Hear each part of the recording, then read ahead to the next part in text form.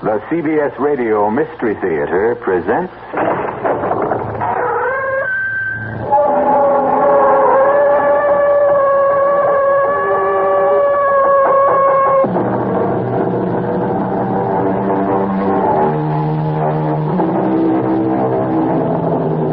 Come in. Welcome. I'm E.G. Marshall. Welcome to the sounds of suspense. To the fear you can hear. Welcome to the world of nightmarish probability, where the icy fear of the unknown can lead one down strange and terrifying paths. In our story, Alex Harper confronts the impossible, and the encounter produces a devastating effect. It's Ace, our dog. He's dead. I see him, Alex. There isn't a mark on him. Nothing. Look at his face. Oh, it's horrible. If I didn't know better, I'd say that something scared that pup to death.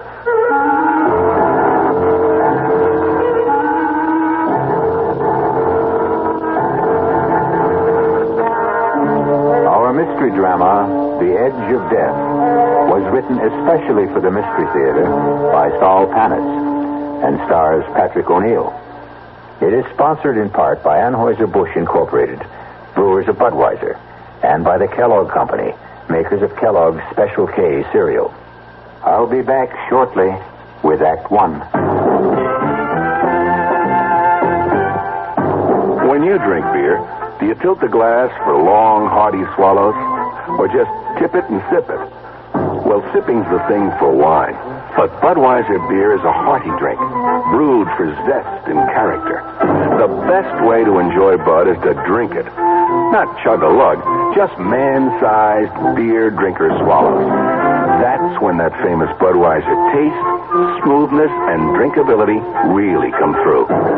Smoothness and drinkability that come only from natural carbonation and exclusive beechwood aging. Smoothness and drinkability. Too good for any half-hearted sipping. So drink up. You'll see that brewing beer right does make a difference. And that when you say Budweiser, you said it all. Anheuser-Busch, St. Louis. It happens in an instant. But this is the way it feels.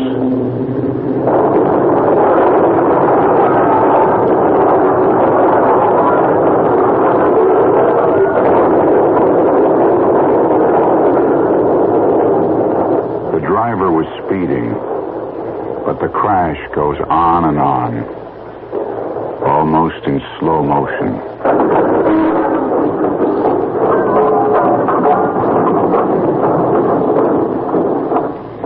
With a mechanical device, we've slowed down the sound of the accident so you could think about it. If the driver had slowed down, there probably would not have been an accident.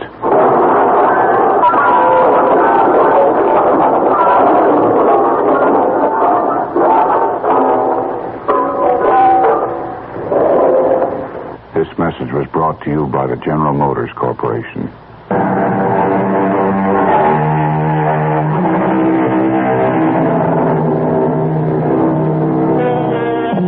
Meet Alex Harper, farmer.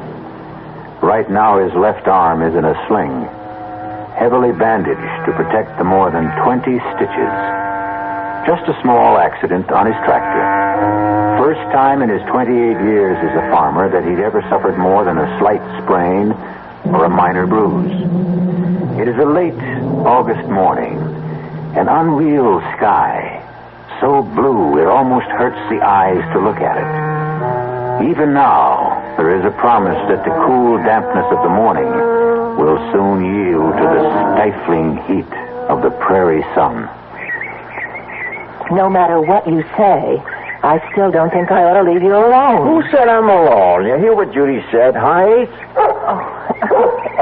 Can't you be serious for a Oh, second? because I think you should go. Now, we've been over this a dozen times. If something was to happen, I'd never forgive myself. Oh, what if the sky fell down, Chicken Little? Well, your arm, it hurts, doesn't it? Did I say so? Oh, whenever you get this way sarcastic, you're covering up.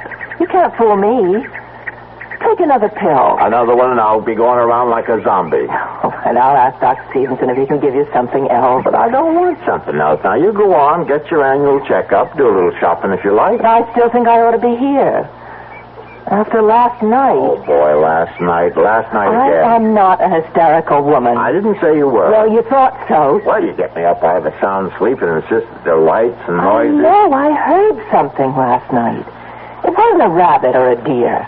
There was a flashing light. I'm not an idiot, and I haven't got that good imagination to make it all up. And now I'll go.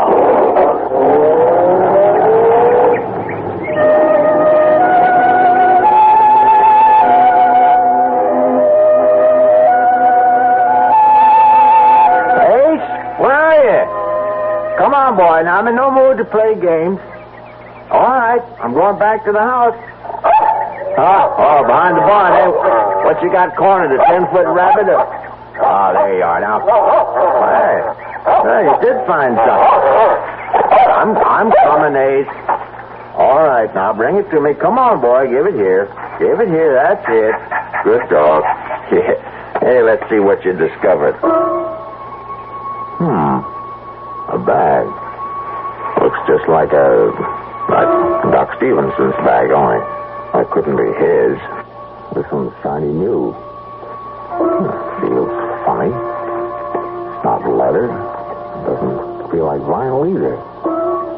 How the deuce can anyone possibly use this? No lock, no zipper, no buckle. No way to open this case. It's a gag. I'll bet that some of those college kids in town, sure, that's it. Judy did hear some sounds last night. The kids.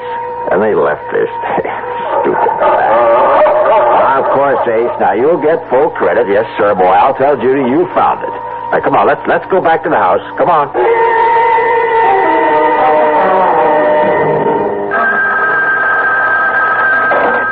That's you, Alex? Doc, hello. How's the arm? Not bad. Now, when are you going to take the stitches out? One of these days. Now, don't rush it. That's a mighty bad tear. Will you level with me? Shoot. Will the arm be as good as new? Well, not really. Some of the muscles were torn. Well, you'll have movement, but there will be limitations. You were lucky that it's the left and not the right. Yeah, lucky. And you'll end up with a beautiful scar. Say, Doc, is Judy still there? She left about 30 minutes ago. Did she check out okay? Well, there are some tests that will take a few days. But from what you could see. Well, that's the real reason I called, Alex. There is something? There is. Well, not serious. Yes and no. Oh, what the devil does that mean? Well, it's your heart. And before you jump to conclusions, listen. If she watches herself, obeys a special diet, there's no reason why she shouldn't live a normal span of life. Did you tell her? Oh, only that it's a rather common condition that can be controlled. She's not alarmed, and she needn't be. Now, I mean this, Alex. I've seen patients like her do almost everything they used to do and go on and on. Almost. Oh, Doc, last time you dropped by, let's see, that must have been at least a week ago. More like 10 days. By any chance, did you leave something out here? Huh? You aren't missing one of your black bags. Huh. I only got one bag. What are you talking about? Nothing. Doc, I think I hear Judy. Yeah, it is. Hey, she's driving kind of funny. I better hang up, Doc.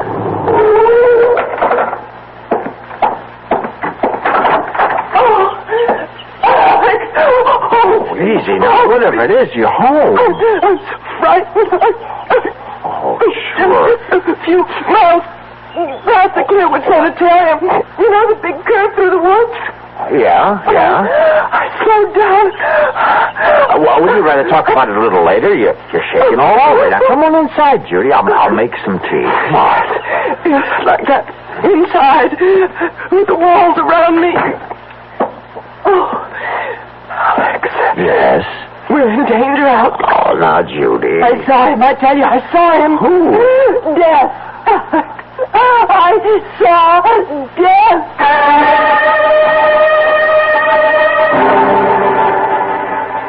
You feel better now? Yes. Look, I can hold my hands out and they don't shake anymore. Well, maybe I ought to call the doc anyway. I guess you must think I... Oh, Alex.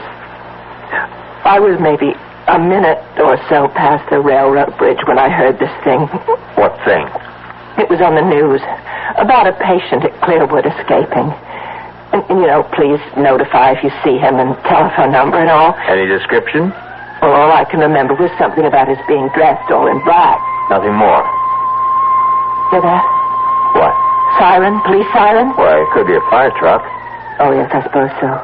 You've heard sirens before. Yes, I know, but... I know, but they're searching for him. I still don't know who him is, except he's one of those mental cases from Clearwood. Well, he was just standing by the side of the road. But first I could barely see him in the shadows, dressed in black as he was. Well, what'd he do? Nothing. Just stood there, looking. Didn't threaten you? And then he said something. It was like, I want to communicate with you. Yes, I think that was it. And you got out of there fast. Did he shout? No. His voice was soft and mild. And he said communicate? You sure he used that word? Communicate, yes. It's a queer word to use, don't you think? I mean, most people would say talk. I want to talk with you. Communicate. I know what I heard. I looked up when I heard him, and by now he was in the sunlight, and I could see him clearly, just a few feet away. Alex, he had no face. Now, Judy. I know what I saw. There was no face. I'm not hysterical, and I saw him. Now, if you say so. Oh, why don't you believe me? Because I can't conceive of anyone without a face, that's why. Now, all right, let's start from the beginning. Did you see his eyes? No. Was he wearing a hat? Yes, a black one. Well, it could throw a shadow over his eyes so you couldn't see them. But possible. Well, it has to be. How the devil could anyone? He could have been in an accident, surgery. But how would he... All right, let's go on. Now, what about his nose? No, I didn't see any. Could be the hat again. Mouth? His mouth, Judy. You see, if the sun was hitting over his shoulder, then there'd be a shadow from his hat. In that case, the mystery's over. You're trying to make me feel like a fool. I don't care what you or anyone else thinks, but I saw a man with no face. And you can know what you can do with your theory about the sun and the shadows. I don't know about flying saucers, and I don't take pills, and I don't smoke pot, or whatever they call it. And I'm not crazy in imagining things. For your information, Alex, my eyes are still 20/20, and they saw... Oh, God help me. A man without a face.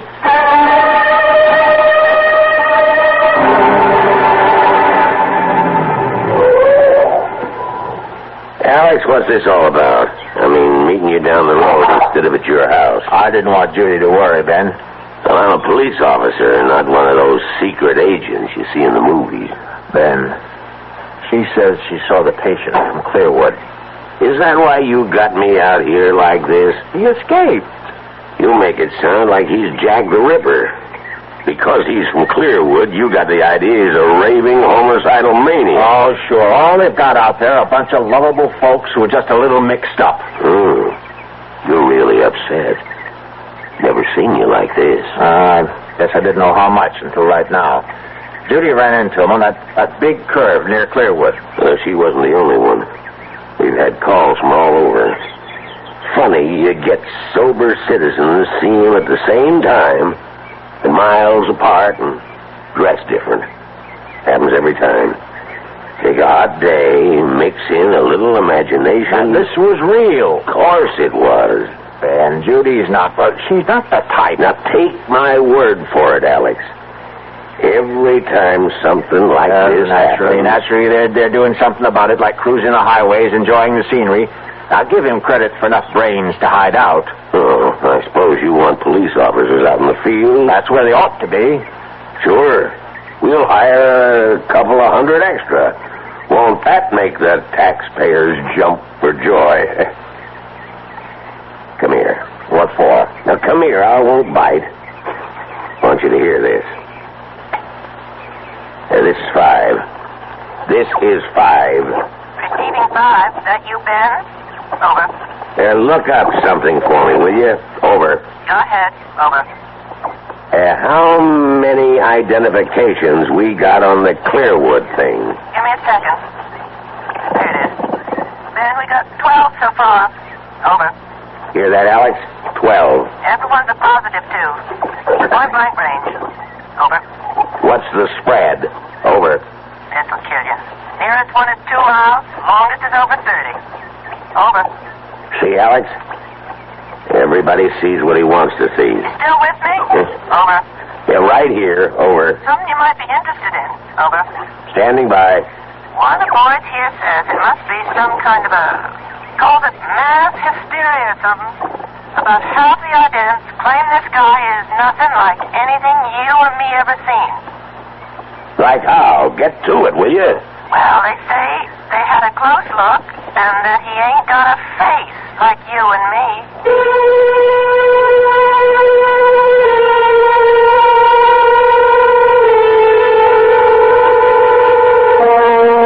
A man without a face. Judy is not the only one. But think for a moment. In this last part of the 20th century, and its attendant wonders and discoveries, what is true and what is unreal? Is there anything no longer possible? Is there? I'll be back shortly with Act 2. Hi, son. Hi, Mom. Hi, Dad. Hi, Junior. Kellogg's Special K presents Junior Gives Up. Junior, why aren't you eating your Special K? It's your favorite cereal. Oh, just 'cause. Just 'cause why, honey? Just 'cause Darla said some evil things about it. That's just 'cause why. Hi, Mom. Hi, Dad. Hi, Darla. Hi, Sis. Hi, Junior. Darla, what did you tell Junior about his Special K? Daddy, all I told him was that Special K is good for us. Yeah, and anything that's good for me never seems to taste good. Junior, you already know that Special K tastes good. Oh, I believe. Darla, or my taste buds. What's that, son? Oh, nothing, Dad. Son, Special K is America's favorite high-protein cereal. It's got minerals, vitamins, iron, and all those good, nutritious things. But it got to be so popular over the years because it tastes good, too. You mean it's good for me and tastes good, too? Right, son. Right, Dad. Right, Junior. Right, indeed. Start your balanced breakfast with Kellogg's Special K. It's nutritious and delicious. Right, Dad. When my children were growing up, they sat for hours playing with a puzzle. I'm Art Linkletter, and I'd like to tell you about the wonderful wooden inlaid puzzles that Play School makes. Play School, a Milton Bradley company, has been making toys for generations of preschool children. Play School makes all kinds of wooden puzzles, from the simplest animal puzzles to the more advanced ones. And they all challenge a child to solve problems while having fun. And Play School puzzles are well made to take a lot of punishment. Play School is also famous for blocks, all kinds of blocks, embossed wooden alphabet and number blocks, kindergarten blocks, even a can of colored blocks. Children will satisfy their urge to build and create with Play School blocks, and like all Play School toys, their blocks and puzzles are sturdy, so they can be handed down from generation to generation. Your children will have a lot of fun playing with Play School blocks and puzzles every day. And every day is a good day to make a child happy.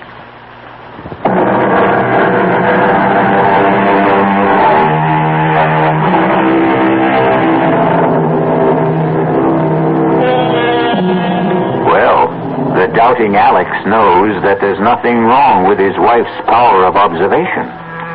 She did see a man, and though he does have a face, there is something missing. A mouth.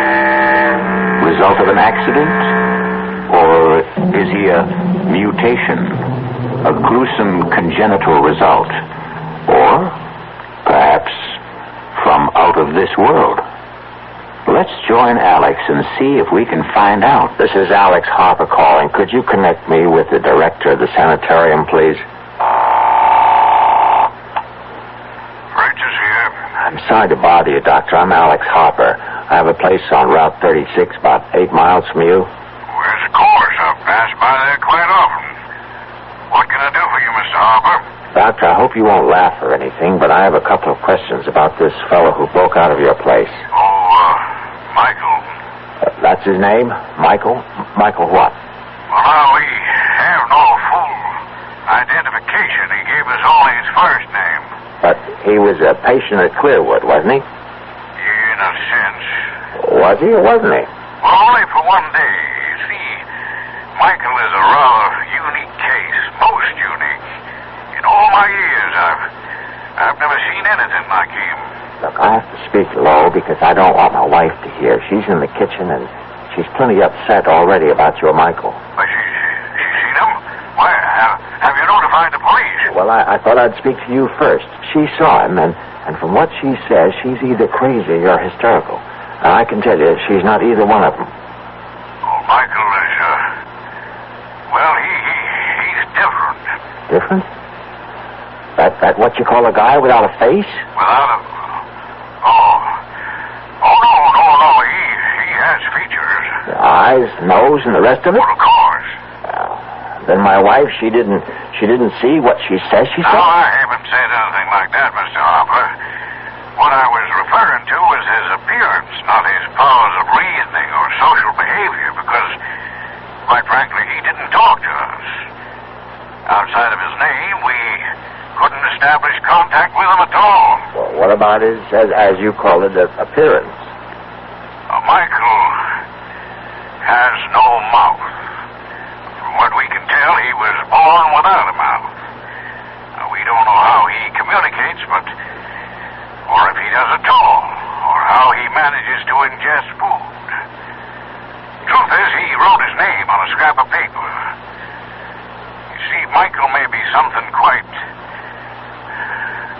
new to our world, Mr. Harper. Perhaps one of a kind. Maybe he's, what's the word I'm hunting for? Mutation? Yeah, that's it. I hope to God that he is what he appears to be. A freak. A one-time thing. But suppose he's only the first, the beginning of perhaps a new kind of man.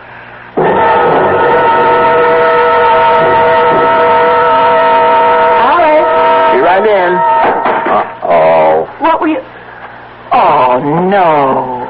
Oh, it's only an old ashtray. No big loss. How'd that happen? I got up when you called, and this case was on my lap, and it fell off. Well, you'll pick up the pieces, won't you? I've got something cooking. Sure. Hey, it's open. Judy, the bag is open. What's open? Oh, well, never mind. Well, what do you know? Hey, will you look at this? Now, Alex, you want me to ruin supper? Well, it's almost like a miracle. You see, Ace found this bag, and I couldn't figure out a way to open it. It looks just like the kind of bag Doc Stevenson carries. You don't have to be an engineer to open one of those. Oh, yeah? Well, this one has no lock or no nothing. And when I just dropped it and broke the ashtray, it opened up. Look what's in it.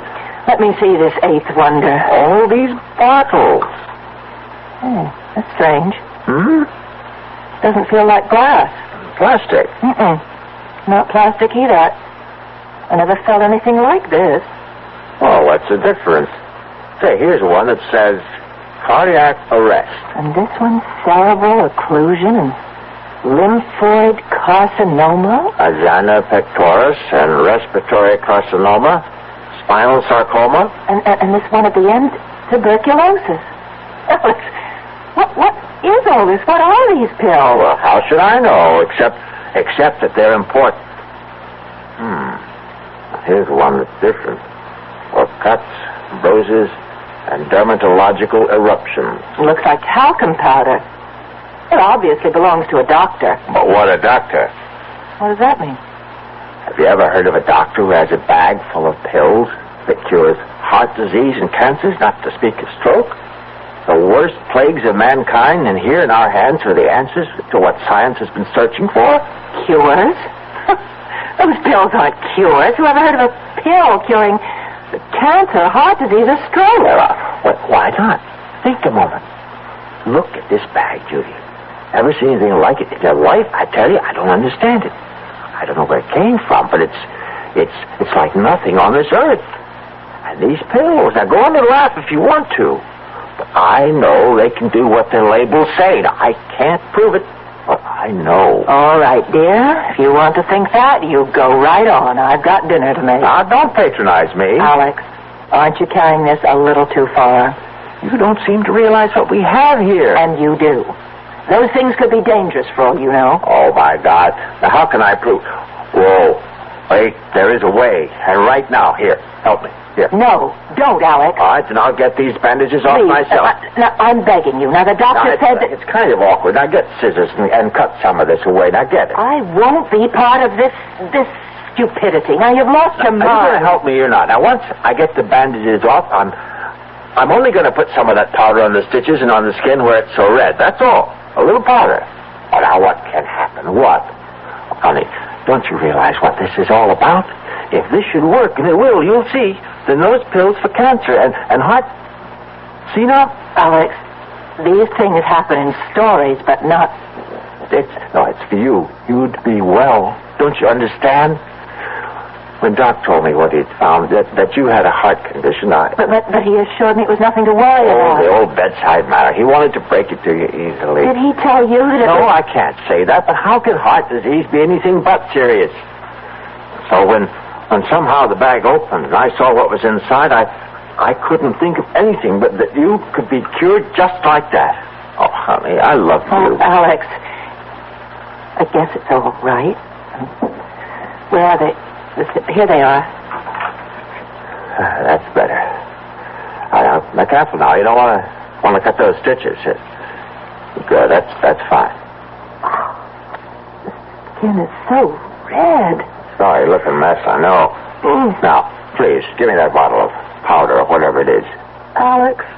Please. Here. The bottle is warm. Well, it's a hot day. Oh, it feels as though it's generating the heat itself. Isn't that wild? Judy, will you do the honors? Just shake some all over. All right. That should do it. A little more. It's all covered. That ought to do it. Feel anything? Not yet. How long do you think it'll take? That is, if it... Well, it hasn't even been 30 seconds. I suppose it'll take a little time, though. I didn't expect a miracle like that water into wine kind of thing. The powder's got to work its way in. I'll get some fresh gauze. You still ought to keep it covered. Yeah, that might not be a bad idea. I wonder what's bothering Ace. Oh, there he is. Alex. What is it? Look over there. It's him. The one Ace is running after, the man I saw on the road, the man without a face. I'm going after him. Now, lock the door after me and call the police. Oh, no, don't go. Let the police handle it. He's heading out to the East Fields. Now, call him. Tell him. He might be dangerous. No, I won't get too close. Just enough to keep track of him until the police get here. Oh, just thinking of him. I'm so frightened. Oh, now, there's no need to be. I didn't want to tell you before, but I talked to the head of Clearwood, and this guy, this Michael is his name. He's a little queer, but he's not dangerous. Anyway, there's nothing to worry about as long as you stay inside. Twice in one day. Why here? He's not after you. What reason would he have? I suppose not, but somehow... Alex! That's what he wants, the bag! The medicines! It must be his bag. He's come for it. Him? A doctor? It has to be. That's the only explanation. Oh, I'll give you another. He's escaped and wants to stay off the main roads. After all, you spotted him, did you? He just wants to get as far from Clearwood as he can. By chance, he was cutting across our place when he ran into Ace. Now, look. Now, I'm going to go after him before he gets too far. Remember, the police and the door.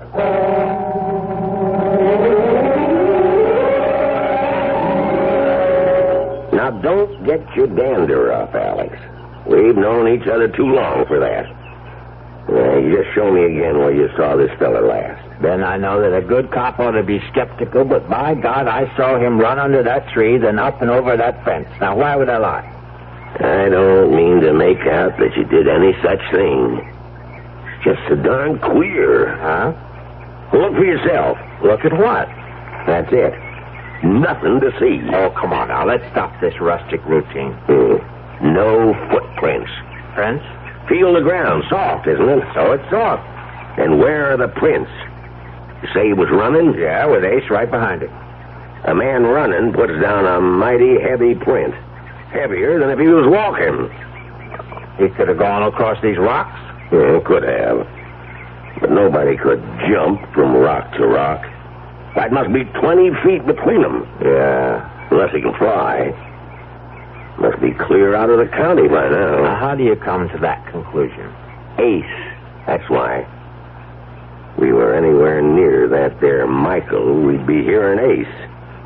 You know he's always been a noisy dog. Well, he could have lost interest and run off after a rabbit or a woodchuck. Yeah, maybe. Something right over there, Alex. To your right.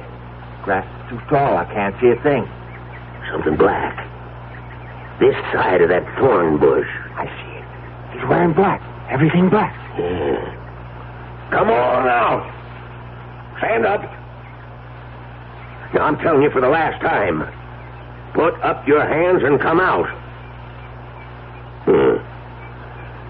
Now, I'm going to fire a shot in the air, and if that doesn't fetch you, I'll put the next one into you.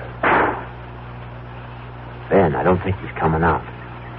You won't shoot, will you? Just you watch. But he isn't armed. How do you know that? Well, if he was, he could have cut you down. Standing up, you make a beautiful target. You got something there. I'm going in. I got an idea. He's so scared he can't move. Now, don't be stupid. Come back. Oh, my God. Of all the stupid things... Oh, it's Ace. Our dog. Dead. Yeah. Gee, I'm sorry. Oh, there isn't a mark on him. Look at his face. Oh, it's horrible. If I didn't know better, I'd say that something scared that dog to death.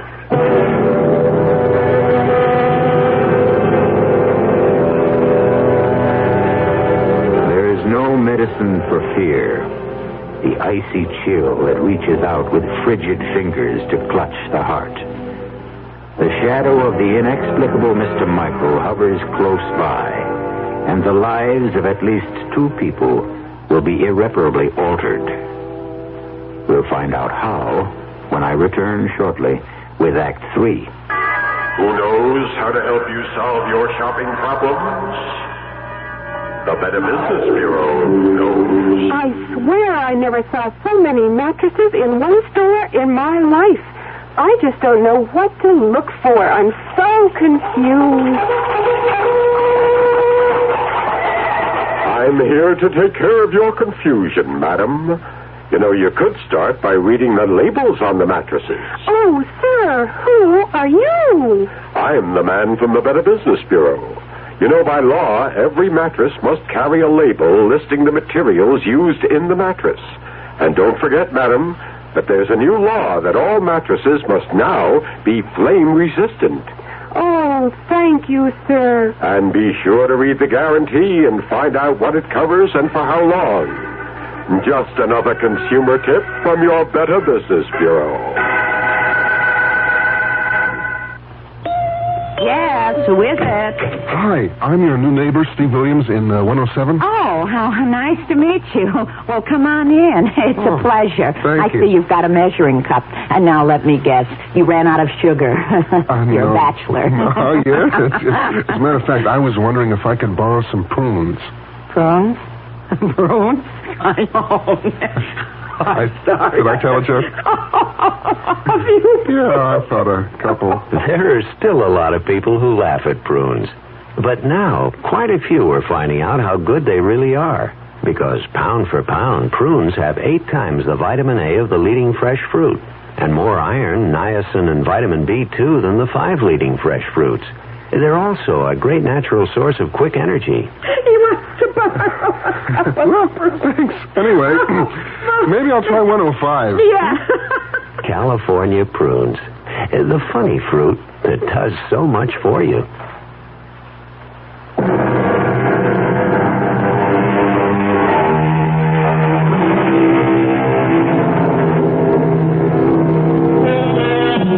The family dog has died mysteriously, and the presence of Mr. Michael is as real as if he had knocked at the front door. Now the ride back to the farmhouse is a silent one, broken only by a few perfunctory remarks as it comes to an end. I'll keep in touch, Alex. Mm-hmm. If you see anything, give us a call. Yeah. Mighty sorry about Ace. See you, Alex.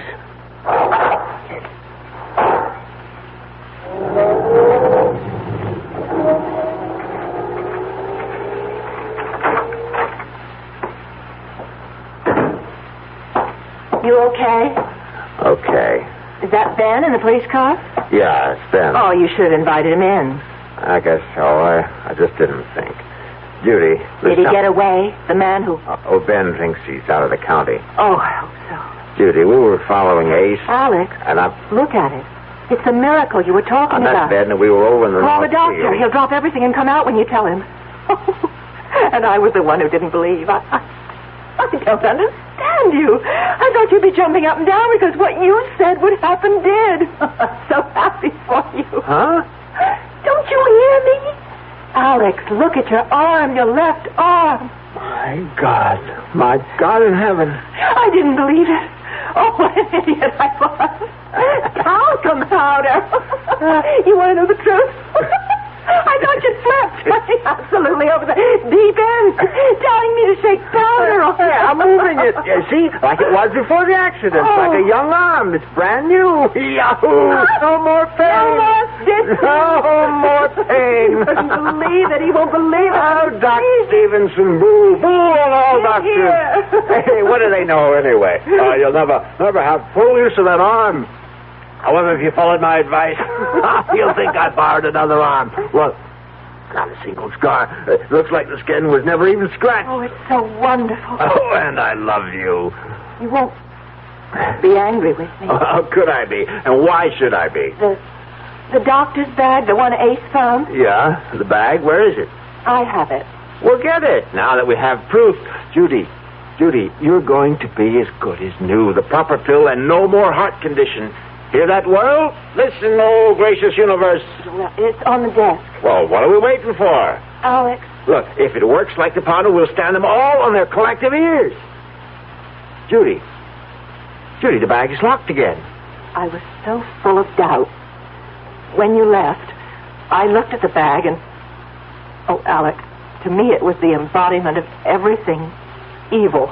And I wanted to destroy it, so I picked it up and somehow I pushed the flap down. Well, now I can't tell where one part fits into another. See, I can't find a seam anywhere. I think it was just about here. Try there. No, that's no use. I'll drop it on the floor, maybe like last time. Still in one piece. I'll try again. No use. Oh, forgive me. Right now, we got to figure out a way to get the bag open so we can get you a heart pill. Alex, you have an electric drill. I can try. I'll take it out to my workbench in the barn. Well, why not wait until morning? It's getting dark now. No time like the present. Now, give me a shout when dinner's ready. If I'm lucky, I may be back before then. I'll get this thing open if I have to use dynamite. Oh, here goes.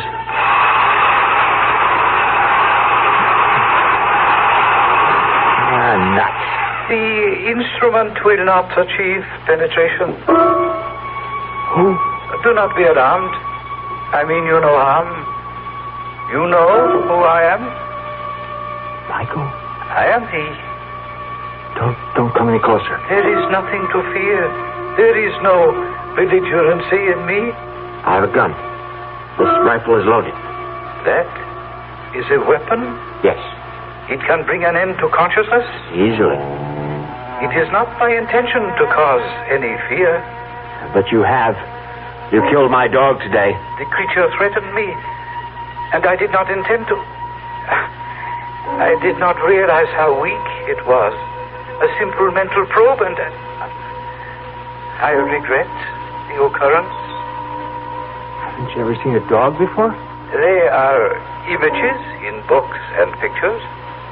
There are no dogs or animals where you come from? There is barely enough room for the higher forms of life. We have never learned to curb our reproductive powers, it seems. Well, where is this place you come from? This is Earth, the third planet from the sun, I think. I know. It is my home, too.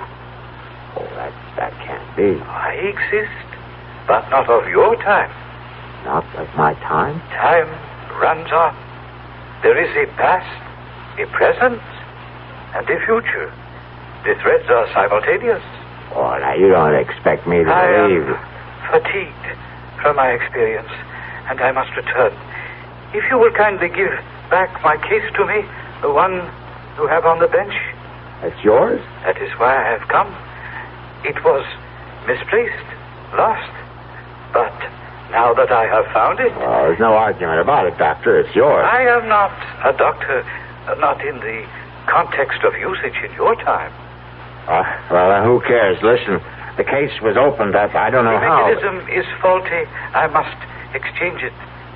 You did not utilize any of the contents. Well, only some of the powder and the bottle labels. Yes, I am aware. But I did a fantastic job with my arm. Look at it. Look at it, Michael. Would you believe that only a few hours ago it was a match? I am well aware of the powers inherent in the powder. But now, please, give me the case. You cannot open it, for the key is in my hands alone. Stay back. I must open it once more. Or you will. I've got to have something from it. Comprehend this. My time is far in your future. The compounds are of another time, different metabolisms. Evolution has caused basic changes. But the powder worked on me. It is probably the single excipient. I don't believe you. Look, I'll give you anything. Money. How much do you want to open it? I shall prove my point to you.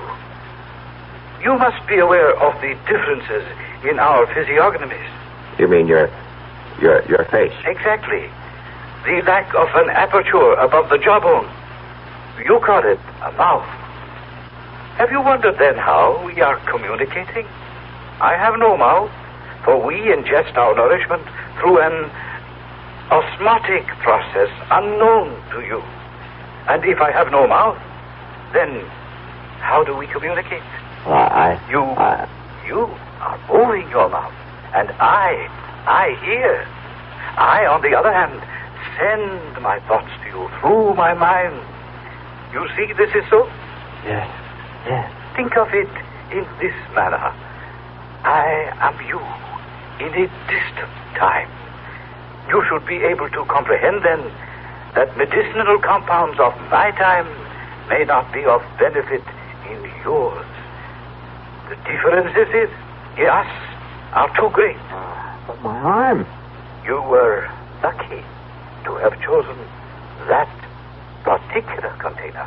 My wife will die unless she has a pill. Just one pill. I have explained why you cannot have a pill. Open that bag or I'll kill you. I mean it. My denies will not help you. Comprehend. An unusual accident took place. A time warp misfunctioned, and I found myself in your time. The accident must have disturbed my balance, and I wandered from this place, leaving my case behind. We have communicated sufficiently. I feel joyous that your infirmity responded to the powder, but I cannot allow you to maintain possession of the case any longer. Stop.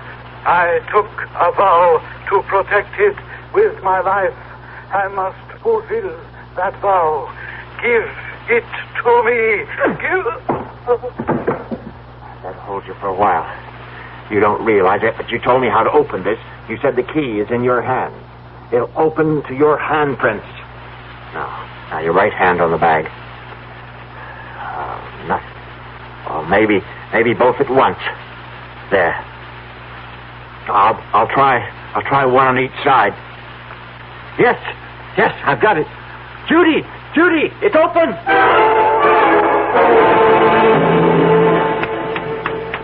Come on, Michael, wake up. Come on, you're okay. Piece of ice on your cheek should help. That's it. Easy now. Fine. How do you feel? I thought your aim was to extinguish me. No. I only wanted one of those heart attack pills. You see, my wife Judy has a heart condition. Well, she had a heart condition. Thanks to you, we don't have to worry about that anymore. This other person, your wife, she ingested the dosage? Just like a flash. After she saw what happened to my arm, she had no hesitation. If I could only have just one of each of those different pills, I wouldn't have... I have communicated to you that I am not a physician, yet you have refused to accept the truth. You insist I am practiced in medicine because I possess a case apparently similar to physicians of this time era. Well, you can't blame me for thinking that. You will not communicate. You will listen. You poor man. Poor individual. Let me inform you of my profession. I am proudly the highest ranking exterminator. Exterminator? Precisely. I communicated earlier that in my era there is barely enough room for all who inhabit the planet. Therefore, exterminators trained to eliminate painlessly and quickly. Oh, no. The pills, as you refer to the compounds, are each a dose of death. The case is full of death.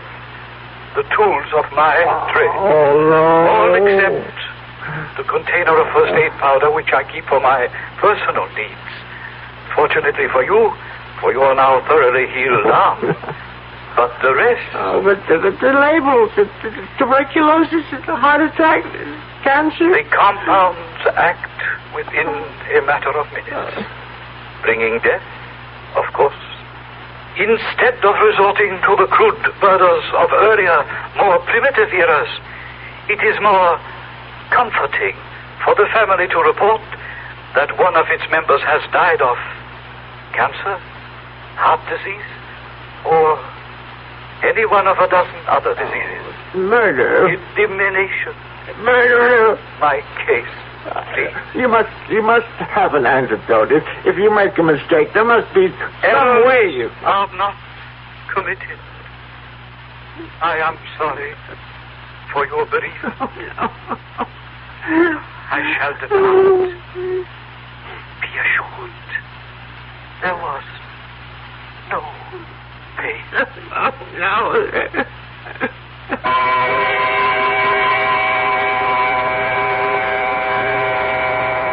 Naturally, there are those who were skeptical.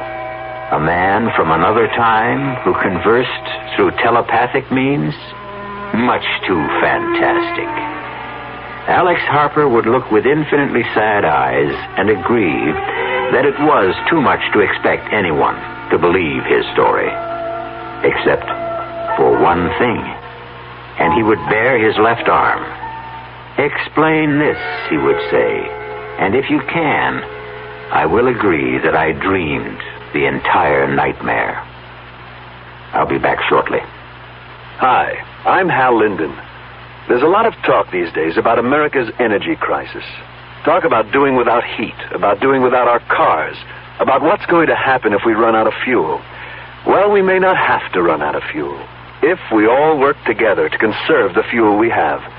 That means turning your thermostats down to 68 degrees during the day and turning them down to 60 at night. It means turning off lights, TV sets, and electrical appliances the minute we're finished with them. It means driving no faster than 50, starting or joining carpools, avoiding the kind of stop-and-go motoring that eats up gas by the gallon. In short, it means saving every ounce of energy we can, every chance we get. So please, do your part to make the fuel supply stretch a little further. For your own sake. Don't be selfish. Don't be foolish. Don't be fuelish. This message from the Federal Energy Office and the Advertising Council.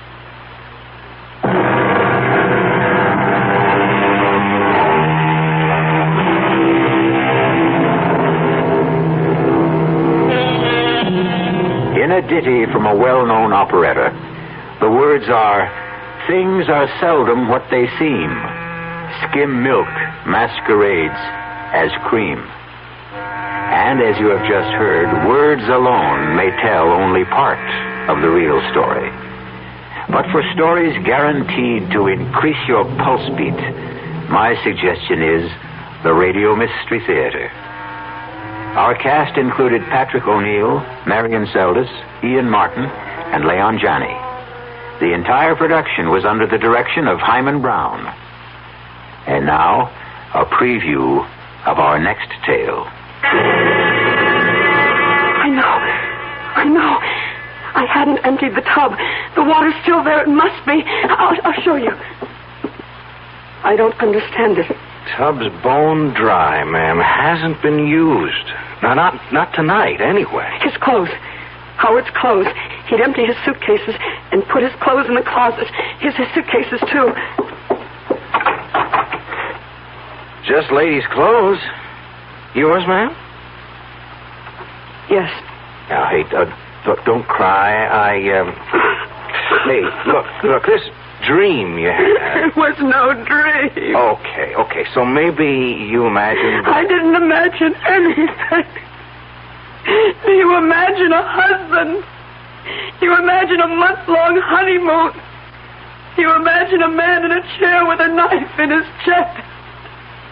This is E.G. Marshall inviting you to return to our Mystery Theater for another adventure in the macabre. Until next time, pleasant dreams.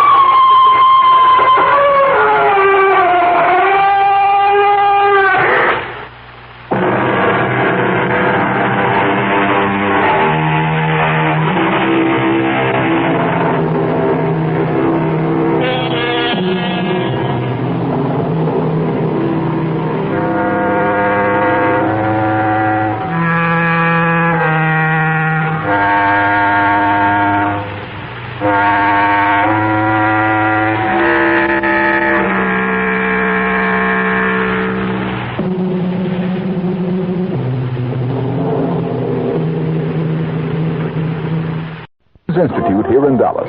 The program is open to any man or woman interested in broadcasting as a career. For application details, call the Scholarship Coordinator at KRLD 634-1080 during business hours. That's 634-1080.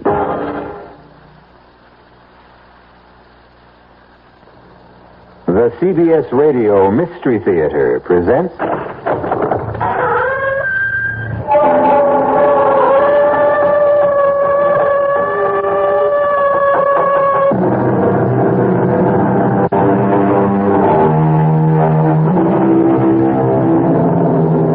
Come in. Welcome.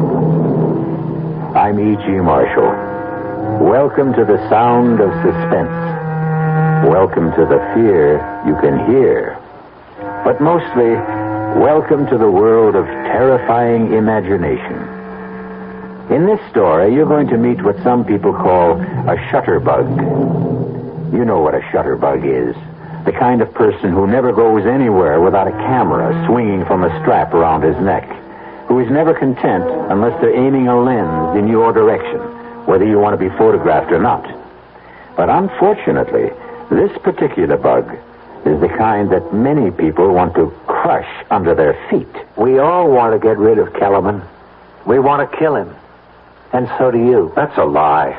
You hate his guts as much as we do, Mr. Bailey. Why don't you admit it? Of course I hate him. But that doesn't mean I'm ready to commit murder. Well, we're ready, Mr. Bailey. And you'd better be, too.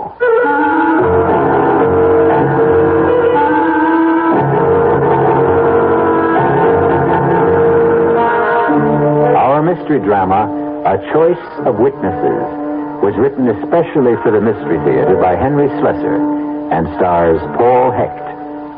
It is sponsored in part by the Kellogg Company, makers of Kellogg's Special K cereal. I'll be back shortly with Act One. And now another tale of the ball and chain. At Kellogg's Special K presents the good, the bad, and the heavy. Why is that cowboy wearing a ball and chain? Because carrying around extra pounds can be just like carrying around a ball and chain. How symbolic. What will it be, senor? Give me the Special K breakfast. Here you go. One Special K is milk and juice and coffee. Hey, don't I know you from someplace? You probably don't recognize me with my ball and chain. I used to be 10 pounds lighter, but I'm getting back that way by exercising and eating smarter every meal. Start with this here Special K breakfast. What's so special? It's less than 240 calories, 99% fat-free, and delicious. It's going to help me get rid of this here ball and chain. I bet your horse will be glad to hear that. another ball and chain. Fight for dust. Your happy ending could begin with the Kellogg's Special K breakfast. That's Kellogg's Special K. That's right. Good night. Everybody needs to find a home.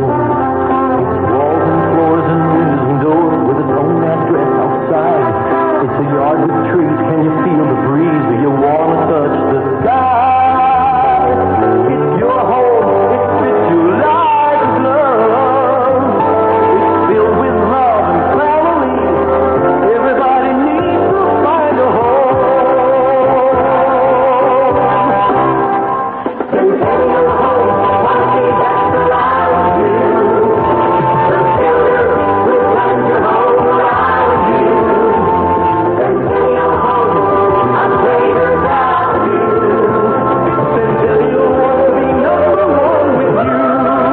Because Centennial wants to be number one with you, they're offering the lowest interest rates, 7 3/4% on homes purchased FHA or VA. Check Sunday's newspaper or call Centennial at 434-1661.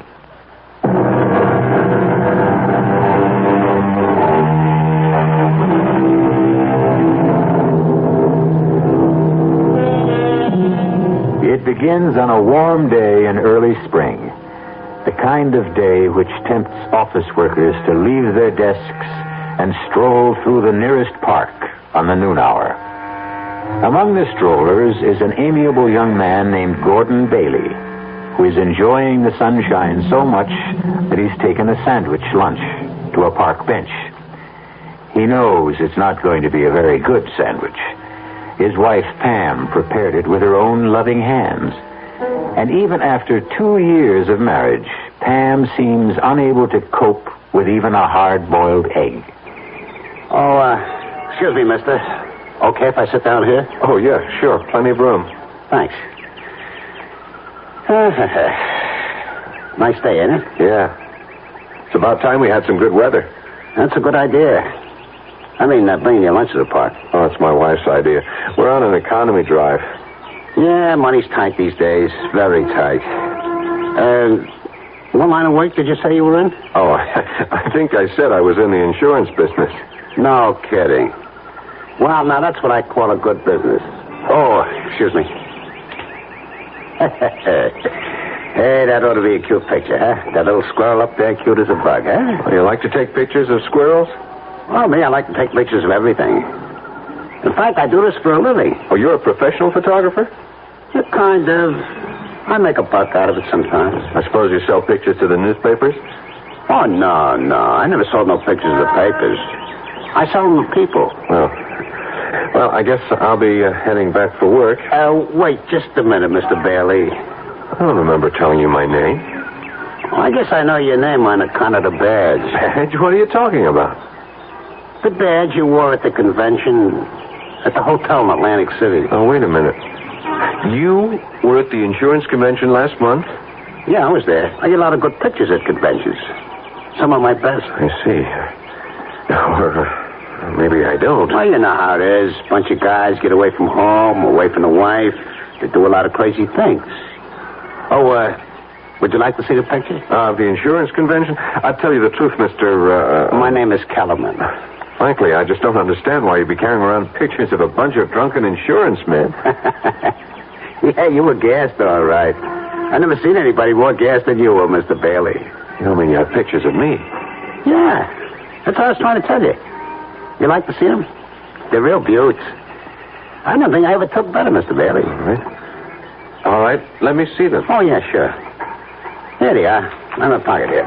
Yeah. Look at this one. Oh, no. She was really stacked, huh? How did you get this? Well, I told you with my trusty little camera. But how? Hey, come on. What do you think? I'm not giving away no professional secret. You were in that hotel room. She let you into that room, didn't she? You must have been hiding someplace. Hey, don't do that. Don't tear that What do you think I'm going to do with them? Oh, come on, Mr. Bailey. You know I got negatives. I can print up 2,000 of them if I want. What is this? Blackmail or something? Nah. It's like a business deal, that's all. I figured I got some pictures that you want to buy. And I got them myself. How much did you pay her for the privilege of being in that room? The question is, how much are you willing to pay? I mean, so your wife don't get a complete set. Look, are you willing to sell me the negatives? I didn't say that. I got a different kind of deal in mind. You know what would happen if I told the police about this? Well, a guy did that to me once. It was a meatpackers convention. He called the cops. They hauled me in. I said I was just a photographer working a convention, that's all. I was selling pictures of the guys there. He couldn't prove nothing against me on account of, you know why? It was true. I am a photographer. I do work conventions. I sell regular type pictures, too. But they're not as profitable as these, are they? You know, that guy became one of my steadiest customers. Only then his wife divorced him anyway. He wouldn't make no more payments. Are you saying this is a regular thing? How much you earn at that insurance company? I figure a young guy like you, they pay about $15,000, $18,000 a year, am I right? Listen to me, Kellerman. The woman at that convention, I didn't want to get mixed up with her. I was just so tight, I didn't know what I was doing. Oh, hey, you don't have to tell me about stuff like that, Mr. Bailey. I've been around plenty. I know how guys are. No, you don't understand. Look, I'm only married 2 years. I love my wife very much. And the only reason I got into that stupid mess was because of my boss. I didn't want to insult him. He was drunker than I was. Oh, come on, Mr. Bailey. You don't have to explain nothing to me. I know you don't want that nice little wife of yours to see these dirty pictures. And I don't want to show them to her, believe me. She'd never understand. Pam would never... Listen, I'll tell you what. I'll give you a flat price for the negatives, and that'll be it. Understand? I got a nice bonus recently. I'll give you $300 cash tomorrow afternoon. How does that sound? Now, listen to me, Mr. Bailey. People are real funny about this kind of business. They never believe a guy like me can, well, be honest, you know? Honest? That's some word. Well, what I mean is, they always think that if they pay me a flat fee, I'll be coming back at them again. You see what I mean? Even if I did give you the negatives, you'd figure I had copies someplace that I could hit you again any time, right? Look, I'm willing to take your word for it. Nah, Mr. Bailey, nah. You just spend the rest of your life worrying about me coming back. Am I right? But this way, you just make one small payment to me every month, like you pay the electric bill or the rent, you know? How much? How much do I have to pay? I figure you for about $40 a month. Now, that's not so terrible, is it? Just $40 a month? How do you collect the money? Oh, in person, Mr. Bailey. I just go around to all my customers once a month, and I collect in person. It's better that way, believe me. $40. Small lady a year, you never miss it. And everything will just be fine between you and the missus.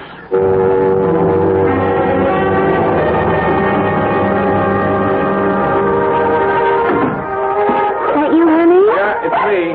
Hey, shut up, you mutt. Hi, darling. Oh, be quiet, Lockjaw. It's your Lord and Master. I'm sorry I'm late. I decided to do a little Christmas shopping after work. I forgot how long it takes to fight those crowds. Oh, what a gorgeous package. That's something for me? Never mind. Well, just in case it is, here's a big kiss in advance. Hey, you smell good. Is that a new perfume? It's the same old stuff. The one I'm practically out of. Hint, hint, hint. Oh, cut out that hinting. I've already spent more money than I should. Oh, speaking of money, that man was here. What man? He You know, the one that comes around every month. That Mr. Kellerman. Kellerman? What the heck was he doing here? It's only the 19th. Well, I don't know, Gordon, but he was here just the same, looking for you. What did he say? Nothing. Just that he'd be back later. Later today? Mm-hmm. You know, Gordon, I just can't bear that awful little man. Did you ever get a look at his eyes? And that camera he wears around his neck.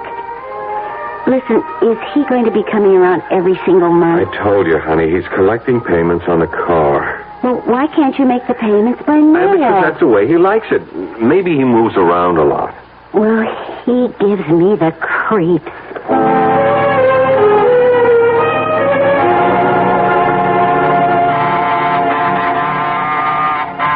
You want to get that, honey? I'm feeding the dog. Yeah, okay, I got it. Oh, it's you.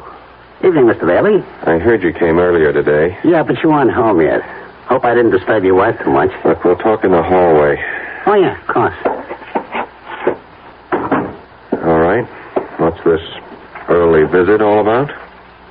You going away for the holidays? Oh, no, I never go anywhere this time of year. This is one of my busiest times of year, you know? Yeah, I can imagine. I get some of my best pictures around now. You'd be surprised. You know how it is. People get all filled up with the Christmas spirit. All right. Get to the point. You want your payment now? Well, I wouldn't mind, of course, but that's not the reason I came around, Mr. Bailey. You see, I want to tell you that the payments are going to go up. What? I really hate to do it, but it's the inflation, you know? Everything costs more. Food, clothing, film, gasoline. I'm just going to have an increase, Mr. Bailey. I'm sorry. How much of an increase? Well, just another $15 a month. 15? Terrific. Now it's 55. What's it going to be a couple of months from now?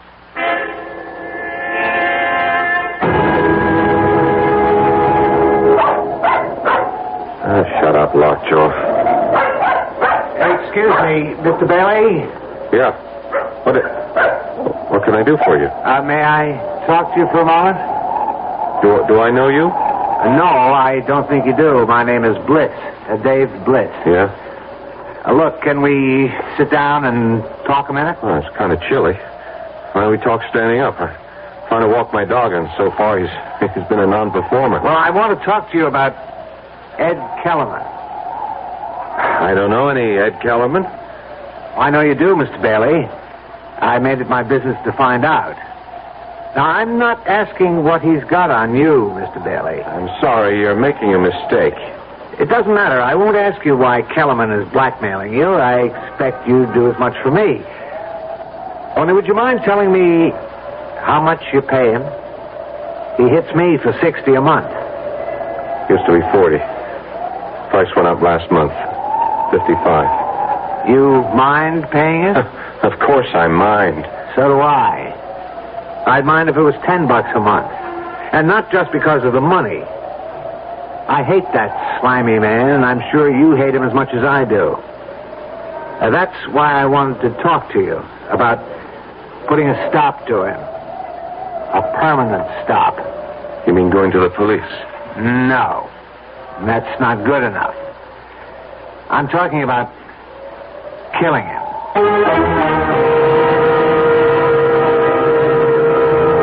Every problem has a solution, they say. And Mr. Dave Bliss seems to have arrived at his. The obvious question here is, do two wrongs make a right? We'll find out what Mr. Gordon Bailey thinks about that dilemma when we return shortly with Act Two. In 1919, someone had a big idea. Let's help youth understand big business by starting them in small businesses of their own. And Junior Achievement was born. Each group elected a board of directors, chose a product, set up a production line, sold stock, and went into business. That year, 314 students made and sold products and learned the business of business.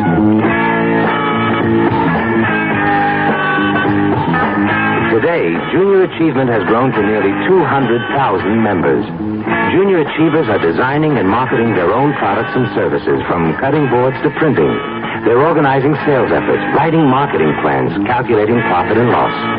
Running these small businesses helps Junior Achievers understand how big business works Support junior achievement, where youth learns the business of business. Call your local junior achievement office. The Dallas Times-Herald. You're doing more. We're doing more. With 100,000 people in Dallas playing tennis, you can imagine there's a lot of interest in the kind of coverage tennis gets in the newspaper and how much attention it... What is the Dallas Times-Herald doing to satisfy the growing number of tennis fans and players in Dallas? Listen to sports writer Tim Taylor. So we don't treat tennis as a 3-times-a-year sport to be covered only when there's a major professional tournament in town. We try to emphasize what's happening in Dallas at the grassroots level, with stories that range from developing junior players to high schools and colleges to the average player who may not belong to a tennis club or league. And what this does, of course, is to... You're doing more to learn what's going on. We're doing more to tell you. And there's a simple way to prove it. If you're not a Times-Herald subscriber, call this number, 744-6101, the Dallas Times-Herald. You're doing more. We're doing more.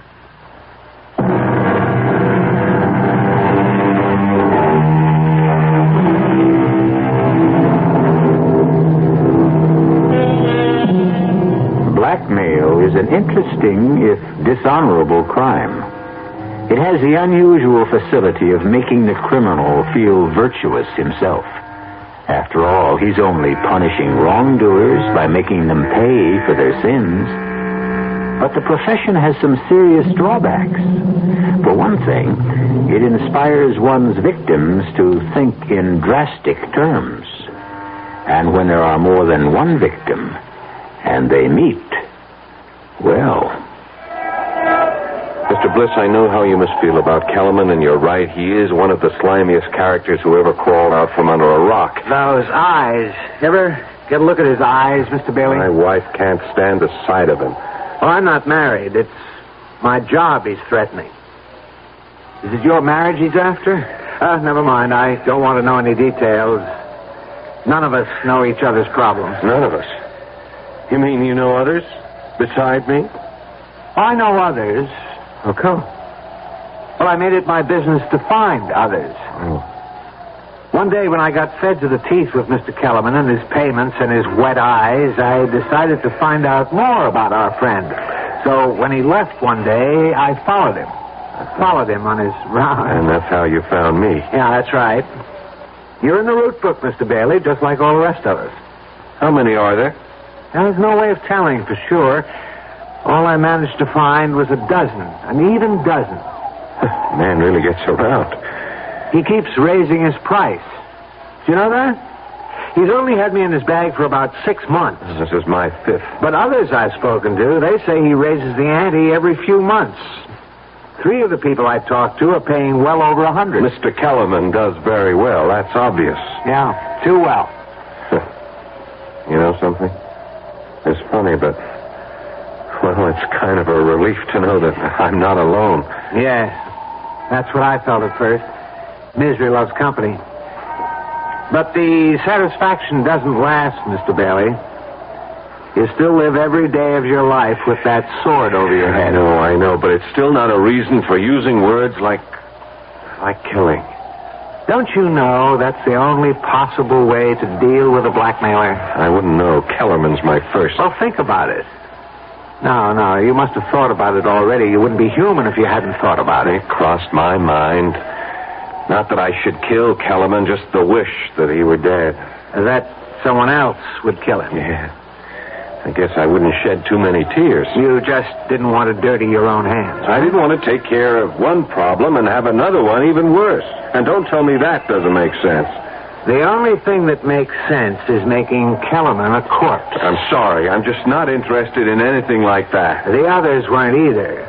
Not at first. But now they all are. Uh-huh. Look, what are you talking about? We all want to get rid of Kellerman. We want to kill him. And so do you. That's a lie. You hate his guts as much as we do, Mr. Bailey. Why don't you admit it? Of course I hate him, but that doesn't mean I'm ready to commit murder. Well, we're ready, Mr. Bailey. And you better be too. Ready for what? To commit murder. If you don't mind my saying it, perfect murder. Perfect? foolproof. I'm sorry. Look, that's a stupid dream, and you know it. You won't say that after you've heard the idea. Everybody who sets out to commit a crime thinks it's foolproof. They wouldn't commit it otherwise. Right now, all I want to know is if you'll cooperate. That's easy. No. Why not? Because murder is worse than blackmail. That's why. Well, this isn't murder. We're going to erase a human mistake. Forget it. Look, I'll make believe I never heard you say it. Come on, Lockjaw. Come on, girl. Let's get our business over with. There wasn't one person on the list I didn't have to convince. But when I told them that there was no chance of any of us being caught, that's when they dropped their objections. All right. What foolproof scheme for murder do you have? It's foolproof because it won't be murder. It'll be an accident. If anyone gets into trouble, it'll be me. Just me. I'm going to kill Kellerman with my car when he's making the rounds one night. I have the time and place all figured out. Just before midnight on Carroll Street. An accident? Right. So, now you know the favor I'm doing you. I'm taking the risk all by myself. You think the police are that stupid? Murderers get caught even when they frame accidents. Oh, this is different. Why? Because of the witnesses. What? I'm going to have witnesses. A lot of them. All disinterested parties. Nothing to connect them with each other. And they'll all tell exactly the same story. What they saw, how it was all Kellerman's fault, getting hit by my car. All right. Stop. Don't tell me any more. You've already told me too much. No, you've got to hear the rest of it. You're a part of this like everyone else. Don't you see the beauty of it? Safety in numbers? If you ask me, you'll all get caught. No. Don't you understand? When a group of citizens all testify exactly the same way, I mean reliable citizens from every walk of life, you ought to meet some of Kellerman's victims. One is a college professor, two are doctors, there are four housewives, a bartender who owns his own joint, one working stiff, one person in city government. You might as well know that's me. Bliss. Wait a minute, I've seen your name. Something about the Transportation Authority? One of them is in the insurance business. They're all with me, Mr. Bailey. Every one of them has agreed. So many witnesses to one accident? Well, we won't meet everyone. Some of them won't be asked any questions by the police, but they'll all be there just the same. We'd like you there, too. You're nuts. Do you know that? You and the rest of... I won't have any part of this. Don't you see? It can't miss. It doesn't matter. I don't want to have any part in killing a man. How come, Mr. Bailey? Have you got religious scruples or something? Maybe. You've got scruples, but you did something rotten enough to make you a blackmailer's victim. I didn't commit murder. Look, you got a good idea about getting everyone together. Maybe if we all went to the police. Oh, no way. Whatever it is you don't want known about yourself, my friend, it'll come out the minute Kellerman gets arrested. Now, my way is better. I can't buy it. Look, I'm sorry. My dog is getting tired, and so am I. Come on, Lockjaw. Now, wait a minute now. Want my advice, Bliss? Don't go through with this. Find some other way. There has to be one. Goodbye. Bailey. Yeah? What if we do it? You'll be sorry, that's what. Sorry? Why? Because you'll tell the police the truth? I didn't say that. Goodbye, Mr. Bliss.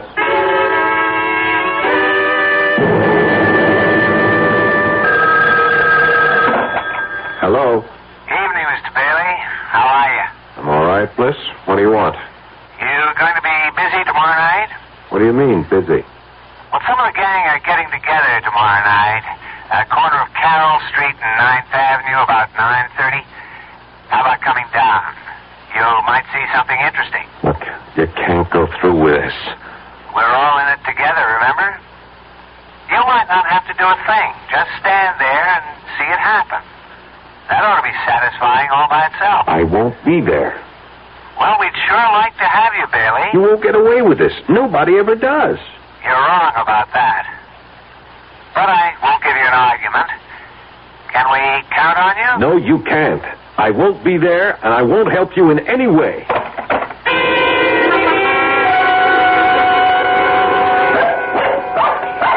Oh, shut up, Lockjaw. What's the matter with you tonight? Gordon? Yeah? Do Do you think Lockjaw's all right? She keeps staring at the door and growling. I don't know. Must hear the neighbors or something. Maybe she's waiting to bark at that man, the collector, you know. Kellerman? Uh-huh. Isn't he coming tonight? He usually comes on the last Sunday of the month, doesn't he? Yeah, usually. Well, I doubt if he'll be here tonight. It's almost 11 now. Oh. I didn't realize it was that late. We haven't done much this evening. Don't you feel all right? Yeah, sure. I'm all right. Well, you just seem to be, waiting. Was it for that man? Because if it was, I'm sure he's not coming, honey. I think we ought to go to bed, listen to the news or something. Oh, the news. Yeah, I guess it's on right now, isn't it? Just about. You want me to turn it on here? Yeah, sure, would you? Okay. The conference, now postponed until February, will include top officials from both nations. On the local front, a man who has been identified as Edward Kellerman of 1811 Redwood Avenue Gordon, do you suppose he's the same? in an automobile tonight on the corner of Carroll Street and 9th Avenue. The driver of the car, city administration official David Bliss, was released after questioning. 5 witnesses on the scene of the accident testified that Kellerman had stepped into the automobile's path as it rounded the corner. In sports, the Golden Warriors announced their home. Gordon, do you suppose it's that man, the collector? You think that's the reason he didn't come around tonight? It would be a good enough reason, wouldn't it? If he was dead, lying in the middle of the street, dead. You look so strange. Gordon, did you like that man? If you want to know the truth, Pam, I hated him. You did? Why? Just on general principles. Oh, I really don't understand you sometimes, Gordon. Hand me the phone book, huh? Okay. Thanks. Here. You going to call somebody? Honey, why don't you go to bed? I'll be in a few minutes. Yeah, but who are you calling? Just someone I know. Someone who knew Kellerman. Oh, I see. To find out if they know about what happened to him. Yeah, that's right. Okay, honey. I'll go in then. I'm feeling a little tired. Yeah, so am I. I'll be right. Good night, sweetheart. Good night.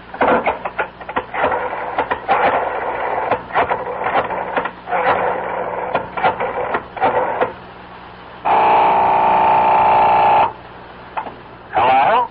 David Bliss? Yes, who's this? Gordon Bailey. What do you want? I heard the news tonight. About Kellerman. Well, you don't have to thank me. I did it for myself. And you did go through with it, huh? You can relax now, friend. You've just saved yourself $55 a month, maybe a lot more. Your remittance man won't be coming around again. You ought to go out and celebrate. I know what I ought to do. What's that? So long, Bliss. I just wanted to make sure. Hey, Bailey.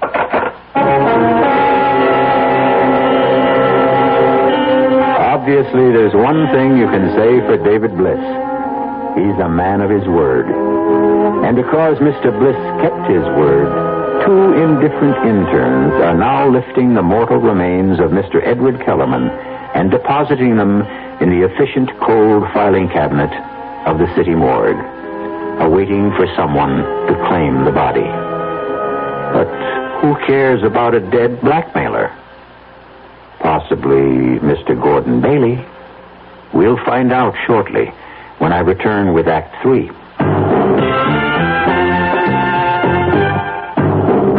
Ever had a tall, frosty glass of Amplitude? Well, if your beer is Budweiser, you've had it often. Amplitude is a fancy word for the entire taste phenomenon, the total experience of flavor. Next time you take a healthy swallow of Bud, watch what happens. Think about the sensations you're experiencing. Notice how the flavor of Bud comes on nice and easy. Not too strong, not too quick. Just right. Notice the clean, crisp togetherness of Bud's taste.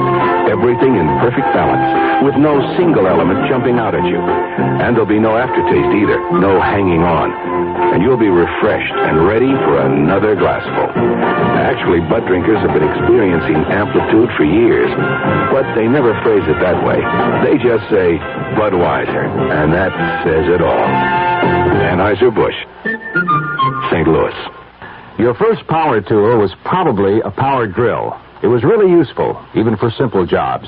It's still useful, even now that you've gone on to more difficult projects. Hi, Frank Lieber here for True Value Hardware Stores, and they've got an essential companion for your power drill. Black & Decker's electric drill bit sharpener. As your workshop skills become sharper and sharper, your drill's bits become duller and duller. Buying new ones time and time again is expensive. Black & Decker's drill bit sharpener will make them sharp as new again. It works like an electric pencil sharpener. It fits 11 bit sizes from 1/8 to 3/8 of an inch, and it's double insulated for electrical safety. Right now, True Value Hardware Stores have the Black & Decker drill bit sharpener at a new low price. It was $19.99. Now it's $4 less. Just $15.99. Get the Black & Decker electric drill bit sharpener for just $15.99 at the True Value Hardware Store nearest your home.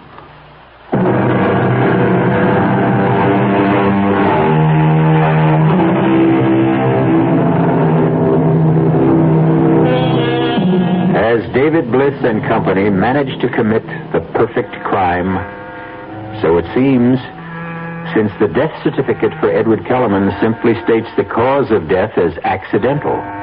At least a dozen people know otherwise, but they remain silent, feeling not grief, but relief. The only one who finds it difficult to maintain that silence is the one victim of Ed Kellerman who was knocked on the corner of Carroll Street and 9th Avenue that fateful night. Honey, do you know it's almost 2 o'clock in the morning? Oh, is it? Really? You know, I honestly think you are coming down with something. A virus, maybe. Pam, will you please stop fussing? You're beginning to sound like my mother. I certainly wouldn't want to do that. I'm just trying to get you to go to sleep. You've got a job to go to tomorrow. You know, it's funny about my mother. When I was growing up, she made me feel that there was something, I don't know, something so profound about religion. Well, if you ask me, she just likes the bingo games. My father was that way, too. But neither one of them really seemed to live their religion. You know what I mean? I mean, they talked about loving their neighbors and so forth, but they didn't love them at all. They were always saying the nastiest things about them. Well, that's how people are. When I was in my teens, I used to call them hypocrites.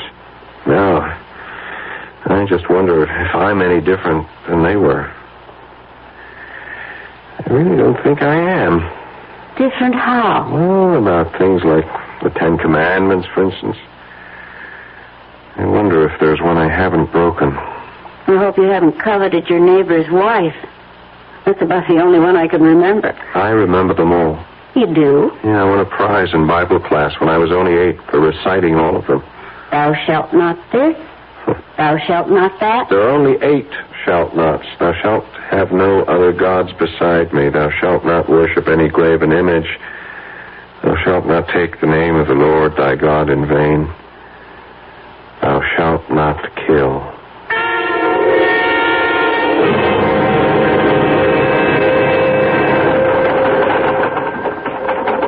Yeah, sure. I'll have that file completed in time for the meeting. Righto, Phil. Bye. Oh, Sylvia, did you reach that number yet? No. Okay, well, buzz me if you do. All right. Now, let's see about that actuarial table. Hello. All right, Bailey. What is it now? Hello, Mr. Bliss. I've been having a lot of trouble reaching you this morning. Well, I haven't been at my desk. I was wondering if you might be free for lunch. Sorry. I'd really like a chance to talk to you. About what? About some mutual friends of ours. If we're talking about the same thing, Bailey, they're not mutual friends. They're all strangers, complete strangers, just like you and me. Well, that's something I'd like to rectify. Would you have lunch with me? All right? All right. Where? Suppose we meet somewhere halfway. I know you're in the City Hall area. I'm on Wall Street. About Mercury's, do you know it? I'll see you there at 12:30. That's fine.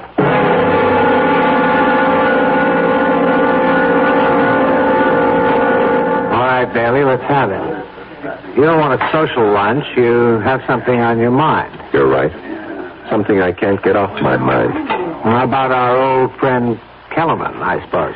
You remember what you said about him? How he was a sword hanging over your head? So? He's still that for me, Mr. Bliss. He is exactly that. Kellerman is dead. He won't be ringing your doorbell anymore. How come you're not grateful for that? If Kellerman had really been hit by a car, if he had a heart attack or something, yes, I admit I would be glad about it. I would have gone out and celebrated. I would have slept very well at night. But the way things are, I'm not sleeping at all. Try pills. I'm just sorry you ever came up to me in that park. If I didn't know it was going to happen the way it happened, it never would have bothered me. But I do know. And it bothers me too much. So? The thing is, I don't know if I can live with it. You want to be more specific? I don't know if I can spend the rest of my life with this thing on my conscience. Your conscience? Look, you had nothing to do with Kellerman's death. I don't know what you think Kellerman had on me, Bliss, but it wasn't anything illegal. Just immoral, right? It was something stupid I did. Well, there was nothing stupid about what we did. Wasn't it? Are you really so sure you've committed the perfect murder? Shut up. Don't you ever use that word in front of me. You're still afraid, aren't you? Afraid of being found out. It can't happen. Not as long as we all stick together. Oh, safety in numbers, right? When the police came, they only questioned 4 of them. Every single one told the same story. There was no reason to doubt their word. Why should there be? Because there was no connection between them. Right. They were all strangers. Nothing to tie them to each other. Except Kellerman. What about the records he might have kept? His little black notebook, for instance. We thought of that, too. First thing we did when we went to his body was lift that book right out of his pocket. Oh, what about the apartment? What about all the stuff he had there? The second thing we lifted was the key to his apartment. One of our guys, Joe, the bartender, went straight there. He cleaned out every scrap of paper in the place, every single one of his rotten photographs. You were very thorough, weren't you? Yeah. We were thorough, Bailey. And you ought to be grateful, not worried. I am worrying. I'm worrying about whether or not I should... Go on. Whether or not you should what? Bailey, are you thinking about going to the police? It occurred to me. You mean you'd turn me in? I don't know. I just don't know. Did it ever occur to you to turn Kellerman in? Yes, often. But did you? No. Why not? Wasn't he committing a crime? Wasn't he disturbing your precious sleep, too? Yes, he was. But you didn't turn him in because you were afraid for yourself. Isn't that the truth? I suppose so. So all this morality of yours, this conscience you talk about, you didn't discover you had any until Kellerman was gone, until he was no longer a threat to you. Isn't that true? I still say blackmail isn't murder. Bailey, I've got news for you. I wasn't going to tell you this unless it was absolutely necessary. Tell me what? Kellerman may be gone, but his photographs are still around. What? You heard me. We have all of Kellerman's negatives, all the dirty pictures he ever took. Most of them have been returned to his victims. Everyone who cooperated with us. I see. That means we have your pictures, too, my friend.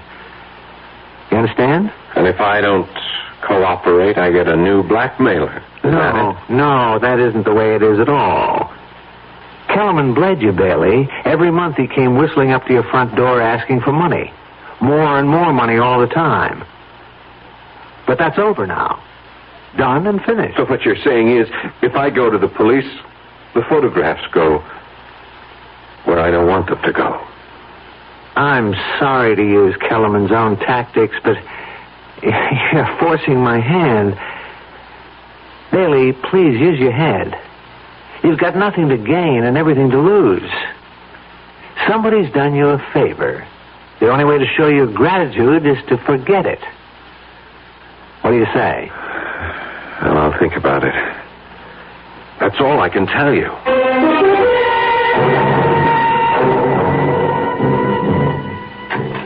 One Want any more coffee, honey? No, thanks.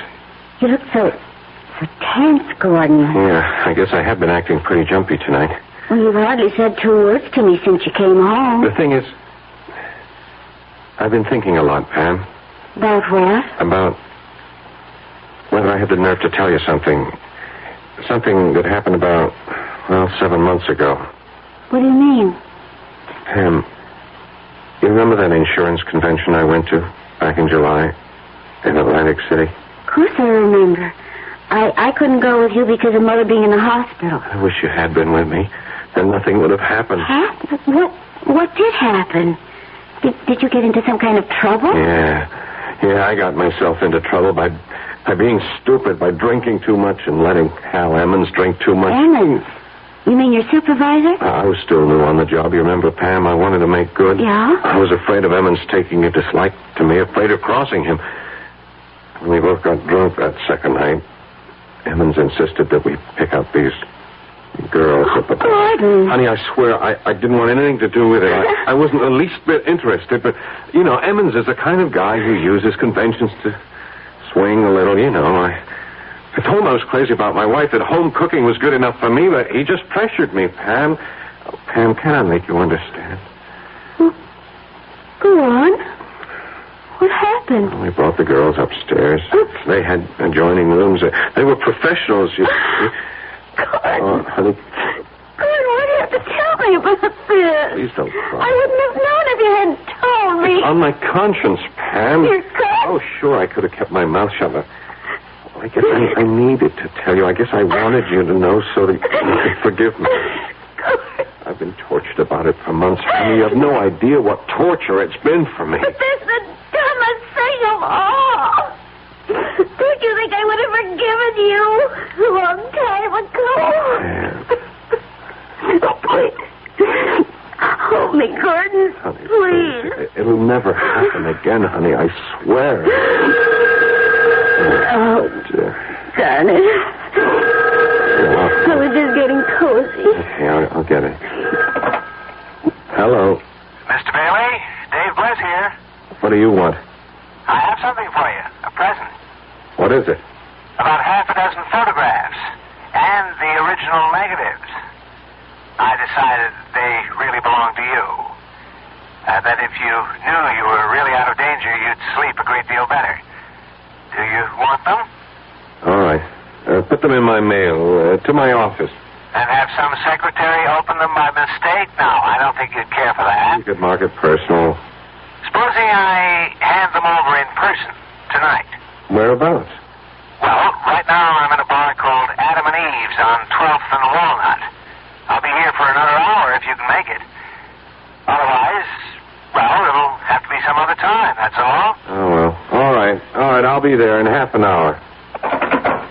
Gordon, you're not going out? Just for a little while, honey. I got some client business. Besides, I can use a little fresh air. You're not still feeling bad, are you? No, I feel just fine. I never felt better.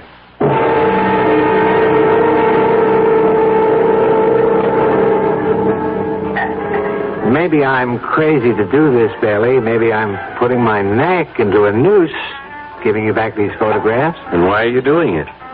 Because of what you said to me. You said I was just becoming another blackmailer, another Kellerman. And I guess you were right. If I held on to these, I'd have become the very thing I despised. Well, I give you credit for honesty, Bliss. I hope that having these will change your mind about going to the police. I hope you'll realize that I did the right thing, that we all did the right thing. I can't answer that. Then you're still thinking about it? You want to know something? I told my wife tonight about these. What? I told her all about the girl in Atlantic City. She knows exactly what happened. Oh, that doesn't mean to say she wouldn't be horrified to see it in black and white. That's why I'm glad to have these pictures. What else can I say but thanks? You could say that you won't go to the police, ever. Sorry. I can't make any promises. Yeah. I was afraid you felt that way. Well, let's have another drink, okay? No, not for me. Just one more. Hey, Joey. Coming. really, I have to be going. My wife's waiting at home for me. What'll it be, Mr. Bliss?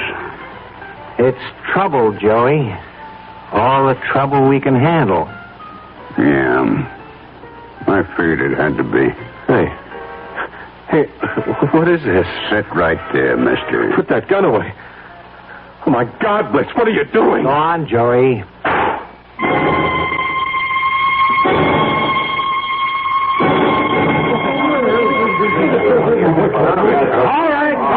All right, let's get the story straight now. What happened here, Joey? Look, Sergeant, you know me. You know I don't like trouble with my joint. Well, what did the guy do? Try to hold you up? That's right. He come in, he sat down at the bar, he pulled out a 45 and stuck it in my gut. Well, that's a strange one, all right. I mean, the guy was some kind of insurance executive that sets all right on his business. Well, he must have gone off his nuts, Sarge. Look, you can ask anybody, all of my customers. This gentleman right here was at the bar. Yes, officer. My name is David Bliss. I'm with the city, officer, and the bartender's right. The guy just sat down and pulled out the gun. Yeah, that's true. And then the bartender tried to grab it away from him. It went off. What's your name, lady? Mrs. Edith Chester. It was a pure case of self-defense, Sergeant. I'm just glad nobody else got hurt, you know. Yeah, you were lucky, Joey. You were all lucky. Okay, I'll need some statements now from some of you other witnesses.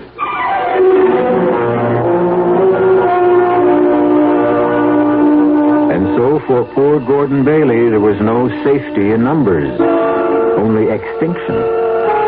We admit that this is a grim demonstration of the old saying that in union there is strength. But we sincerely trust that justice finally prevailed.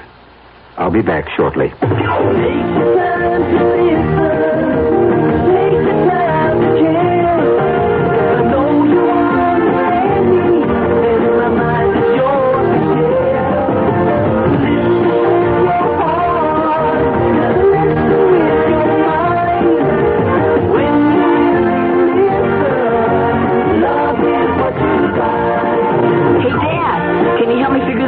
Later, I'm busy.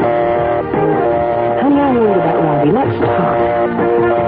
Daddy, do you know what happens to bears in the wintertime?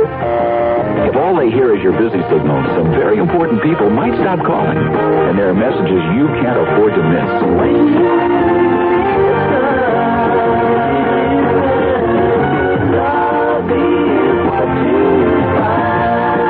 A thought from the Church of Jesus Christ of Latter-day Saints, the Mormons.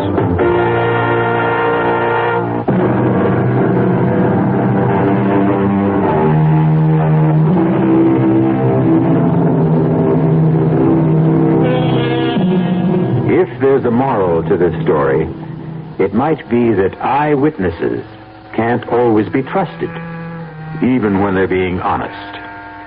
Of course, we don't worry about your eyes on this program. We're interested in your ears, and we have good news for you. Many thousands of ears are now listening to these exercises in imagination. We hope you'll continue to be an ear witness. Our cast included Paul Hecht, Evie Chester, Ralph Bell, and Robert Dryden. The entire production was under the direction of Himan Brown. And now, a preview of our next tale. Even if all you say is true, that this man was Richardson's murderer, you can't help John Lindell any longer. He's beyond that. But his name, don't you want to clear his name? Have you any proof? Any living witness? Just myself. But you'd be willing to involve yourself? Start a whole new investigation? Open up the whole dreadful mess again? Mrs. Canby, do you know that John Lindell had a daughter? No. But wouldn't that be all the more reason to do something? His daughter's married, living in Minneapolis, a husband and 3 children. People have forgotten about her father by now. Would you want that poor woman to see his name dragged through the newspapers a second time? But if her father was innocent... Forget it, Mrs. Canby. That's my advice to you. The old wound is healed. Don't reopen it. Radio Mystery Theater was sponsored in part by Anheuser-Busch Incorporated, brewers of Budweiser. This is E.G. Marshall inviting you to return to our Mystery Theater for another adventure in the macabre. Until next time, pleasant dreams.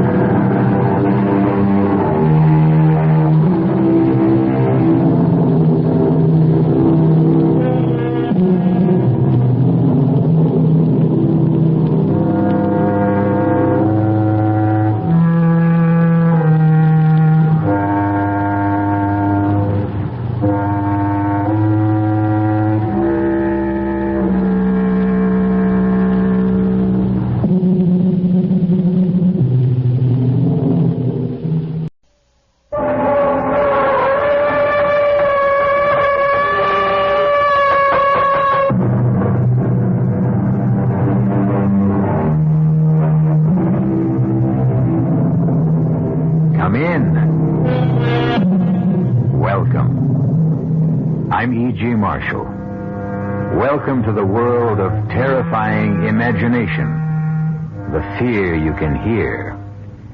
This time, a contemporary tale concerning the ill-fated flight of the first American woman astronaut, the flight of the Diana I. A tale of 3 astronauts who reached Skylab only to be literally snatched into the void. But before Diana I ever left the ground, the aura of doom hovered around her as she stood poised on the launching pad. This is Diana Control. We've been holding at T-minus 45 minutes while a faulty computer monitoring the loading of propellant has failed. This is a scrub. We will set back countdown to T-minus 13 hours. McDonald at Capcom. Gordon, do you read me? I read you. I'm sorry for the bad news. It's a scrub. Roger. Tell Luke I'm sorry, too. And, what do I say to the doctor? Same thing. Same for all of us on the team. Yeah, but it's tougher on her. I mean, you know, the disappointment. First American woman into space and all. Terry will manage it. Don't you worry about her. Over and out. Roger. Only I do worry. Ships, whether they ride on air or water, just don't mix with women.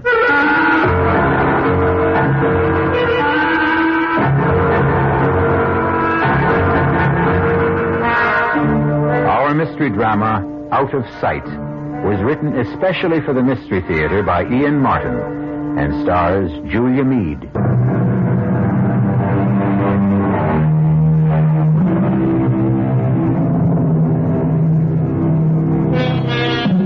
It might have been far better if the scrub on the Diana I had been a total.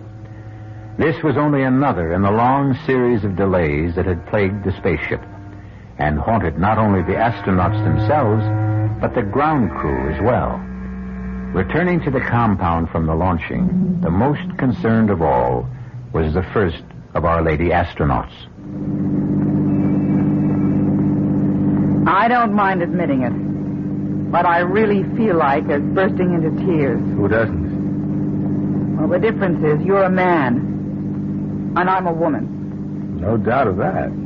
Although I must say I go for you a lot more as you are now than in the spacesuit. Down, boy. Back off, Marine. Hey, what are you getting so sore about, Navy? You got her. And I mean to keep her. Yes, sir, Captain. I mean, Commander. Hey, don't pass my digs. Are we all having dinner together?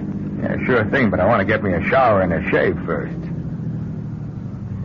We were up on that rocket so long I practically grew a beard on my knees. Well, I'll see you later.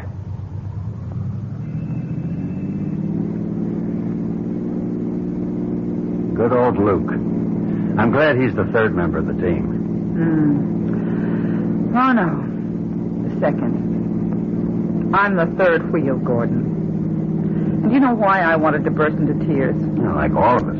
Disappointment? No, a lot more than that. Oh, Gordon, maybe today was an omen. Maybe I should cut out right now. I've got the strongest hunch this flight is jinxed. And I'm the jinx.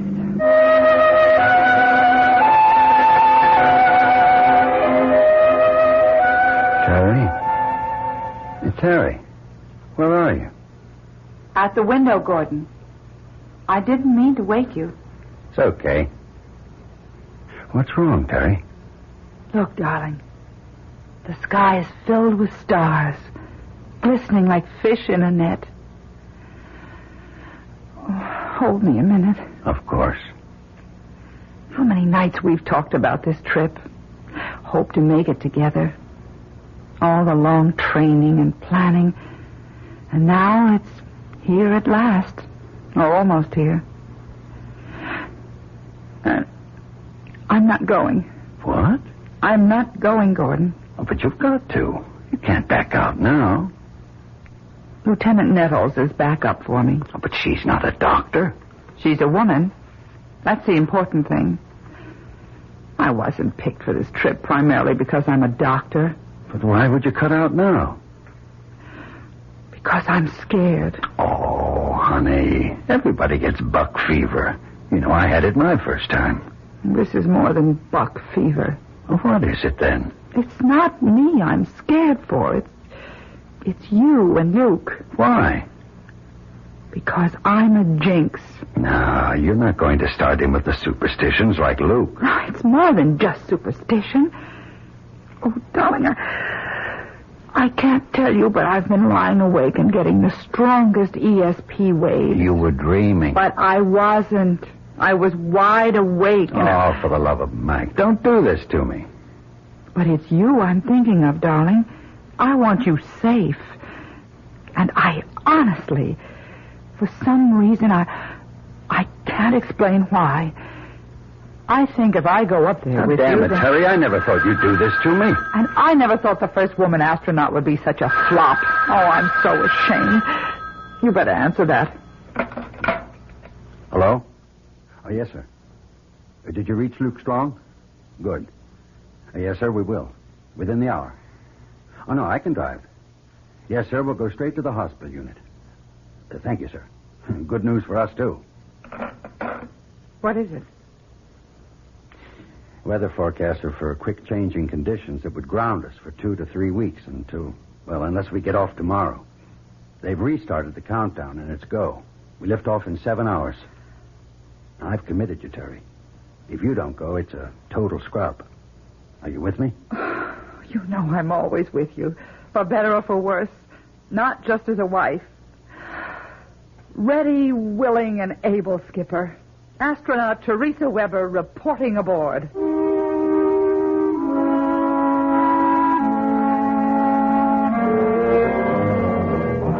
Pilot to Capcom. Do you read me? Yes, Commander, we read you. Are we still on countdown? Yeah, Gordy, T5 and counting.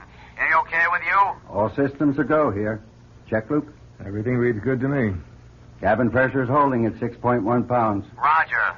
We are T40 and counting. Looks good all the way. Good.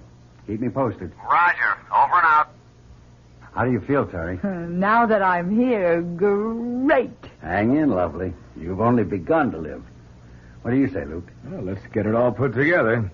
Skylab, here we come. That's the spirit. Let's check out the inertial guidance and the boosters again. What do I do, Captain? Just sit tight and get ready for the thrill of your life.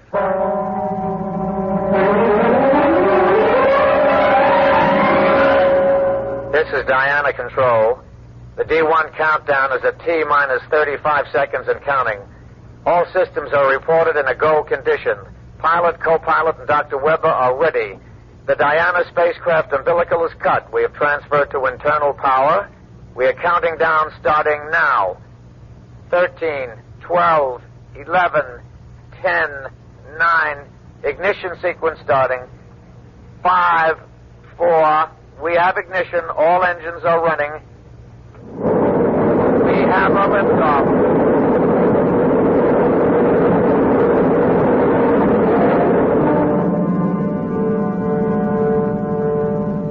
The clock is operating. We are underway. Roger. Read you loud and clear. We're smoothing out some now. Roger. Through Max Q. Through Max Q and smoothing out real fine. The sky looks very dark outside. Cabin pressure is holding at 6.1, okay. Coming up on 2 minutes. Roger. Reading you loud and clear. Pitch 25 degrees. Your flight path looks very good.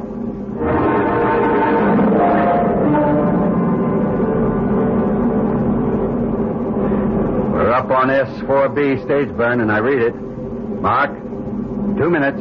Roger. You have 22 seconds to shut off. Roger. Read that, Luke. What do you reach your velocity? 25,668 feet per second. Roger. We confirm. Coming up to burn off.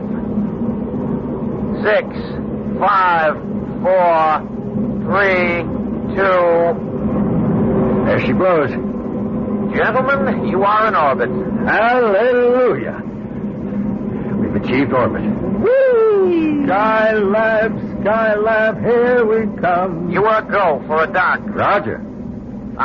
You'll be losing me now. I'll pass you on to Bermuda. Roger. I'll see you in a couple of hours. Have a happy.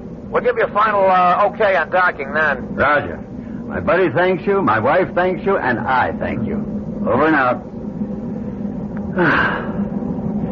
Okay, Terry. What do you think of space flight now? Oh, it's marvelous. Wonderful.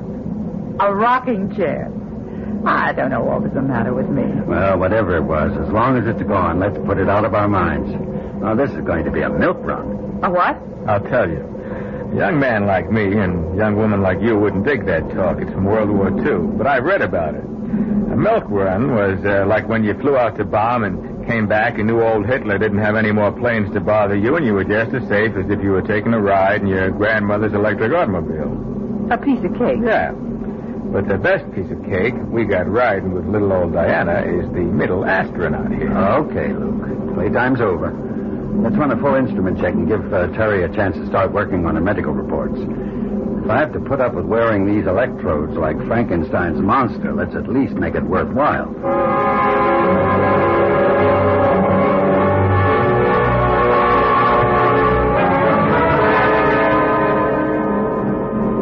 Can you boost your signal, Hawaii? Do you read me? Anything wrong, Gordon? No. We just passed out of range of Hawaii. We should be picking up on Houston and Mac any moment. It's always kind of scary, though, isn't it? What? Anytime the tracking stations don't overlap and you lose contact. Oh, you get used to it. It's only for a few moments at most. Wouldn't it be... Wouldn't it be what, Terry?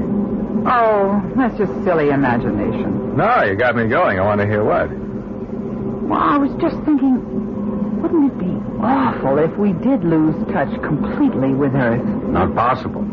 Too many backup systems. Different frequencies, emergency equipment. Yeah, but just supposing as long as Terry brought it up, we did lose contact, what would happen then? Well, we can still fly the ship. Well, with no arrangement for splashdown, where would we fly to? Well, we can always dock with Skylab and use their equipment. We don't need ground to make a dock. Yeah, but if Skylab's equipment goes out... come on now. It's just not possible, so forget it.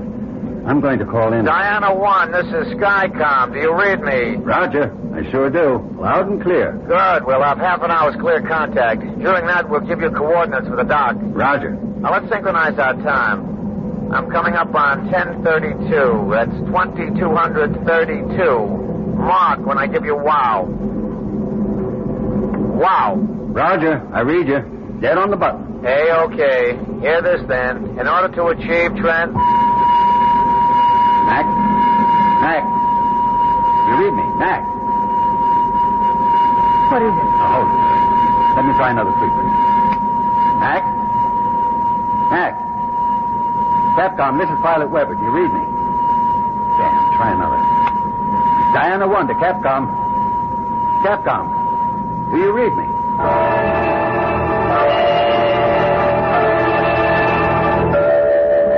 I can't raise a thing, Skipper. I've tracked over Bermuda, Africa. Everything's dead. Every frequency. I can't understand it. All other systems are go. Yet we've lost contact with ground. That means we're on our own? Unless we turn up Australia, Hawaii, or Mac back at Houston. And if we don't? We head for Skylab. Is that so terrible? Certainly its radio must be working. And if it isn't? Now, that isn't anything I want to start thinking about right now. Maybe we better, because... Because what, Terry? You don't know, Luke, about my dream. For God's sake, this is no time for dreams. Hello? This is Diana 1 calling. That isn't going to do any good, Gordon.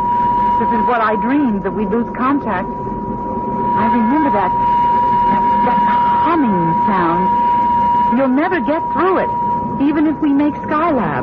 That would mean that... Thanks to me, the first woman, The jinx. We're lost. We're lost in space.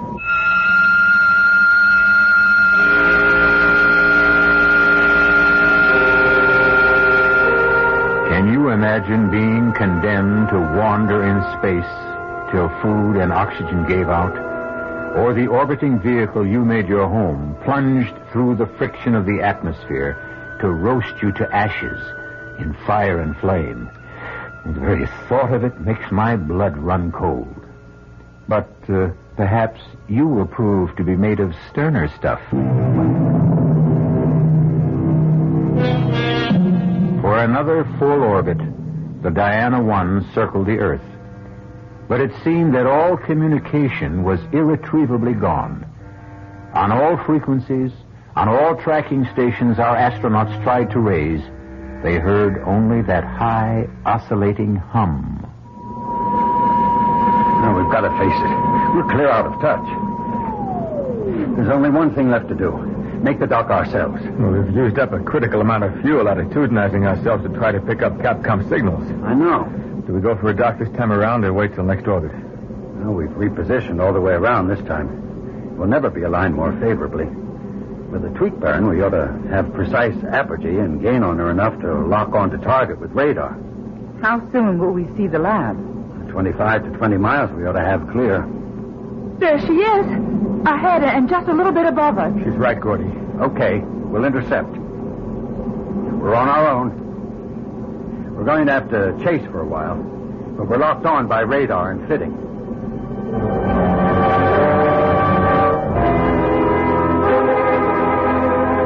Right on the money. Tight as an oyster. No thanks to me. What do you mean, Gordon? What is it, Skip? I don't know. You remember how we began to roll and swing over the Pacific? I thought you were maneuvering for the lock. I was trying to, but the ship just seemed to take over. We were rolling at 36 degrees a second. You pulled her out. It wasn't me. But don't you understand? I couldn't fly her at all. We were rolling so bad and yawing, I thought we were going to lose any control and go toppling end over end. But we didn't, thanks to you. Not me. It felt like, well, it was just like ground, or someone took over and was flying the ship. Someone else brought it into lock, not me. So what's the difference? We came home. Shall I open up the hatch so we can get into Skylab? Oh, we ought to secure everything here. We're airtight. We can get that later. We've got to reach ground. If we can't get in touch with Capcom... Oh, I'm afraid you can't. Huh? You see, we have jammed it. Oh. How do you do? I am Dracon. I have been waiting for you. Who's that? I have said Dracon is my name. Before I ask the other questions, where are you? I am here. Where's he hiding, Gordy? You know the setup here. But, my dear Earthling, I am not hiding. I ain't seen you yet. Nor will you. I am not made like you, nor are you civilized enough to be able to imagine me. Now, wait a minute. Now, hold it, Luke. Mr. Dracon, if I have your name right. The title is meaningless for me, and even the name is only an approximation in translation to your tongue. Call me then Dracon. Very well. Dracon, who are you? I will try to simplify. I am not of your galaxy. I am of Centauri 7, a quintillion of light years from your solar system. What's going on, Gordy? It's the sort of thing I dreamed. It would be easier if you had a presence, Dracon. We could talk more sensibly then. Ah, no, I believe to the contrary. You could not conceive of me even if I could make some emanation before your eyes. No, the voice must be enough. Well, then, what is it you want? For you to come with me. Supposing we refuse. But there's no way you can. I am going to take you to Centauri 7. A quintillion years away? Time is a relative factor. We shall go by time warp. But even so, I am a doctor. I must face physiological facts. I don't know what your physiology may be, but if we, Earthlings, as you call us, should pass a destination a quintillion years away, we wouldn't arrive as anything more than dust. I have said that time is a relative factor. We must leave. Are you ready to go? How? The trip will be short and not unpleasant. All those quintillions of miles? The advantage of the fifth dimension, the time warp I mentioned. But time is relative, as you said. Who's to say that your time won't destroy us? How long will it take us? In your time, you would indeed be infinitesimal dust, as the doctor maintains. In our time, a millimeter of a second, of which we have wasted quite enough. Shall we go? Here are your quarters. We have tried to construct them in appearance and solidity as those places you live on Earth. There are 2 bedrooms, one for the spouses and one for the drone. There will be food. You are welcome. We wish you to live as you live on your planet. For how long? We must control that. You are free to do as you will in these areas. 2 bedrooms, 2 baths, living room, dining area, fully equipped kitchen. That's upper class New York, maybe $600-700 a month. Furnished up to $1,000. Well, except for one thing. And that is? Not a window. And outside of closets and the room is only one door out of here. Which, unfortunately, we must keep locked. Why? We have our own security. I think occasionally you Earthlings must have caught a glimpse of our machines. We have been observing you for some time. Why? For reasons of our own. Our saucers have even landed on occasions, too, as you do in your flights to the moon, for example, to pick up informative material. We have even considered gathering some of you before this, but in the areas we landed, we did not consider the specimens quite satisfactory. We do very much consider you excellent representatives of your primitive culture. We have selected you as, what is a word you use? Guinea pigs. You mean we're going to be locked up here like in a laboratory cage? Yes, so we can study you. Now I leave you to get adapted to your new surroundings.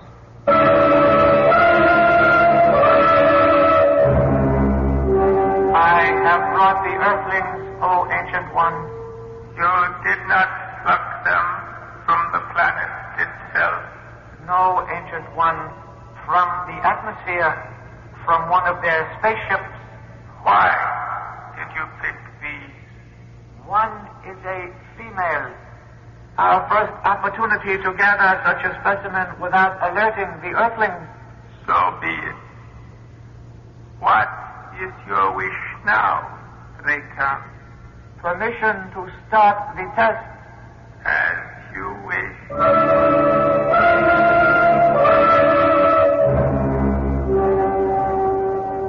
Gordon, there's nothing in the big bedroom. It's just a box with some furniture. No openings anywhere. Any luck here? The front door doesn't have a handle, let alone a lock. The only openings are that vent up there and one on the floor on the opposite side. Air vents, obviously. Otherwise, we wouldn't be able to breathe. You find anything, Luke? You think it's okay to talk? No, but we might as well. I'm sure we're bugged and they hear everything we say. What did you find? Nothing. You? Neither of us. Except 2 air vents in this room. If there was some way to... You hear a kind of hiss? Yes. And... Oh, it's getting stifling in here. They've turned on some kind of heat. Damn. What are they trying to do? I've got to get this suit off. I'm sorry, Terry. It's okay, Luke. Just forget I'm a woman. That'll be a day for the old prowler. Now, but let's strip down. Come on. Nobody needs to have any hang-ups. I can tell you, as a doctor, we can stay in our thermals. It's safer if they try to roast us alive. Where's that ever-loving heat coming from? Probably the vent at floor level. Yes. Hey, come on. Let's all stuff our suits against it. Maybe we can keep it out. Good thinking, Charlie Brown. Man, I tell you, this is no way to go. You rotten sons of guns. Come on. Fight fair and give us a chance. Stop it, Luke. I don't mind dying. But I want a chance to fight back. Luke, it isn't doing any good. Don't give them the satisfaction of... Gordon? Yes, Terry, you're right. I don't know if we're just blocking it or... Hey, wait a minute. What is it? He's testing to see if... Well, they've stopped it. They've stopped feeding the heat. Thank God. I never could stand heat. I am scared witless of smothering to death or burning up in a fire. Who isn't? You all right, Terry? I'm okay, darling, but we've got to get out of here. How? I don't know. I'll leave that up to you fellows, but we've got to get away. To where? Anywhere but here. This is only the beginning. The beginning of what? The tests. Don't you see it? We're guinea pigs. And as a laboratory animal, you know what all guinea pigs have in common. You're the doctor. You tell us what. They're expendable. It's getting cooler. We passed the first one, but... Oh, no. What is it, Gordon? The other vent. Can you hear it? They're starting the Turkish bath treatment again. It's just the opposite this time, I think. This is Operation Cold Freeze. How can we get up to block that vent? Luke, get on the other end of the table there and drag it over. Roger, Skip. Terry, bring the flight suits. That air is like dry ice. Oh, I can take this better than heat. Here, Terry, I'll help. Now what, Skip? Oh, this is my weak spot. I can't stand cold. Both get on table.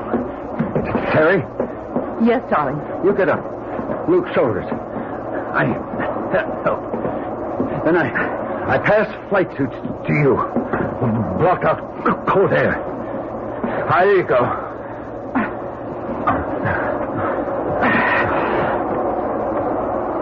I'm okay.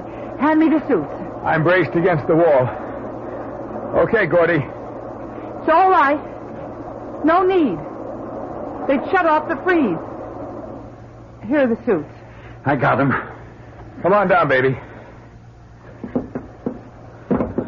Well, you're something to have around. You imagine old Gordy or me getting on each other's shoulders? Huh. I'm glad I'm of some use. Now it's the men's turn. What do you mean? This is only the beginning. How much more of this can we go through? One exposure or another is going to be too much for one or all of us. Let's try to get out of here. How? Only one way. The door. What we need is a prize of some kind. Oh, wait a minute. The table. It has metal legs. Help me turn it over, Luke. Sure. Yeah. There's a flange at the top. And screws. Oh, no, if we just had something... Would you believe? I just happen to have a nail file. Oh, baby, you are the most. Come on, let's have at it.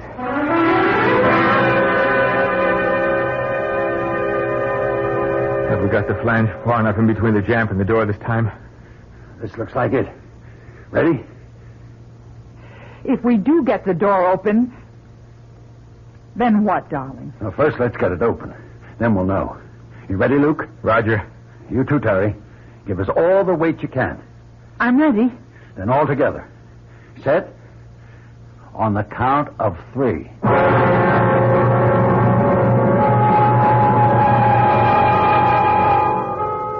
Three lost and desperate astronauts, far beyond the stars. Should they succeed in opening this door, what can they hope to find at best?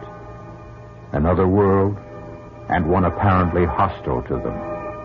What infinitesimal chance do they have to return to landfall and splash down on old familiar Mother Earth? Is there any threat worse to sanity than the unknown? And yet, faced with the prospect of death by any factor of the known, which of us would not gamble and reach for the unknown as an alternative?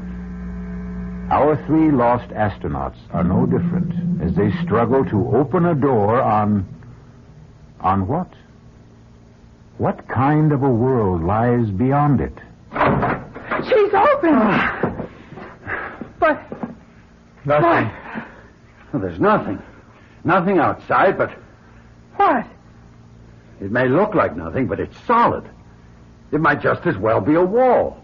For you, it is. For us on Centauri 7, it is our world, but not yours. Are you now satisfied? But what do you intend to do with us? We must finish our tests before we tell you that. Now you are weary. First, you must rest.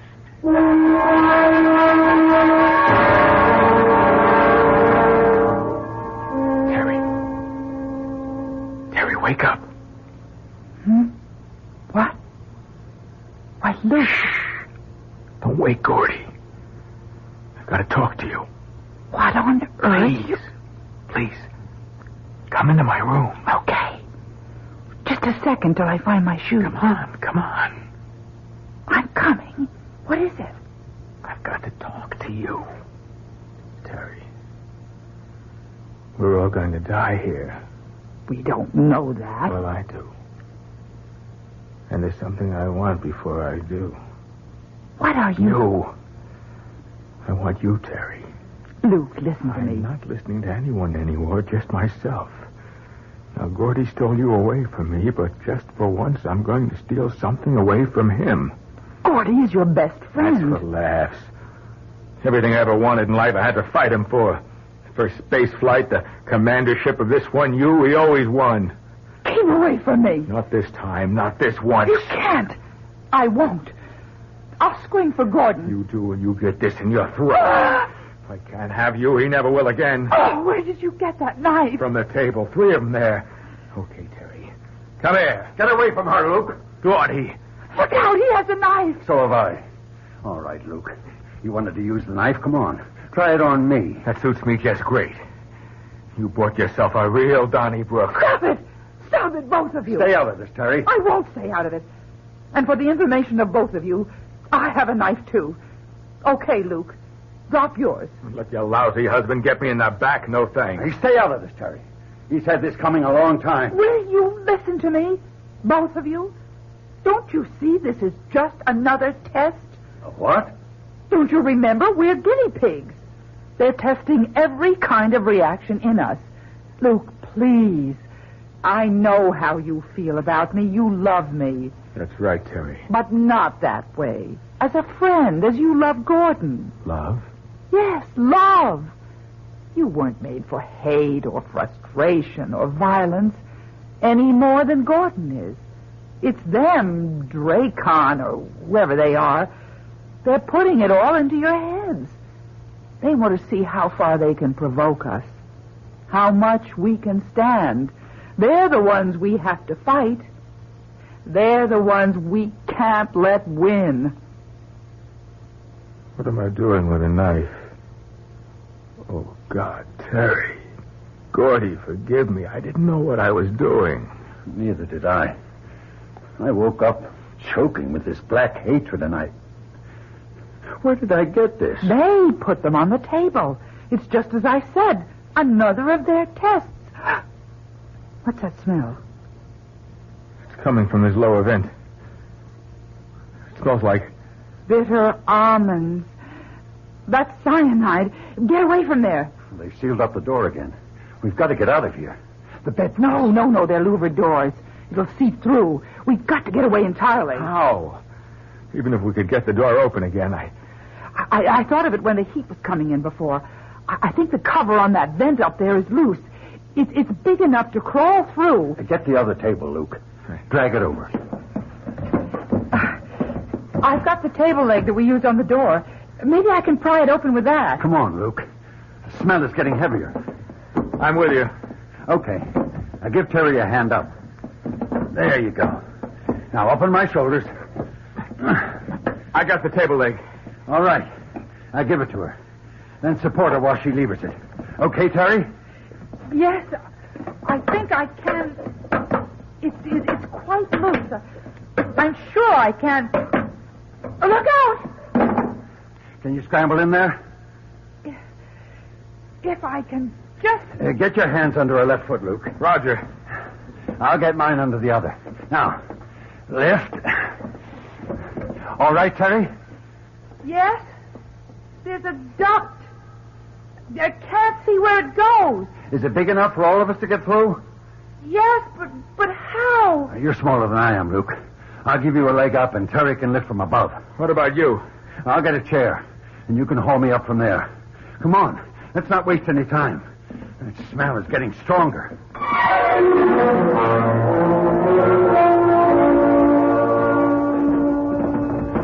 Terry? What, Gordon? Why are you stopping? Another turn? No. It's a dead end. Oh, no. Are you sure? It's blocked in front and on both sides. Wait a minute. What? It's open above. Like a chimney. How wide is it? Just a moment. It's round. About maybe 3 feet in diameter. Any light? No. Just as dark in here. It's no use. We'll have to go back. We can't go back. Not to that cyanide. Maybe they stopped pumping it in. What else can we do? We can try what mountain climbers do. What? Terry? Yes, Gordon. Can you stand up where you are? Yes. I think if I... Yes. I'm standing with my head in the chimney. All right. Now listen carefully. Remember when we climbed Old Baldy? Yes. 1,000,000 years ago. Now, hang in, baby. Don't you flake out on it. I won't. You mean that guide that showed us how to chimney climb? Yes. Now turn towards me and put your back against the wall. Now, can you get your feet up there on the other side? Just about. Then I brace my back and then push up, right? Right. And slide your feet up an inch or two and keep repeating. Roger. You'll have to go next, Luke. You get it? I get the idea. But supposing that thing's 30 or 40 feet tall. We go as far as we can, and we all fall and break our necks together.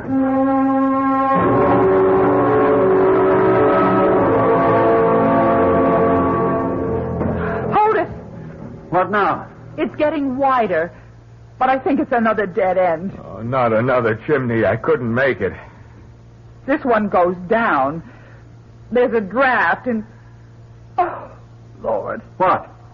We only had a light. I have only one match left. I've been saving it. It's wider. You think you could come up here? I'll try. Watch it, darling. You're right at the edge. Where do you suppose this could go? There's fresh air. Maybe outside. Let's see. Maybe we've gotten a break at last. It's only about a 30-degree pitch. Ah! Well, there goes the match. But where goes the tunnel? I'll let you know any moment. If anything happens to me, you and Luke can try going back. Oh, no, sir. Anyone tries the roller coaster, old Luke gets to go first. No, Luke. Here I go. Feet first. Too bad I forgot my parachute.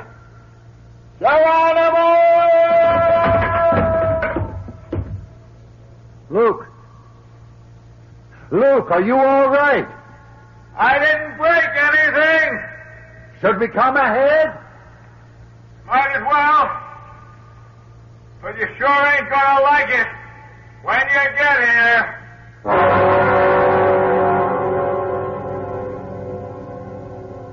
Oh, all that for nothing. Right back where we started. At least we don't have to bother about trying the lower vent. We know where it goes to. And at least there's none of that cyanide gas. Yeah, but now what? Now we have finished with our external examination. I am sorry to say that the continuation of our test program may be even more unpleasant. Now, look. If you let Captain Strong and my wife go, you can... Just a minute, old buddy. Same offer here, Dracon, or whatever your name is. Only I stay. I'm afraid not satisfactory. The female is essential for more reasons than one. Why? First of all, your physiology is quite different from the male. We will want to study that. Secondly, you are a doctor. we can use your expertise to dissect your male companions so that we may study how to work on you. No, absolutely not. I won't lift a finger to help you. Suppose we were to offer to let your husband go. I'll answer that. No. Let me. Darling, I'd gladly die for you. But I couldn't kill for you. I wouldn't expect you to. I love you. I love you. And we both love you, Luke. One for all, and all for one. I guess we bought it for good this time. But wherever we go, we stick together. Very well, Earthlings. I will give you your wish. You'll have to execute a turnaround. Hey, Diana 1, do you read me? I read you loud and clear. Why? I don't know. Funny thing. I had a loco notion, we all did down here, that we lost you for a couple of seconds. Not as far as I know. You didn't notice a kind of a time lag? Now, hold it, Capcom. You hear him, Luke? Mac? Yeah. I don't know what he's talking about. You, Terry? Capcom to Diana 1, do you read me? I read you. We registered a sort of oscillator hum during that 2-second gap. How about you? I didn't hear it. Half a sec. You pick up anything on instruments, Luke? Or hear a sort of oscillator hum? I did. Just like in my dream. Or I think I did.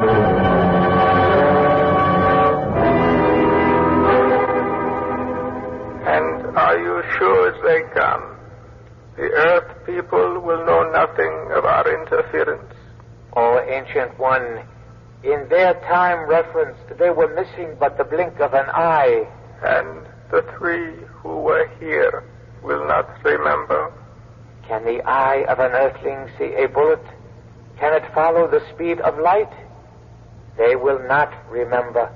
As to the planet itself, what is your recommendation?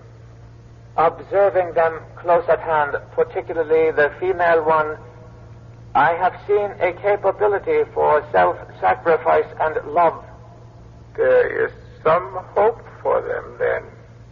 We might allow them another millennium to better themselves. So be it. We will allow the Earthlings one final chance.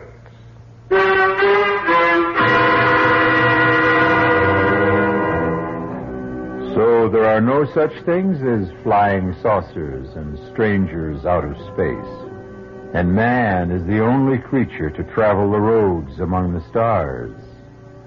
I wonder. Oh, well, it may not be too much longer before we find out for sure. Only a few thousand years.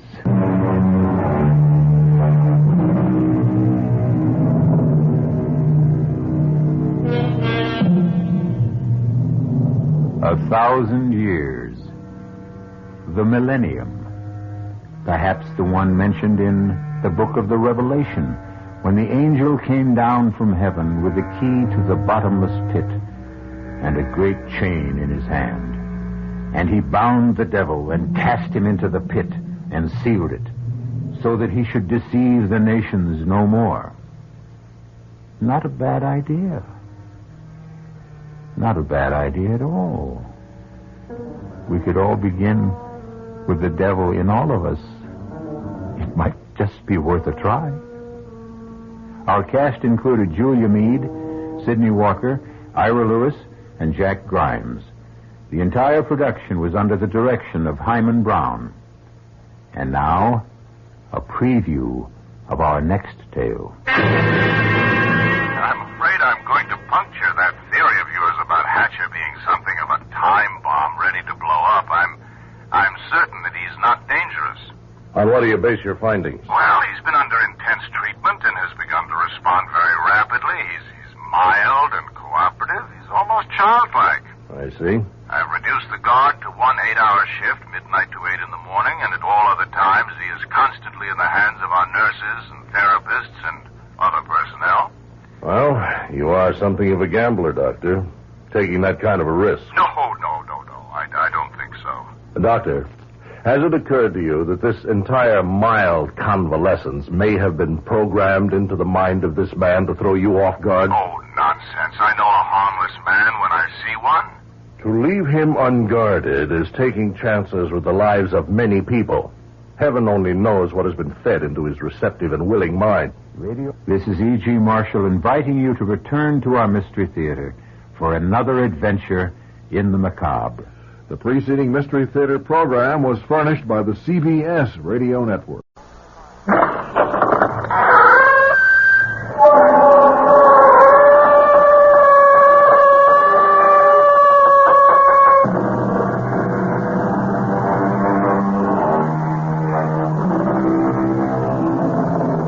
Come in.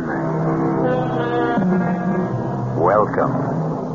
I'm E.G. Marshall. Welcome to the terrifying world of your imagination. My story explores the dark, uncharted area of the human brain. Despite medical research, scientists admit that there is much that is still unknown about the flesh and blood computer which guides our conscious and unconscious lives. Let us listen as Colonel Edmund Plant of the CMI warns Dr. Gentry what dangers exist when we attempt to control this complicated human mechanism. Let me explain, Doctor. Your patient, Kent Hatcher here, may be a time bomb. We have no idea what was done to him. But we do know, from other cases, what to expect. You mean, brainwash? Perhaps. It's very likely Kent may have been subjected to deep and continual hypnosis. His mind washed as clean as a sheet of white paper, then programmed to commit some terrible act against his own people.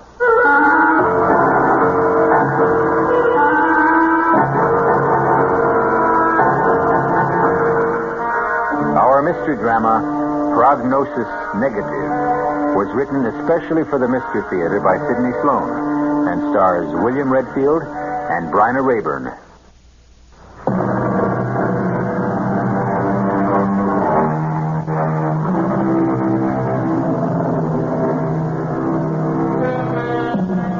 Colonel Edmund Plant was on an unpleasant errand. As he walked into the big, dirty gray building, the military hospital for the insane, known to the brass as the Pit, he could think of many places he'd rather be.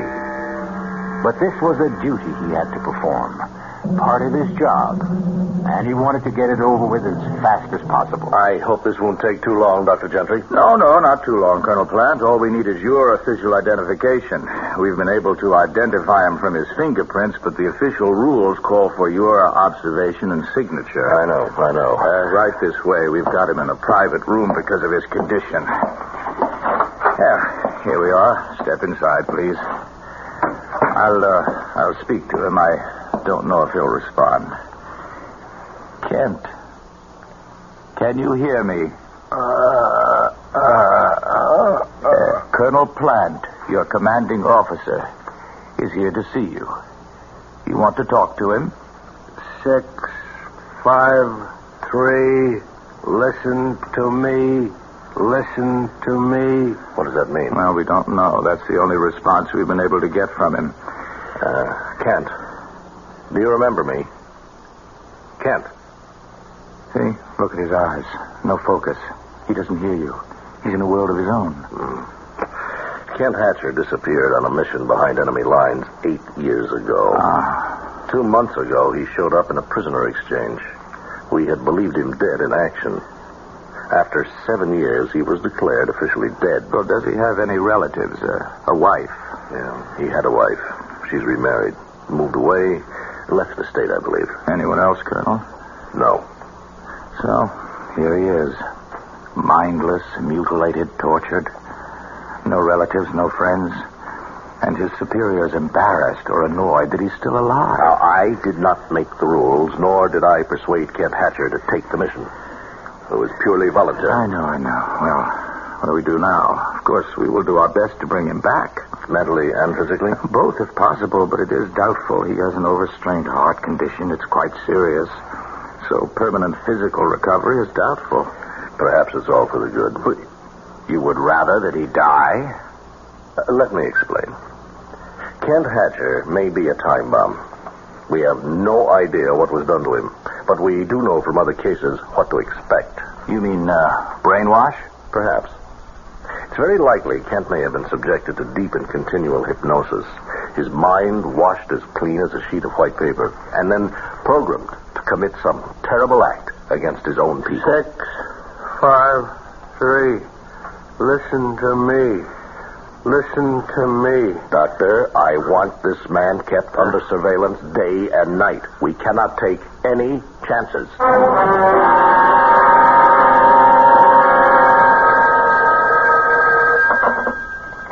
Sam, Colonel Plant here. Oh, Colonel, this is Dr. Gentry, Paul Gentry.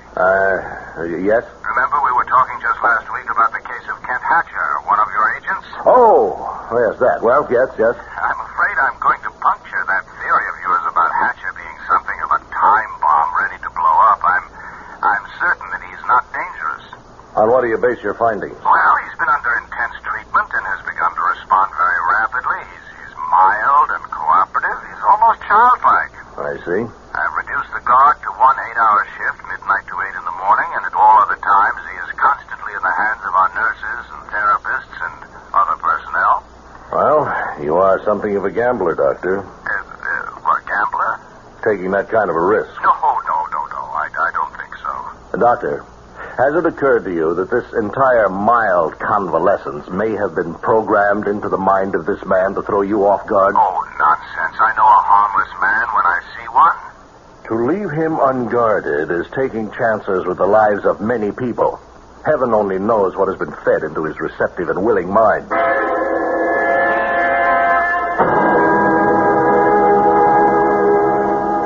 You know your name is Kent, don't you? Yes, Doctor. Do you know your full name? Can you remember? Yes. Kent Hatcher. Very good. Now, how do you know that is your name? You told me. You had a life before you were brought here. You were married. Can you remember that? No, Doctor. You had a daughter, Mary. She was very ill. I don't remember. You loved her very much. When she died, you were heartbroken. Heartbroken? You don't recall anything? No. Oh, Doctor, I just wanted to remind you have a lecture today at the university. Oh, yes, that's right. Thank you, Evelyn. Look, I'm working with Hatcher. You know the case? I should know it. I've been transcribing all your notes. Well, I'm in the midst of giving him a series of perception tests, all very simple, just a matter of timing them. Yes, I know them, Doctor. You think you could finish them while I'm at the university? Well, yes, I guess I could, but... What? I'm just a bit afraid of him. I was in the office the last time you spoke with Colonel Plant. Now, look, if you don't want the assignment, I'll just get... No, I want it. As long as you say he's... Well, okay. Good. I'll expect you in 10 minutes.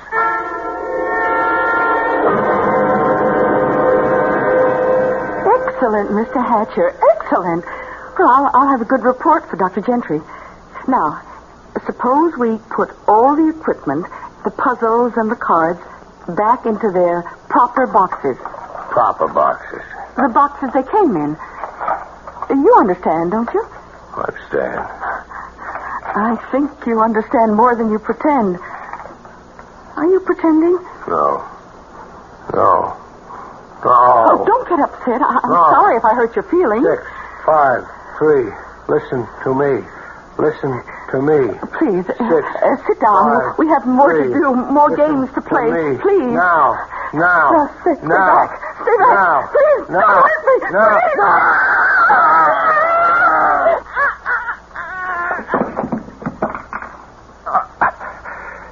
6, 5, 3.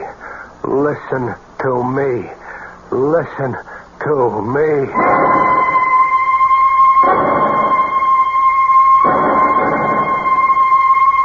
I'm grateful to the officials who have given me this airtime to explain a very serious matter. I am, or was, Ken Hatcher's doctor. And I must add my warning to the hundreds of others you have read in your newspapers and heard over the air. Ken Hatcher is dangerous. Frighteningly dangerous. Do not, under any circumstances, attempt to apprehend him yourself. Call the special numbers that have been set up for this purpose. Do not let his mild manner deceive you. He is a killer who will act without even the slightest provocation. The police have orders to shoot on sight.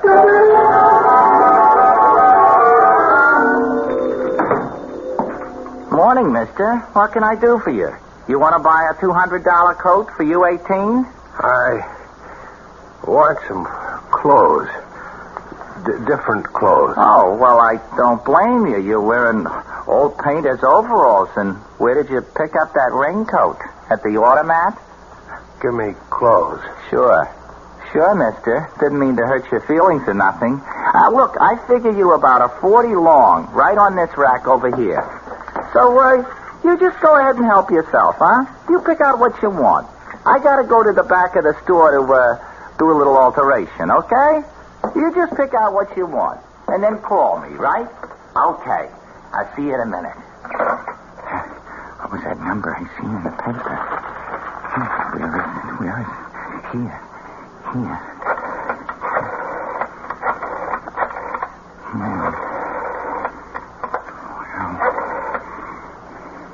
Hello, listen. He's right in my store. I recognize him in a picture in the paper. Also, I've seen it 4 times on the news. I don't know how long I could get...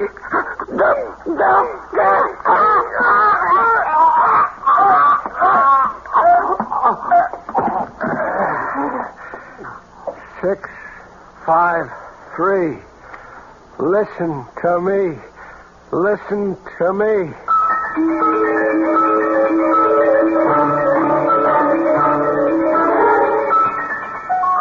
Now, the way I see it, Archie, the old girl's prime for the taking right now, with the right approach. It's the booze talking, Freddy girl. You ain't got a cent out of you, Mrs. Mowbray. And you ain't gonna because you ain't sharp enough to convince her. Look, Archie, you gotta work these big jobs slow. You rush them, you end up with an empty hand. Look, Freddy, that old tea leaves bit and the table knocking routine ain't gonna fool no one, not even your stupid Mrs. Mowbray, who wants to get in touch with the spirit of her dear dead departed. Hey, take the bottle and get in the other room. Might be a customer for a reason. This hour, 11:45? Yeah, it's probably some drunk. Oh, the better. They give bigger fees. And no complaints. Now, get out. All right. I'll be sitting behind the curtain in the kitchen. Yes? Oh, step inside, friend, and let Frederica Gillis solve your problems. You have... Yes. Oh, look. Step inside, please. That's better. Now, what's troubling you, friend? Money matters, domestic difficulties, fear of the future. There is a sign in your window. Spiritual reader, forecaster of the future, palms red. No, not that. Not what? The sign, the sign, room to rent. Oh, that. Well, that's a mistake, mister. We had a room vacant, but we really don't have it. I took that room 3 months ago. I'm the lodger here. There ain't no more room. But the sign is still in the window. Just a mistake. It should have been taken down. No room? No room, chum. This way out. Wait. Maybe we have got a room for this gentleman. What? Freddie, have you got... Top floor, sort of an attic room, if you don't mind the climb. What? Wait a minute, you can't get in that room. Now, I've got all the photographic equipment in there. Well, you better clear it out, because I've just rented the room to this here nice gentleman. You want to take a look at it, sir? I'll take it. Without even looking at it? I think you'd better go up and then decide. I want to be fair about it. Right up them stairs, top floor, first door on the left. Well, I don't need to look. Now, do as you're told. Go upstairs. Yes, I'll go. I'll do as you say. What is the crazy idea of that? Now, what do you want him around here for? For a very definite reason. I recognized him immediately. You did? Well, who is he? He's Kent Hatcher, the man the entire country is searching for. That one? And you let him in? Oh, put down that phone, you fool. Put it down. Now, this guy, Hatcher, is going to be the one thing we need to pull off that caper with Mrs. Mowbray. This is the biggest piece of luck we've had. Frederica Gillis, in her own canny way, recognized more than just the features of the hunted man. She knew intuitively that he was susceptible to hypnosis and made up her mind to use this susceptibility to further her own nefarious plans. I'll be back shortly with Act 2.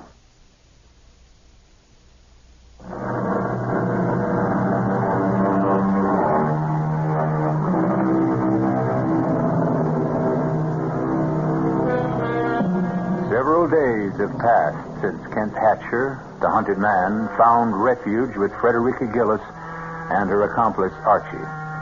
She has not permitted him to leave the house, and, in fact, has been working to disguise his much-publicized, scarred face. That you, Archie? Right, Freddie girl.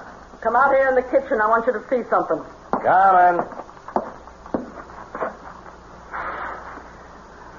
Well, Archie, how do you like him? Good. What a change you made in his appearance. You've even given him a new hairdo. Looks a lot different with the dye job. Takes years off his age, blacking it up like that. Wait till his beard grows out. That'll cover most of the scars. It's terrific. Well, Kent, how do you like your new look? I like it. Thank you. Only his name is not Kent, Archie. That had to be changed. His name is Mazumodar. What? He's going to be Mazumodar, the Indian mystic. He'll darken his face, let his beard grow out, and then with a fancy, what do you call them things they wrap around their heads? Turban. Turban, that's it. Oh, can't you just see him in a rich-looking robe with a turban on his head? Now, wait, well, what's on your mind, Freddie girl? Oh, you're not very quick, Archie.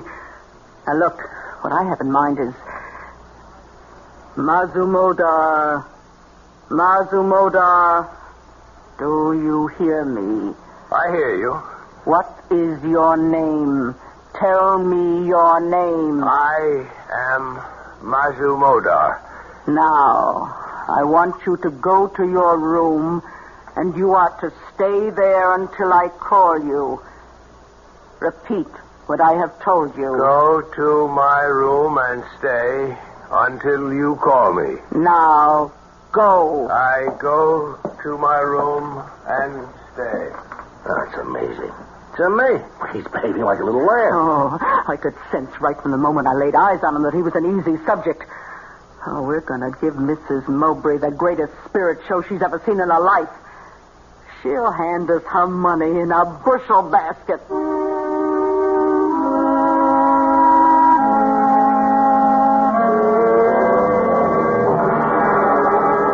Everything ready, Archie? Yeah, I think so. Now let's run over the list. Wind effect, whistling sound, eerie music. Okay, but not too much. When she does get in touch with her dear departed Kenneth, what's she going to ask him? And what's our phony medium Kent going to reply? Mazumodar. Remember that? Okay, Mazumodar. What's he going to say? Now, you can't guess what the old gal might ask when the seance starts. Look, I've been working with him all week. If the going gets too rough for him and he can't give a good answer, I'll just break things up, stop the seance. Say that the contact with the spirit world is broken. Okay. What time's she coming? Oh, I told her 8 o'clock. Well, now, just to get things straight, now, I'll be in the kitchen. All the sound effects will be piped into here where the seance is taking place, right? Right. And when I want the sound out, I'll say, Mazumodar, do you feel a presence in this room? Then I fade sound out and Mazumodar takes over. That's all there is to it. And Mrs. Mowbray will be here in 30 minutes.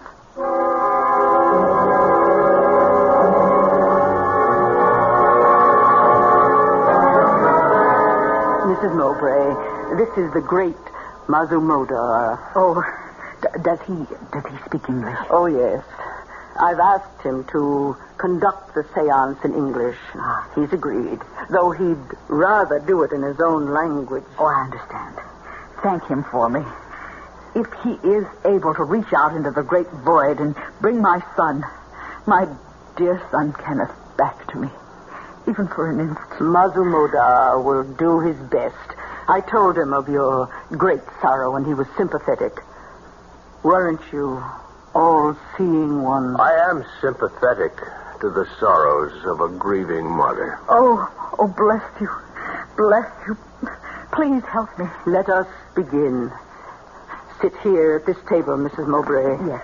You there. I will sit opposite you.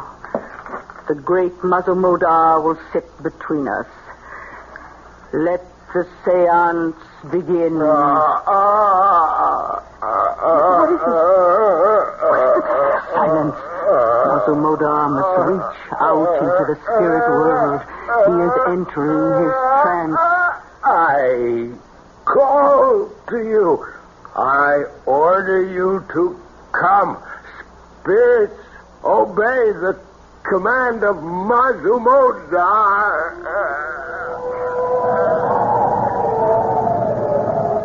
Do you feel a presence, all-seeing one? There is one here who demands to speak. Then let him speak. Mother, where are you? It's Kenneth. He's calling to me. You may speak to him. Oh, Kenneth, darling, I miss you terribly. Are you happy? I am happy, Mother. Oh, I'm so alone, darling. I want you with me always. I have felt your presence near me. I have been with you from the moment of my death. It has been difficult reaching you, difficult to let you hear my voice. Now you are being helped by kind and gentle people. Be good to them, Mother. Without them, our thin thread of contact will dissolve. I will return to you, and we will talk again. I will return. Oh, what happened? Why has he gone? Oh, call him back, I beg you. Mazumoda, I will give you anything you want, but please let me speak to him again. Now, stop that. You want to ruin everything? Stop, I say. The seance is at an end. Oh, please. Ask Mazumoda to forgive me for my outburst. Mazumoda understands, Mrs. Mowbray. Oh, I hope he does. When may I come again? I will call you after I consult with him. I want to... Well, I don't quite know how to say this, but can I give him something? I mean, will he accept? The all-seeing one is a holy man and may not accept money. It is unclean. Oh, well, in that case... But he must live, and I must live. That is, I will accept for him. Oh, yes, of course. Here. Oh, you are a good person, Mrs. Gillis. I'm so lucky to have found you. Goodbye.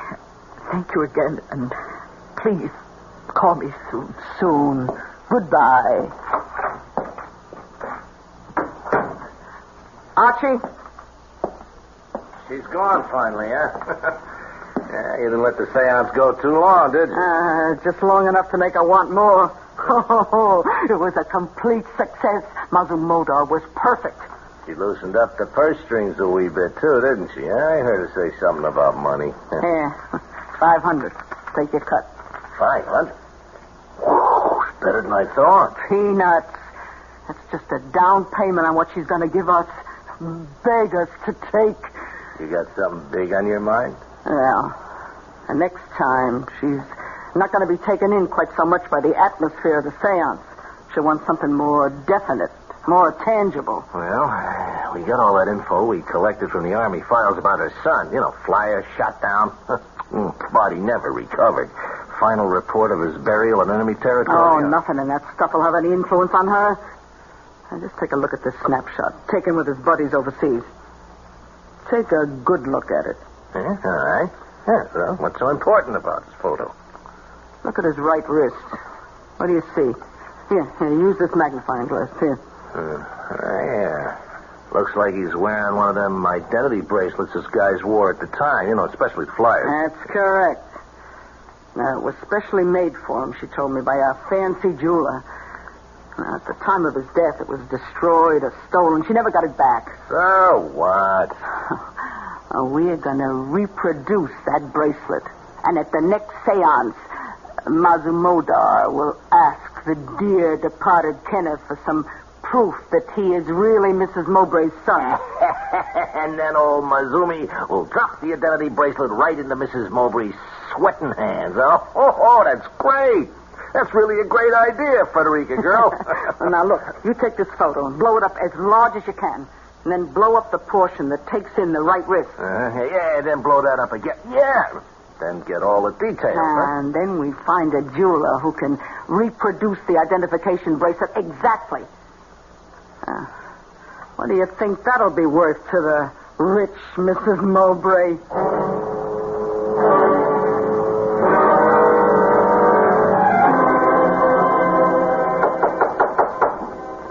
Now, open up, Kent. Now, will you be a good guy? Good guy, now open up the door, huh? Look, I gotta get in there, Kent. Now, I got all my photographic equipment in there. Well, thanks, old man. Hey, I'm sorry if I disturbed you. It will take me a minute. No.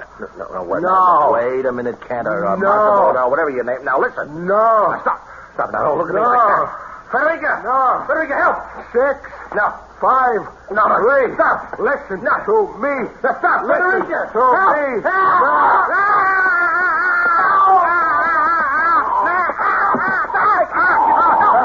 You hear me? You hear me and you obey. Tell me that you hear me. I hear you. Well, now go back into your room and stay there until I order you to leave. Repeat what I have said. Go back to my room. Stay there. Until I order you to leave. Until you order me to leave.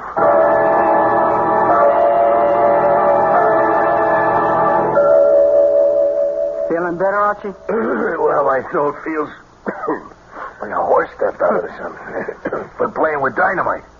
The best thing we can do is turn him in before we all wake up dead some morning. Yeah. Wait till we make the big caper. To the next seance.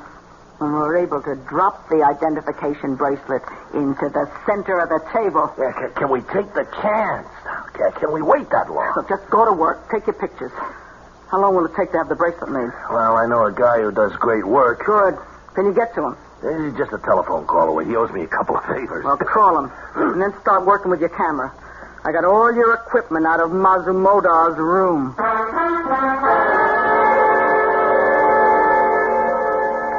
Here. Feast your eyes on that. Oh, the bracelet. You got it. Told you the jeweler was a friend, huh? Did it in 2 days. Now, ain't it beautiful? Oh, let me see the photo. The blow-up you made. Here. Spitting image. Oh, perfect.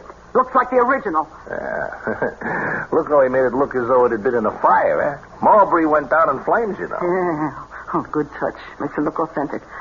Look, I'll call Mrs. Mowbray and set up the seance as soon as possible. Listen, there's one little fly in the ointment, Freddie girl. What? Maybe we ought to get a new medium to run the show, huh? What are you talking about? New medium? No. We've got to use Mazumodar. We've established him. Well, you got to unestablish him. He's gone. Gone? When? How? We'll just have to find him. Come on. He didn't have much money, so he couldn't have gone far. Well, wouldn't it be better to report the whole thing to the police? And throw away enough money to keep us in the good things for the rest of our life? Are you crazy? But now... No buts. Mazumodar is the key that will unlock Mrs. Mowbray's bank account. And we're not going to let that slip out of our hands.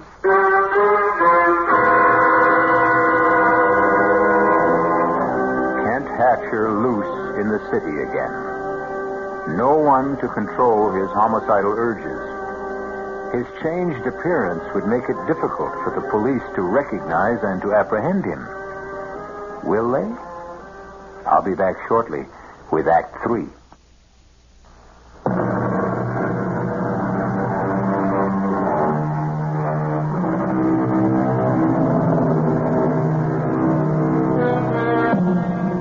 Days have gone by since Kent Hatcher broke through the bonds of hypnotic suggestion and fled from the house of Frederica Gillis.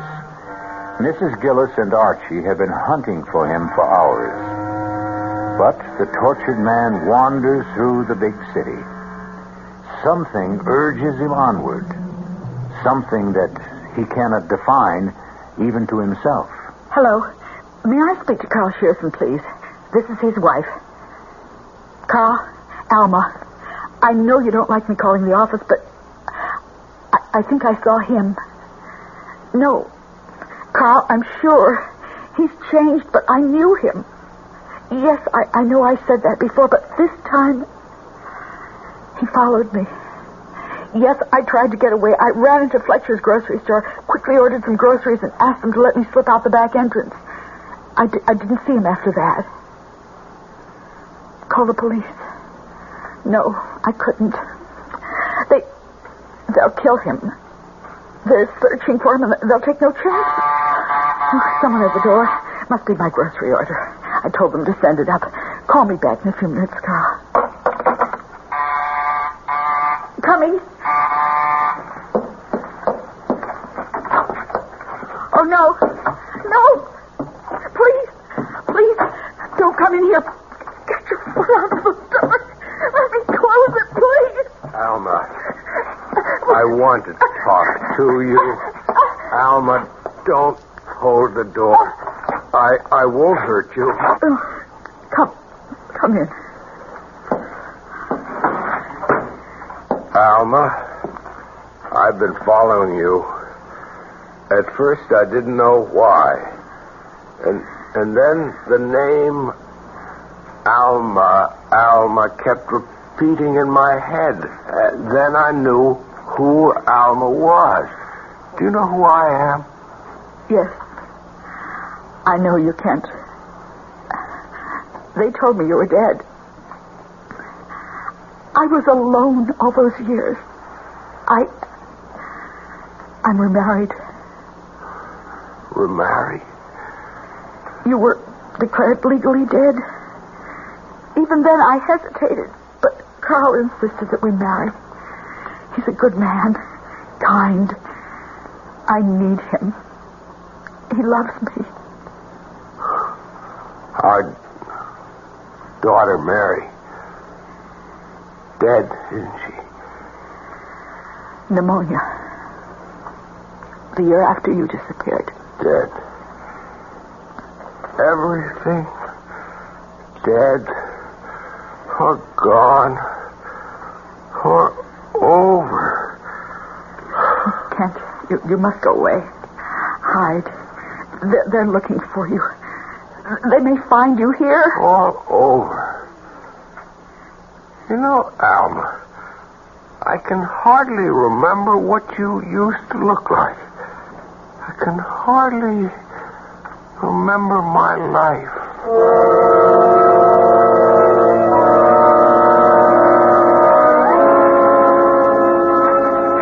There's nothing here in the papers.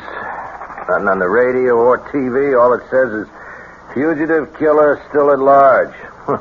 Seems he ran into his ex-missus and her new husband reported it to the police. No, that means he's still in town. Yeah, worse luck. I wish he'd take off with the great open spaces. I hope we never see him again.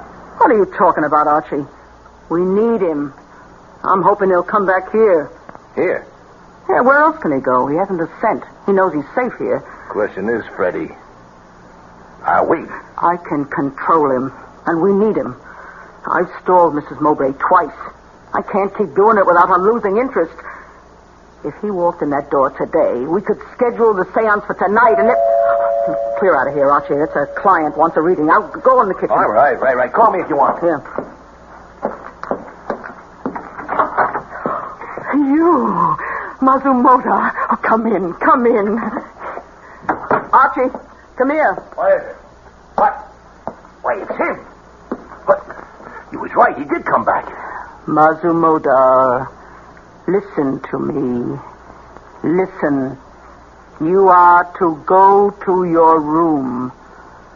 Go to my room. You will change your street clothes to Mazumodar's robe and turban. Do you understand? I understand. Now, go to your room. I go to my room. It's amazing. That's truly amazing. You got him like a monkey on a string. I told you I could control him. You going to pull it off tonight? Why should we wait? As soon as we get our money, we'll get rid of him, turn him in. Well, it's my sentiments exactly. Now, he is too hot to handle. The sooner the cops get him, the better. Hand me the phone.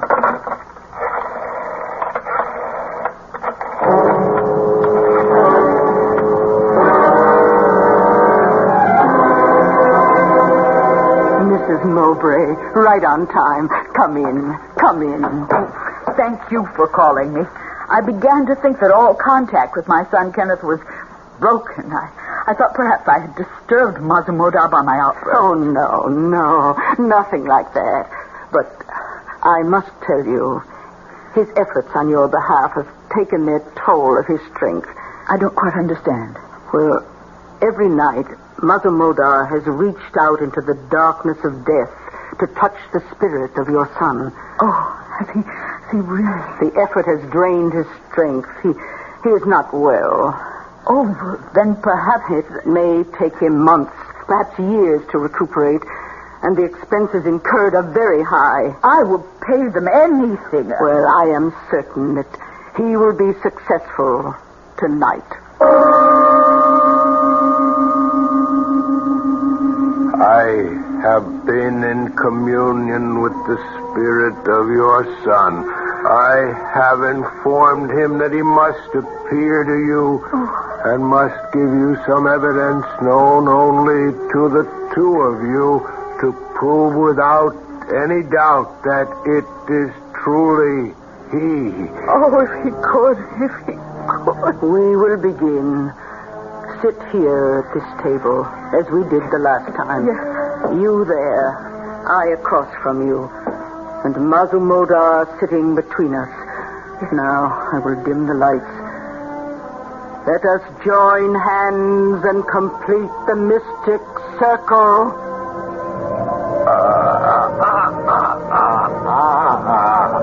Oh, Mazumodar, do you feel a presence? I feel there is one here who has traveled a long way. Do you know him by name? This is not simple. He is trying. He is trying to... Mazumodar, are you all right? Can you continue? I can continue. I must. The spirit is here in our midst. He wants to speak. Let him speak. Mother, I call out to you across the long reaches of infinity. Oh, Kenneth! I have spoken several times to this holy man who has made it possible to be near you. Yes, Kenneth. He has informed me that I must give you substantial proof of my presence here. What should it be? Oh, anything. I believe it is really you. No, I will give you proof of my love for you, dear mother. Do you remember your loving gift to me? What gift?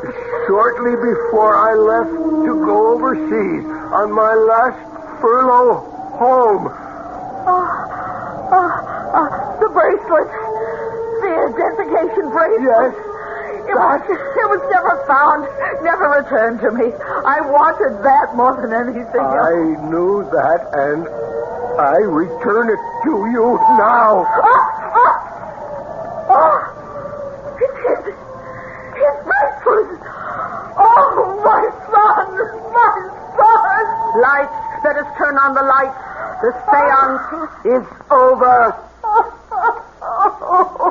Oh, my dear son. Oh, how could you all been to me to bring back this bracelet? Oh, this is all I have left of him. Oh, thank you, Muscle Modoc. How can I ever adequately thank you? I am sympathetic to the grief of a lonely mother. Muscle Modoc, he's fallen. Quick, help me. Help me lift him. Archie, come in here quickly. What is it? What's happened? Mother Modoc has fainted. Collapsed. Here, help me. Here. I'll get him under the right arm now. Yes. And then you get him. Wait a minute. It's no use. Just leave him there. Leave him? He's dead.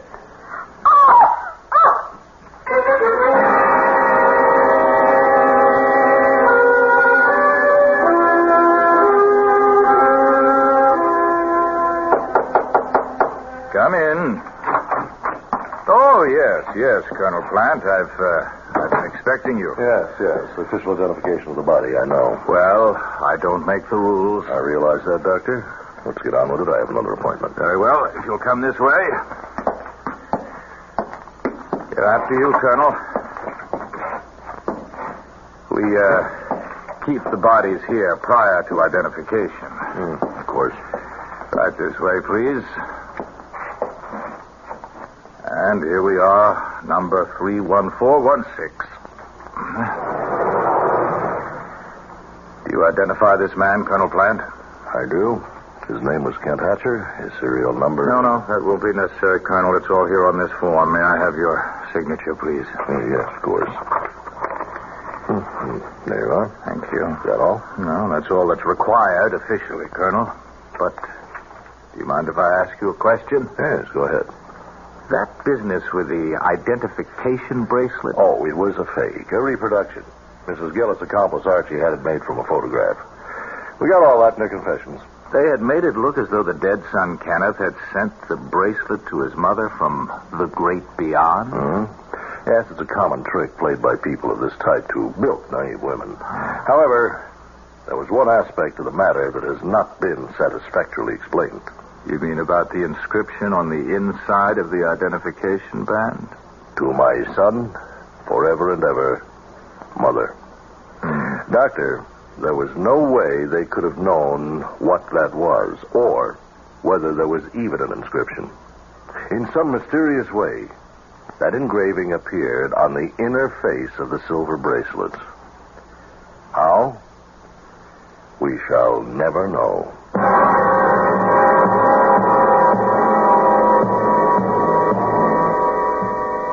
And the tortured, troubled man finally found his rest on a cold slab in the morgue. Unmourned, unwanted, unwept for. I'll be back shortly.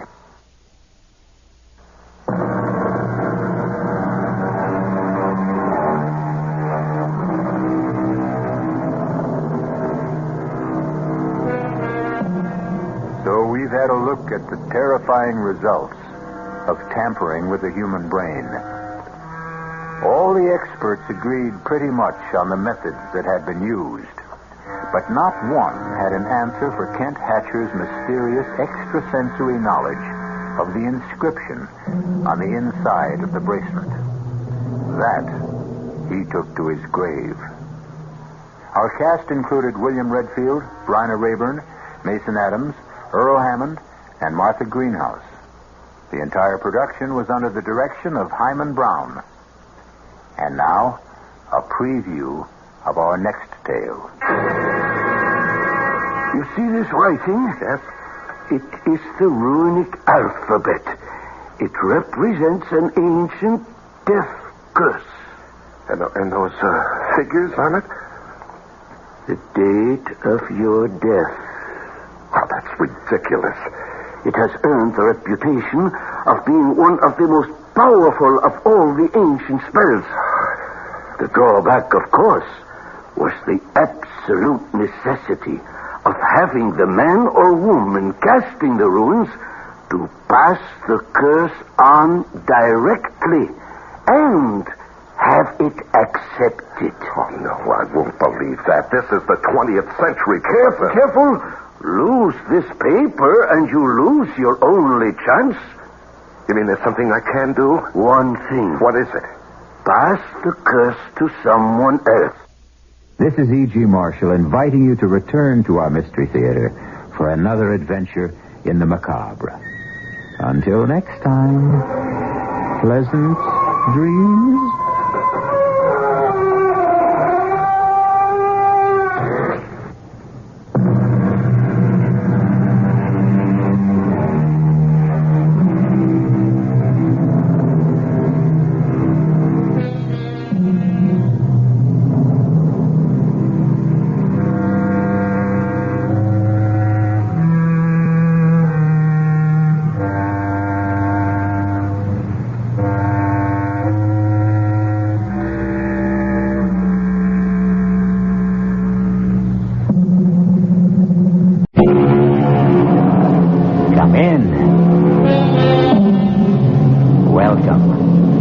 I'm E.G. Marshall. Welcome to a chilling insight into the powers of witchcraft and an ancient curse.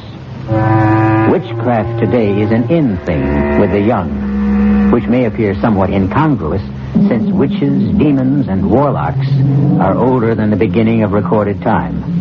And somehow, despite all of society's maledictions and efforts to stamp it out, witchcraft has survived, as we will demonstrate in our spine-tingling tale. Do you believe in demons, Miss Bell? Frankly, no. Do you believe in God? Any God? Of course. Then you must also believe in angels. And demons, according to all we know about them, they are simply fallen angels, fixed eternally in evil. And although we may not know whether we are being fanned by airs from heaven or blasts from hell, it is best to be on guard. And having said that, I should not like to be Robert Anthony, whom you will meet very soon.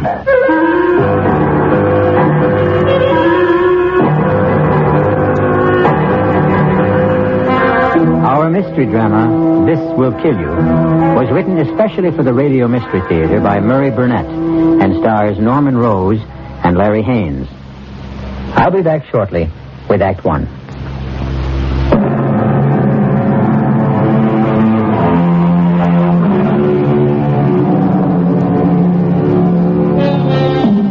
Rage, my friends, is one of the curses of mankind. Rage thickens the blood, assails the eardrums, racks the body with a mad urge to destroy. It has been said that whom the gods would destroy, they first make mad. And that applies to all of us, even if some are on speaking terms with God or the devil. Witness a man who is consumed with rage. Theodore Rackazzi. Obviously, you couldn't have heard me come in here. What are you breaking things for? Are you thinking of redecorating? This is the wrong time to try to be amusing, Liz. Well, what should I do? Ask if you've gone crazy? Evidently, you have not read this filthy, ignorant, arrogant, vicious review of my book. Oh, of course I have. That presumptuous idiot, Robert Anthony, to write such a review. Oh, come off it, Ted. You know, you sound like you're back to the Middle Ages. What are you going to do? Challenge him to a duel? I have other powers, other resources. You're serious. Serious? After this review, let me read just one part to you. Mr. Ragozzi, possessor of an awesome reputation as an expert on witchcraft, in this unnecessarily long book titled Demons and Demonology, has gathered the wildest concoction of old wives' tales, superstitions, and demons ever brought before the public. And, what is worse, he has given credence to them. To take witchcraft as seriously as Mr. Ragozzi does is simply childish. Ted, he's just another writer reviewer trying to be clever. Yes, at my expense. At anybody's expense. You just happen to be the target of the day. Mm-hmm. And now he is my target. For what? A nasty letter to the editor? For death. Oh, sure. If you thought this review was bad, wait until you see the ones you get after you kill him. No, I will not kill him. Oh, that's a relief. Liz, pick a date. What? Pick a date. Any date that comes to your mind. And the time. Write them down on this slip of paper. What for? Oh, to please me. All right. What's today? The 14th. Here. Okay, will this do? The 28th. 10:53 p.m. Yes, it will do beautifully. Thank you, Liz. You're welcome. And now that we finished playing games, can we go? Of course. But the game is just about to begin.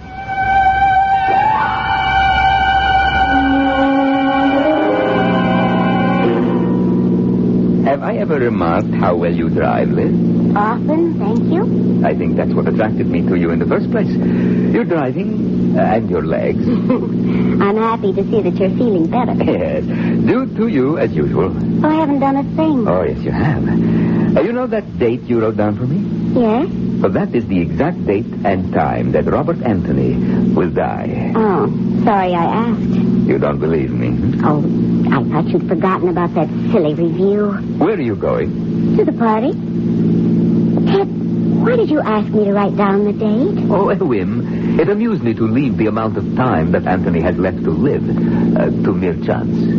Well, suppose I'd picked a date next year. Well, that would have given Anthony more time. That's all. You sound so certain. I am. What's the matter with me? Why am I talking as if there were any possibility that you have the power to kill another human being? Why, indeed. I can almost understand why Anthony wrote about your book the way he did. Of course. Like Mr. Anthony, you also are a dabbler in the occult. Like him, you are an innocent, naive, playing like children with forces you neither understand nor respect. How about a bet? On what? On me and my powers against Robert Anthony. Don't be ridiculous. Yes, you're afraid to trust your skepticism. It's very simply proven. If Anthony dies on the day and at the exact time we both know, then I win. If he doesn't, you are the victor. And you know once and for all that Theodore Ragozzi is a fraud and a cheat. That part tempts me. Then I have your word. It is a bet. What are we betting? Your soul.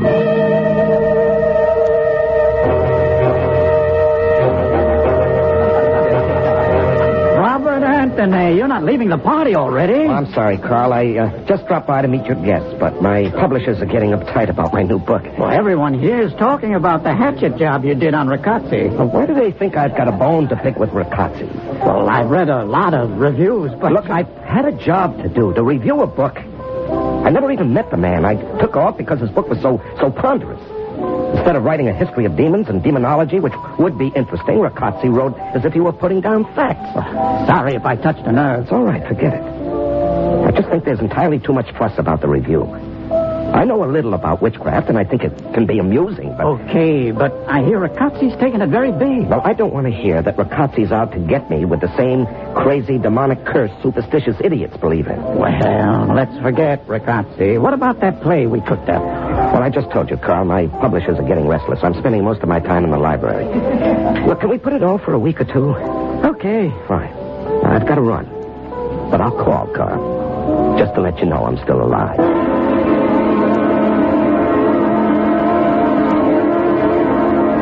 This is Jennifer Bell and another broadcast of The Author Speaks. My guest for today is the man who has written the most controversial book about devils and deviltry, Theodore Ragozzi. I am happy to be here. Mr. Ragozzi, I must confess your book scared the daylights out of me. Was that your intention? Oh, no, not at all.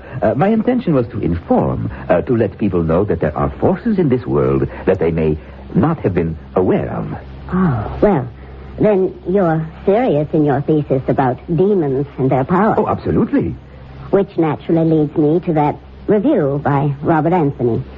How did you feel about it? Well, I would be less than honest if I said I was pleased, but it caused me only a small annoyance.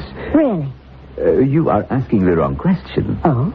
Well, then, set me straight. You should not ask if I were annoyed about it, but rather how Uziel Rabdas Belet are angry about their powers being mocked. Well, I'm not acquainted with those gentlemen you mentioned. Which is just as well for you. You see, they are demons. Powerful demons. And if they take offense... well, I should not like to be Mr. Robert Anthony. You're predicting that some harm might come to Robert Anthony? Oh, I predict nothing. Forgive me, but didn't you just issue a warning? A warning is not a prediction. Do you believe in demons, Miss Bell? Frankly, no.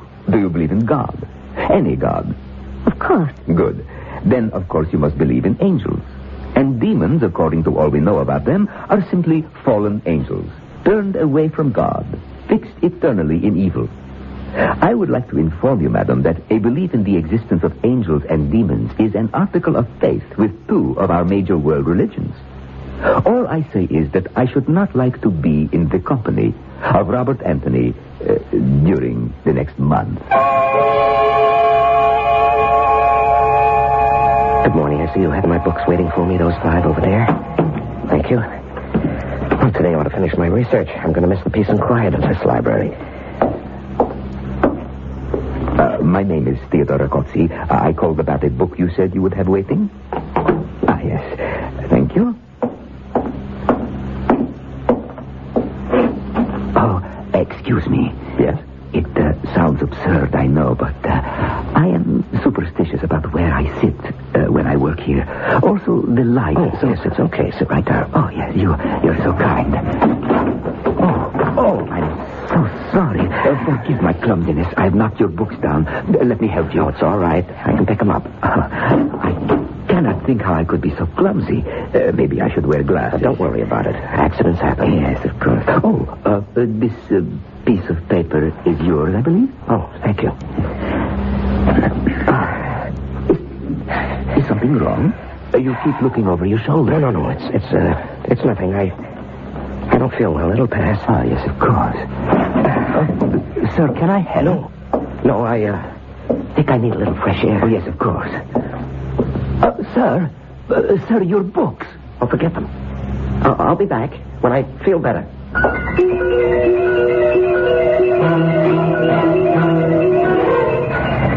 got to slow down. I must slow down. There's nothing following me. Nothing.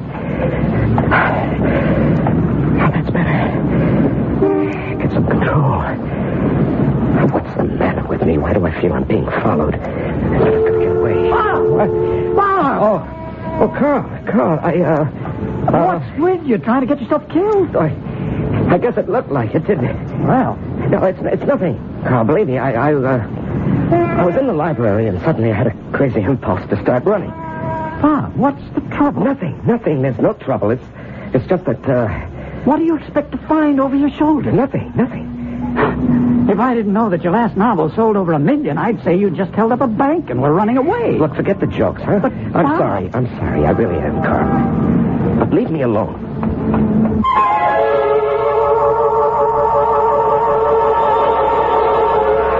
Whom the gods would destroy, they first make mad. But are the gods desirous of destroying Robert Anthony, or the demons? And who are the demons that are driving him? I'll be back shortly with Act 2.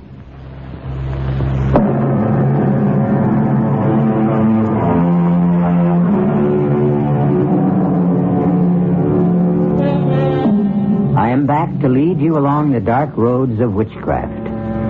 The demon-ridden Robert Anthony has turned to the 20th century remedy against magical spells, psychiatry, and is attempting to explain his terror to an eminent psychiatrist. How can I make you understand, Doctor, how intensely real this fear is? I'm not imagining it. It's there. I feel it. Every minute I feel it.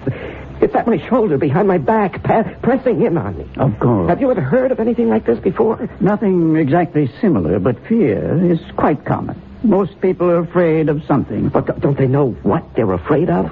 They sometimes think they do. And what do you tell them? I think it would be best if you talk about yourself. You say you first felt this way about a week ago. Yes. I was working in the library, and I suddenly felt I just had to get out and run. Had anything happened that day to upset you? Anything out of the ordinary? No, nothing, Doctor. Have you felt this fear before? I mean, early in your life? Well, just the usual, Doctor. You know, when my friends would dare me to jump over a large hole in the ground or something like that, but... Wait. Yes, I just remembered. When I went to college, there was a suspension bridge, a shortcut from the campus to my dormitory. Everyone took it. Well, one night I was with some friends, and we came to the bridge, and it was out. There was only one single plank, and this was a deep chasm, Doctor, maybe 100 feet. Yes. Well, I wanted to go back to walk around it, but the others voted against that. They all walked across. And I can remember how terrified I was. I got down on my hands and knees and crawled across the single plank with the water roaring below me. I was terrified. You're afraid of heights? Well, I'm not comfortable with them, but... Would you say that today you're somewhere near the height of your profession as a writer? Oh, come on, Doctor. This has nothing to do with any fear of heights. This is... Yes? This is witchcraft. Interesting. Why do you say that? Look, we've been through it. The review you wrote on the Riccozzi book, Demons and Demonology? Right. Are you sorry you wrote such a scathing review? No. No? Well, I don't know. I think you are. Well, if I was wrong, and possibly there are such demons and spells as Riccozzi describes in his book, that would or might account for this fear of mine, wouldn't it? You mean you think Riccozzi might have put a spell on you? Well, it's possible, isn't it? Can't you think of another explanation? Can you? Yes. Let's examine what you've told me.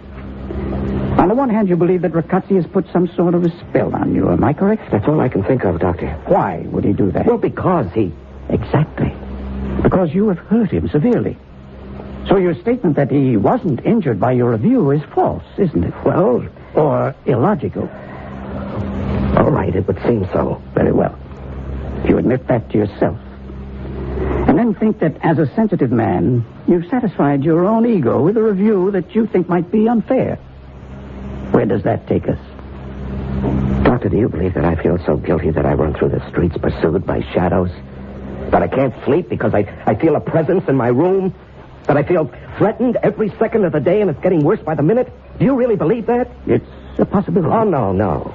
You'd rather believe in witchcraft. Why? Doctor, you're not helping me. If you'll examine your motive as to why you insist that Riccozzi has some power to cast a spell over you, then I think... All right, I'm getting out of here. That won't help. Neither do you.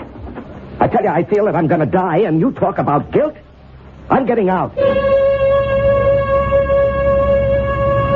Desperate men take desperate measures, and Robert Anthony was desperate.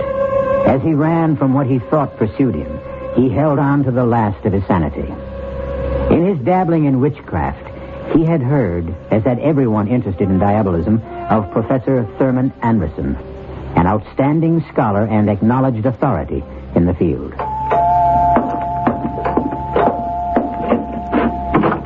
Professor Anderson? Yes? I'm Robert Anthony. Oh, come in. I've been expecting you. You have? Why? Because I read your review and I know Riccozzi. Oh. Then you think he might have done something to me? I think it probable that he has tried. I won't know until you tell me what's happened. Come in and sit down. Thank you.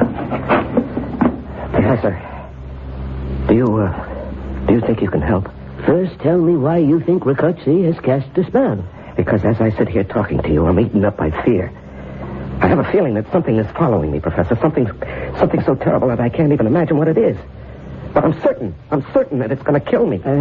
How long have you had this feeling? About a week. And can you remember when you first felt it? Oh, yes, very vividly. It was in the library. Do you know Riccozzi? No. No spell can be put upon you unless the Creator has some contact with you. Did you meet him by chance, perhaps? Well, I don't know. No, I don't think so. I haven't been very social this past week. I can't even begin to think what it could be unless you give me something to go on. Did you have a chance encounter with anyone? Did a stranger bump into you, perhaps? No, I... Oh, wait. Yes? In the library, there was a man with a slight accent. Ragazzi has an accent. Well, I remember he came over and asked if he could sit next to me, and as he sat down, he knocked over my books. He apologized, and he insisted on picking them up. Anything else? No. Yes, he gave me a piece of paper. You took it? Well, of course. I didn't remember whether I had actually dropped it or not. Do you have it? Well, yes, because I remember looking at it when I got home and wondering what it was. It just didn't make any sense to me. Well, can I see it? Well, sure. There you are. Good Lord. What is it, Professor? What do you see? The casting of the runes. What? What does that mean? I can't believe that even a man as vindictive as Ragazzi would do this. Professor, what is it? You see this writing? Yes. It is the runic alphabet. It represents an ancient death curse. And those figures on it? The date of your death. Oh, that's ridiculous. It was used many centuries ago. There are stories of younger brothers using it to eliminate the rightful heir to the throne. It has earned the reputation of being one of the most powerful of all the ancient spells. The drawback, of course, was the absolute necessity of having the man or woman casting the runes to pass the curse on directly and have it accepted. Oh, no, I won't believe that. This is the 20th century. Careful. Lose this paper and you lose your only chance. Chance? You mean there's something I can do? One thing. What is it? Pass the curse to someone else. Oh, this is unbelievable. If someone else told me about this conversation, I'd say we were both fit subjects for an insane asylum. Oh, no, I can't go on this way. Professor, how do I go about passing this on? You have someone in mind? Do I have to know a person? No, you could pass it to a stranger. Well, how? Simply brush up against someone in the street or on a bus or subway. See that he drops something. Then pick it up, and along with the package, you pass this piece of paper saying, I believe this is yours. When they accept it, they have it, and you are rid of it. Oh, no, I couldn't do that to anybody. I just couldn't. Why not? If you don't believe in the curse. I don't know about the curse. I can't believe that it will actually kill anyone, but I know how I feel. That is very real and horrible. Well? How much time do I have? Today is the 23rd. The date here is the 28th. 10:53 p.m. There's not a lot of time, is there? Plenty, if you start to pass it now. No, I just can't, Professor. I wouldn't give this to my worst enemy, let alone... Hold it. How about Ragazzi? I wondered how long you would take before you got around to that. Yes, of course. I'll pass it back to him. How? Well, I'll just... Exactly. Ragazzi obviously knows you. He is going to be on his guard. Well, can someone else pass it? No. It must be passed directly. There must be a way.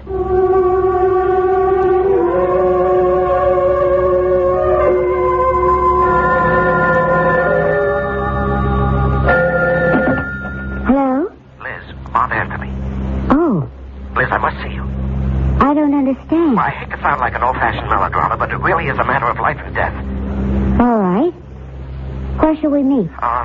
Someplace where we can talk. How about, Sherry's?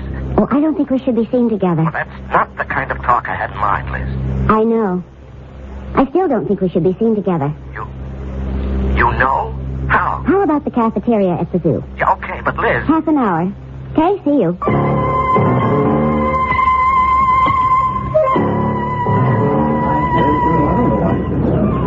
No, you're not. I'm early. What would you like? Oh, just coffee. All right, I'll get it for you.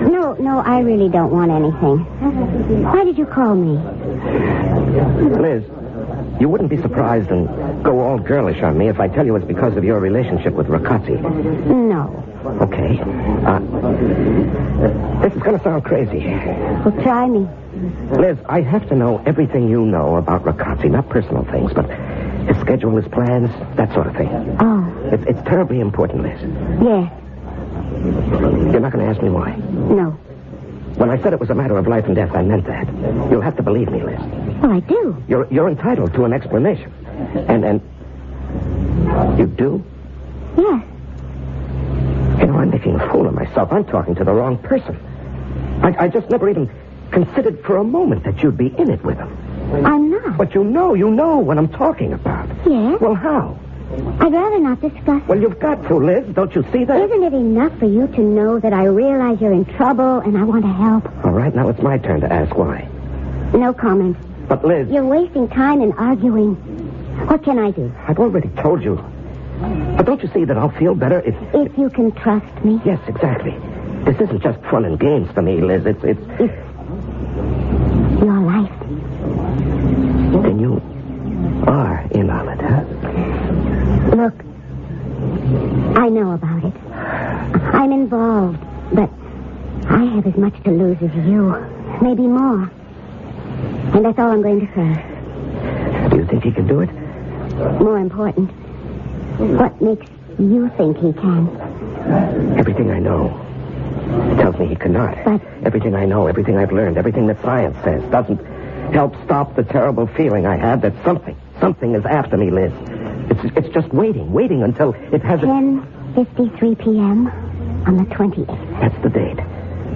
What makes you think I can help? I have one chance to break whatever spell Ragazzi has put on me. And what's that? It's just a slim chance, Liz, but a chance. Just take my word for that. If you do want to help, get me the information I want and need. I'll try. How do I reach you? Here, this number, anytime, day or night. If I'm not there, I'll get back to you in 5 minutes. I'll try. Thanks. And Liz?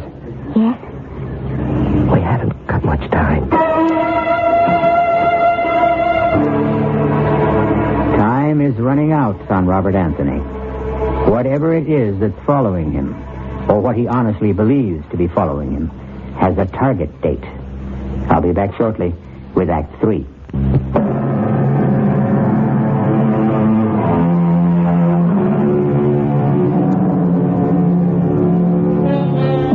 Let us get back with Robert Anthony, under a spell, and convinced that he has now only 24 hours to live.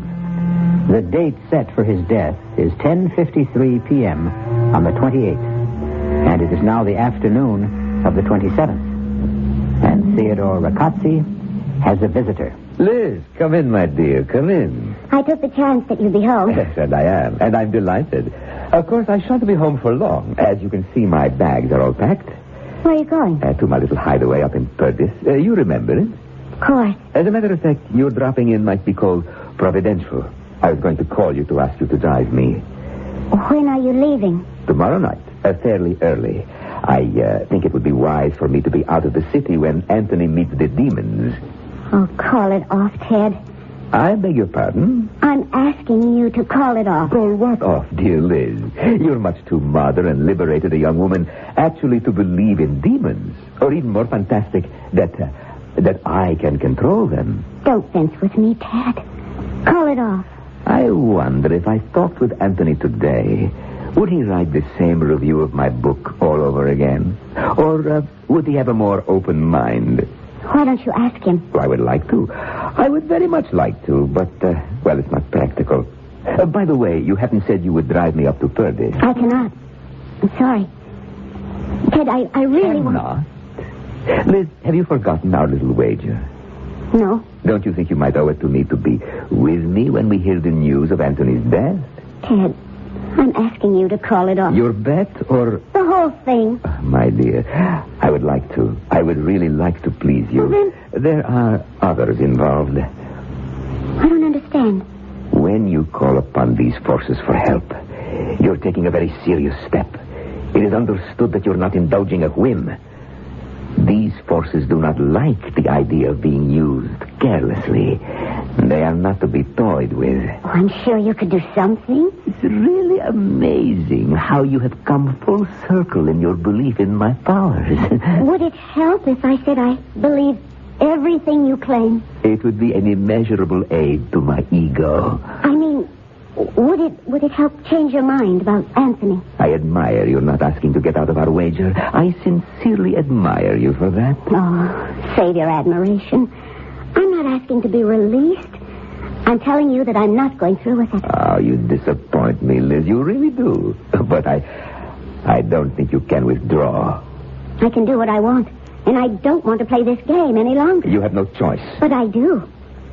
We're talking now about my soul. I don't know whether a person has a soul or not. Take my word for it, Liz. You have a soul. Oh, fine. But it's mine. And I'm not giving it to anyone. You have already committed yourself. To what? To a bet made on the spur of the moment and not in any seriousness. I only made it to keep you happy. Whatever your motive, you made it. I intend to hold you to it. Hold me to what? An oral agreement? In the circles in which I move, it is binding. And I say no. And that is most unwise. Are you threatening me? Of course.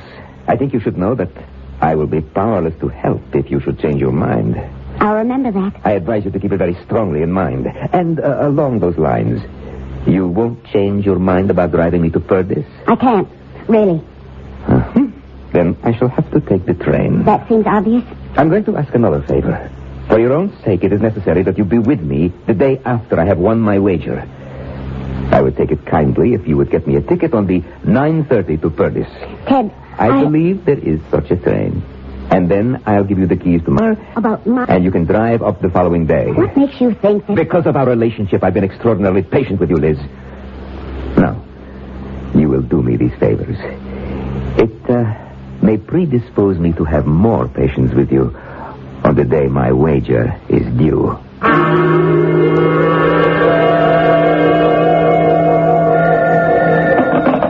Hello?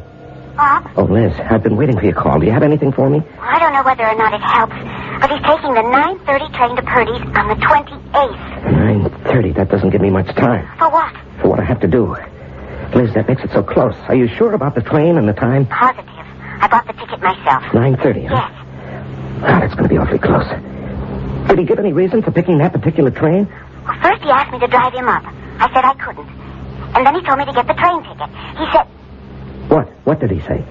Oh, it's not important. Liz, everything is important. What did he say? He said that he wants to be out of town when it happens. Oh, yeah, sure. That makes sense. Bob? Yes?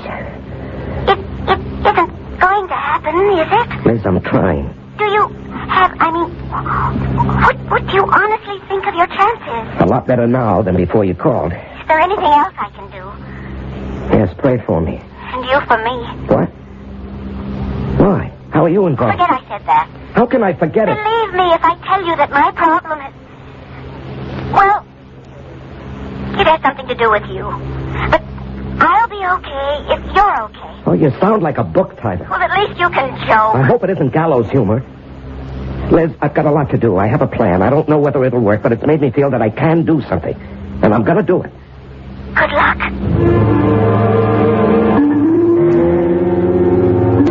I said Bob Anthony. I didn't believe it when you called. How can I help you? I need a makeup job. For a TV appearance? No. I must be disguised so that even my own mother wouldn't know me. Can you do that? Well, maybe if you tell me what it's for, it might help. No, I can't tell you. You'll have to take my word that it's deadly serious. Well, how long will you need to wear the disguise? 4 hours at the outside. How many people do you want to fool? One. A man. Uh-huh. How well does he know you? Well, that's hard to say. He's not an intimate friend. In fact, I only met him once, but he knew me then. Yeah, one more question. Mm-hmm. How does this guy think of you? Oh, I suppose he sees me as a young smart aleck. Good. So we have to make you... step into my parlor. Aren't you going to lock it? Okay. Sit in that chair over here. Yeah. Now, relax. You're too tense. I'm sorry. See, now, the hairpiece is no problem. Your head and hairline are easy. But, the eyes... The eyes? Exactly.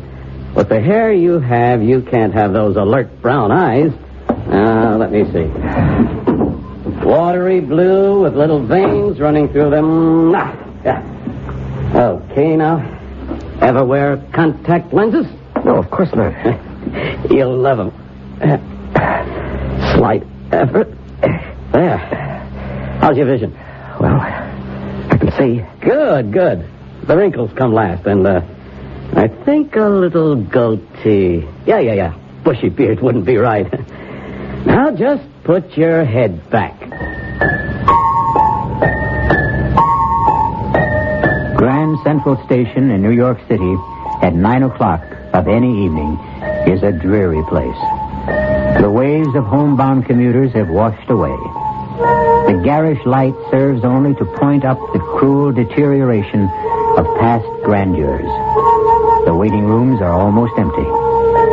It was 9:20 exactly that Robert Anthony, carrying a small suitcase and disguised as an old man, walked slowly up to the ticket window. Mount Kisco, one way, please. Anthony walked slowly to the station platform where the 9:30 was about to depart. He wanted to be almost the last one to board the train so that he could locate the car that Ragazzi had selected. He boarded the train and passed through several cars, and then his pounding heart slowed.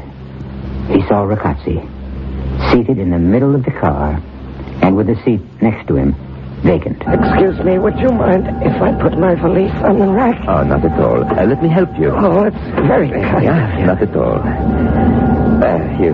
You certainly cut that close. I'm afraid I don't walk as quickly as I used to. It's hard to get accustomed to growing old. Yes, I suppose it is. I hope you'll forgive an old man's curiosity, but that book you're reading... The Dynamics of Witchcraft. Yes, that subject has always fascinated me. Me too. Did you ever study it? No, but when I was younger, Halloween was my favorite holiday. You know, dressing up and trick-or-treating. Yes, I know. Oh, that was such great fun. Yes. Well, I won't disturb you anymore. I know you're anxious to get on with your reading, but where are you getting off? Purvis. Is that before or after Mount Kisco? After. I wonder. I mean, I have a tendency to drowse off, you know. I wonder if when we reach Mount Kisco... Yes, I will let you know.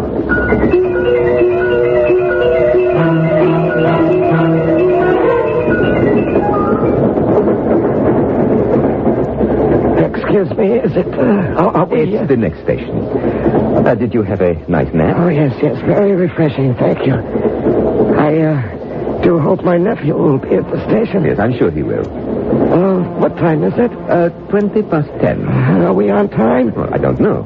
I suppose so, but even if we're running late, I'm sure your nephew will wait. Yes, I hope so. And when you get old, you seem to worry about everything. The young have their worries. But they're not the same, are they? Sometimes they are. Sometimes a young man can worry himself almost to death. Oh, that seems such a waste. Or even worry about dying. Yes. I have known some young people who are simply terrified of dying. Oh, I didn't think the young gave much thought to death. Oh, some of them do. Some of them do indeed. Take my word for it. That seems strange. Strange? Old man, I could tell you stories that are beyond belief. Stories that... Well, I seem to be talking a lot. Well, I enjoy it. Thank you, but we're coming into Mount Kisco. Oh, well, I've enjoyed talking to you. And now I'll just get my luggage from the rack. Oh, my. Look what I've done. I've dropped my bag. Here, let me help you. No. I've caused you too much trouble. I'll be able to... Oh, your book. I just seem to make things worse. If you will let me do it, it will be much simpler. Oh, yes. Thank you. But don't let me return your book. I believe this is yours. Yes. And now you'd better start if you want to get off and meet your nephew. Yes. Goodbye, and thank you. Wait. What? You bastard. The paper. Please, let go of me, my nephew. Stop acting. You're Anthony. I know it. Yes, you're right. And I'm getting off here. Not until you tell me where you hid the curse. That paper you passed to me. Missed your train. Damn the train. Where is it? The paper. I'll do anything. But you know how close it is. This very little time. I beg you, please, for the love of God, tell me where you put that paper. It's in the book. I slipped it in the book when I gave it back. The book. Where? Oh, Oh, my God! Catch it! Catch it, Anthony! Grab it! No way, Riccotti. Get it yourself. It's blowing away. You know I'm lost if I don't get that paper. Come back! Come back! I'll get you! Riccotti! Look out! The train!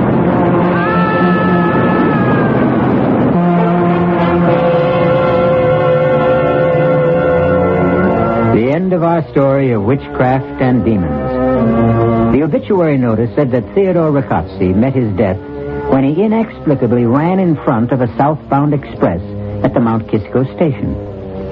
Inexplicably? I'll be back shortly.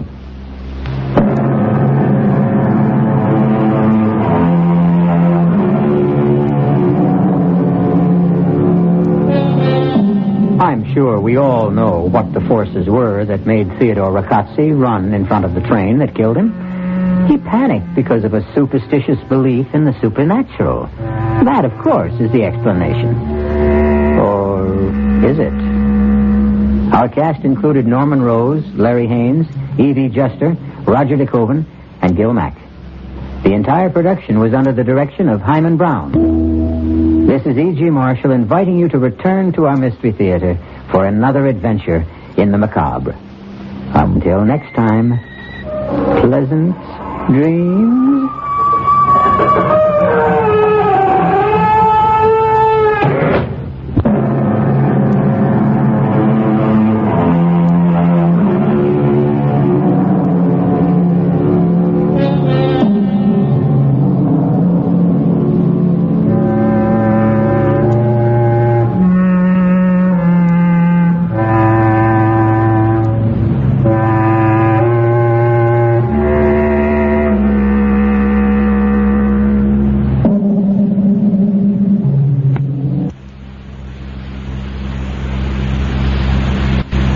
And now, Mystery Theater.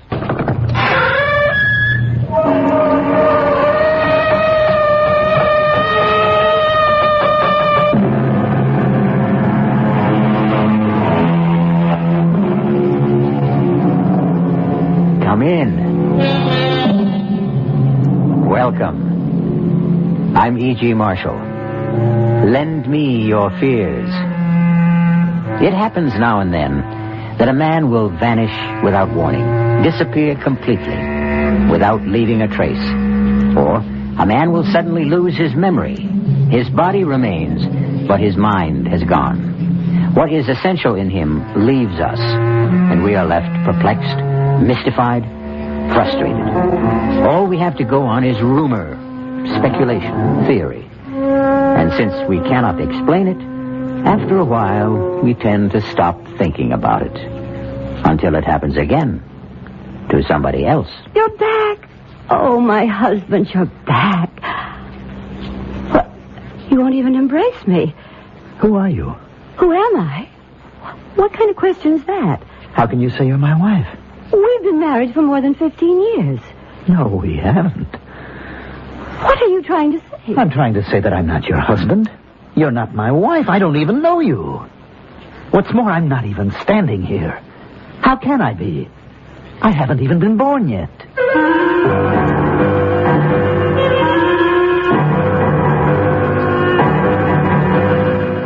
Our mystery drama, A Long Time to Die, was written especially for the Mystery Theater by Sam Dan and stars Mandel Kramer.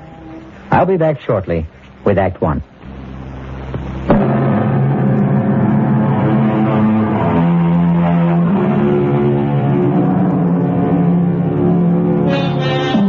His name is Alfred Stewart Ainsley. He's 41 years old. Average height, average weight, average looks. Nothing about to make him memorable. Indeed, he has never in his life done anything to bring him notice from beyond the circle of his immediate family, his close friend, his rather esoteric profession. His name was in the newspaper twice. First when he was born, and then 30 years later when he was married. But right now, his name is on the front pages of newspapers in every country of the civilized world. Alfred Stewart Ainsley, quiet, unassuming, has it in his power to shake the government of the most important country in the world, and perhaps alter the very course of history. Alfred, you want a drink of water? Water? Darling, I know this is difficult, but... Feel okay, Al? No, Jerry, he's not feeling okay. Can't you see there's obviously something wrong with him? Al, what is it? He's pale. He's sweating. Now, look, Al, you're not the one who's being investigated. If you're not feeling well, we can ask for a recess. The chairman's just come in. The committee stands in order. Mr. Ainsley, we will resume with your testimony. You are still under oath. I would like to continue along a line of questioning initiated by Senator Selby. Would you turn, please, to page 684? Read it out. Question. Is it possible that Congressman Carstairs could have forged the secretary's handwriting? Answer, Mr. Ainsley. Senator, I would have more examples of both gentlemen's manuscript. Mr. Ainsley, you were given these specimens to analyze overnight, were you not? Or were you not, Mr. Ainsley? Well, you took those samples. You examined them. Say yes. Yes. Very well. Now, are you in a better position to answer my question? Well, are you, sir? Al, you told me you had studied them and come to a conclusion. Al, answer Adam's question. Counselor, is Mr. Ainsley having trouble understanding the questions? No, sir. Mr. Ainsley, it's obvious that something is troubling you. Yes, sir. Well, then suppose we take a recess, give you a chance to rest. Committee will adjourn till 3:45.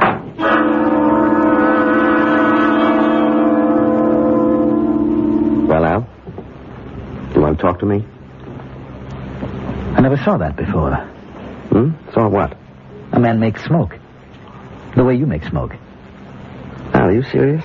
We have pipes, and we put the tobacco in the pipe, and that's how we smoke. But you're holding something. What's that called? All right. I can play along if that's how you want it. This is called a cigarette. Cigarette? You mean you never heard of it? No. Well, that's odd. Right here in your pocket. Put your hand inside your shirt pocket. You have a pack of cigarettes. How long do you want to play this game? It isn't a game. Tell me what it is then, Al. You call me Al. I'm not Al. You're not Alfred Ainsley? No. All right, who are you? My name is Mahatwiki. Yes? In your language, it would be Running Beaver. That sounds like an Indian name. Indian. That word, Indian. Yes. In this language, in your language, it would be Indian. You claim you're an Indian? Yes. Well. You don't believe me? Just tell me how you got here. I was sent to the north to scout the, you would call them the Iroquois. Scout? Yes, to see if we should make war. War? Make war or become allies. I was on my way home to my tribe. I was at the place where the mist covers the rocks. I walked into the mist, and there was a noise. What kind of noise? Loud thunder. A flash of lightning. It was as if someone had hit me over the head with a club. I knew nothing. Then I was sitting in a strange room in strange clothes, and strange people were talking to me on a subject I know nothing about. You claim to be an Indian. You talk about fighting in wars. Well, that would be before the white men came to this country. I've never seen men like you and these others. There's one small detail that troubles me. How does it happen you speak English? I don't know. You don't know? I don't know. I was returning to my people. They live near the banks of the Great River. The Great River? The Potomac. As I told you, something took place in the mist. I awoke. Now I'm in a strange place. I find that I can speak the language, but I don't know what anything means. Where is this place? Who are you? I'm your doctor, your friend. My name is Carl Stitzer. And who am I? Al Ainsley. You're a collector of and a dealer in autographs, historical papers. You're considered one of the top experts on handwriting. I don't know what any of that is. What is it that you know how to do? To track? To scout? To hunt? All right, Al. I've gone along as far as I can. Now, let me tell you something. Your testimony can destroy Congressman Carstairs. I don't know anything about this Carstairs. If you testify that, in your opinion, Carstairs forged those papers, then not only will Carstairs be destroyed, but the principles he stands for will be discredited. You believe in what Carstairs stands for, Al. I am not Al. You're torn, Al. You don't want to examine those documents. I don't even know what documents are. Because if they are forgeries, you will put an end to Congressman Carstairs' political life. And you can't bring yourself to do that. I am a stranger in a strange land. I need a friend. You're afraid to find out if Carstairs is guilty. You can't face the consequences. When a man finds himself in such an intolerable situation, he tries to escape. You're a doctor. In my language, that means a medicine man, a magician. You've escaped to a remote past, to a long-gone, buried, forgotten world. You don't believe me. You don't believe me. Doctor, what is it? Think, Joan. Think carefully.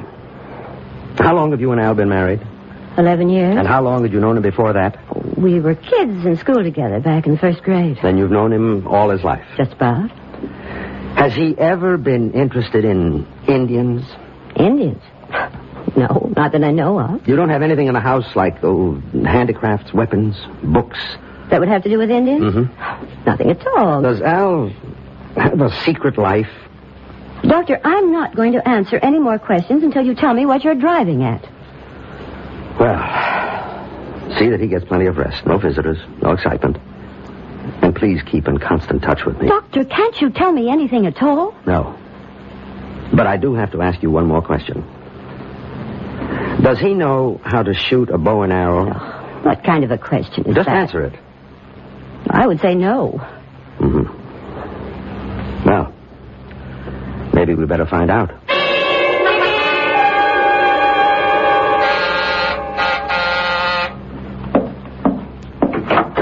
Morning, Jerry. Doc, I've been waiting for you. Is Al dressed and ready? Look, Doc, you've just got to talk to me. Why? Why? Why? Don't pretend to be living in a world of your own. You read the papers, you hear the news broadcast. Yes? Al has to testify. Yes or no.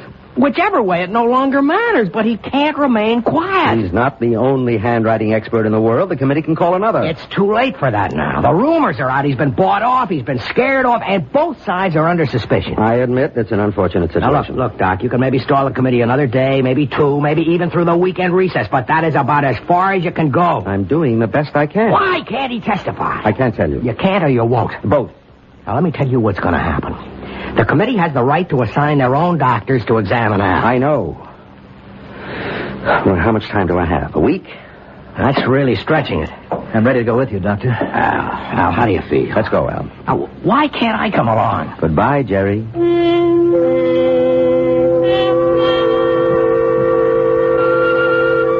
A fox has been by here.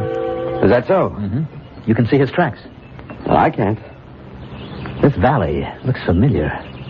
And yet, so strange. Where are all the animals? There's no sign of deer or wolf. Where are the animals? If you really are running Beaver, you wouldn't believe what's happened. Now, in this box is a bow. A bow? Yes. Here's the bow, the strings, the arrows. I've never seen a bow like this one. How strong. And these arrows. I don't know the first thing about it. Is this mine? To keep? To be able to hunt with? Why don't you hit that oak tree? About 60 or 70 yards to the left. Well, that's no shot. The tree is standing still. A child could hit that tree. What's moving? Is there a rabbit or a squirrel, a hawk? No, I'm sorry. There's nothing around. All right, then. I'll put this arrow into the center of the trunk of that small tree on the right. That maple. But that's almost 150 yards. An ordinary shot. I'm ashamed of it. But there's nothing else. Right in the center. Well, Doctor? I don't know, Running Beaver. I don't know. How do I explain this? Someone, probably a seasoned politician, said once, when in doubt, tell the truth. That sounds great, in theory. But how would you like to have to tell this kind of truth to a sharp congressional committee? We'll have more of this kind of truth when we return shortly with Act Two.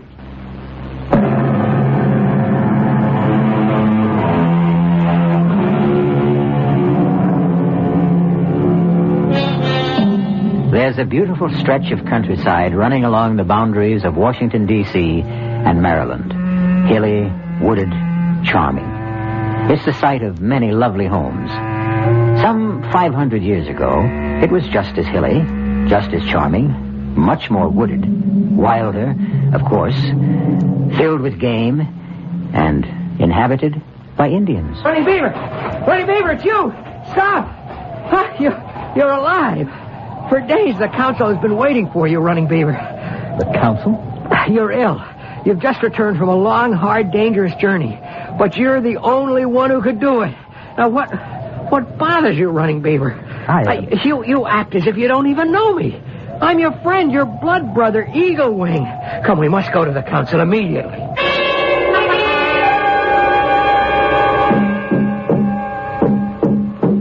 Many days ago, the council sent Running Beaver and 3 companions north to the Iroquois nation to determine peace or war.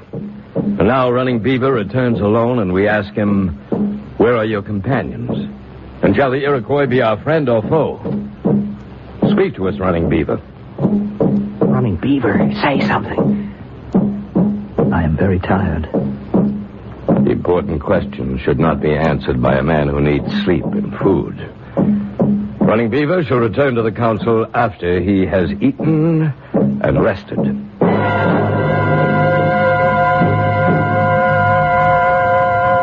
Sit, my husband. I have meat, corn. I was so frightened. So afraid the Iroquois would kill you. Sit, rest, and eat. Now, I will tell you the news about the boy. The boy? Our son. He's been chosen for the Wolf Society. You always wanted that. Your mother brought him this bearskin robe. You're not eating. It's not cooked. It's the way you like it. Is something wrong? You don't look right. Perhaps you'd better see the medicine man. The medicine man? Red Bear. He always liked you. There is something wrong. This is not like you. Not to be hungry. To be so quiet. You're frightened. Why are you frightened?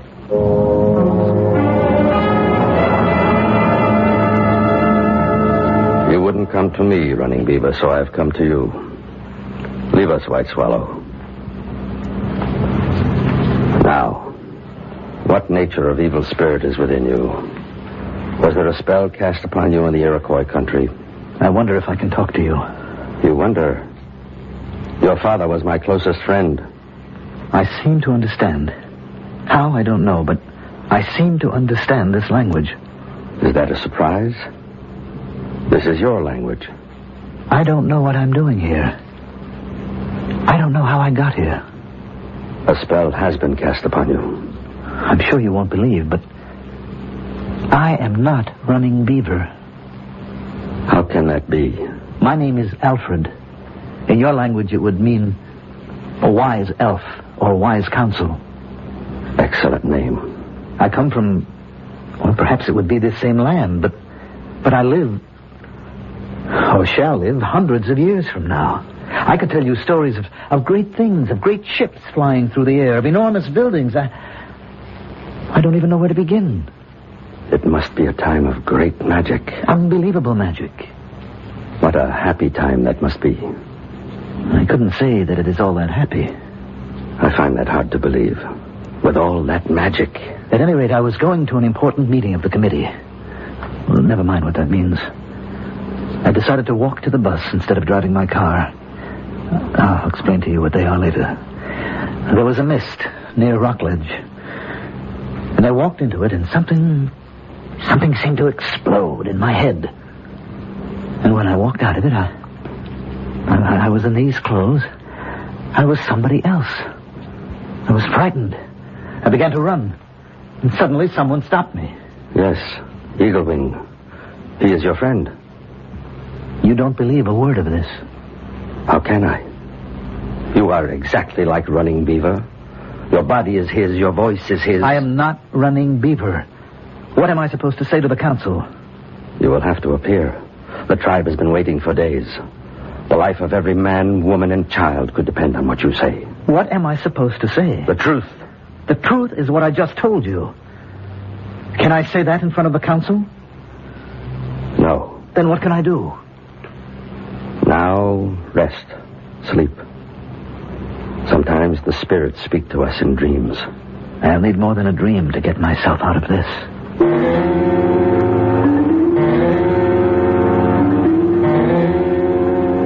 Running Beaver? My husband? Are you awake? Oh, what a dream. Joan, you'll never imagine... Oh, no, I'm still asleep. Running Beaver, can you eat something now? Cold. Oh, here, wear this robe. Your mother made it. My mother? Please, can't you tell me what's wrong? Running Beaver, may I come in? Who's that? Your oldest friend. Do you mean you don't know Eagle Wing's voice anymore? Running Beaver, you must come to the council at once. But he's not well. I know he's not well, but there's trouble. Trouble? There's talk all over the village. Now, what happened to the 3 men who went with you to the Iroquois? Did you kill them? Kill them? How could he kill them? They were all his friends. What passed between you and the Iroquois chiefs? Running Beaver, you must tell him. I don't know.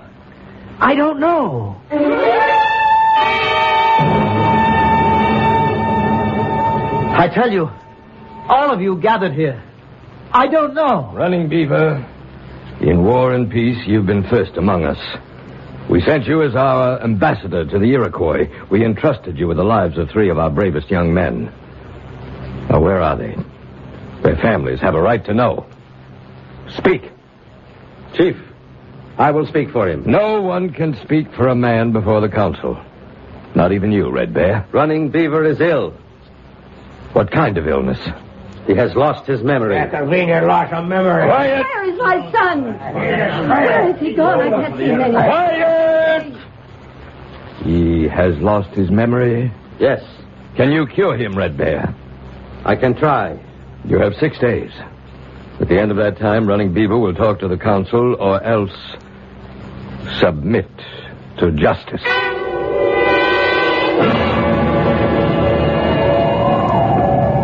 Why did we come out here? I'm so cold. Where is your knife, Running Beaver? Knife? Running Beaver always carries a knife. Well, I didn't think...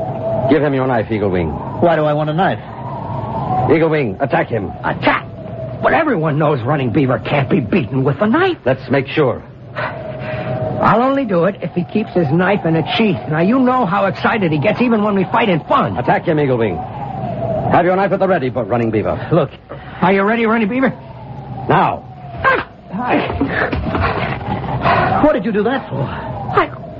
Did I catch you off guard? Look, I am trying to tell you people I am not... Eagle Wing, go back to the village. But Do as I tell you. I was never able to do Go that. back to the village. There is magic here. Yes, I'm going. What did I just see? You saw a man knock me down.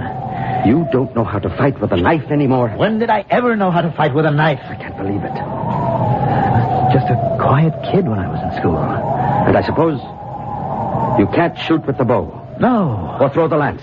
I'm trying to tell you I am not your Running Beaver.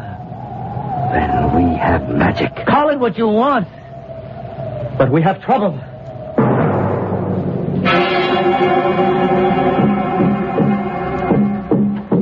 As chief of this council, I call upon Running Beaver to speak. Chief Star Tracker. I haven't called on you, Red Bear. I called upon Running Beaver. But, Chief... The council has given you 6 days, Red Bear, 6 days to cure Running Beaver. Let me talk. Gentlemen, I don't know how to make you understand. Be quiet. No. Let him talk. But he's mad. Let us judge. I am not who you think I am. I am not Running Beaver. I told you he was mad. You say you are not Running Beaver. No, I am not. I don't know how to convince you because I don't even know how it happened myself. White Swallow, step forward. Yes? Is this man your husband? Yes. She really does... Silence! Why do you deny? Are you tired of me? Is there another woman? Oh, good Lord. You could have been living 500 years from now. You women never change. I thought you loved me. All of you, listen to me, please. I know it's hard to believe, but I am not Running Beaver. Who are you, then? I am a man from a time... I don't know, it must be hundreds of years from now. Yes. Silence! A spirit has captured him. This is the council. We'll have no disorder here. Running Beaver, have you anything more to say? I have plenty more to say, but I don't know how to say it. The council will retire. We shall return with our decision.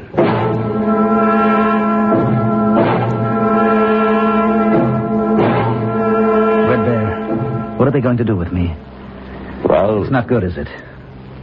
It will depend. Depend on what? Star Tracker is a devout believer in magic. I think he believes you. Well, then it can't be bad. But the people are angry, and 3 young men are missing. Probably dead. The people feel it's your fault. But... Probably the council will declare that you have been possessed by an evil spirit. That's all nonsense. I'm sure you know what you think. But you asked me what I think. What will happen? The evil spirit will have to be driven out of you. How? Or shouldn't I ask? By fire. By lance. By arrows. You mean they'll kill me? That's how we drive out the evil spirit. Is there anything I can do, Red Bear? I don't know. But I've tried to think.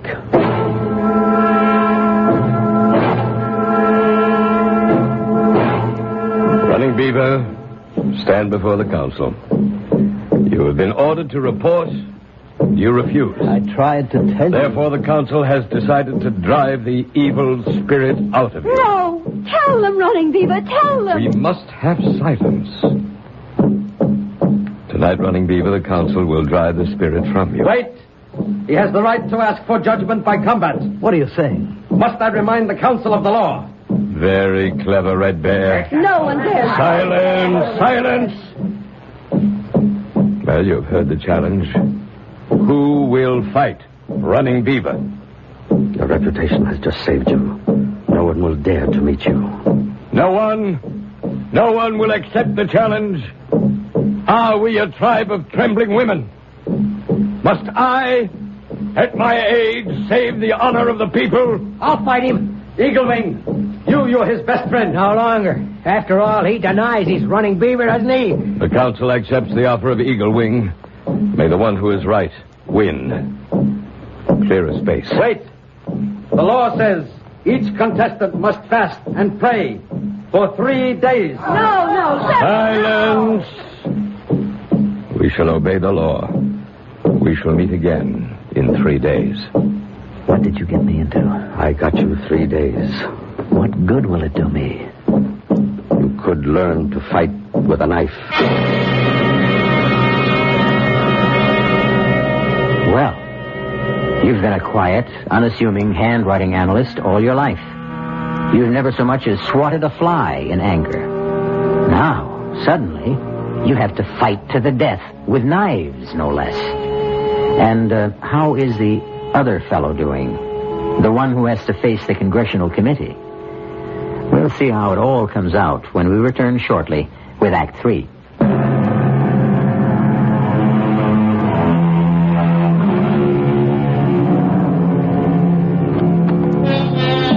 Just as telephone wires can cross when they cover great distance, so can lives when they cover great spans of time. 2 such lives have been disrupted. Running Beaver, an Indian who lived 500 years ago, and Alfred Stewart Ainsley, who is a contemporary of ours. Alfred Ainsley is now talking to his lawyer. That is, his lawyer thinks it's Alfred Ainsley. We know it's Running Beaver. Al, level with me. Is this a stall? I keep telling you, I don't know what you're talking about. I can't help it. I talk to the reporters. I talk to the committee people. Nobody understands you. You keep saying you're a friend of Al Ainsley. Yes, Al. We've been friends since college. Then you should know that I am not Al Ainsley. My name is Running Beaver. I'm an Indian. I lived about 500 years ago. I better get Doc Stetzer back here. Jerry, what are you doing here? I ordered complete rest for Al. You know what Al just told me, Doctor? He thinks he's an Indian. It happens to be true. It happens to be... Oh, I see. Yeah, I think I see. What do you think you see, Jerry? They got to you too, Doc. Who got to me? I don't know. But somebody doesn't want Al to testify. He's been bought off, and so have you. Jerry, I resent that. The two of you concocted this ridiculous... It happens to be true. Do you think that you can sell this to Senator Adams, to the committee, to the news media? I only tell you what I perceive as the truth. Oh, they'll skin you alive. What is he saying, Doctor? Something very unpleasant. That's not the worst. You're going to be finished, Ad. Your career will be ruined. You won't have an ounce of credibility left. Jerry, enough for now. No, it's not enough. They'll get you on contempt. They can even pull obstruction of justice, conspiracy.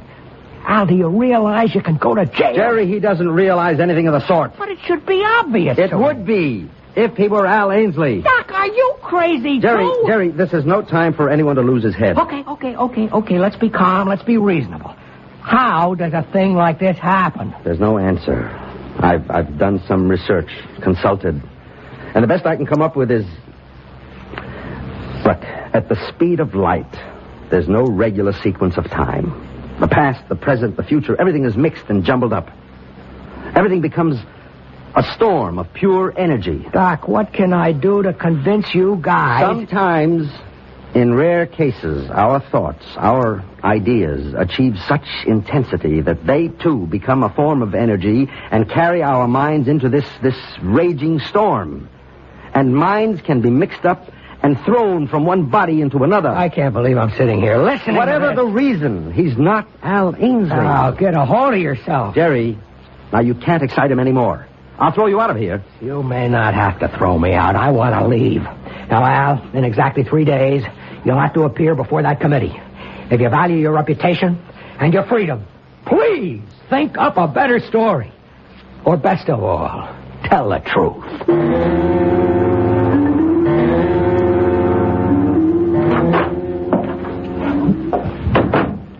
Are you awake, Al? I brought you some tea. This is the first chance I've had to talk with you. Darling, what is it? Are you my wife? I mean his wife? What are you saying? I'm not your husband. Don't say that. It's true. I know you, darling. I've known you all my life. Who knows you better than I do? I am not Al Ainsley. There's someone else, isn't there? Another woman. Please. I knew you were timid, but I didn't think you'd go this far. I have a wife. What? Her name is White Swallow, and we have a son. Al, I don't know what your game is, but you won't get away with it.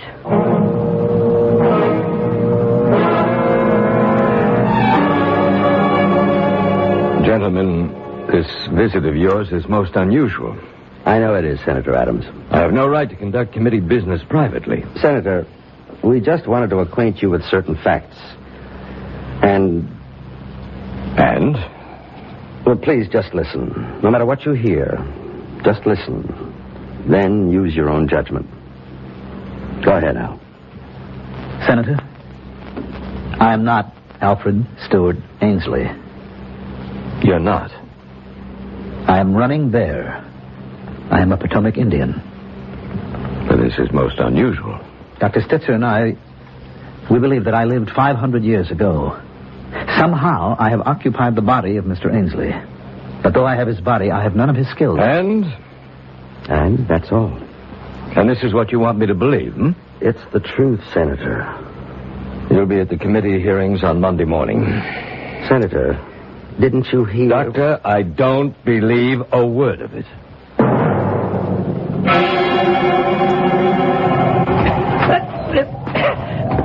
It's no use. It's no use. Watch the knife. Watch it constantly. Don't look at your opponent's eyes. Oh, Red Bear, I'll never learn.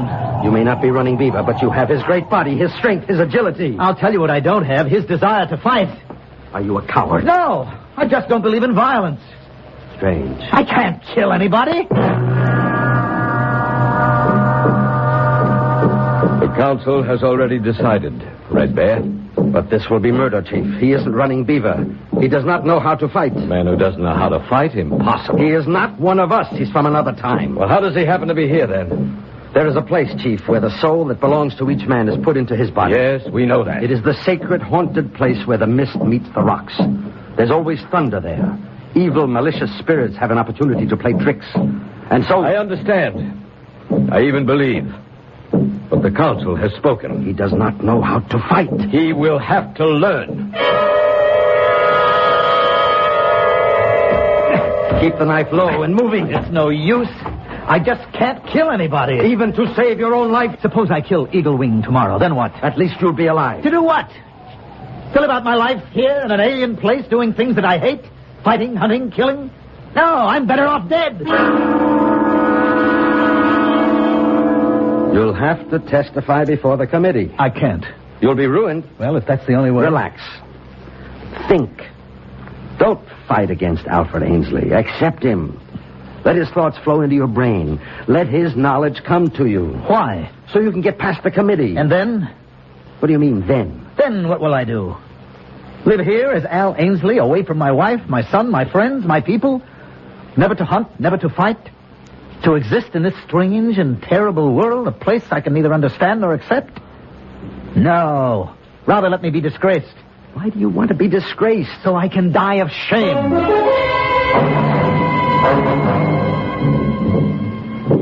Wake up, Running Beaver. Wake up. It's time to start out for the fighting ground. So early? You still refuse to fight him as Running Beaver would? Yes, I refuse. Why? I told you. I want to die. I know why you would want to die in this life, but I don't understand why you would want to die in your other life. What are you saying? What troubled you? You are a man of trouble. I see that. When you walked into the mist, were you troubled? How did you know? I am only guessing. In your other life, did you also want to die? I'm not sure. Perhaps I did want to. Why? Because I would have to say something that oh, you couldn't understand. That would have to be something you hate? Yes. Yes, I would have to ruin a man that I had always respected. Does he deserve to be ruined? Yes, because he broke faith. And you did not have the courage to do your duty. In other words, you are an even greater coward than I thought. Maybe. Would you rather die under Eagle Wing's knife, or what? Or go back? Do your part as a man. Face your responsibility. Go back? Testify against... Isn't that what must be done? Isn't that what truth and justice demand? Yes. Then you'll go back. But how? How can I go back? Are you sure you want to? Yes. You'll do what's required? Yes. You believe it with all your heart? Yes. Yes, I believe it. Now I believe it. Then come with me. Where? To the place of mist. The sacred place. Where you became Running Beaver.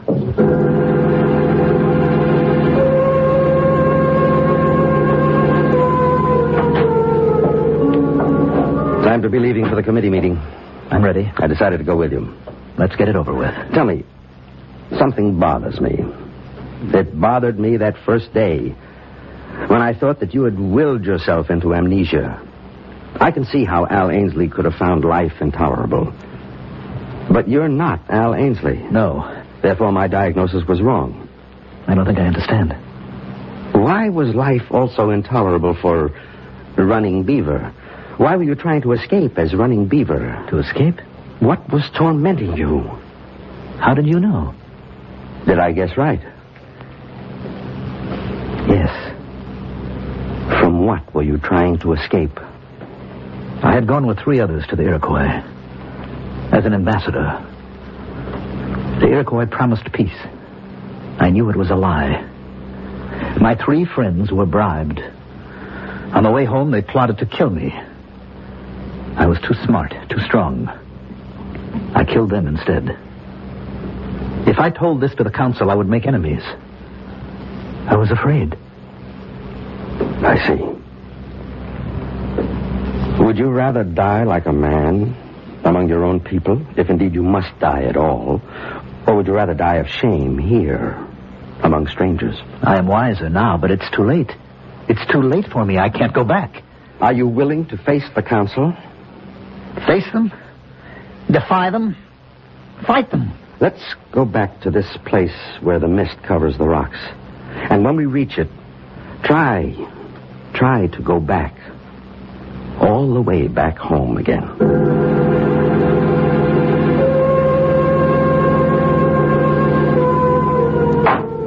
committee will stand in order. Mr. Ainsley, are you finally prepared to report your findings?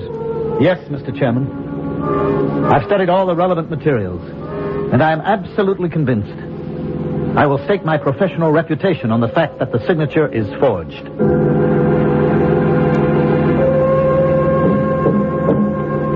I say this to the council. 3 young men of the tribe took bribes from the enemy. I alone refused. They tried to kill me. I killed them instead. I will answer for this deed with my life.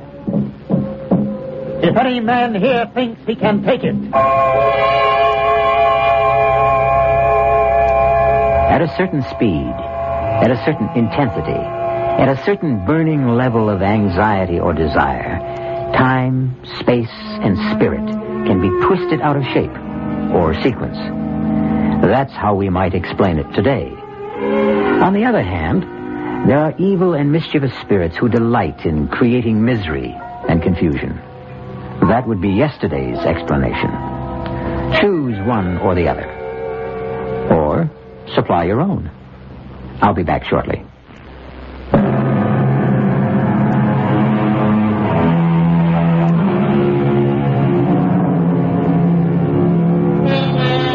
And what's the moral of our little tale? Simply this.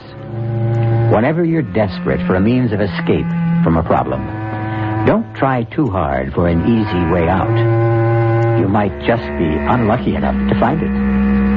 Our cast included Mandel Kramer, Grace Matthews, Arnold Moss, Nat Polan, and Mason Adams. The entire production was under the direction of Himan Brown. This is E.G. Marshall inviting you to return to our Mystery Theater for another adventure in the macabre. Until next time, pleasant dreams.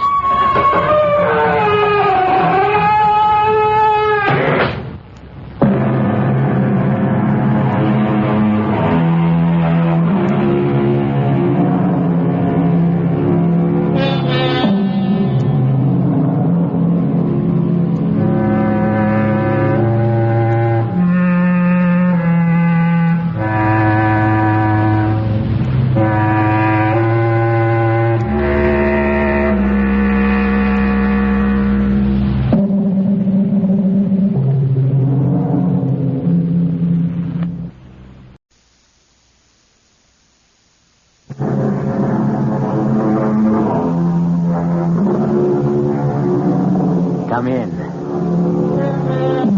Welcome. I'm E.G. Marshall. Sit down and try to make yourself comfortable. Yes, it is quite warm in here, but don't worry about it, because in just a moment, we'll bring you a tale that will chill your blood.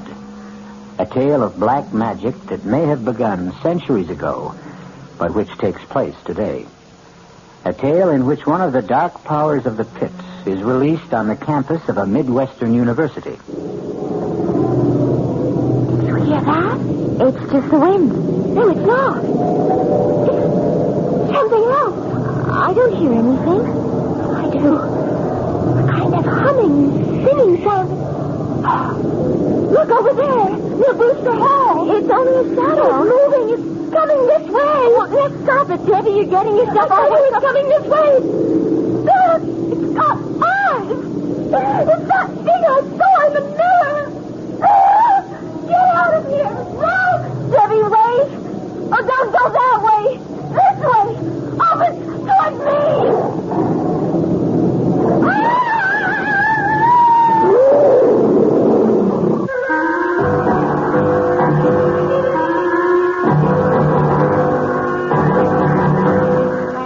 Our mystery drama, The Sending, was written especially for the Mystery Theater by Robert Newman and stars Mandel Kramer and Marion Seldes. It is sponsored in part by the Kellogg Company, makers of Kellogg's Special K cereal.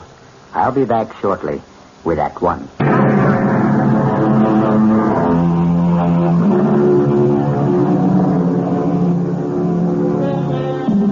Is there such a thing as black magic? The ancients thought there was. For centuries, there were those who were willing to trade their souls for the power to call up and control the dark forces of the pit. To what end? Sometimes for power or wealth. Sometimes, as in this tale, to achieve eternal youth, eternal life. But as we will see, there is always great danger involved. And the price is always high, and usually paid in blood. Our spine tingler begins in a large, rambling house on the edge of the campus of a Midwestern university. A gray-haired woman, strangely shrunken, but with intense, gleaming eyes, sits in a chair in a sparsely furnished room, waiting and listening. Arnold? Yes? Where are you? You know where I am. In my room.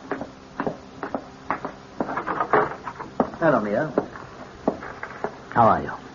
You know that, too. Where have you been? At a faculty meeting and then at my office. And you couldn't get home before this? Well, I had several conferences. I had to arrange my schedule. That's what you said yesterday. Mia, it always takes a few days when you're starting in a new place. Why are you so impatient? Why? Have you forgotten how I get when my time is running out? Do you realize I've only got about 2 weeks left? I told you to relax, Mia. Classes will be starting tomorrow, and you know how quickly I can work when I have to. I should have someone for you within a few days.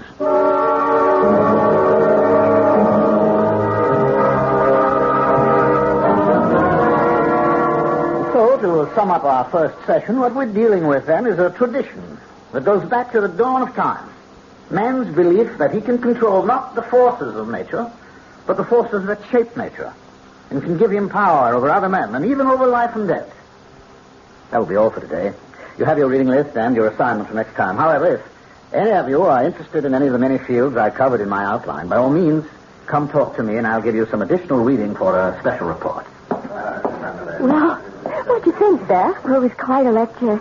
I think it's going to be very interesting. I'm not talking about the course. I'm talking about him. He's really something, isn't he? Oh, come on, Debbie. He's married, isn't he? Oh, sure he is. All the really attractive ones are. But his wife is about 20 years older than he is. Not only that, but she's not well. How do you know that? I made it my business to find out. Since he just got here, it wasn't easy. But if you really want something... Debbie. Okay. There's no reason why you should care. You've got someone for yourself. If you're talking about Bill, I haven't got him. He just has the room across the hall from me. Which he made a point of getting last spring. So, give me a hand. Come on up and talk to Lansing with me. All right. As a matter of fact, I was going to do it anyway. I thought I might do one of those special reports. Oh, great. Then you talk to him, and I'll tag along. Okay. Professor Lansing? Yes? I'm Beth Howard. I'd like to do one of the special reports you talked about. Oh, I'm delighted, Miss Howard. It usually takes 3 or 4 sessions before anyone volunteers. Was there something you were particularly interested in? Well, yes, the tarot. I should have known. That's usually one of the first assignments to be requested. Tell me, do you have a set of tarot cards? No, I haven't. Well, after you do your report, I'm sure the bookstore will have to order them.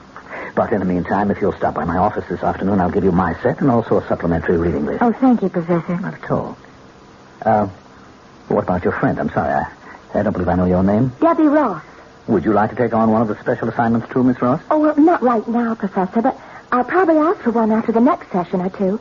But in the meantime, I wanted to tell you that I think the course is absolutely fascinating. Well, thank you, Miss Ross.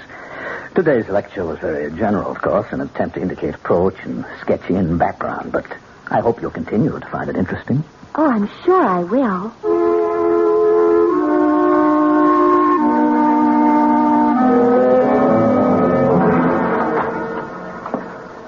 All right, Mia. I told you could relax, and you can. You've got one? I have several. 2 in particular. I'm sure you'll be delighted with either one of them. You're sure? Mia, haven't I done it often enough so that I can tell? Yes, we both have, but Arnold, it'll have to be soon, or I'll be so weak I won't be able to help. Don't worry, Mia. It will be soon. Not more than another few days.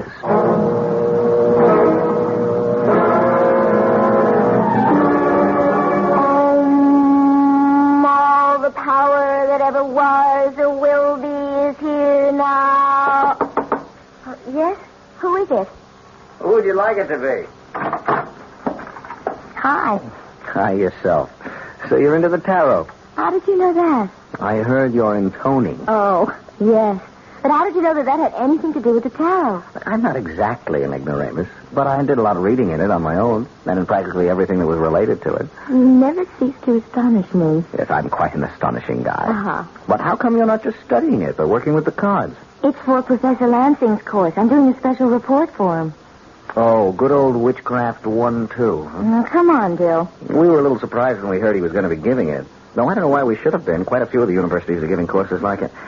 After all, this is the age of Aquarius. It happens to be a very interesting course. Yeah, sure it is. And Lansing's a fascinating man. Yes, he is. You know him?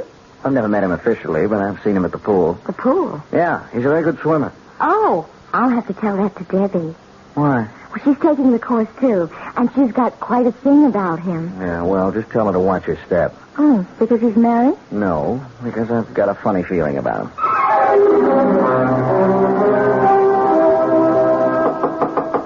Yes, come in. Good afternoon, Professor Lansing. Good afternoon. It's Miss Ross, isn't it? Yes. Oh, I hope this is all right, my coming here to your office. Well, that's what I'm here for. What can I do for you? Well, I told you after your first lecture that one of these days I'd like to do one of your special reports. Yes, I remember. And you're ready to do one now, are you? I've gotten pretty well squared away in all my other courses, so I do have time for it. Well, I'm delighted. Now, is there any area that you're particularly interested in? No. Well, then how about divination? Foretelling the future? That's right. That's a big field, isn't it? Yes, it is. There must be 100 ways people have used to look into the future. I'll give you a reading list on it, and why don't I give you this, too? What's that? It's called a speculum. It's an old bronze mirror. What a fascinating-looking thing. Yes, it is, isn't it?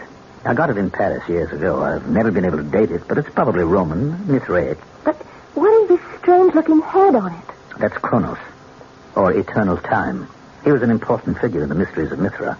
And what do I do with it? Well, it was undoubtedly used not just in Roman times, but all through the Middle Ages to foretell the future by looking into a mirror. Oh.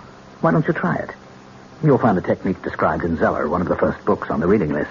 Oh, it sounds very exciting. Thank you very much, Professor. Not at all. It's a very rare and unusual thing, so I wouldn't give it to just anyone. But I know you'll take good care of it. And we'll all be looking forward to your report.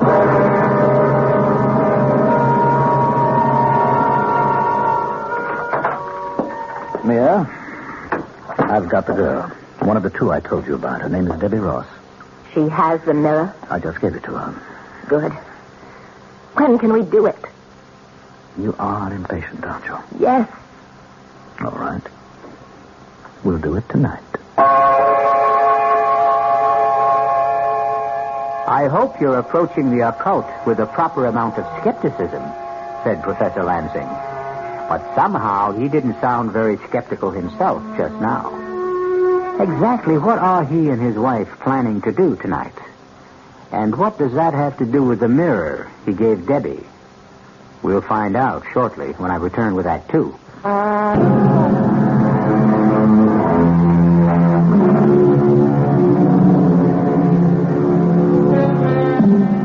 Unto all things there is a season. And, of course, the proper time for one of the darkest aspects of the occult black magic is night.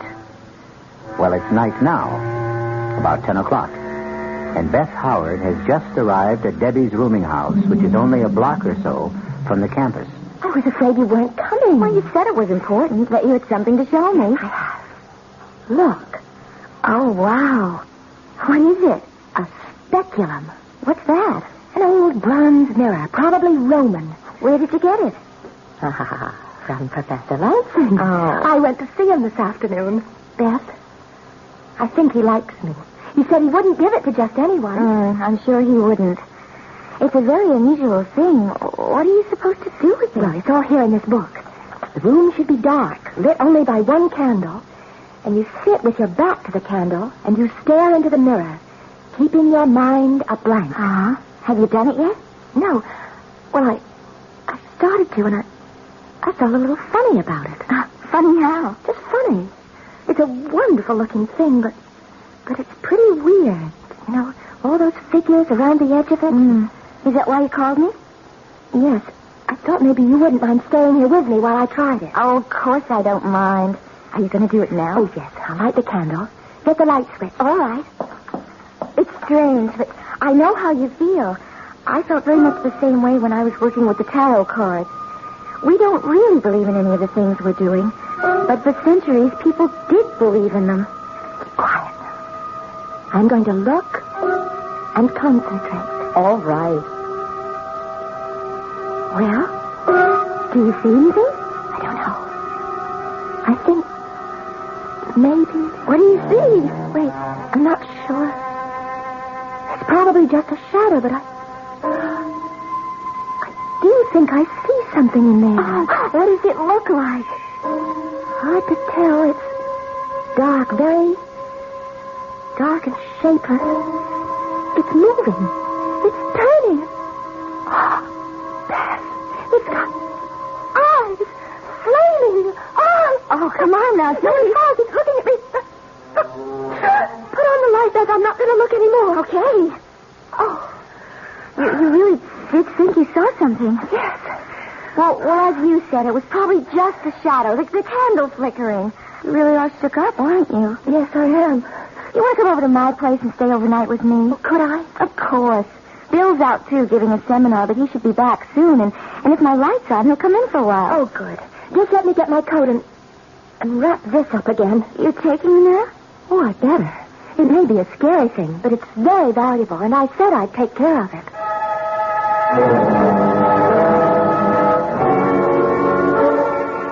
All right, Mia. Is it time? Yes. Let's go into my study. You'll have to help me. Of course. Take my arm. Oh. Slowly. Arnold, I really am weak. I've never felt so weak before. It doesn't matter. We'll all be over in a little while. Here, now, sit down. Yes. I'll get the box.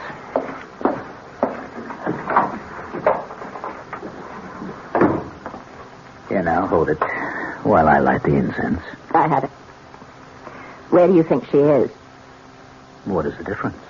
She has the mirror. No matter where she is, it will find her. Are you ready? Yes. Give me the rod. Here. All right, now you'll be quick with the art theme when I need it. Yes. Peor, wherever you are, hear me. Do you hear me, Peor? With this rod, and in the names of Gagerim, Amatis, Algar, and Algasta, I summon thee. It's coming, Arnold. There it is. Over there. I see it. Take the rod. Give me the art. Why must it be wrapped this way? You know why. It must be touched until it's needed. Quickly, hurry. Yes. Stay where you are. I hold the Arthing, whose hilt is timed with the seal of Solomon, and which is more powerful than you are. Now, hearken to me. We have a life for you. You will know her as you always have before, because she has your mirror. I give her to you, and thus buy another year of life for Mia. Is it agreed? Good. Be gone, then, and take her. Then fulfill your part of the bargain.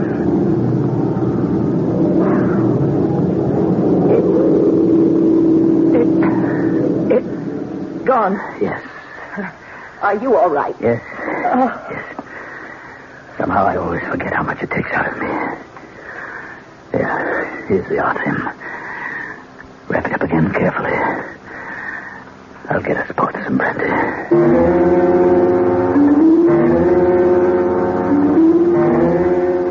Why are you going this way? Well, I thought we'd cut across the campus. Why?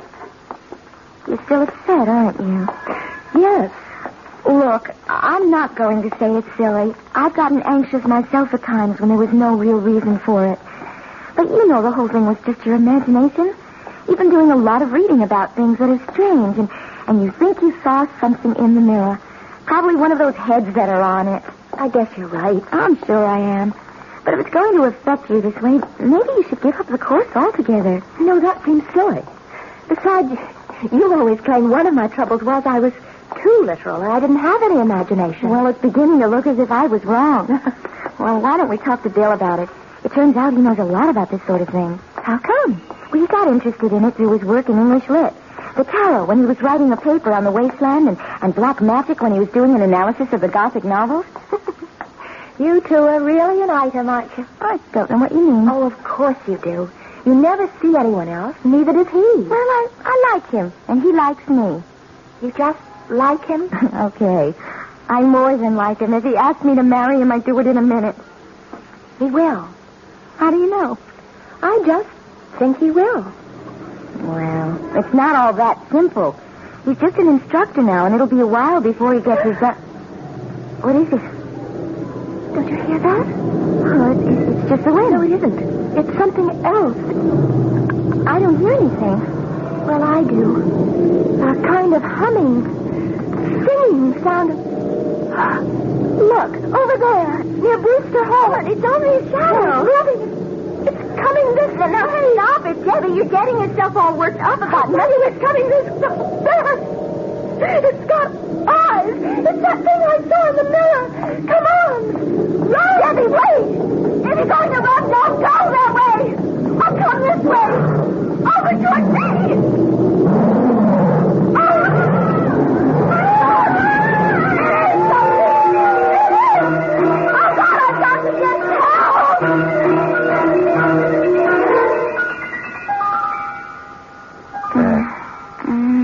Beth, darling.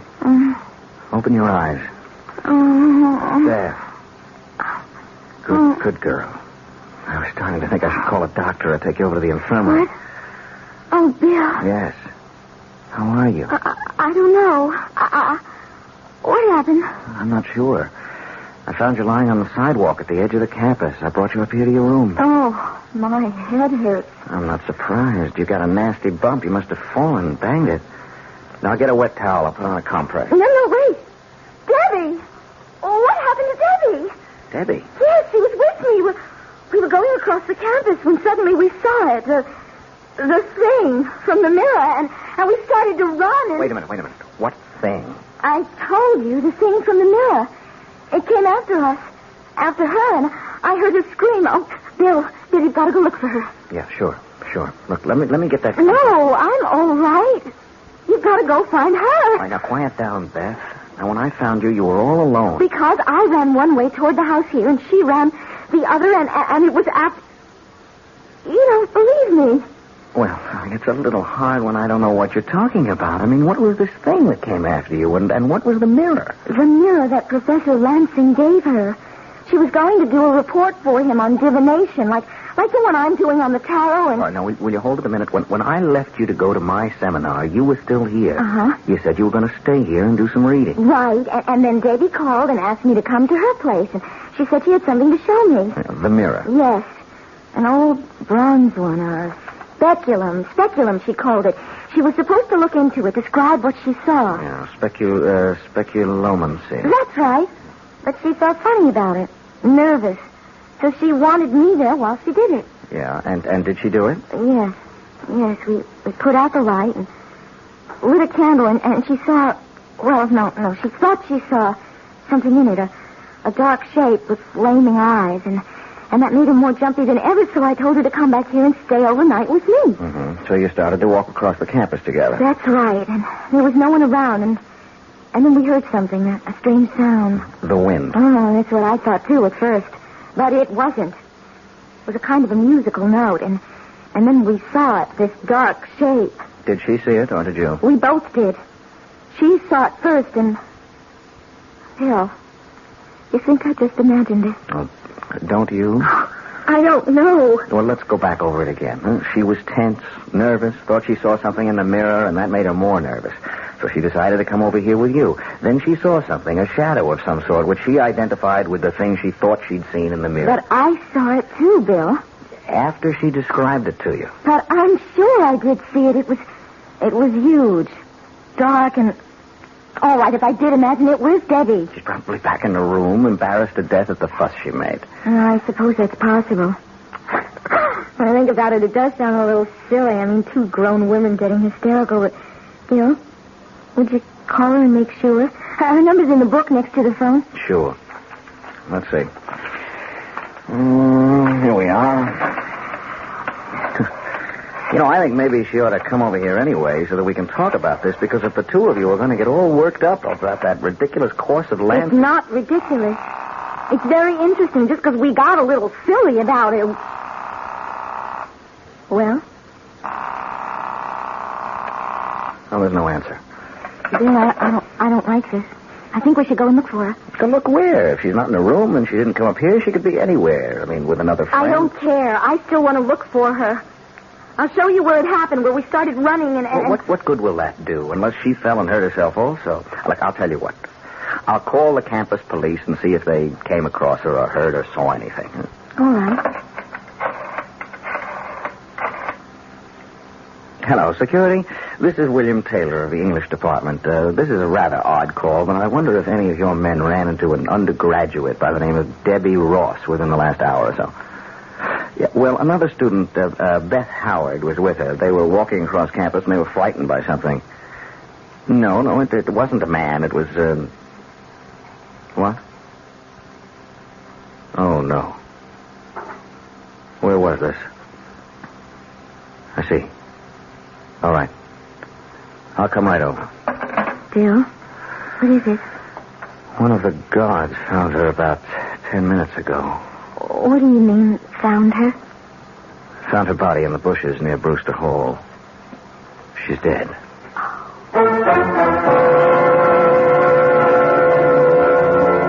Man is a rational animal, and we always look for a rational explanation of anything that puzzles us. But what if there is no rational explanation for it? Do we admit that there may be things we don't know about? Things that we've refused to recognize because the idea terrifies us? Debbie Ross is dead. But how did she die? We'll find out when I return shortly with Act 3.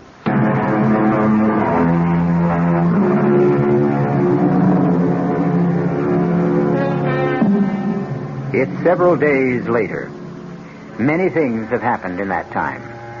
There have been questions, investigations, explanations, and recriminations. There has also been a funeral. As far as Beth is concerned, that is the only thing that really mattered. That, and what has happened between her and Bill. Yes? Who is it? Bill. Oh. Just a second. Hi. So you're still locking your door? Yes. Which is very silly of me. All right, I didn't say that. It's certainly understandable. Uh-huh. But still pretty childish. You've been treating me as if I were a hysterical female. No, that's not true. I've been perfectly willing to talk to you about it, but you know what the facts are. Of course. There were no marks on Debbie's body, at least none that could have killed her. She died of a heart attack. That's right. But they checked back on the physical she took when she was admitted here, and there was nothing wrong with her heart. Look, Bill, we've been through this before. Debbie thought she saw something in the mirror. Thought she saw it again out on that campus, and that made me think I saw it, too. Look, darling. Don't call me darling. Why not? Because I don't want you to. When I first signed up for the course, you teased me about it, even though you've done a lot of reading in that same field yourself. I didn't tease. Yes, you did, Bill. And you made a few remarks about Lansing, saying you had a funny feeling about him. But now... I still have a funny feeling about him. As a matter of fact, I feel funnier about him now than ever. Why? Well, because I did a little checking up on him this afternoon. You know, we taught the same course at State last year? Yes, I know. Well, what of it? Well, there was an incident there that was very similar to what happened to Debbie. I mean, a student, a member of the swimming team, and therefore presumably very healthy, died suddenly one night of a heart attack. One of his students? No. That's the only difference. He wasn't one of Lansing's students. Well, then why do you call it similar? And why are you making a point of it? If there was no connection between them, Bill... I don't know if there was or not, but I thought perhaps I ought to look into it a little further. How? And I'm going to go see Lansing. I'm going to talk to him. No, Bill. Why not? Because I feel odd about him, too. I have ever since Debbie died, and I'm afraid.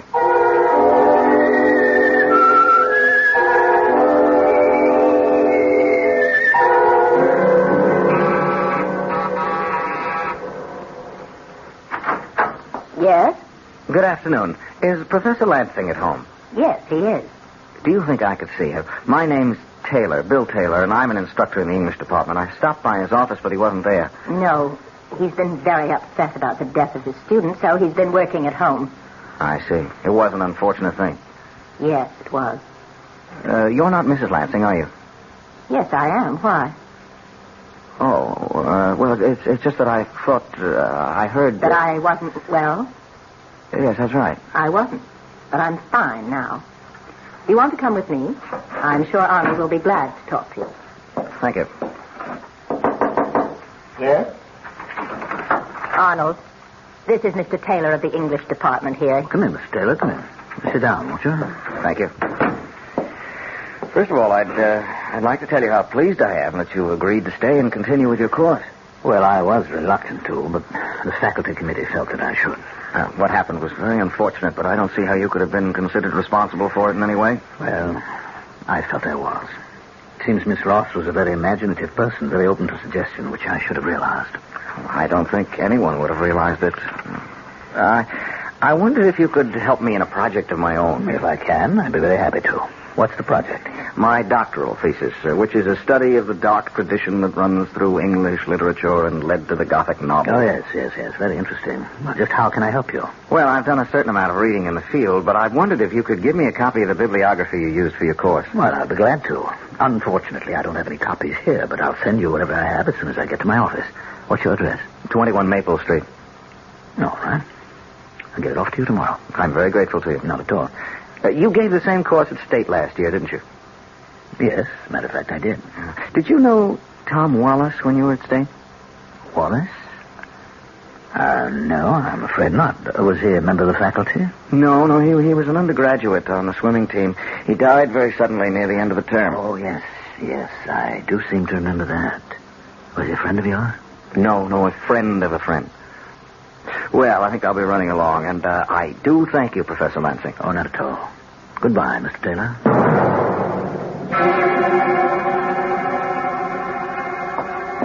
Did he go? Yes. What did you think of him? He seemed like quite a pleasant young man, very attractive. Mm-hmm. Well, I'm glad you think so, because he's going to be our next. Oh? Well, you don't have to worry about that for a while. You've got another 4 months. Yes, I know, but I'm a little concerned about him. As you said, he seems quite pleasant and very plausible, but he asked me some rather strange questions. What kind of questions? About where I'd been before I taught at State. Also about your young friend, Tom Wallace. You think he suspects? I don't see how he can. But we can't afford to take any chances. No, I suppose not. I wasn't going to mention it, but he acted rather strangely with me, too. He seemed surprised that I was up and around. Oh? That settles it, then. When are you going to do it? As soon as possible.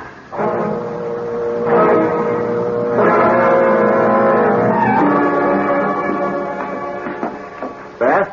Yes, Bill? I've been waiting for you. You want to come in here for a minute? I want to show you something. Of course. What is it? This.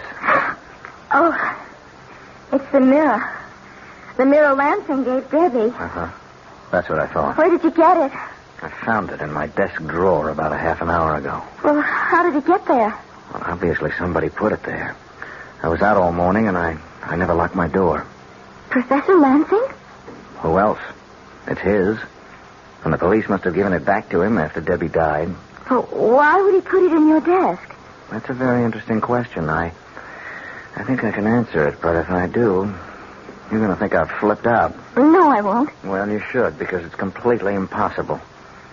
Do you know what a sending is? No.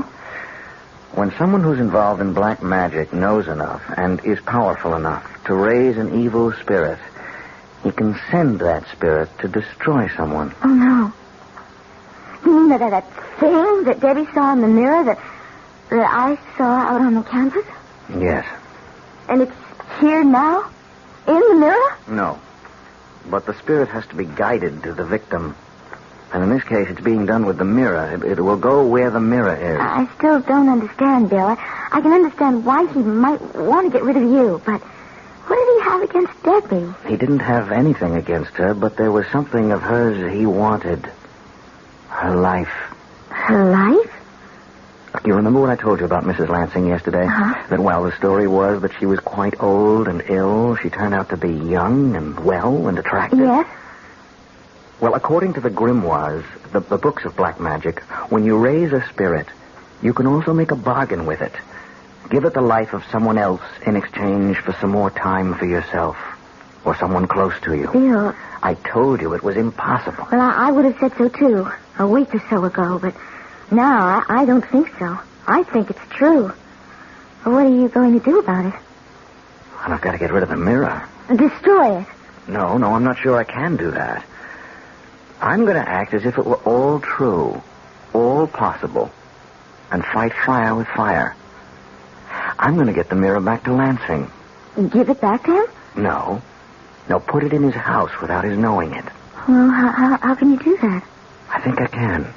He has a class this afternoon. Yeah, but what about his wife? Well, she'll probably go out sometime. If she doesn't, I'll phone her. I'll give her a message that'll get her out of the house. Bill, I'm coming with you.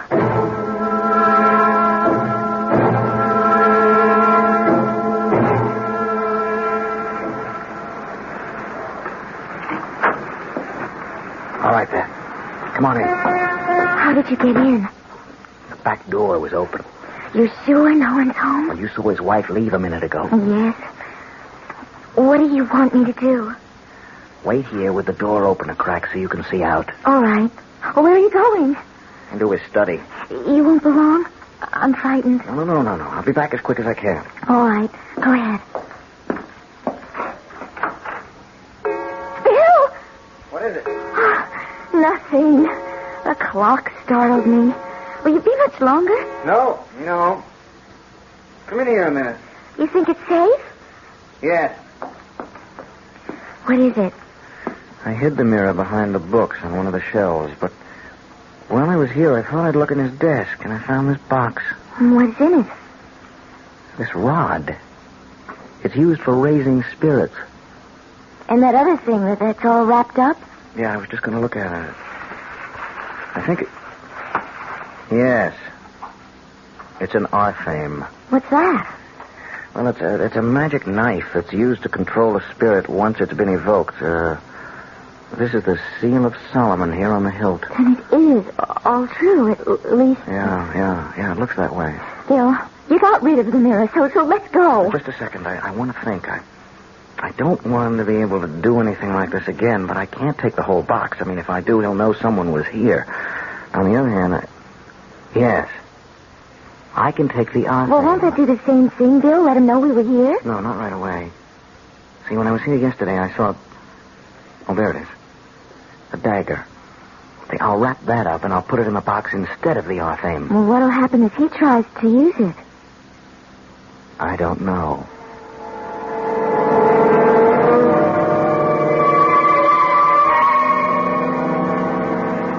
All right, Mia.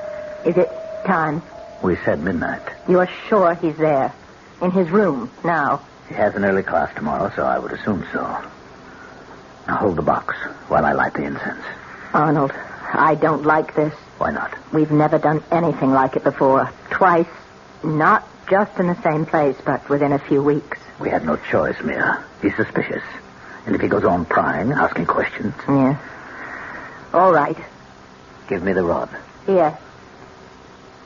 Pior, wherever you are, hear me. Do you hear me, Pior? With this rod and in the names of Dageram, Abatet, Algar, and Algasna, I summon thee. There it is, Arnold. Over there, near the bookcase. I see it. Give me the arthame. Here. Stay where you are. I hold the arthame. I have another life for you. A man this time. He has your mirror. Go to him and destroy him. Why are you looking at me that way? Why aren't you going? I tell you, he has your mirror. Bill, the arthame is my Persian dagger. What? Quick, find it. If you don't... No, keep away from me, please.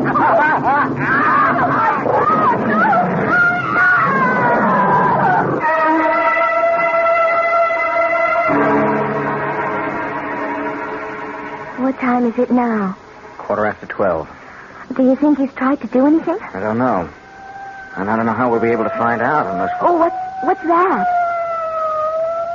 It's a police car. It's going that way, toward the Lansing house. But why? Let me see if I can find out. Hello, security? This is William Taylor on Maple Street. One of your squad cars just went by, going over towards Willow Road. Do you know why? I mean, is there anything wrong? Oh, I see. Thank you. What did they say? They're not sure what's wrong.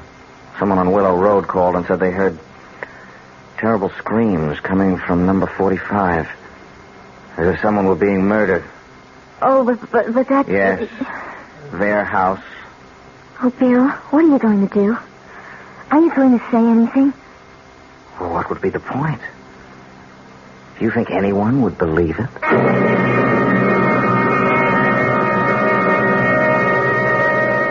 Of course no one would believe it. Things like that don't happen.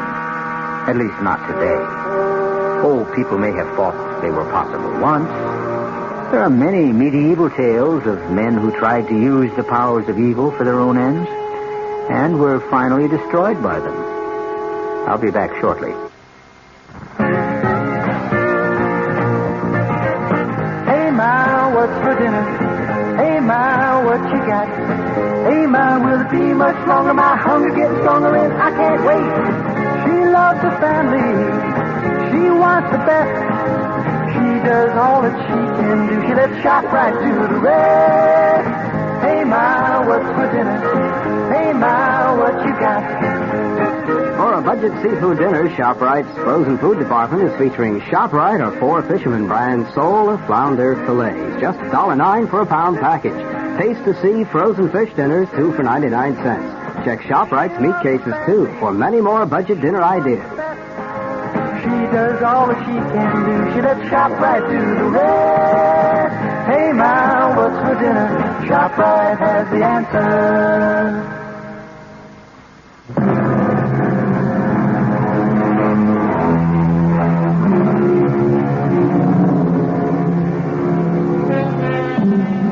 As I told you, the tale you just heard was a work of fiction. Completely imaginary. But I am reminded of what Shakespeare said.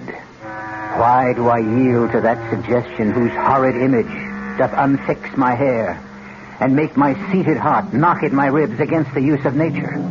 Present fears are less than horrible imaginings. Our cast included Mandel Kramer, Marion Seldes, Tony Roberts, and Phoebe Doran. The entire production was under the direction of Himan Brown. Radio Mystery Theater was sponsored in part by Anheuser-Busch Incorporated, brewers of Budweiser. This is E.G. Marshall inviting you to return to our Mystery Theater for another adventure in the macabre. Until next time, pleasant dreams. The preceding Mystery Theater program was furnished by the CBS Radio Network. We invite you to stay tuned now for 15 minutes of the latest news from the WOR Newsroom with John Scott. This is WOR New York and RKO General Station.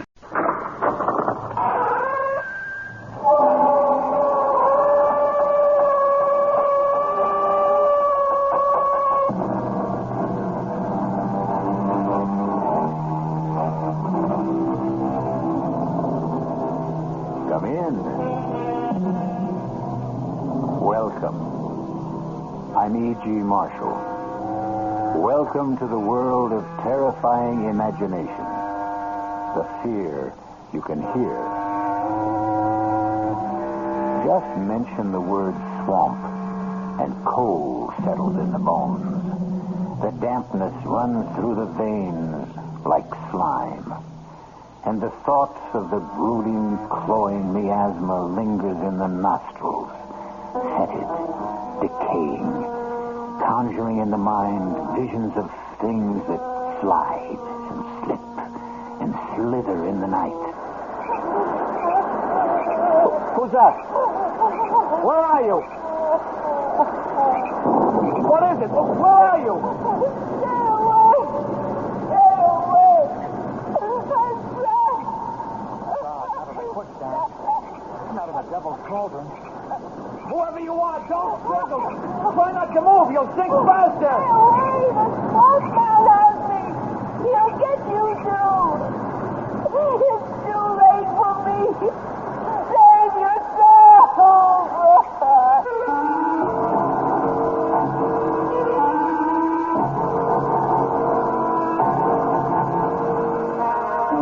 Our mystery drama, The Creature from the Swamp, was written especially for the Mystery Theater by Ian Martin and stars Jack Grimes and Joan Loring.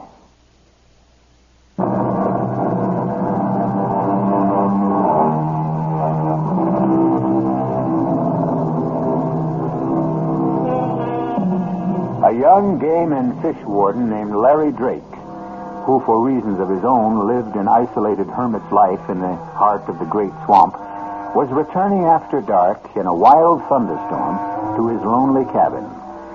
Just as he approached the cup-shaped body of quicksand and swamp water called...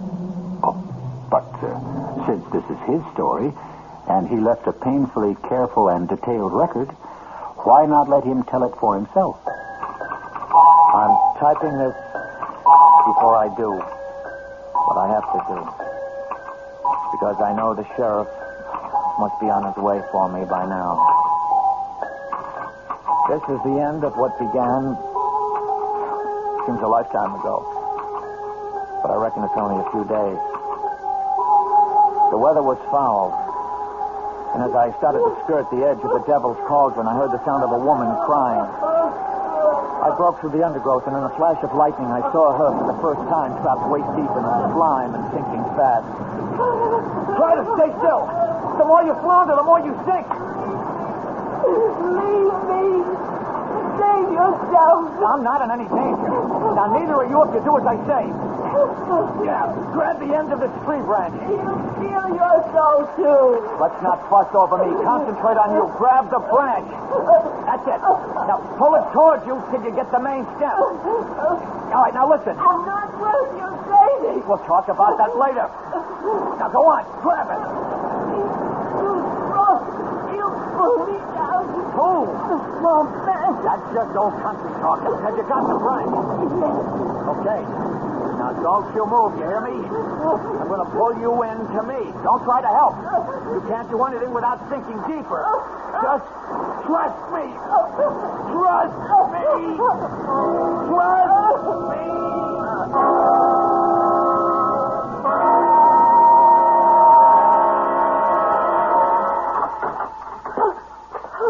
Now, hush up, hush up.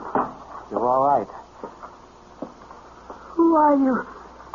Oh, just the guy who pulled you out of the swamp.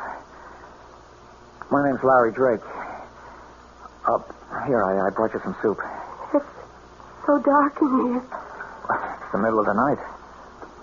Don't you have any light? Just a gas lantern in the other room. Oh. Here, I'll set this down the table by the bed. Can't you bring the lantern in here? I'd rather not. You have enough light to see. I want to look at you. Why? I want to see the man who had enough courage to risk his life for me. I don't really think you would. Does it matter all that much? No. Who are you? I told you, Larry Drake. What were you doing by the Devil's Cauldron? Coming home. You live here? Yep. If you call it living. Why? I mean, what do you do? Oh, I'm a fish and game warden. You see, right here smack in the middle of the great swamp is the last colony of great whooping spoonbills in the world. It's my job to try to keep them living. The blind leading the blind, or the damned trying to preserve the damned. I don't quite understand you. No, I suppose not. See, the spoonbill and me, we're just the same kind of species, right out of Mr. Darwin. What does that mean? We don't seem to fit our environment. Oh, that makes me sort of the same. Well, now I don't understand you. It doesn't matter. Who are you? My name is Udine. That's all? Just Udine? I like the way you say it. That's all. Okay. I don't want to pry. What were you doing way out here at the end of the world? I was trying to escape, Run away? if you want to call it that. From whom? The swamp man. The who? He lives at the bottom of the Devil's Cauldron. There are only holes where his eyes ought to be. And his hair is made of Spanish moss. His shoulders are knotted with muscles, and his hands can span a wagon wheel. He has no legs. Only a great long trunk with one huge foot like a giant clam that grips the rock at the bottom with a suction no one can break. And he lives on those who are foolish enough to walk the swamp by night. With his hands he draws them down beneath the green slime and shifting black sand. Oh, you've had a bad scare. You need to rest. You should have left me. Now you're lost, too. Oh, what a storm. Devil's out walking tonight. Evening, Sheriff. Ain't had a spring like this since 53. Who's that there stretched out on the cedar side? Oh, that Bubba James and some riffraff friend of his runs the still with him. Passed out cold. But they brung in some powerful tasty corn liquor. Could you use a shot against the cold? You wouldn't have to twist my arm, Jeb. I always said you run the best store in Carteret. What? The only one. Guess you ain't doing much business today, Jeb. No, powerful slow. Oh, damn, I meant to tell you right off. Guess who blew in again just before dark? Who? Larry Drake. Larry? Thought you said he come in yesterday to stock up for the month. Oh, he did. He come back again today, all the way from the swamp? He did. Well, how come? Well, he wanted some more supplies and a female dress and other such things. What? You think he's finally getting over Barbara Jane? Well, figure it out for yourself. Well, how'd he look? Well, that's hard to say. No different, I guess, than he ever will. But why didn't he stay in the hospital and have that face fixed? Oh, I reckon after what happened, he just plain didn't care. Looks like maybe he might now. You mean old turtle-skin Drake's got himself shacked up with some woman? Why, doggone, Bubba, I thought you was cold turkey. You only got to mention a woman around old Bubba and he's away. Now, you lay off, Larry Drake. He's had enough trouble for his lifetime without having to carry you on his back. I'd just like to see what kind of woman old bacon-faced Larry Drake could get to look at him twice.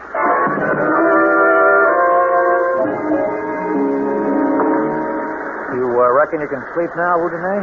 You're going to leave me, Larry? Bring the lantern. Why? I want to look at you. Very well. Maybe it's best. I'm shading this light. I wouldn't want you to turn away from me. Uncover it. Let me see. All right. Oh, poor Larry. What happened? I had the world in my pocket, Udine. I was going to be married to Barbara Jane, who everybody said would be next Miss America. We were golden boy and golden girl. Wasn't it Byron who said, "Whom the gods love, die young"? I got myself all liquored up at a party 2 nights before the wedding and insisted on driving home. We went off the road and into a ditch. I was thrown clear, but she was trapped in the car. I tried to get through the flames to her, but she was burned to a crisp. As you can see, there wasn't much more left of me, except I lived. Your poor, poor face. If they wanted to fix it, I suppose it could have been made better, but I had no money and less interest. I want you to go to the swamp and bring me water from the cauldron. and mud from the edge. What for? I'll show you. I don't want to leave you now. I wouldn't let you leave me now. You can only go by daylight. He can only come out of the swamp by night. The swamp man? Yes. I'm not afraid of him. I'll go now. No, please. Larry, don't. Stay with me. Stay with me. Come. Hold me in your arms. What is it? Are you ill? I'm afraid, Larry. I'm only afraid. He came for me once before, on a night like this. Before I was... You see, he needs the dance and the whip because he can't walk. He has to crawl like a snake. Please. Larry. Please. Hold me. Hold me. Oh. Do you know what it's like to hold a woman again? Be warm again. Feel you dry and smooth. What? No. What? Listen. He's coming from... He's coming to take me back. It's the swamp man.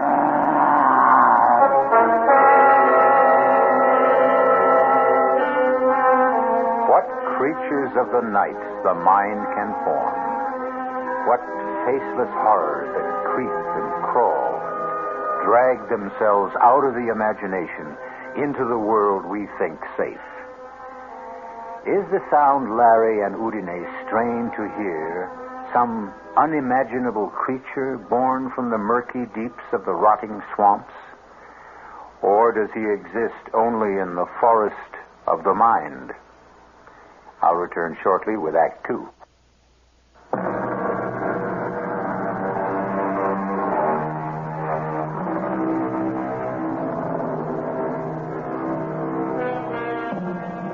An isolated cabin deep in a semi-tropical swampland. A young man scarred physically and mentally by a tragic accident. A strange girl called only Udine, rescued from being sucked to death in smothering quicksand. And outside, a something that bumps and crawls in the rain-swept night. Listen. Let me go. No. If he's there, I'll get rid of him. You can't stand against the swamp man, Larry. I can try. No, it's me he's come for. Don't go out there. Wait. What is it? Listen. Do you hear anything? The rain has stopped.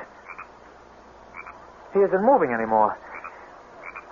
Damn, all, let's settle this. Larry! It's all right, Udine. Nobody here. And the sun is coming up. Oh, he's afraid of light. He can't face the day. Oh. What is it, Udine? I don't know. I'm burning up. Hold me, Larry. Hold me. You want to, don't you? Yes.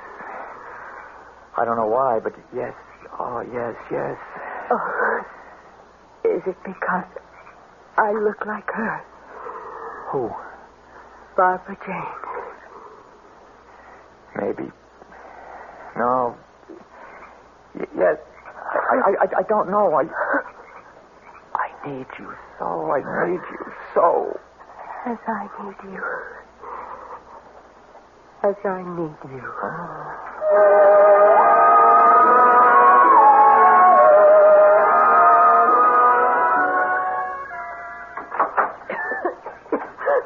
Who is it? It's Larry. It's all right. I went out to get the mud in the swamp water. Give me water, please. I'll get some fresh. No. From the swamp. I have a glass here. Yeah, but it's stagnant. It'll poison you. No, like this. Give me. Are you sure? Please. Okay, here, Udine. Thank you. Oh, that's better. Oh, I feel much better now. I'm worried about that cough. It's nothing. I'm just very dry. You look so flushed. Bring me the other pail. You did bring mud. Looks more like slime to me. Oh. You sure? Of course, I'm sure. It's marvelous, Larry. You'll see. It soothes the skin. Look, I rub it into my skin, and I can feel the muscles relax, and then become renewed again. It smooths away every wrinkle. Come here, Larry. Kneel beside me. Don't look at me in the light. Don't be afraid. I see behind the mask. And I'm going to gentle that poor, charred skin. Feel how smooth and gentle. Shut your eyes. And you are in a cave of water. Down in the cool, green depths. Quiet and soulful. Like a cathedral at the silent bottom of a sun-struck lake. I could have this moment last forever. Or choose it for the one to die. Does it feel good? I don't know about this primeval slime. It's all in the touch of your hands. Oh, if only it were. Sorry. I'm so tired. Oh, I should let you rest. No. Here, let me get a cloth to wash your face. No, leave it up. Don't. Let me feel your brow. No. Oh, Janae, you're running a fever. I'm going to get her to a doctor. I don't need a doctor. Don't leave me alone. Dearest, what is it you're afraid of? I told you. The swamp man? Yes. But that's plain fancy, hallucination. Oh, Janae, who are you? Where do you come from? Are you a husband, a lover, of a family? No. No family, no husband. And nobody looking for me but him. But I have a lover now. Larry. I rest.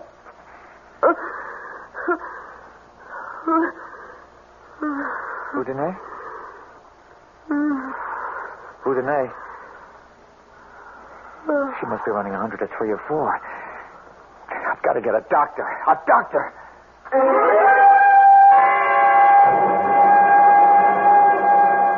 Tarnation, Larry. You can't just bust in here and ask me to go traipsing off into the swamp with you to look at this girl. But she's sick, Dr. Prince. Very sick. It sounds to me like she could have double pneumonia. I can't, son. There's only one of me.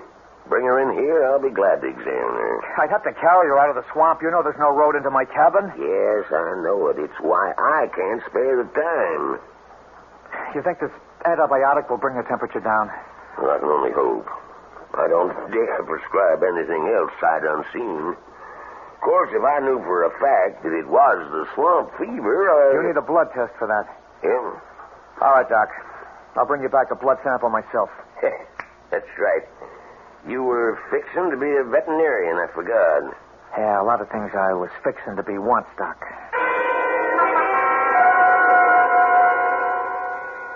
There you are, Larry, boy. That'll be $3.75 out of 10. Now, you take 2 every 4 hours. You want some water to start off here? Oh, they're not for me, Jeb. Yeah, well, now, I didn't somehow suspect they was. You don't act like you was sick none. No, I'm not. Jeb, I want to buy a gun. Oh, stuff me for a little. I thought you was plumb set against any sort of firearm. Well, I've changed. How much is that one there? This year, 45? Yeah. And a box of shells. Now, what do you want it for? Protection. Oh, well, I reckon, living as deep in the swamp as you do, you need it. That'll be, let's see, $85 and $5.20 for the state. That's $90.20 altogether. Okay, here. Is there enough here? Well, Larry, boy, where'd you get money like that? Well, I've been saving it since I went into the swamp, Jeb. Nothing much to spend it on there. Up until the last few days, huh? What does that mean? Oh, come on, son. Here's a change. I know from the other day that you got yourself a woman out there. That's none of your business. Larry, you ain't got nothing but friends around here. I ain't poking into your chicken coop. I just hope she's someone who'll treat you right. And I'm right sorry to hear she's poorly. Well, she got herself caught in the devil's cauldron. I had to pull her out. You don't say now. Local girl? I don't know. Any missing hereabouts? Well, not as I've heard tell. Can I ask her name? Udine. Udine.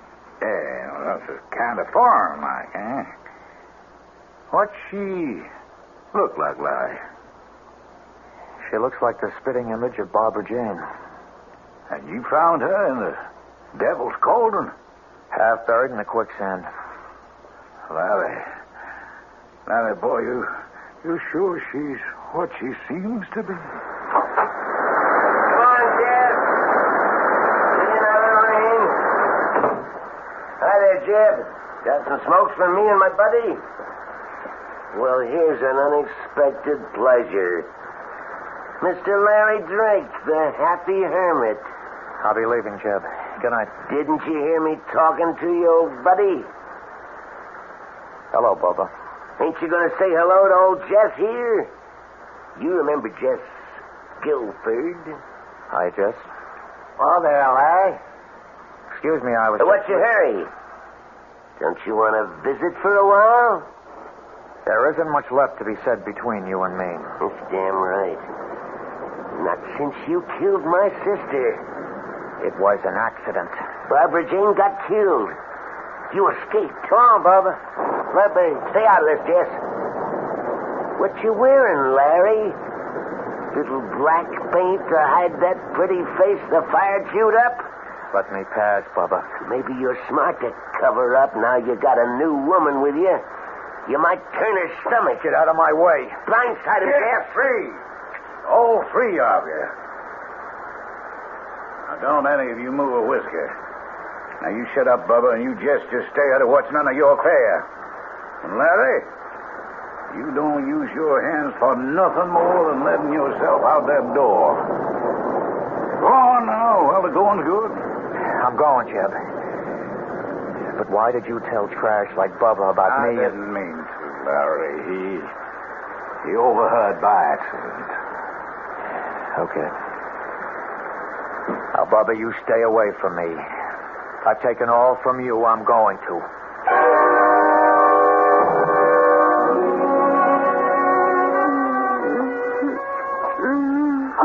Hush, Udine. Larry? Oh, I thought... No, nothing to worry about. How do you feel? Some water, please. Oh, it's right here. Thanks, Larry. That feels better. Feel like getting up for a while? I've made us some dinner. If you want me to. Oh, what happened to my dress?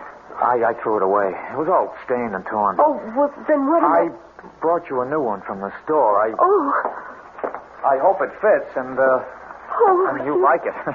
You bought me a new gown? Well, you had to have something to wear. Oh. Open this glass. I haven't had a new gown for... Oh, Larry. It's beautiful. Oh, it's beautiful. Give me a little time by myself to freshen up and put it on. Oh, you're beautiful. You're so beautiful. Is it because I look like her?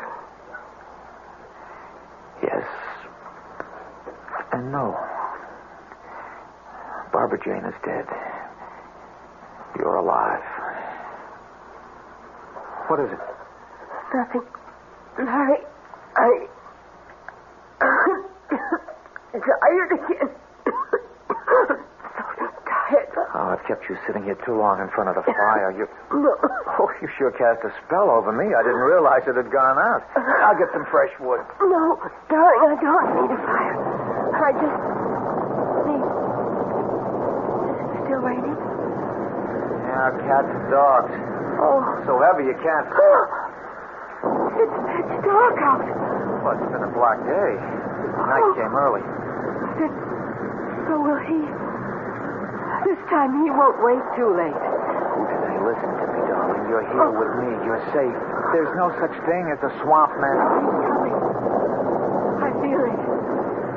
He's coming. It's just superstition and folk. No, listen.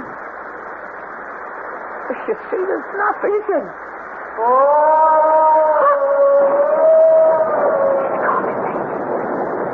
He won't leave without me. He won't leave with you as long as I'm here. No, hurry, don't go after him. I've brought some protection. My brother's no use against him. We'll find out soon enough. Swamp man, if you come for her, you won't get her. I'm giving you one last warning. Stay back.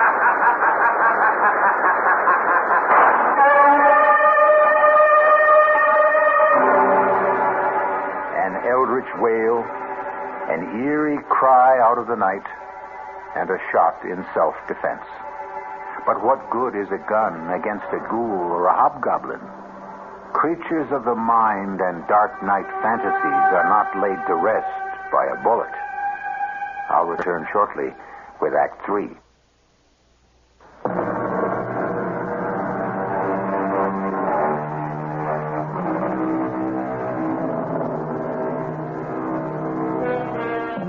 What a host of strange, blood-chilling monsters the human imagination has dredged up from the depths. The Loch Ness Monster, mermaids, sea serpents, the merciless Lorelei, the inexorable sirens, the poet Keats' immortal La Belle Dame sans Merci, the lovely lady without mercy who lured kings and princes to a watery grave. But in this story, which is the true menace from the swamp? The swamp man himself, or his escaped captive, Udine? Let us return to Larry Drake's confession to find out. I didn't mean to shoot, but I couldn't help myself. Then I saw the shadowy figure stumbling towards me. After the shot, the crazy laughing stopped. I moved up on it very carefully. I could see that it was no swamp man, since there were legs dressed in jeans and field boots. Oh. Who are you? Bubba James. Oh. God almighty, Larry, you killed me. What were you doing here? Oh, just a joke. I wanted to see what kind of woman would give you the time of day. The joke's on me. Kill me just like you killed my sister. It was an accident, Bubba. I've told you. Oh, you know what, Frogface? You better take yourself out of circulation. You're plumb accident prone. Where's Jack? Nothing more I could do for Bubba. He was dead. I got a tarp from the lean-to by the cabin and covered him up against the rain. And then I went back to the cabin.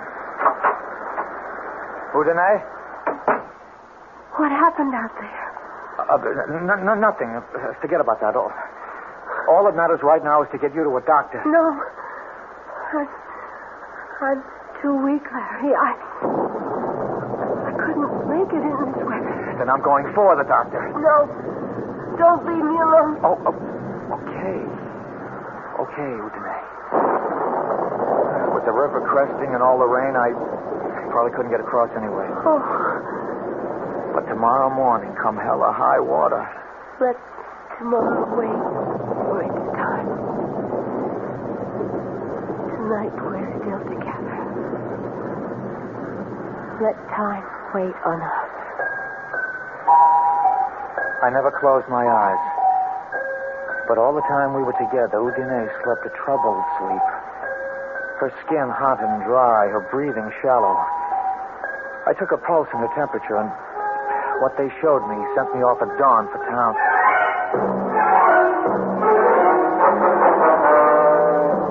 I don't know what the Sam Hill you're up to, Larry. Have you been drinking? No, Doctor. What do you mean? Well, I don't know about the blood sample. That'll have to be tested. But those other vital signs you described... That's why I'm here, to drag you back to see her. Well, it ain't possible. A pulse of under 30, a BP of 60 over 40, flushed and feverish and running a temperature of under 90? Well, she should be cold and clammy. That isn't enough to sustain life, human life anyway. You must have made a mistake. No mistake. I was as careful as I could be. Udine is alive. You can see for yourself when you come. I shouldn't give in to you, but you got me intrigued.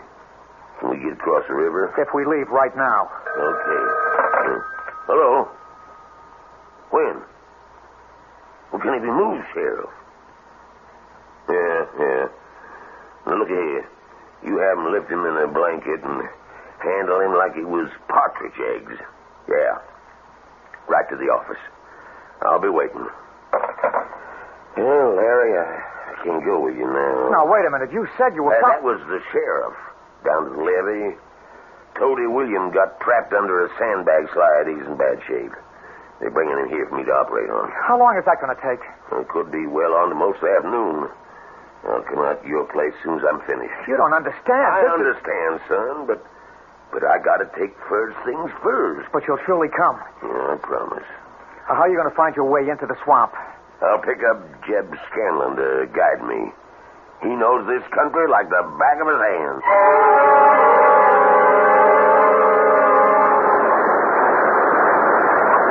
Jeb! Just call me. What ails you, boy? You look nigh on the ground.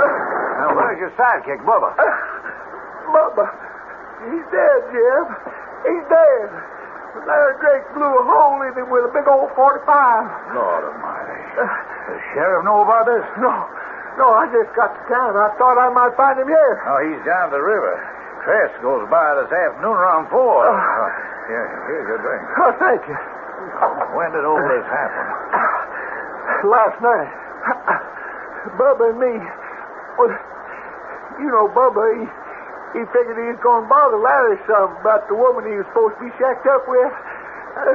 We come up on the cabin, and the lights was on. And Bubba, he says, I want to give old frog-faced Larry and his fancy woman some big scare. He just watched me make like old swamp man. And then he started calling kind of ghostly-like, and the next thing I knew... Now, come on, boy. Pull yourself together.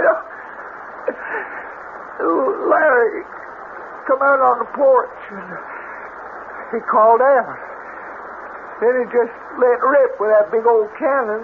I heard that slug rip right through Bubba, and I took off for the trees like all the devils in hell was on my tail. So you don't know if Bubba's dead? The way I heard him take it, I don't see how he could be anything else. You didn't stay to find out? No, sir, not me. You just took out, Larry don't know you was with Bubba last night? You know, I wouldn't think it. You see, he come out thinking Bubba was the swamp man, and old Bubba, he's just trying to keep up the fun and all. Yeah, that Bubba was a card. He just picked himself the wrong poker game this time. Sure looks like Larry's got himself mixed up in something mighty strange.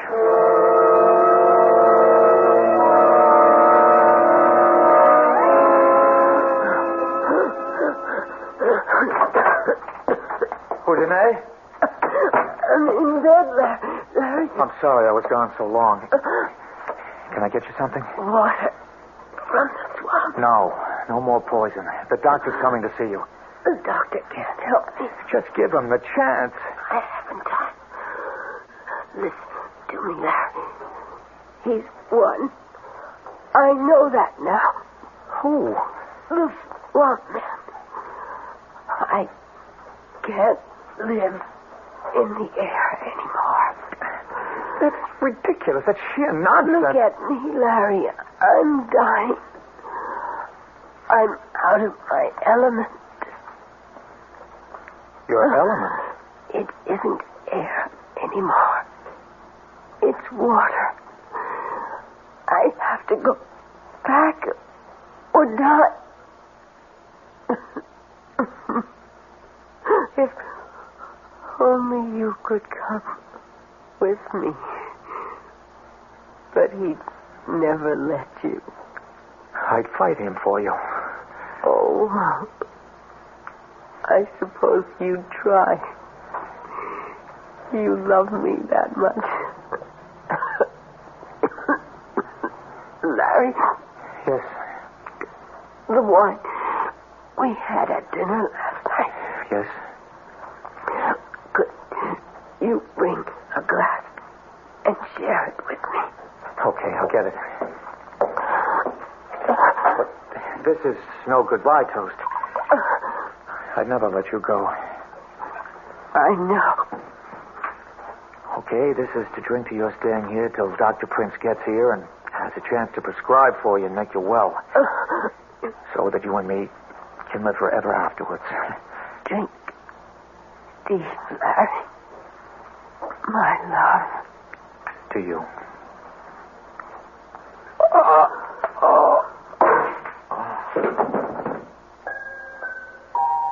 Sleep, my love, till I call for you again. I have to leave you now.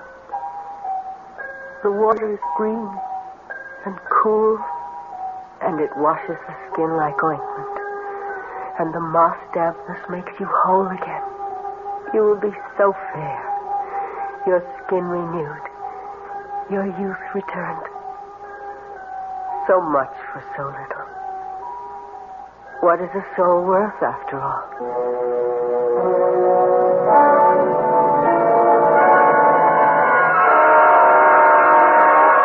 Well, quite frankly, I think my patient is much more Larry than this mysterious woman. What's that mean? Well, from all the evidence, no one, save Larry, has seen her. Oh, you don't mean she don't exist? So physiologically, as a doctor, I don't see how she can. In addition to the impossible figures on her vital signs, I got a report on her blood sample. And? I don't know where our veterinarian game warden got it, but that was no human blood. What kind, Ben? Not a biologist or a hemopathologist. Reptile, fish. Not a warm-blooded animal, and certainly not a primate. You think this is some kind of a hoax? Well, I think a boy I loved very deeply because of what he once was is obviously broken psychologically. I think we'd better get out to that swamp and see what tatters of them remain that might be pasted together. If Jess Tomlin's testimony is right, there ain't many tatters remaining.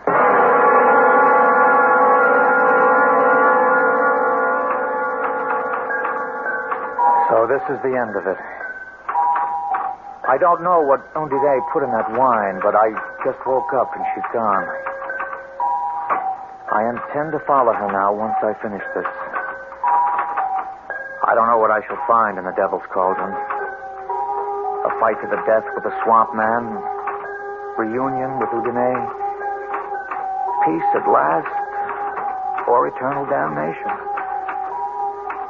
I only know that a moment ago I looked in the mirror and my face is no longer twisted or scarred.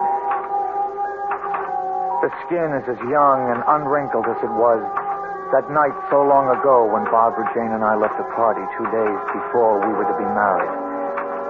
I will step into the sand and wait to sink while death smooths me over. Maybe there's still time. We better head back for the swamp.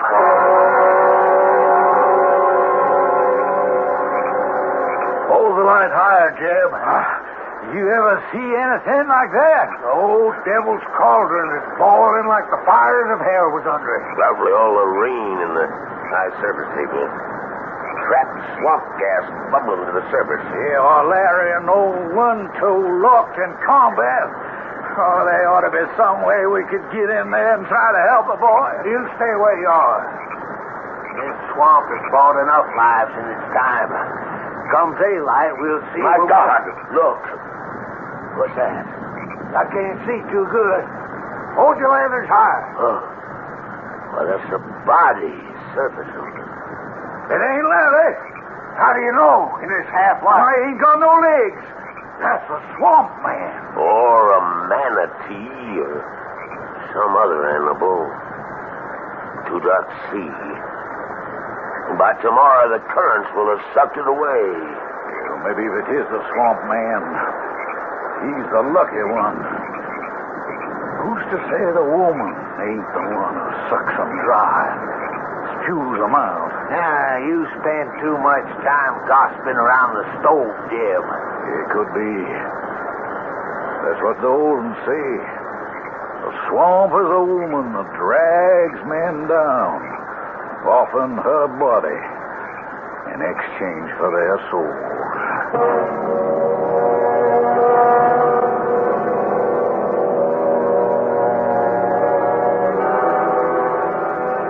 The legend goes. But then, there are so many legends. The classic fabled water sprites called Udine, who could receive human souls by marrying a mortal La Belle Dame Sans Merci who stole men's souls in exchange for love. Their numbers must be legion. And for that matter, since no one but Larry ever saw her, perhaps Udine was only a figment of the imagination. I'll leave you to make your choice. I'll be back shortly.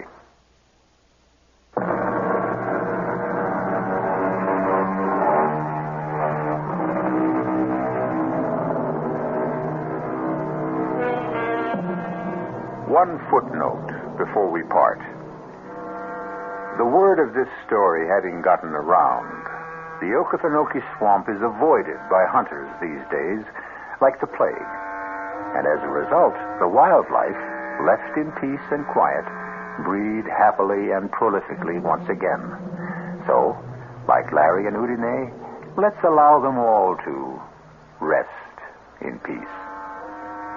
Our cast included Jack Grimes, Joan Loring, Ian Martin, Robert Dryden, and Leon Janney. The entire production was under the direction of Himan Brown. This is E.G. Marshall inviting you to return to our Mystery Theater for another adventure in the macabre. Until next time, pleasant dreams.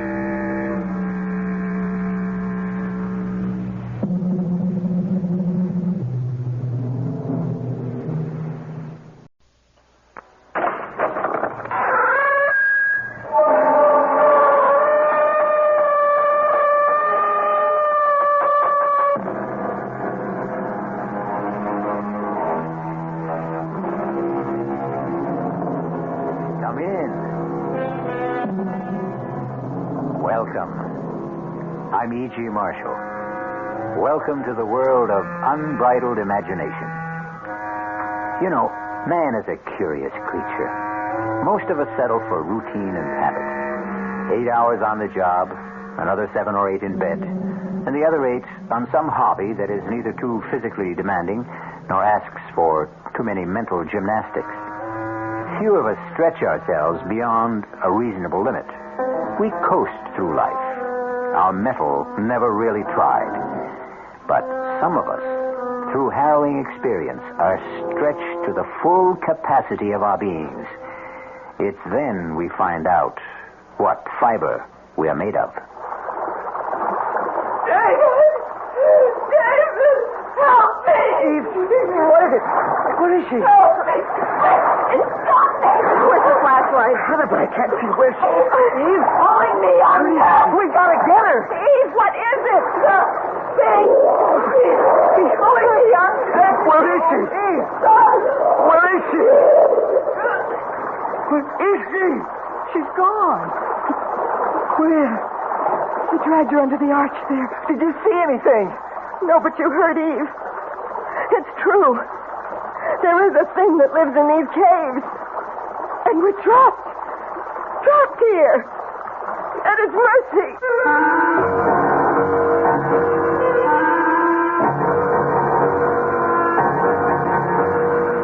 Our mystery drama, The Thing in the Cave, was written especially for the Mystery Theater by Ian Martin and stars Terry Keane and Marion Seldes.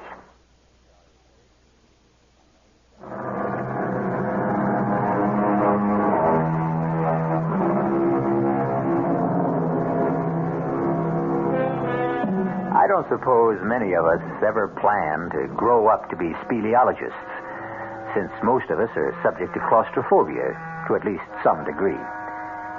For the very few of you who don't recognize the Latin terms, let me add that a speleologist, of course, is someone who studies and explores caves. And claustrophobia is that suffocating, pervasive dread of being shut in. This tale concerns itself with 4 young spelunkers. Those are cave explorers who do it only for fun, and their gruesome experience of being cave-bound, literally buried alive. It's just around the next bend in the trail, Hank. It's funny being born and bred in these mountains, and yet I've never been inside Choctaw Cave. Well, I'm not sure I want to myself. You get claustrophobia too, Barbara. David, I never even dare close the door in a phone booth. Darling, Yes, Eve?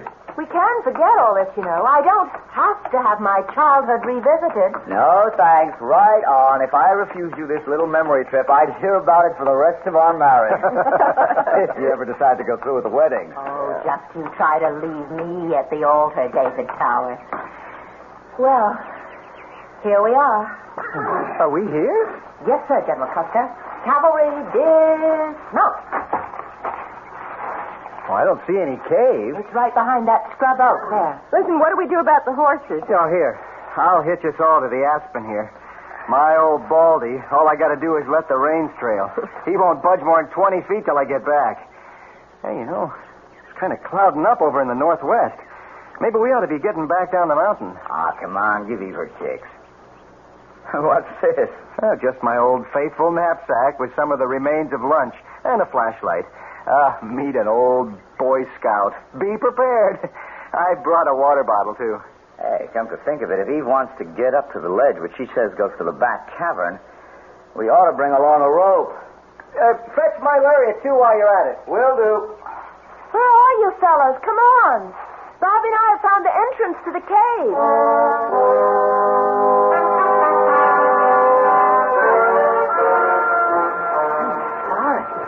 It all seemed a lot bigger when I was a kid. Barbara and I can make it all right. Crawling, but it comes in the giant size. Hank, can you make it? It's just about as tight as a cork in a bottle. If I get stuck, you can be sorry if this is the only way in and out. With just a moment, we can all stand up. You'll see. Maybe we should all forget it. You scared? No, but I'm not exactly happy either. I don't know if Hank can... We're here. In the cave. I can stand up. Oh, come on, everyone. It's just beautiful. It's just as I remembered it. You're right, Eve. It's breathtaking. Like a cathedral buried at the bottom of the sea. Oh, hey. All green like Saint-Chapelle in Paris. How in Paris? Oh, it's a marvelous chapel near Notre Dame with all stained glass windows that make you feel as if you're scuba diving and looking at it through water. Hey, I can hear water, too. Somewhere. Come on. I'll show you where. Listen, look out for the, what do you call them? Stalactites, if they hang from the roof.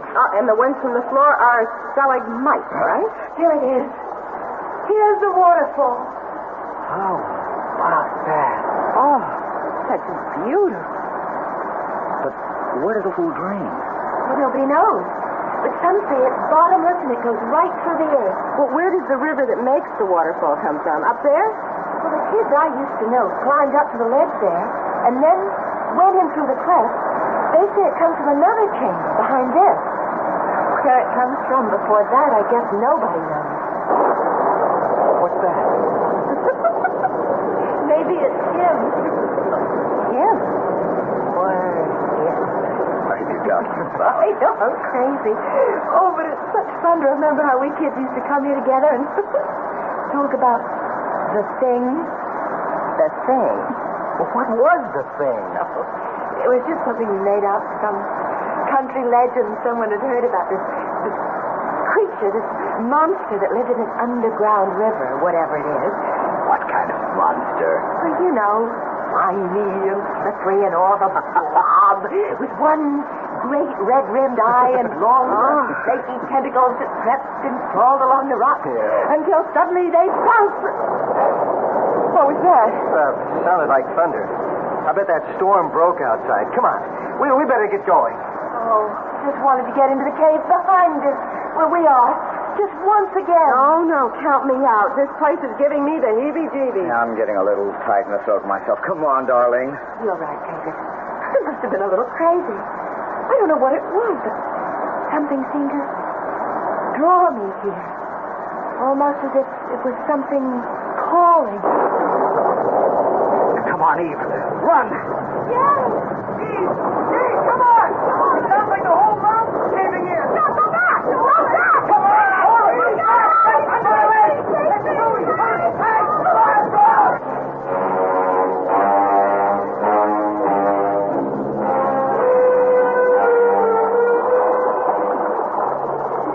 Barbara, I'm so sorry. Hang in there, Eve. Now, we mustn't lose our heads. So dark. So pitch dark. What happened to Hank and David? They've gone to see about clearing the entrance. If we only had some light. The boys had the only flashlight. But, wait a minute. What is it? Is it the... No, cool it, Eve. Just Hank and Dave coming back with the light. Oh, any luck? You both all right? We'll make it. How's Eve? Oh, I'm okay, David. Can we go now? Well, it isn't going to be that easy. Well, can't we help to clear? Eve, Barbara, I don't know. The landslide we heard, it may have covered over the cave entrance outside. You mean that even if people came looking for us, they might not be able to find the entrance to the cave? But that's why we have to start clearing out from inside here. Eve. Well, what is it? I mean, at least we know where the way out is. We can crawl back through the tunnel, Eve, and then we'll... we don't know where the way out is anymore. What do you mean? The whole area where we passed along the stalactites and the stalagmites has collapsed. Even if we could guess where the tunnel going out began, the rocks blocking it are so large, it would take a bulldozer to move them. Oh, good Lord. Then we're trapped. We're sealed in like a tomb. And it's all my fault. Oh, Eve, come on, darling, baby. Hey, let me handle her. Eve, stop it. Stop it. Take it easy, Barbara. Now, Eve, come on. You've got to get a hold of yourself. Oh, I'll be all right. Sure you will. Hank, have you any ideas what we can do?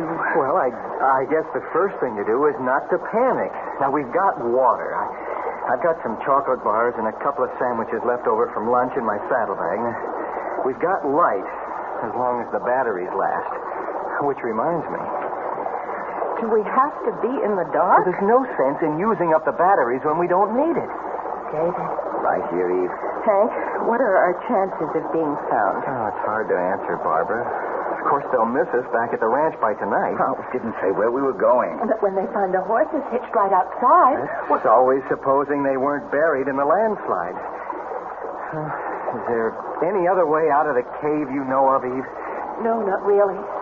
Like I told you, some kids got up on the ledge at the top of the waterfall, and they went into some kind of a chamber behind there. But they claimed that... That what? Eve, please, we've all got to keep our heads. Well, it's just that the thing came rising out of the water.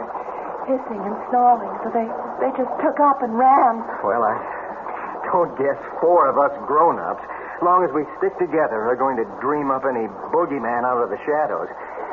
I've got to turn the light on for a minute. 20 after 4. They won't miss us till dinner time.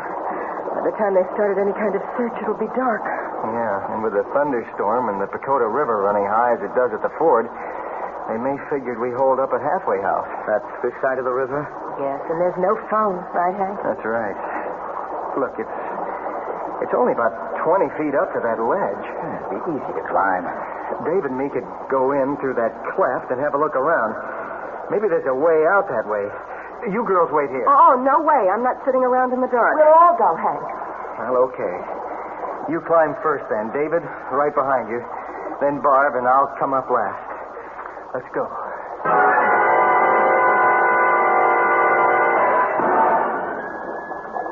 Bingo. We're in the second cavern. How big is it? This must be where the waterfall comes from. Is there any way out? Hold it, everyone. Hold it. Let's see. Let's start to the left here. The walls are so smooth, like they've been polished. Once upon a time, I guess the whole floor was underwater.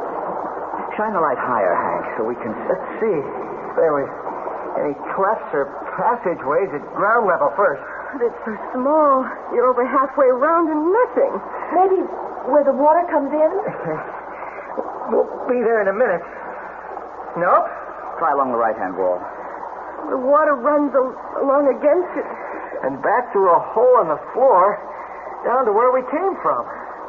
Shine the light back again where the water comes in. Why? The batteries are getting dim. Thought I saw something. Wait a minute.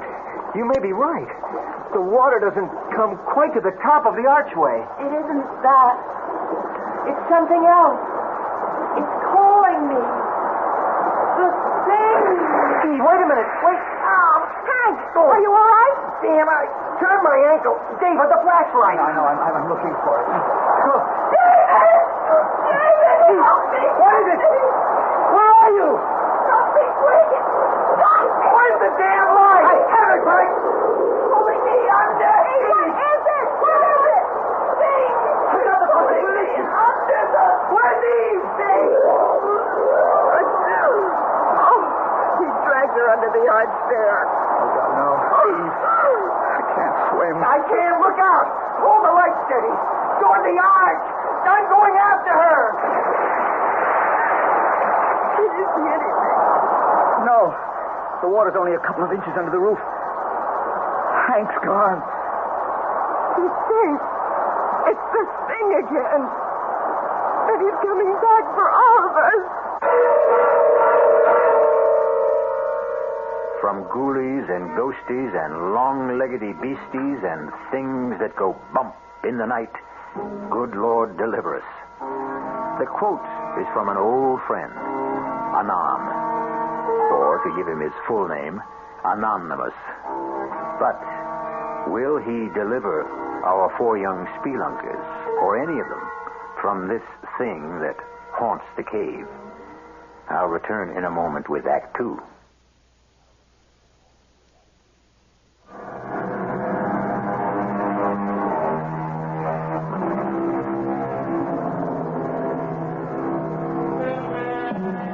There's a creepy, crawly feeling about the very thought of being shut in anywhere, without doors or windows. Confinement of any kind is as foreign to the human animal as it is to his fellow beasts. And as for caves, I know I wouldn't be found dead in one. Though I hope that figure of speech isn't a prophetic one for one of our 4 young friends who are cave-bound. What was that? Column of water. I don't know. But didn't you see something inside it with great arms reaching out like a tree? It was just a geyser, a water spout, some freak of nature. Eve said there was a thing. Oh, what does it matter? She's gone. She's dead, drowned. And it's my fault. And Hank hasn't come back from this. David, you can't help it if you can't swim. Hasn't helped Hank that he could. He's disappeared. She was my girl. If anyone had to die with her, it should have been me. Maybe they've gotten to another cave. If they hadn't, their bodies would have come up to the surface. Look at that vortex there, Barbara. Where the spout or whatever it is came from. Just before the archway. Spins like a whirlpool. It could have sucked them both down to the bowels of the earth. Oh, David, what are we going to do? I don't care anymore. Well, I do. Give me that flashlight. It's getting dimmer. Maybe there's a hole or passage higher up that must... What's that? Back.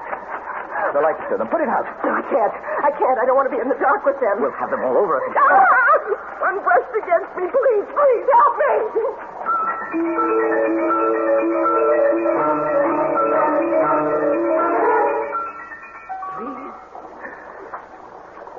Please, help me.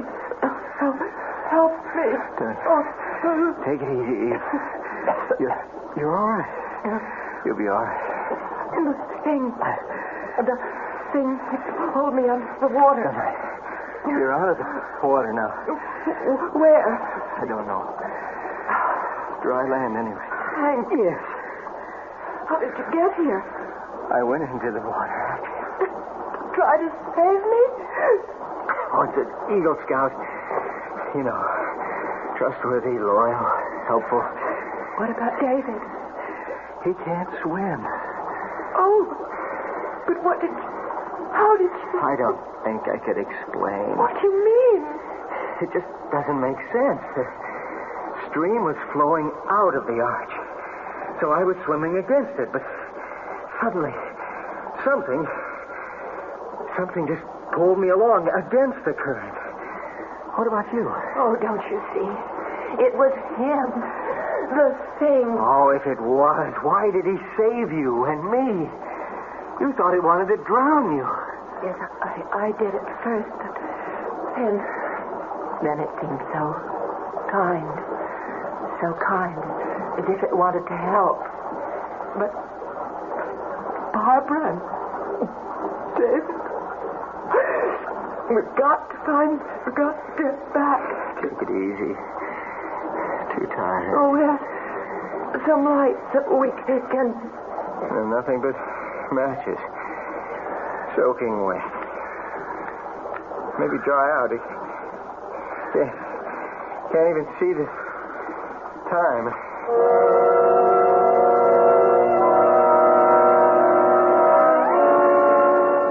David. Yes, Barbara? Would the light disturb the bats again? They make my flesh crawl, but anything's better than the dark. Well, it must be night outside by now. I have a hunch they've taken off for the outside cavern. Well, are they in for a surprise when they find there's no exit anymore? Maybe they know of one out of here. Let's try. So far, so good. Getting so dim. It isn't all that high. Let's see. Well? Can you see anything? No. It's like the inside of an egg. Oh, David, what are we going to do? Get back. Get back near the arch. The rock's flat. Maybe if the water goes down or something, we can figure a way... Battery's gone. Oh, no. No, there's got to be light. David, I can't take it. Barbara. I'm joking. Barbara. I'm joking. Hold it. Wait a minute. Oh, thank God. Some light. It's only a lighter. It won't last long. Now, we've got to save it. Sit down. Just don't turn it off. I have to. Just keep thinking it's there if it's needed. It's there if it's needed. Oh, David, hold me. Please. Okay.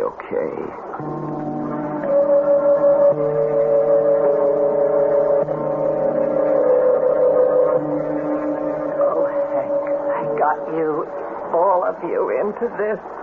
But Eve, that won't help. What we need to do is move around and try to get warm. At least we're dry. Try those matches again. Oh, no good. If only we could see to... What is it? Look up, Eve. Way up there. What do you see? It's a shaft of light. Sunlight that's coming from outside. It means there's a way out. But it's so high up. It's so little. With any luck, as the sun rises, It'll give us more light. Then we can explore.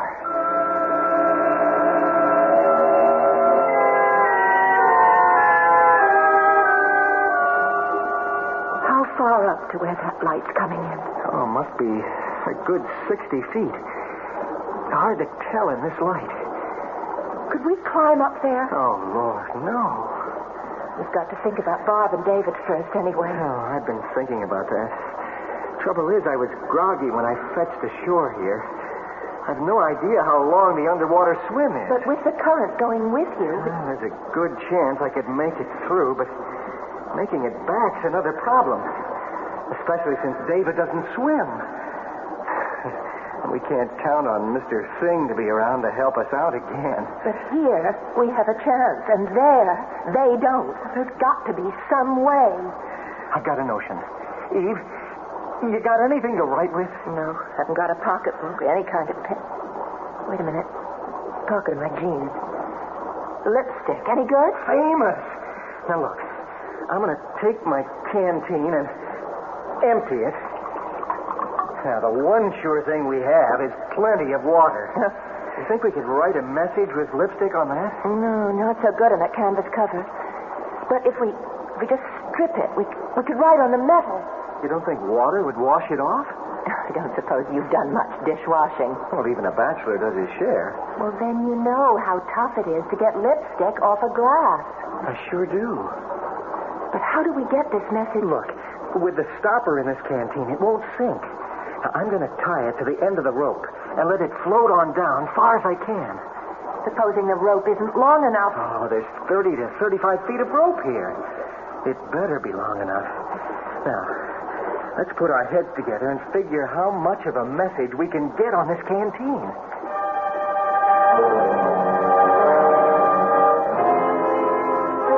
David?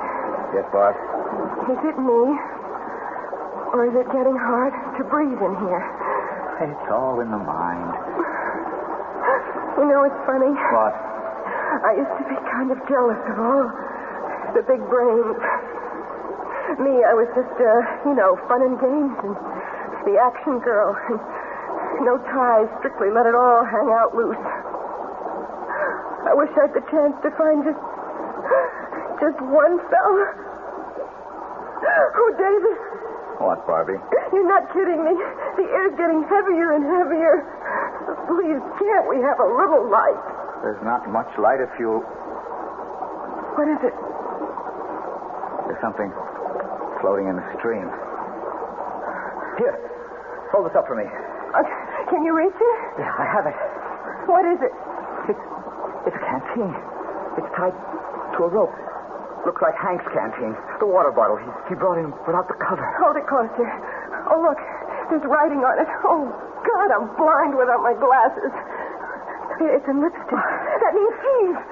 Here, can you read it? Hold the flame steady. Okay. Eve, Hank, safe, hug, rope 3 times if found. Way out. If writing materials reply, send all in flask. How much do you measure? About 20 feet. And how far... Wait. 1, 2, 3. They've got it. Now all we have to do is wait for one tug, and we can bring back the message.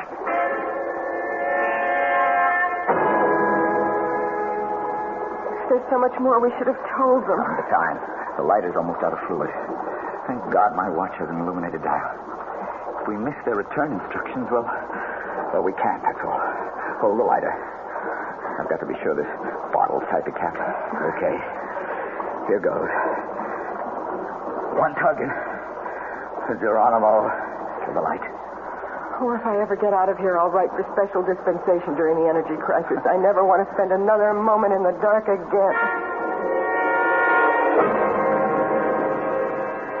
What does it say? We could use a better reading light. What's it written on? Pencil on a handkerchief. Dearest Eve, Hank, light only for one more message from you. Air supply failing. Trapped here. Give instructions. Expect answer 5 minutes. Pencil enclosed. Can you imagine? The 20th century, a little less than 20 feet away, and we communicate like the Stone Age. Never mind. At least we communicate. Let's just get them here so we can communicate face to face. It's silly, Dave. You know you can't swim. If anything goes wrong and you panic, I'll at least be here. And if I leave you here in the dark, alone? Now, look, let me slip the rope around your shoulders like Hank instructed. I know how to handle a sling like this. Will you remember? Yes. Now, go on. Get in and tug. Let's get out of here before my lighter gives out.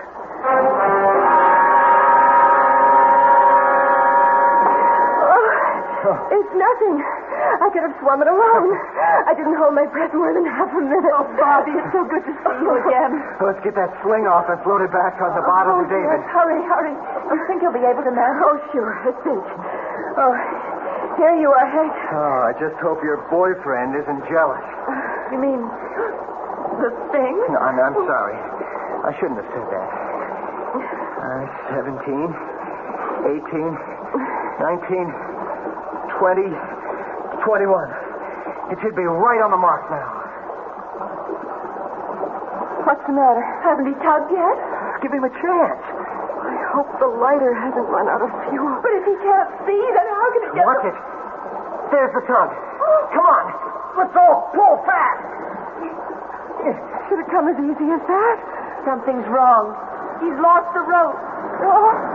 He's lost the rope, all right. But it's something worse than that. Get back, everybody! Get back!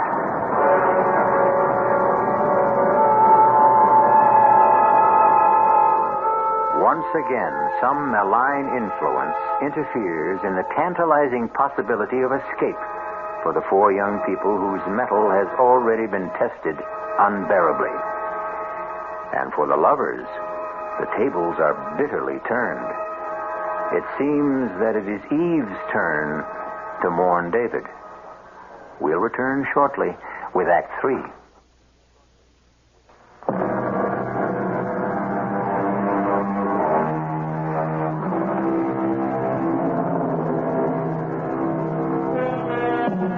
Instead of David appearing from the tunnel, secure on the rope, there is an empty sling tied to the canteen for a float. And behind it, a boiling spout of frothing water spewing from the narrow opening of the channel like a huge fire hose, reversing the normal current till the opposing forces drive a seething lake over the floor of the cavern. Hank, what happened? I don't know. It's that thing David and I saw it after you went in to save Eve. David said it was some sort of a water spout, a geyser, or... Look! What? Floating in. David, help me. Right with you. Easy. Eve, let me get him. Don't let him go. It's all right. The water's washing him ashore. Is he... He swallowed a lot of water. Let an RN and an old lifeguard handle this one. Get him on his back, Hank. Yeah. That's right. Now, help me pull his jaw forward. Okay. What's that for? Free his tongue so he doesn't strangle. Okay, now let's get the water out of his stomach. And then we'll start mouth to mouth. But what happened, David?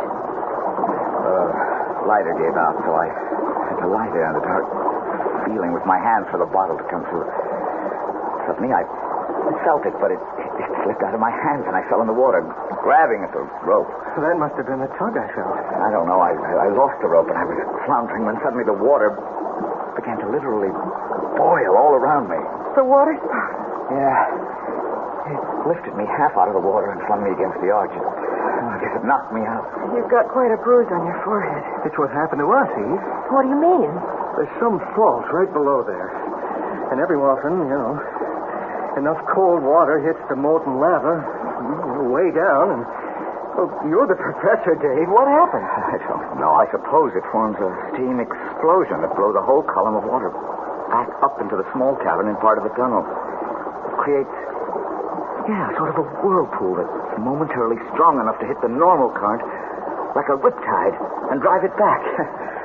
Best I can do. I can do better than that. It's the thing that wants to help us. It's saved 3 of our lives already. I owe at least part of my thanks to Barbara. And me to Hank. And if it hadn't been for David, I'd have ended up a raving maniac in the dark. I guess we all have turned up a little short, one way or another. Except Hank. I'll say one thing. There's only one best man in the group. Only at your wedding, mister. Because, well, Hank is about to exhibit his private white feather. What do you mean, Hank? Well, if we're going forward, there are only 2 ways to go. Eve and I have looked at the other end of the river here where it comes in, and there's no way out there. How about the cleft up there where the light comes from? Well, looks to be the best bet, only, Davy, old man, that's 60 or 70 feet up there. And I want to tell you, heights turn my belly to water. Even that first 20-foot climb we made, I'd like to die. I didn't dare look down after we got there, so what do we do now? We climb. Just let me look it over. Now, shouldn't be too tough. Are you sure you're up to this, darling? Eva, I may be an egghead, no muscle boy, and I can't swim. But one thing I do know how to do is climb mountains. This one's my baby.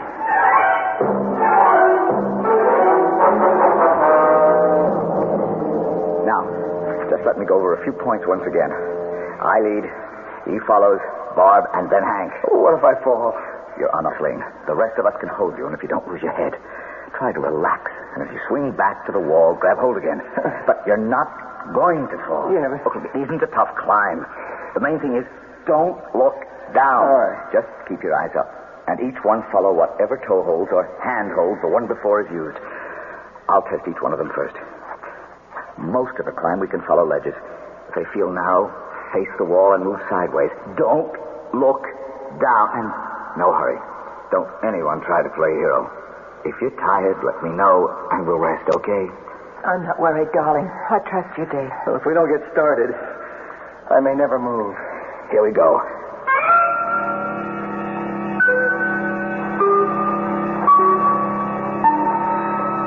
We're halfway up now. Anyone want to take a rest?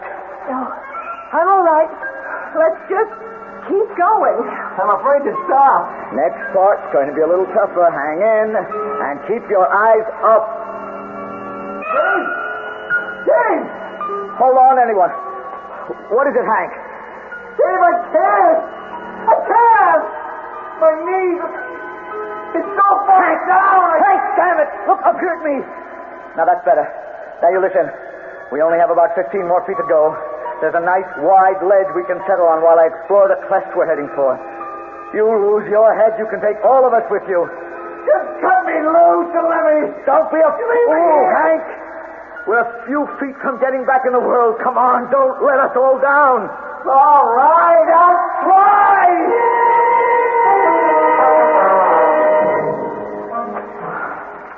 Easy does it, Hank. Just hook your weight forward over the ledge. I can't. I'm stuck. Now, when I pull, get your knee up. There. All right. Now, slide yourself back against the rock. There, that's it. I never get out of this. I'm moving to Kansas, where it's as flat as a pancake. What are you doing? I'm tying the rope. I need it. It was all for nothing, wasn't it, darling? What do you mean?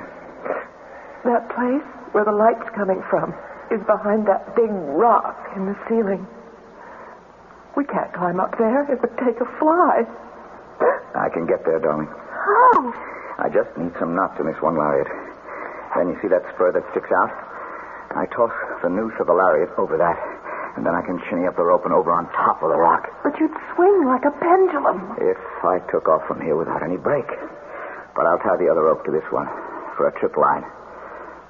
And the rest of you can let me swing over slowly and steady me as I climb. But how do we get across there to join you? See that other spur higher up between us and the rock I'm going for? Yes. After I get across, I'll sling a line over that and secure at my end. You can all swing across. Oh. Like we used to do when we were kids and played Tarzan. It's only about 10 feet. I don't think I could do it. You've got to, darling. It's the only chance we have left.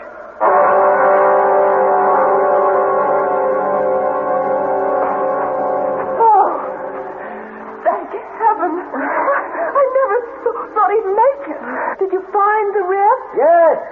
Does it lead outside? Eventually. It's a sort of long chimney. Could we climb it? Yes, if we were gremlins. It's wide enough all right one way, but the other, it's not over 6 or 7 inches. None of us could get through. Oh, no. Well, that blows it. But what can we do, David? There's nothing to do except lying down again. Not me. I haven't the guts. I don't think I have the strength. You have a mutiny on your hands, Captain. I couldn't make that climb down again either. Okay. We'll do what I told you before. Swing all of you over here. There's plenty of room for all of us.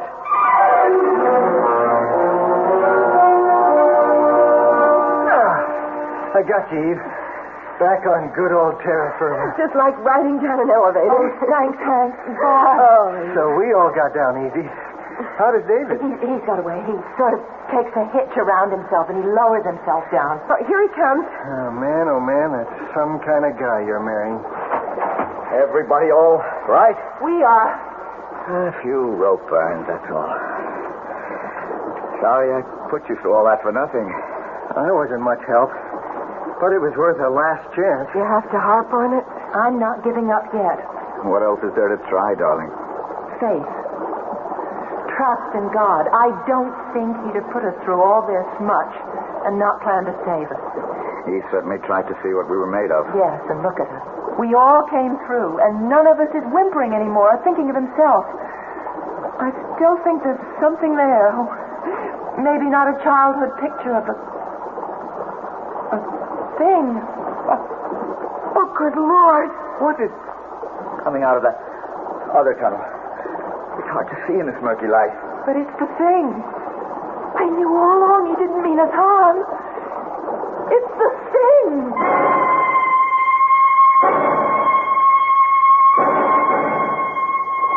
I reckon I must have thrown quite a scare into you folks. Jim Trimble here, Deep Sea Diving and Ocean Bed Recovery Incorporated, ex-frogman in the Navy. You got a mess of folks mighty worried about you on the outside.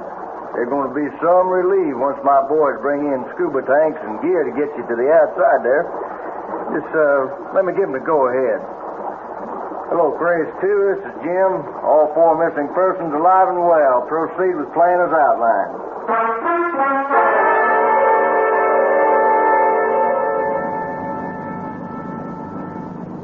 But how did you find us? Well, sir, my daddy was quite a diver in his day. Free diving, that was. Not with gear like today. And he always had a notion there was a back way into Choctaw Cave through the underground river. And he found it one day off Chippewa Lake here, and I was about 16, and well, he went down and they never came back. I wonder if he ever made it to the cave. Oh, no doubt about that, ma'am. After I got out of the Navy, I went down myself with scuba gear and a motor outfit just like now. And I found my daddy, or his skeleton. I figure he got down just holding his breath, but trying to make it up again at that angle, the current was just too strong. And after it got him, it brought him back to rest here, you know. I brung him out and buried him proper. I'm sorry, Jim. No need. He died doing what he wanted to do. But how did you find us? Well, Hank's old horse, Baldy, was smart enough to outstep that landslide, and when he turned up downhill, folks got alerted, but there wasn't a hope of digging you out, and they sent for me, and I got flown in from San Diego, and that's how I come to scare you into thinking I was that old legend I guess my father started. But the thing... It isn't a legend, Jim. Your father never really died. He was the one that saved us.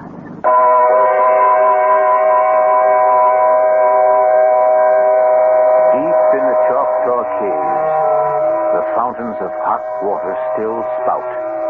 The vortexes swirl. The long double lariat still hangs swinging from that high spur. But no living creature will ever enter them again. For even the bats are gone, smothered in the first 2 caverns where air forever was shut off. Perhaps all that is left is one thing. with a small t now, for it has become the pleasant ghost of a simple, kindly man. I'll be back shortly.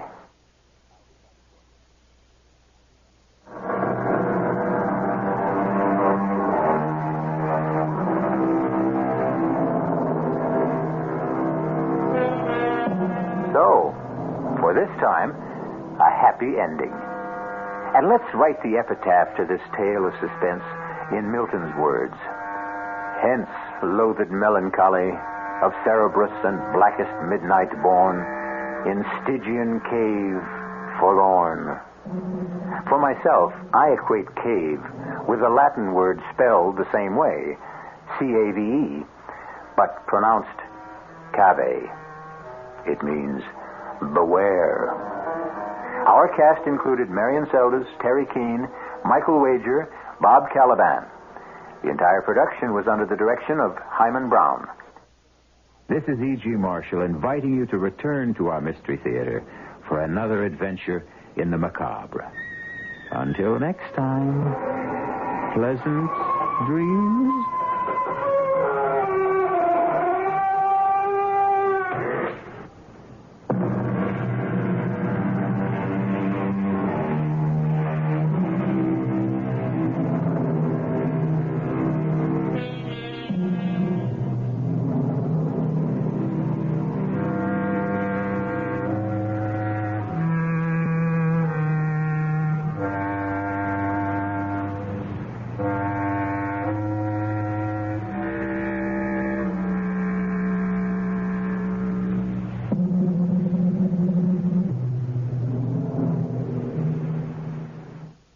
The CBS Radio Mystery Theater presents...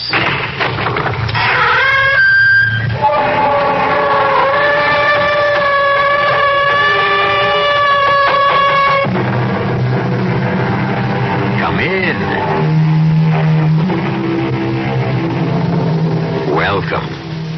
I'm E.G. Marshall. Welcome to the world of your own terrifying imagination.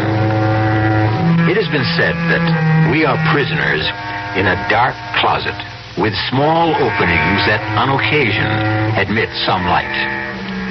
Small wonder that the demons who lurk in the deepest corners are more real to us than the sweet light of reason outside. There is so much evil in our world that light turns naturally to shadow. Even the love of Stephen and Amelia Stampler for their son Michael is converted to suspicion in this dark closet we live in. Reverend Stokes, I don't want a theological debate. I want you to tell your congregation the truth. And what is that, Dr. Stampler? That my son Michael conducts his lab experiments for scientific purposes. And shall I ask them to believe in coincidence? What coincidence? That a peaceful town is ripped apart every time your son returns. That cattle die for no reason at all. That we are suffering epidemics and the worst drought in our history. All because of coincidence? Yes. This is the 20th century. What else could it be? Ask your son, Dr. Stampler. Ask your son, Michael, if he's just doing lab experiments.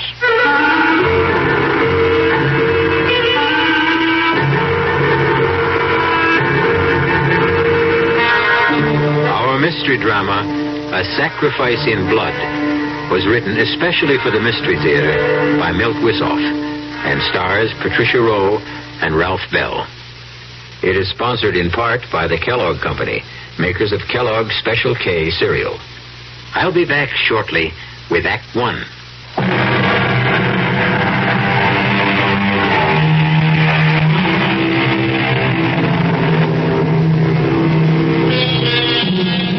And now it is time to turn to the macabre and nightmare world where there is no shortage of blood. Our tale opens on a pleasant enough note in a fashionable restaurant where Dr. and Mrs. Stampler are celebrating a special occasion. But I promise you, it will end in true Gothic horror. Not another drop, Stephen. I've had my fill, and so have you. I suppose you're right, my dear, but this is really so special. One more dig, and the Stamplers hang up their shovels. Oh, not really. But we'll be digging up flower beds and compost heaps instead of ancient grave sites. No regrets? None, my dear. We should have retired years ago. Then why not now? I mean, what can this one dig mean? Well, it will be a fitting climax to our career, Amelia. Perhaps the most significant find of our lifetime.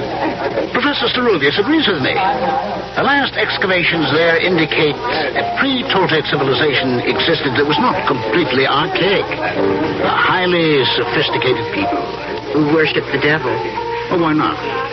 Most of us still do. Black masses are held in California. Covens of witches gather in New Mexico. Blood rites take place in the shadows of New York skyscrapers. Oh, nonsense. You've had too much wine. Oh, too much wine. I haven't had enough. Come, Amelia. Let's toast the occasion. To a splendid find. To a safe return.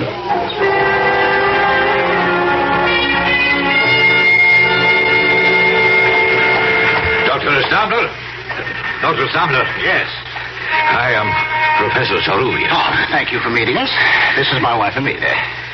My great pleasure. It's very nice of you. Not at all. Oh, here, let me put your bags in, please. Will you get in? I can't tell you how I've looked forward to meeting you, Professor.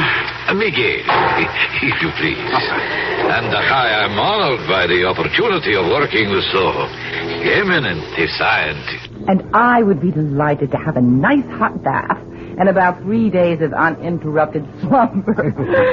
Oh, planes are almost as uncomfortable after 10 hours of flight as the small donkeys we rode to the Shenandoah site. The Toltecs have always been regarded as the earliest civilization in the Americas. The new finds at Acapulco may show one much earlier still.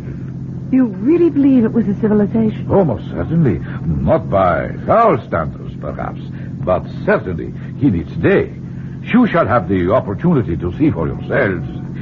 We leave at 5 a.m. Monday morning. But that's 3 days away. Why the delay? There is much preparation, including the paperwork. You shall get some rest, and I will have the pleasure of acting as your host, if you will permit it. Of course. And forgive my impatience.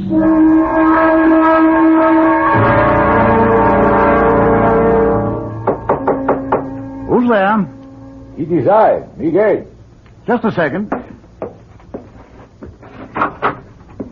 Forgive me. I know it is late, but it was necessary for me to see you. Oh, that's all right. Come on in. We weren't in bed yet. What is it?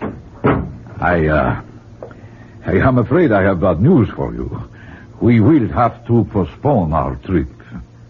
Why? There is word of trouble in the mountains where the site is. But what kind of trouble? Oh, nothing serious, but it will cause us some delay. Why didn't you tell us sooner? I just learned it, Stephen, when I returned to my room. How long will the delay be? Well, that is hard to say. What kind of trouble is it, Miguel? An Indian has been found.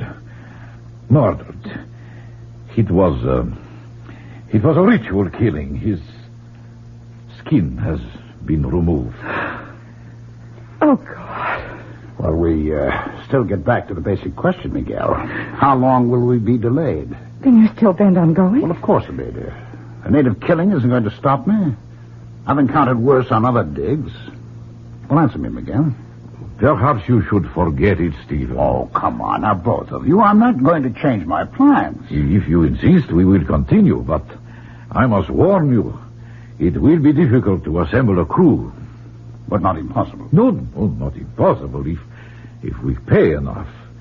There is always someone who will take a risk if the inducement is great enough. I guess you're right, Miguel. See what you can do. Then you'll go along with me? I wouldn't miss it for the world.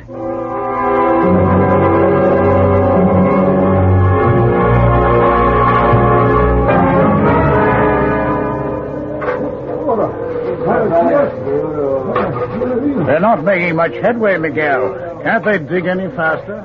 We are up very high, Stephen. More than 10,000 feet.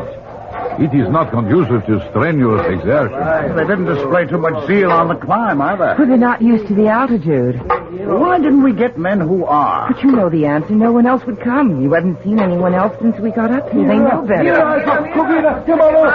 They have broken through to a new chamber.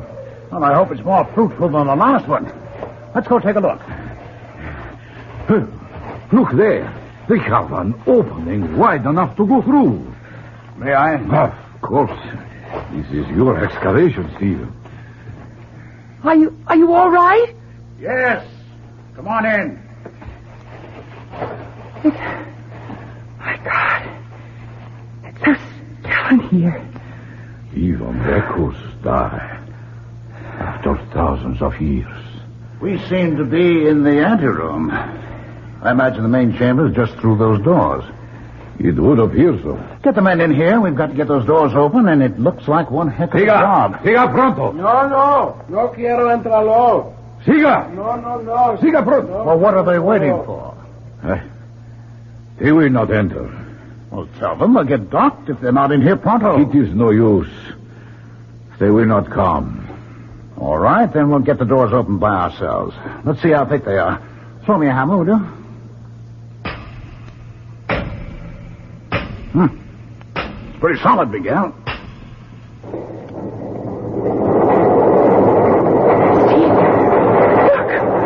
The doors are opening. How? Oh, perhaps Stephen struck some kind of a trigger mechanism by accident. Well, never mind how. It'll save us some sweat, that's all. Stephen, please, be careful. There's something here that makes me... I will go ahead. Not on your life, Miguel. This is one big step I'm going to take. Come on, follow me.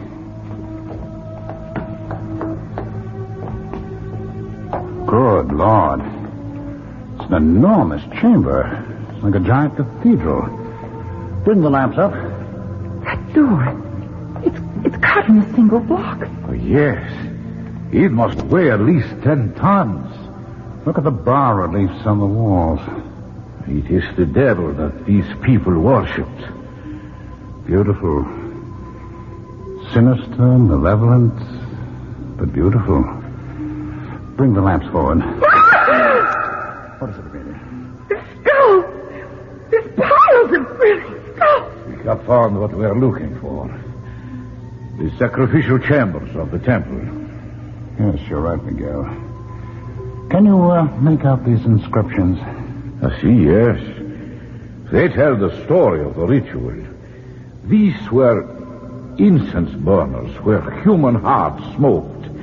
The skulls piled at the base of that enormous slab of stone were sacrificed on that altar. What's that? Oh, Miguel just described it, my dear. The stone slab was the altar. No, I mean in the center of the altar. Probably the debris of centuries. I just saw something stir. It's a baby. What? Completely naked. Let go, stone. Oh, a poor child. Now. There now. Oh, he's lovely. He's so warm. Well, how could he be warm? It's so cold and damp in here. Well, you must have been left here a few minutes ago. Well, perhaps someone left him as a warning to us. Oh, but impossible. There is no other entrance beside the stone doors, not even windows. This was the sacrificial chamber of these ancient people. Well, then how, Miguel? I don't know. And I'm afraid the answer, if we ever find it, will not be pleasant. Well, at least whoever left him had sense enough to leave some protection. There's a woven mat on the altar. See? And that is one of the mysteries that troubles me. What are you saying, Miguel? The fabric the child is lying on. Examine it. Yes. Yes, I see what you mean. It was woven when the temple was new. When a bright star appears in the east and a child is born, there is a season of celebration. But when a child appears on a sacrificial slab of the temple of an ancient people who worship the devil, what will the season bring?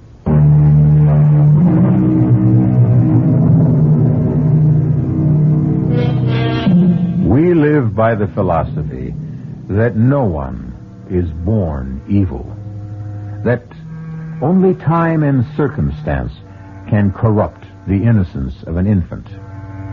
And yet, deep within us, we feel some doubt when monsters arise. What made Cain? Was Adolf Hitler or Jack the Ripper ever a clean slate? Why should we not wonder even stronger when a child appears out of nowhere in the temple of Satan? Well, I am not happy to see you leave, my friends. We'll miss you too, Miguel. Oh, that of course, but I wish you had not decided to adopt the baby and take him with you. I would have preferred you to leave him here with me until I could ascertain what his origins are. I think he's right, Amelia.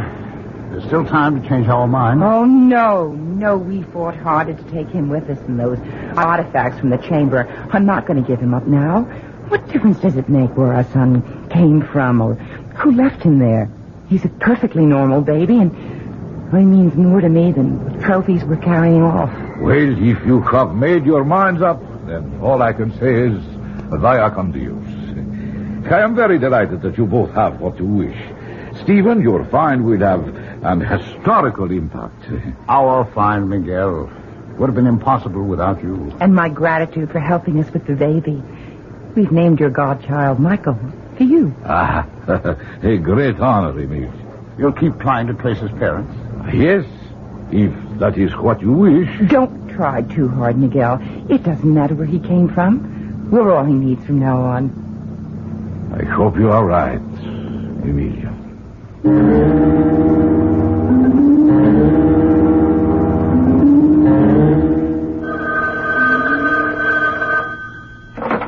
Stamper here.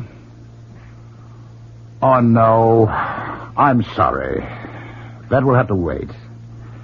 And look, another thing, don't set up any more interviews.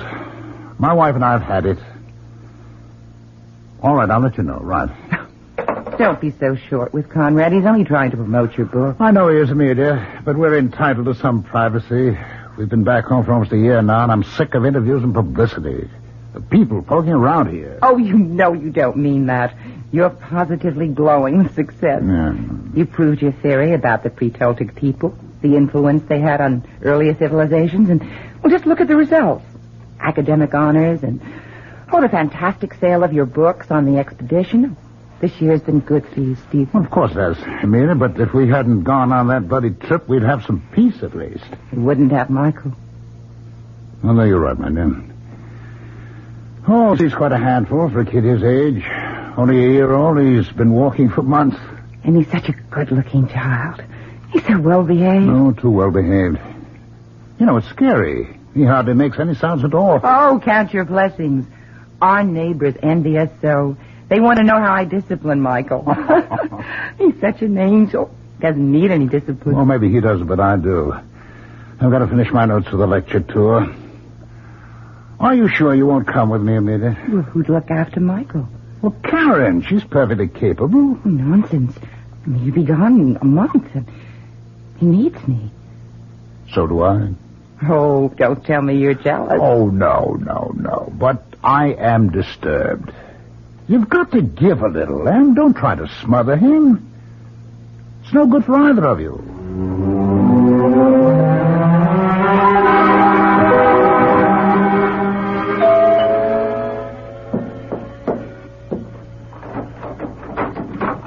Stephen, well, I didn't expect you home so soon. It's Michael's birthday, so I thought I'd be early.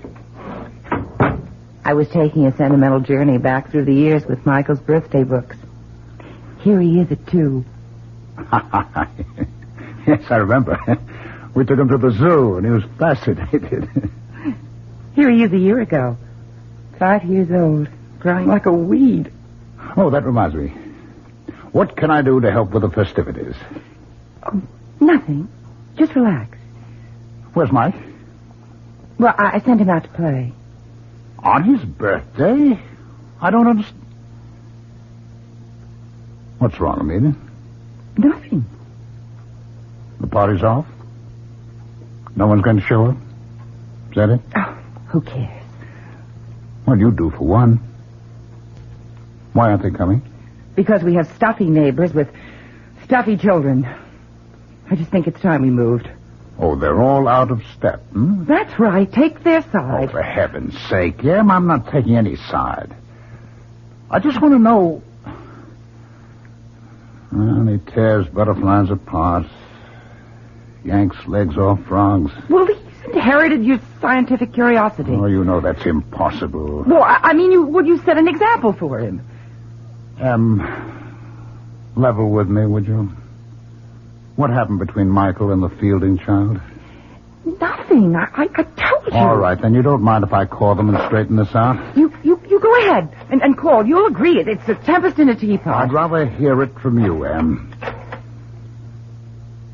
Sarah? This is Stephen Stabler. Well, yes, I know. I read your note. Well, can you tell me why? Michael did what? Are you sure? I see. Yes, I know how you feel. And, thanks for being direct. Bye. Well? I just don't understand. Curiosity. It's simple, childish curiosity. Children try to discover the world around them. They smell, taste, feel. They hurt? Well, yes, sometimes they hurt. Not out of malice. Try to be honest, Em. How would you feel if you were Sarah Fielding? I hope I'd have the good sense to take things in stride. Would you? I can't believe it's you, Amelia. You've lost all sense of objectivity. And you've lost all sense of proportion. Are you trying to cast Michael as a monster? I'd like to understand him, but I think I need help. And so does he.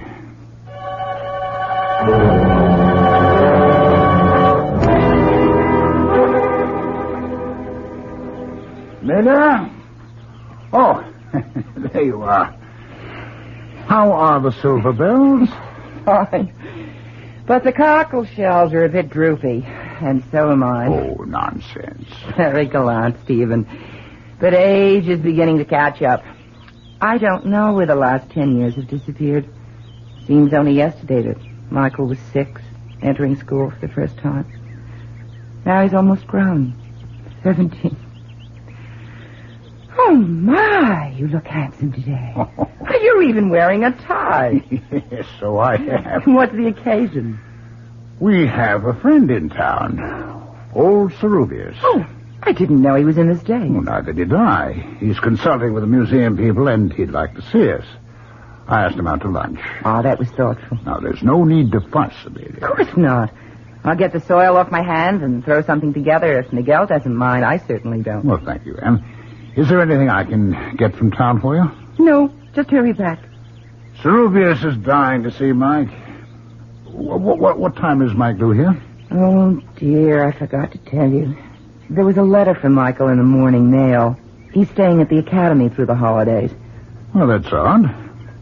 Did you say why? Well, he wants to catch up with some school work, and there's an experiment going in the lab. He just can't leave. Well, that's too bad. Miguel was looking forward to a visit with Mike. He made quite a point of it.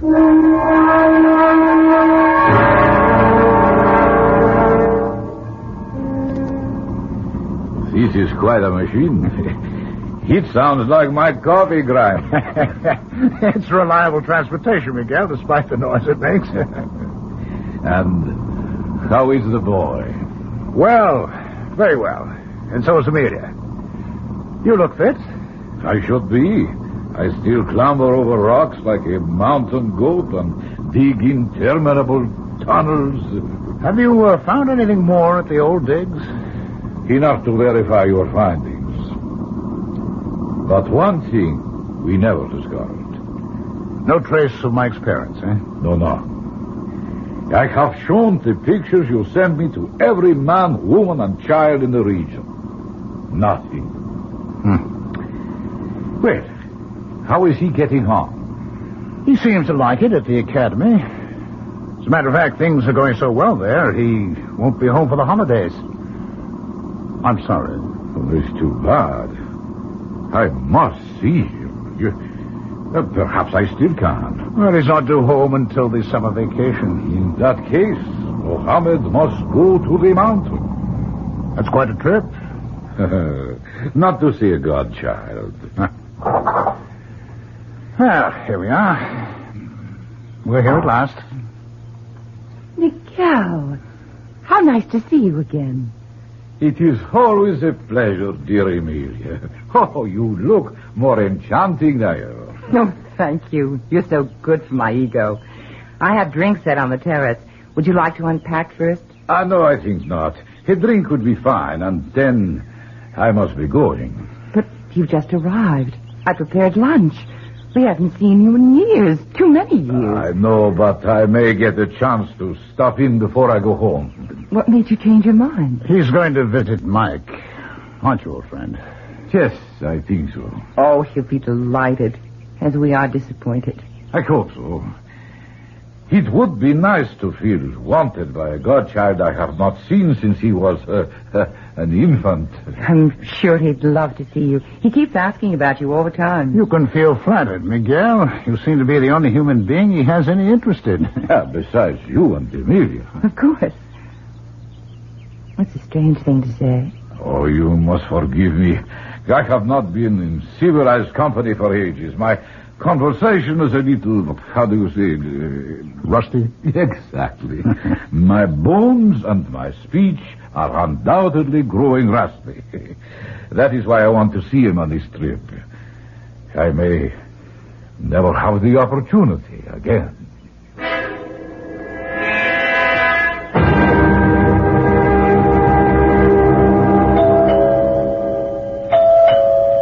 Could you get that, Stephen? I'm just finishing the shelf, dear. Very well. Michael, I don't understand. No hello? Should I go out and start over again? Quit, not silly. Hello, darling. That's more like it. Stephen, it's Michael. Mike! I know. Mother had the same reaction. I just got through sooner than I thought I would, so I rushed home. Put your bags in your room, and I'll fix something to eat. You look well, Dad. Why shouldn't I? Leisure is good for the thinking classes. Oh, you look a bit drawn. Are they pushing you? No, I'm pushing myself. There's so much to do. What's new? Your godfather paid us a visit. He wanted to see you. Well, here I am. He had to leave. Obviously, he didn't get to see you at the academy. No, I didn't even know he planned to make the trip. Oh, that's odd. He said he would go to the academy directly. We must have crossed paths. Oh, excuse me, Mike. Hello. Yes, this is Dr. Stephen Stanley. Would you mind reading it?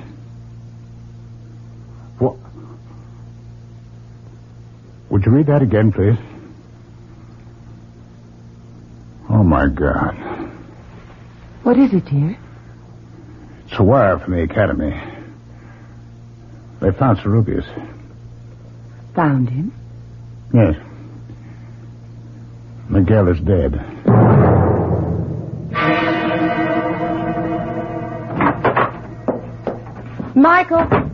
Michael, are you home? He's out, Amelia. His car's gone. Strange. He seemed under the weather this morning. And he didn't want to attend the funeral. Oh, nonsense. He just wasn't feeling well. You still believe that act after all these years? You know, he's always avoided unpleasantness that way. Well, it was unpleasant, Stephen. An old friend to go that way. All right, Em. It's all over. What could have done it? You mean who, Em? No, I don't. Nothing human could have been responsible for Miguel's death. I wonder. You wonder what, Dad? Where did you come from, Michael? You startled me. I was in the garage. My fan belt's loose. I was tightening it. You should have come to the funeral. What for? I never saw Professor Cerubius. He was your godfather. You were his namesake. I wasn't feeling so hot anyway. I thought I was coming down with something. How do you feel now? Better, I think. You look healthy enough to me. Well, that doesn't mean a thing. I'll put the tea up, and then it's off to bed with you. She still thinks you're a child, Mike. I know. I want to talk to you, Dad. That's why I came home from school. All right, shoot. I really don't know what I want to do. I think I've had the academy. But you said you liked it there. You're doing well? I know, but I can't make the scene there anymore. Too much work? No, not really. I'm just not on to some of the stuff I've got to handle there. The creeps in Fairmount are still living in the 17th century. They'd have witch burning if the law didn't forbid it. What's that got to do with you? Well, some of my experiments have got them on the warpath. How about your working in the physical sciences? Well, not exactly. I've been going beyond that. Like what? Well, for one thing, ESP. You've always felt I had it. Well, that's not considered supernatural today. Yeah, I know, but the townies think it is. Well, that's all the fuss. I think you should stay on. It never pays to bow down to ignorance. I'm glad you see it that way, Dad. Oh, but there's more, isn't there, huh? What do you know about my people? Where I come from? Not too much. How about Cerubius? Well, he thought he was on to something. He was on his way to talk to you about it. Too bad we missed each other. Did you? Well, of course. I told you I was on my way back here when I heard... That's not exactly what happened, Mike. He called me from the airport when he landed. What did he say? I don't know. Amelia and I were out. He left a message with our answering service. He said he was going right out to see you. That he had phoned ahead. I never heard from him. And that if anything happened, there was a letter that he was mailing to us. Well, then you did hear from him. By mail, at least. We never received the letter. Did you? Now you're accusing me of tampering with your mail? I'm only asking, Michael. Do you really think I saw Cerubius that night? Did you, Mike? You're as bad as the townspeople. What do you want to hear? A full confession? Oh, okay. I saw the old man. I killed him. Is that enough? Or do you want me to invent the gory details, too?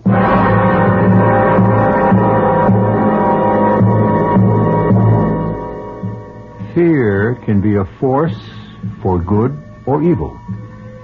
It can keep us from harm, or it can be a malignancy that feeds on darkness and ignorance.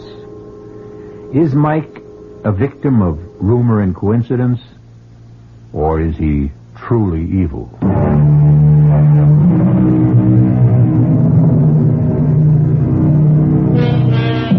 There is a peculiar kind of fear we call courage that makes us go on when all we want to do is find peace and shelter.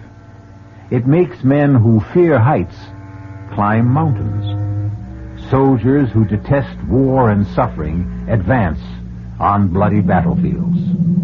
Some call it pride rather than courage. Choose now. Retreat now and regret it, or go on with me to Act 3. Mark, I've just heard from the police. They're still running down leads on the murder of Cerubius, but they admit it seems hopeless. Too bad. Did you ever get the letter he said he mailed you? No, I don't know what could have happened. Neither do I. How are you doing in the workshop? I don't know. Thank God frogs are such fast breeders. I killed them off so fast. No results? Only with our neighbors. They seem to connect my frogs with everything bad that's happening. The Gilmore child comes down with meningitis, my frogs are responsible. The drought and the unusual heat, the salmonella outbreak, All part of my wicked machinations. How would you like to come out of retirement? Both of you. What do you mean?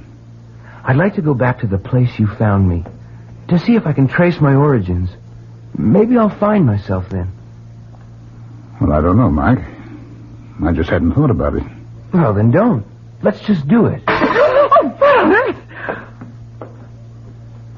It's a gift from our loving neighbors. It's a brick. There's a note attached to it. Let me see that, Mike. This is your last warning. Leave or we will send you back to the hell where you belong. They're not all clods after all. Someone has imagination and a gift of expression. This is no laughing matter, Mike. I'm going to find out who's responsible for this outrage.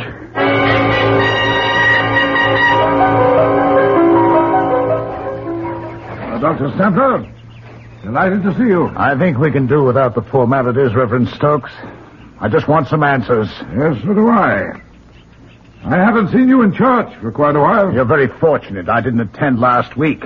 I don't think you'd care for my reaction to your sermon. Oh, then you don't believe in the presence of Satan? No, I don't. All I know is what that kind of talk leads to. Oh, the brick, you mean. I'm sorry about that. Well, yes, you should be. You've got these farmers half insane with your superstitious prattle. Some say that about religion. I wonder why. All right, let's not get sidetracked, Reverend Stokes. I don't want a theological debate. I want you to tell your congregation the truth. And what is that, Dr. Stanford? That my son Mike raises frogs for his lab experiments. Shall I tell them to believe in coincidence? What coincidence? That a peaceful town is ripped apart every time your son returns. That cattle die for no reason at all. That we are suffering epidemics and the worst drought in our history. All because of coincidence? Yes, you tell them that. This is the 20th century. What else could it be? Ask your son, Dr. Stampler. Ask him if he's just doing lab experiments. I told you, Dad, I'm going back where you found me. With or without you. Mike, that is foolish. Cerubius excavated for years but found nothing. What makes you think you can? Because I was born to it and Cerubius was not. He was contaminated by Spanish blood. My lines are pure. I need to find my way to another world. Will you come with me? You're not serious, Mike. I've got to go, Mother. I thought you'd understand. Well, I do. I just want you to think things through a little longer. Go back to school. Just finish this semester, and then we'll all go back. I promise you. That makes sense, Mike. It's only a few months. What do you say? Okay, but I won't let you stall me past then. I think my word is good enough. It is, Dad. Then, that's settled. Now, why don't you take Dad out for a walk? This room needs cleaning and airing. Are you implying? Not at all. I'm stating it quite clearly. Either I clean this place now, or I'll send in some goats to keep you company tonight. Now, shoot. Okay, I'll go. How about the keys to the car? I thought we were going for a walk. Take a rain check. I'd like to drive into the city. I'll be my guest. Here. Just drive carefully. Don't worry. I'll be back for dinner. Can I give you a hand, Amelia? I don't think so, Stephen. My, this place is dusty.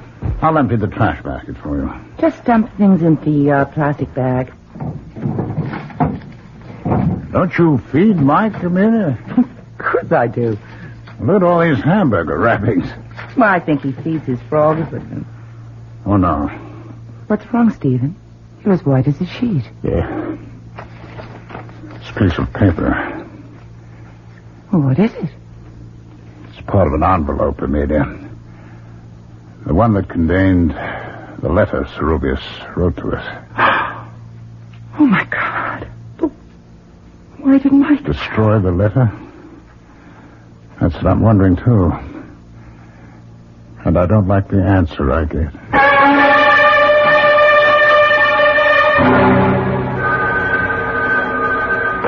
Hello. Yes, this is Dr. Stapler. He what? Can't be. We'll be right over. Yes, but I want to see my son. What is it, Stephen? What? Stokes. I don't want to see him. I want to see my son. Hello. Hello. He hung up. What happened?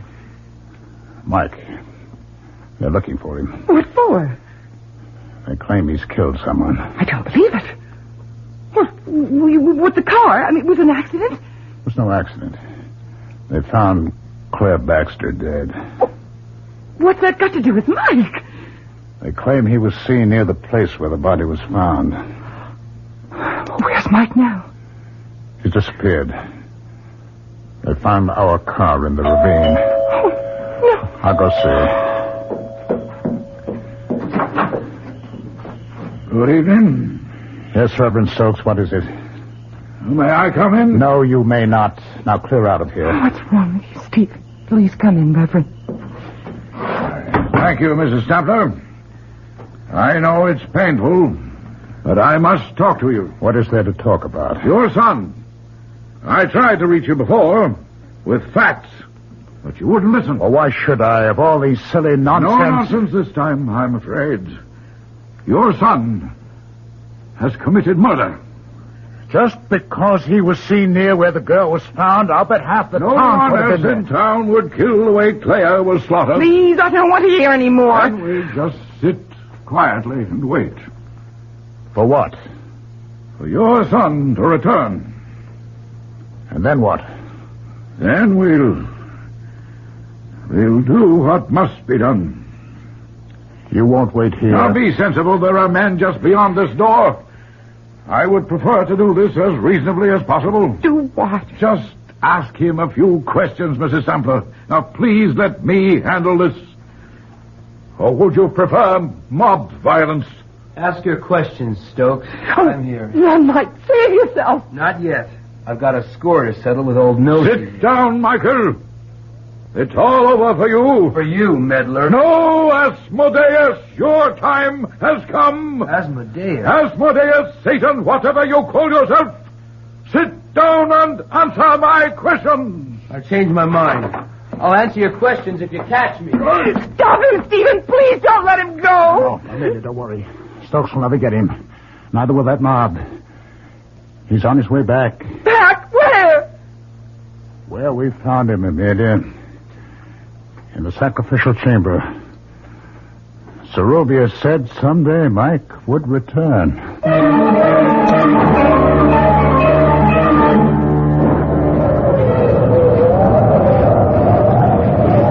Just a while longer, Amelia.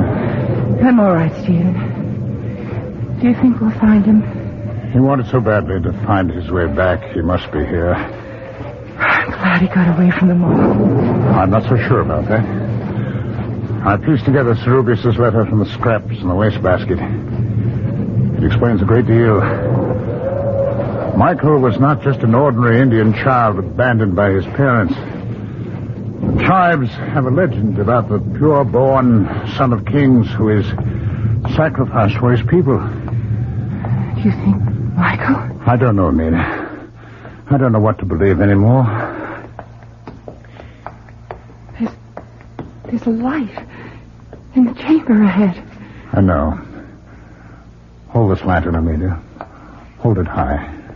Don't come any closer. Michael! Oh, thank God we found you. Where are you, Mike? Boy, we believe in you. We trust you. Stay where you are. Do as I tell you. We want to help you. Then leave. That's the best you can do for me. You kept me from my destiny when you took me from this tomb. Let me fulfill it now. We love you, Michael. Please save yourself. Hold the lantern higher, Amelia. What is it? There's a child, Em. There's a baby on the altar where we found Mike. It's Michael. Oh, my God. It's Michael. It can't be. Yes, I remember every detail. Stay back. Stay back a minute. Don't come any closer. It's a child on the altar. It's Mike. Someone or something is standing over it. Oh, Oh, no, no. I can't believe it. The chance are... Oh, God, no. Michael. Oh, Michael. It's too late, Amelia. It's all over now. Whoever it was has disappeared, Amelia. He's gone.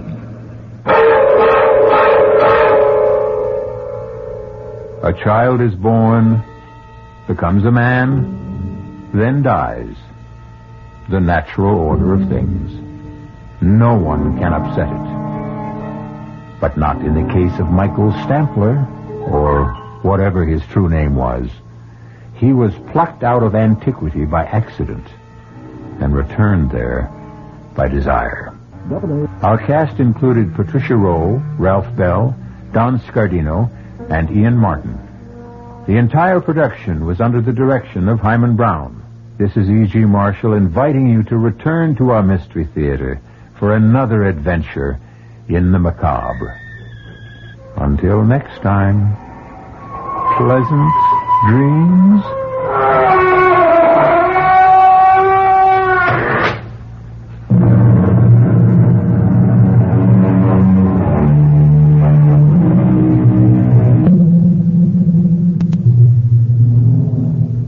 The preceding Mystery Theater program was furnished by the CBS Radio Network. Your dial is set for 15 minutes of late news with John Scott reporting. This is WOR New York, an RKO General Station, your station for news as it happens. Brought to you in part by True Value Hardware, your store of first choice.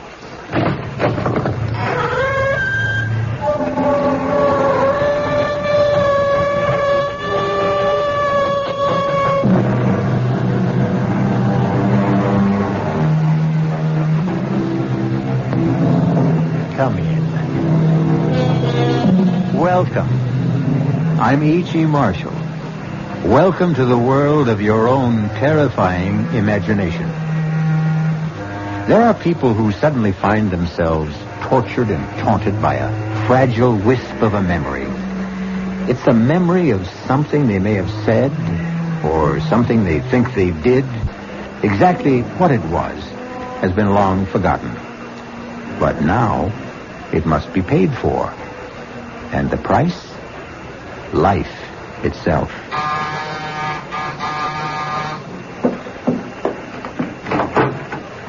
Yes? Are you Mrs. Louise Goodman? That's right. Are you sure? Why, of course I'm sure. It's just that I don't want to make a mistake. I'm Mrs. Louise Goodman. Who are you? And what is it you want? I want to keep my promise. Promise? What promise? I promised I'd kill you. Remember?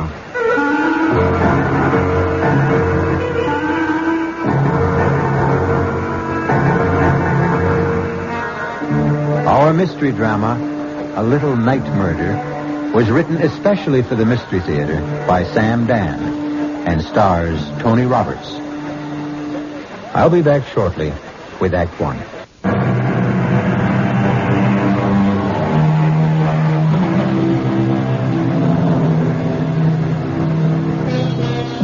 Downtown at night, the city is a deserted place.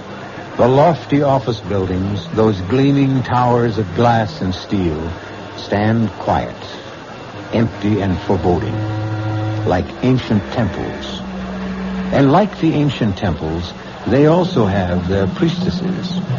These are the ladies who enter at night with mops and brooms and vacuum cleaners to clear away the debris of the day's worship and purify the offices for tomorrow's rituals. We are concerned now with one of these, a sturdy, middle-aged woman named Mary Margaret Cannon. Steady, hard-working, no nonsense. But on this Friday evening, something seems amiss. Mary Margaret is pale. She's nervous. And every now and then she stops working and just listens. Someone there?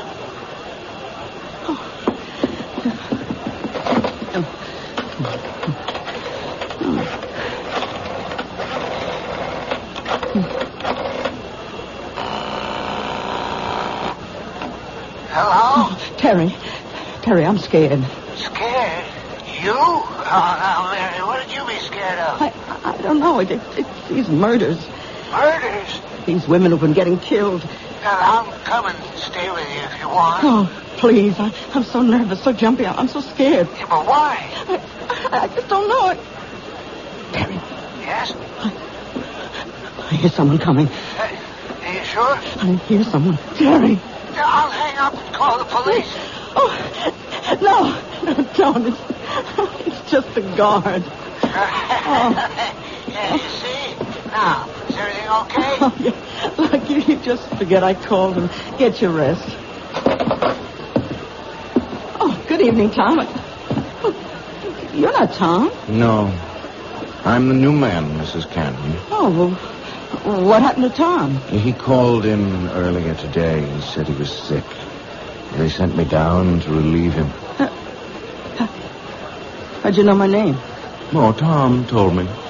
I asked him, who's in the building tonight, and he said, just Mrs. Cannon. But what? But Tom doesn't know my last name any more than I know his. We're just Mary and Tom. How did you know? Why shouldn't I know your last name? You know mine. How? How would I know your last name? It's Jackson. Remember? Little Peter Jackson. I never saw you before in my life. Oh, you did. Yes, you did. What do you want? I want to keep my promise. What promise? I promised I'd kill you. Why do you want to kill me? You don't remember? Well, let me refresh your memory, Mary Margaret Cannon. 23 years ago, you lived on Baxter Street, and one morning you walked into a little grocery store. Now you remember. You have exactly 30 seconds to live. Oh, please don't kill me, please. Shouldn't you be saying your prayers? But I told the truth. If it was the truth, then God will forgive you. Pray, Mary Margaret Cannon. Pray. Oh, listen. My husband and I, we have a little money put aside. And I know exactly how you got it. You can have it. All of it. Only don't pray. Pray, Mary Margaret. Jackson! Peter Jackson! Maybe 30 years old, tall, thin, blonde. Don't shout. No one can hear you. They'll hear me. They'll arrest you and hang you. His name is Jackson. Jackson, Peter Jackson. Oh, don't. They'll catch you, Peter. They'll catch you. Number 4. Mrs. Mary Margaret Cannon. Number 5. Coming up, Miss Alice Maitland.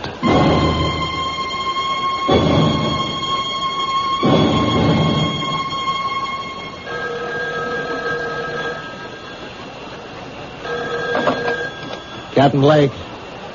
Yes, Commissioner. Commissioner, I understand you. Listen, if you think somebody else can run it better, then get somebody else. I agree, sir. Yes, sir. No need for any of us to blow his stack. Absolutely, sir. Yes, I'll keep you informed. Wow, you got a pretty good one here. Is this your first mad killer assignment, Lou? Yeah, I guess so, Captain. Mad killers, mad bombers, mad stranglers, you name it. You get one every 10, 15 years. You can count on it. You get a rash of absolutely senseless killings. No motive, no rhyme, no reason. Should we talk to her husband again? What for? All he's going to tell us is what a great lady she was and how they neither of them ever had any enemies. Captain Blake, just suppose it isn't a mad killer. 4 murders in 11 days. Number 1, Mrs. Martha Denson is shot while parking her car late at night. Number 2, Mrs. Janet Drew shot in her backyard. Number 3, Mrs. Louise Goodman, shot in her apartment. Number 4, this cleaning lady, shot while at work. Well, could there be a connection? Did they have something in common? There's no pattern. None of them knew each other as far as we can make out, or even had anything in common. Yeah, that we know of. It's the toughest situation in our business. A mad killer. Okay, he's a mad killer. Every killer is mad. But does this one have a method to his madness? Yeah. He uses a .38 caliber revolver and shoots women. The last one, Mrs. Cannon, that's the problem. What kind of problem? Well, he's a mad killer, you say, so he wanders around, and if he gets a chance, he'll kill. He sees a woman alone in a parking lot. 1230 WCOL. He sees Mrs. Drew in her backyard. He shoots her. He sees Mrs. Goodman alone in her apartment. He shoots her. Okay, how do you account for Mrs. Cannon? You're dealing with a madman, Lou. You can't account for anything he does. All right, 3 women are targets of opportunity. They happened along, or he happened along, and that was it. But he went out of his way to kill Mrs. Cannon. Look, he had to slug the night watchman. He had to take the elevator up 12 stories to find her. It means he wasn't just out to kill any woman. He wanted that woman. Why? That's good thinking, Lou. And if this were almost any other kind of case... Blake. What? Oh, no. Not another one. Okay, all right. Send her in. Did they tell you about nuts while you were getting your college degree? This one coming in sounds like a 14-carat nut to me. Captain Blake? Yes, I'm Captain Blake. This Detective Parker. How do you do? Huh? I'm Miss Maitland, Alice Maitland. I own a bookshop on 3rd Street, and... well, it's about the murders. Do you know anything about the murders, Miss Maitland? I know who's going to be killed next. You do? Who? Me. Why do you say that? I have a premonition. I see. I know what you gentlemen must be thinking. You're convinced I'm a hysterical woman or a crank. No, but Miss Maitland, do you have any enemies? I don't know of any. Well, we know there's a homicidal maniac loose. It's true he may strike at anyone. That's not why I'm here. I know he's going to strike at me. Well, what reason would anyone have for killing you? What reason was there for killing those other women? Hey, you say your shop is on 3rd Street? I'll see that the officer on the beat keeps an eye on the place. Yes. I just thought I should tell you. That's all anyone can do, I suppose. Goodbye. Goodbye, Miss Maitland. Now, Lou, you have just conversed with an authentic member of the Nut Club. I don't know about that, Captain. She's a charter member. She belongs to the I'm the Next Victim chapter. I still say she's not a nut. Maybe not. Maybe she's just some poor little dame half scared out of her wits. Oh, she was calm. She was very calm. As a matter of fact, it's as if she knows what she's talking about.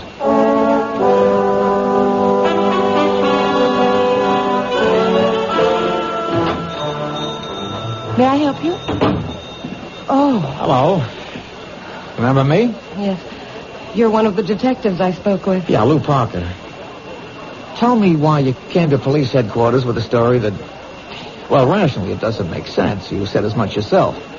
You felt that you had made yourself seem somewhat ridiculous. But now, well, forget all that. I'm willing to assume that your story is true, that you really are next on the list. Then you do believe me? I'm willing to accept what you say, but you have to help me. Does anyone have a motive for wanting to kill you? No. You never did or said anything that may have hurt someone? I can't remember. A disappointed boyfriend? I never really disappointed anyone that way. And yet you insist someone wants to kill you. I know it sounds ridiculous. There's a reason for feeling the way you do. If only we could uncover that reason. Excuse me, that's my phone. Hello? Hello? Hello? Hello? Miss Maitland? Yes. What is it? You seem rather pale. Oh? What happened? When I picked up the phone, there was just a click on the other end. As if someone had just hung up. Well, why should that seem to upset you? Well, because it's happened before. It has? Yes. Frequently? I mean, often enough so that it really isn't just an accident? 3, 4, perhaps 5 times a day. When did it start? Oh, I'd say about 2 weeks ago. I remember it happened 3 times the night the first of those women was murdered. Well, why didn't you tell us this before? I didn't think it was anything important. May I use your phone? It's back there in the office. Okay, I'll only be a moment. May I help you? Yes. Is your name Alice Maitland? Yes. Can I do anything for you? Well, you see, I came here because I have to keep a certain promise I made.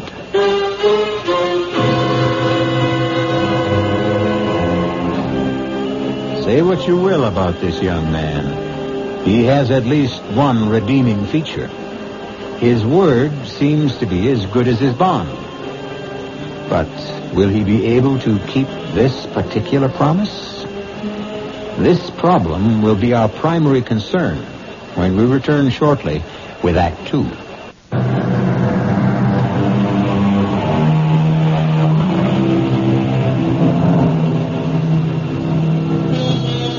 At one time, a young man named Peter Jackson has made the same promise to several women. A promise that he would kill them. So far, he has kept his promise 4 times. Now, he is in a bookshop owned by a Miss Maitland, apparently ready to fulfill promise number 5. I came here because I have to keep a certain promise I made. You made a promise? Oh, yes. And I came here to keep my word. Miss Maitland, I think Oh, I'm sorry. I didn't know you had a customer. What sort of promise are you talking about? I had promised a special person I would buy her a book. And I came in here to... Any particular type of book? Yeah. Yes, a good murder mystery. Oh, well, we have the latest Jonathan Merriweather novel. No, I don't dig him. Nothing happens. You got anything by Mike Stilson? Now, there's a guy who really writes murders. I mean, he kills somebody every other page. Oh, we're sold out on the latest. It's called Blood on the Street. Yeah, that's the one in which this guy kills all those dames. Look, if you're interested in that kind of stuff, all you have to do is read the newspapers. Do I tell you what to read, buddy? Sorry. I could order the book and have it day after tomorrow. Oh, no, that'll be too late. Well, try us again. Sure.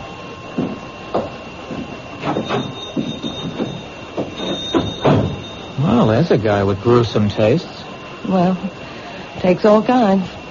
Hey, you know, he's a great Mike Stilson fan, and he thinks nobody knows it. Who? My boss, Captain Blake. You're kidding. Hey, this is the very first time I've ever seen you smile. Oh, I smile a lot. It's just recently. I told Captain Blake about the calls. And? Well, you never know. He just grunted and said, I'll stay with it. What time do you close? Just about now. I'll take you home. I live in this building, 2 flights up. Well, how about some dinner? Oh, you don't have to. You asked for police protection. Is that the reason? Line of duty? Well, yes and no. I'd like to. Except that, well, it's the end of the month and I'm swamped with paperwork. Well, this neighborhood seems safe enough. It's busy.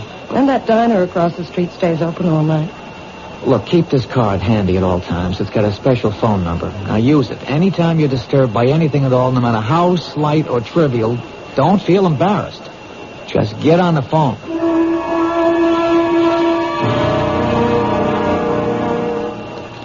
But I've already told the officers everything. Yeah, I know, Mr. Cannon, but I just have one more question. It's very important. What could be important? Mary's dead. You said that Mrs. Cannon had no enemies. I'll take that back. She had a great many enemies. But when we asked you last night, you said she had none. Sometimes when you think about a question, you see it in a whole new light. Can you name some of these enemies? She was good. She was honest. I'm sure she was, but just tell me this. During the past 10 days or so, would the phone ring and then go dead as soon as you picked it up? Yeah, now that you mention it, yeah, it happened. Often? At least 2, 3, maybe 4 times a day. I see. Is the name Alice Maitland familiar? Alice Maitland. Think. Alice Maitland. You know, there is something familiar about it. The Alice Maitland. Think of the type person with whom you could associate that name. Now, would she be a movie star, a librarian, a teacher, a woman who might own a bookstore? No, none of those. I think of a little girl. A little girl named Alice Maitland. Did she live in the neighborhood? You know, these past couple of years, my memory, it just comes and goes. Right now, it's gone. Well, if ever you remember why and how you know Alice Maitland, call the number on this card.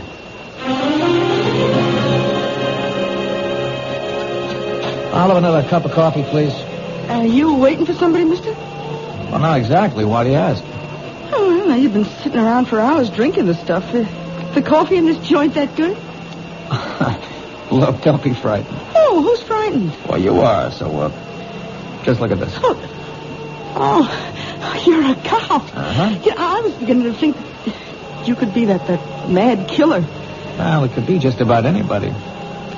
I hope I didn't scare you too badly. Well, the truth is, I wasn't that much scared for myself. No? But you've just been staring at that building across the street. I got the idea you were watching for something. Are you? Well, maybe. Could I have change for the telephone, please? Thank you.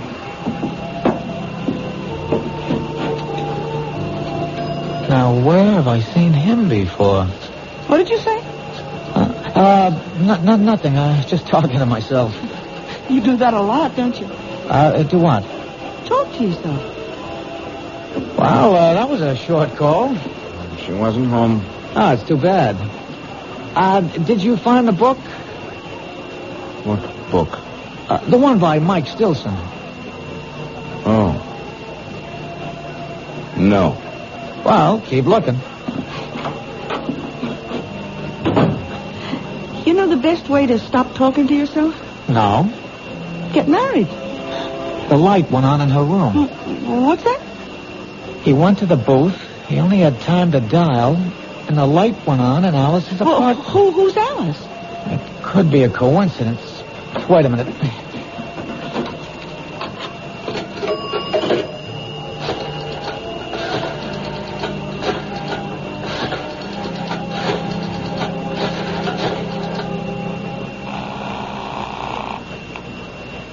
Hello? Alice, it's Lou Parker. Did I wake you? No. I'm up. Did your phone ring just a minute ago? Did it ring? Well, I don't know. What do you mean you don't know? Well, I'd fallen asleep, and, well, I must have been having a bad dream. I think I heard the phone, but it could have been in the dream. Anyhow, I did wake up suddenly, and I turned on the light, but I didn't hear the phone ringing anymore. Could it have been the ringing of the phone that woke you? I don't know. Did I hear it ring, or did I dream it was ringing? Why do you ask? I'm just checking. Anyhow, I'm glad you're okay. I'll see you tomorrow. Good night. Oh, that was a short phone call, too. Yeah. How is she? Who? Your girl. How do you know I called my girl? I told you I read character. Do you also read the future? Like an open book. Well, I sure hope so.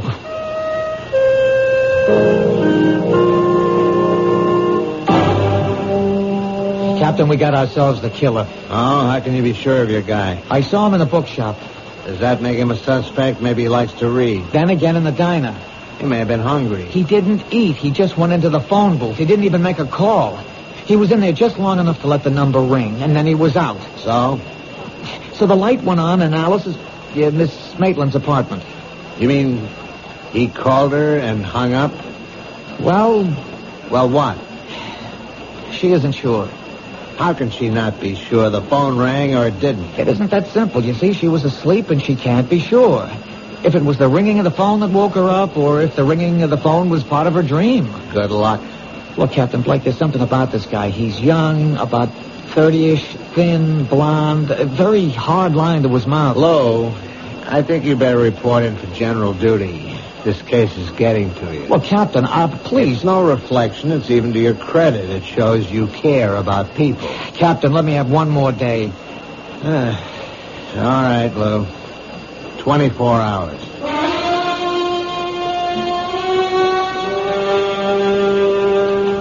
I'm sorry I've caused you so much embarrassment, Lou. That's all right.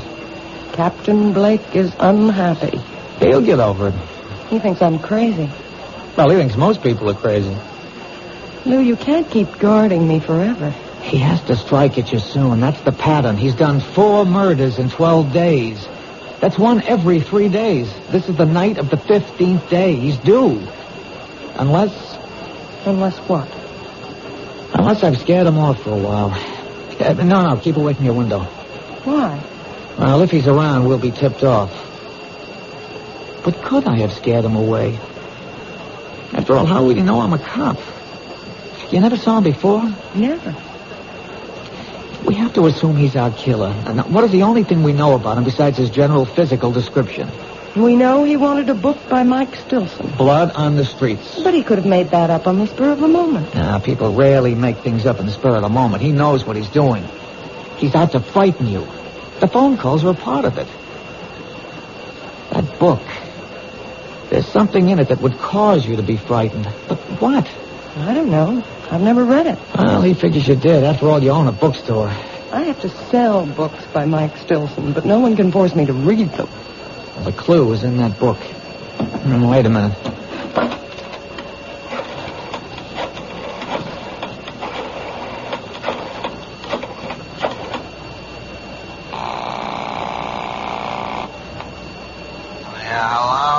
Captain Blake, it's Lou Parker. You know it's 2 a.m. Yes, sir, but I'm calling in the line of duty. You live dangerously, Lou. What is it? Captain, you've read all the books by Mike Stilson. What? Don't deny it, sir. It's a known fact throughout the department. You mean you woke me up at 2 a.m. just to ask? Line of duty, sir. If I read those books, it's only because I get a good laugh at how unrealistic they are. Captain, what's the story of Blood on the Streets? Lou, I hope your patrolman's uniform still fits. I'll be able to prove this is the line of duty.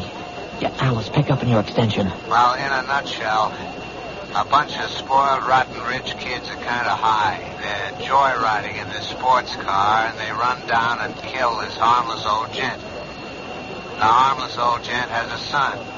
The son comes back from Vietnam. He swears he'll have revenge, so he shoots the joyriders one by one. That's it? That's it. And it better be line of duty. Well, Alice? No. I was never involved in anything like that. Does it remind you of something that might be similar? No. But it has to. Think. I hope you don't mind if I answer your phone. Hello? Detective? Yes. He's here. You know, Blondie. He's sitting at the counter, having a ham sandwich and a glass of milk. Thanks. He can't see me, but I can see him. Oh, he's headed for the phone booth. Oh, good work. We better hang up. What is it, Lou? Well, right now, right here and now, we're going to find out. If that telephone should ring...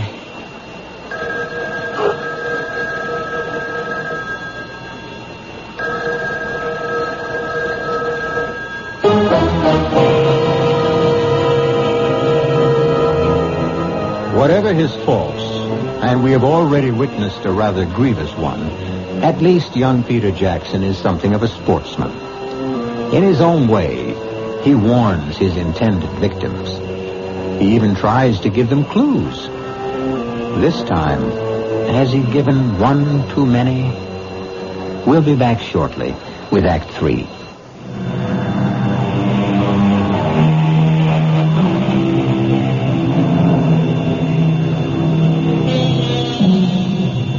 would our civilization be without the telephone?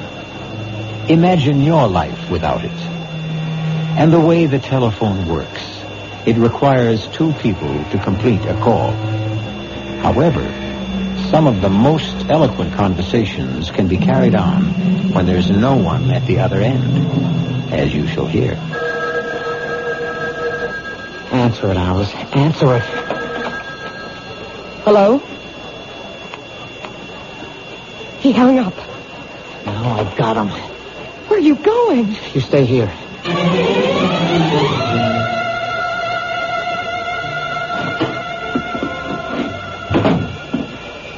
Hi, Detective. Where is he? Blondie? Well, I told you he went into the phone booth. He didn't stay in there more than a couple of seconds, and then he ran out of here. Did you see which way he went? He didn't even pay his check. Which way did he go? Look, you got nothing to worry about. You'll get him. What are you saying? He ran into a cab that's usually parked outside. All right, could you describe I don't have to describe. I know. Look, all I want is... I know the cab driver. He's a school teacher for days, and he moonlights. His name is Vic Wilson. Does he have a radio? They all have radios. How could he make a living? What's the company? Oh, what a great witness I make. Jefferson. You even got the number on the card in the phone booth. Blondie's in for it, huh?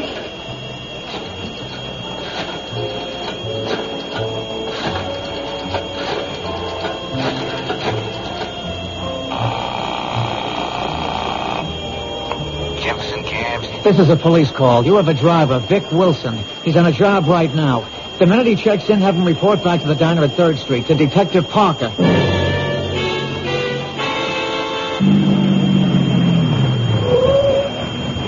Detective Parker? Yeah. How do I know it's my badge? Get in. Can't be too careful. That maniac running around loose.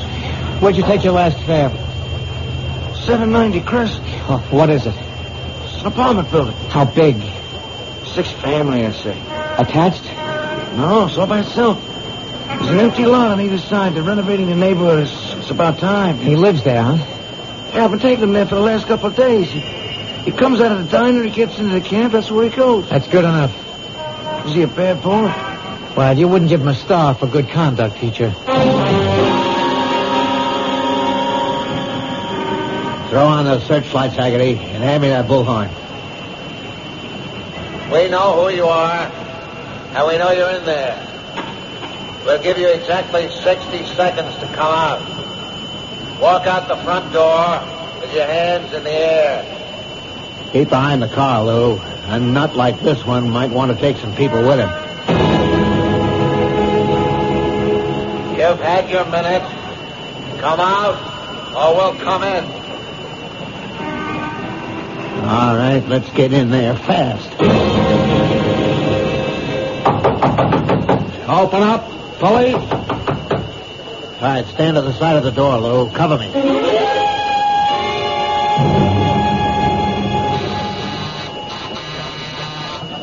Who is it? It's me, Lou.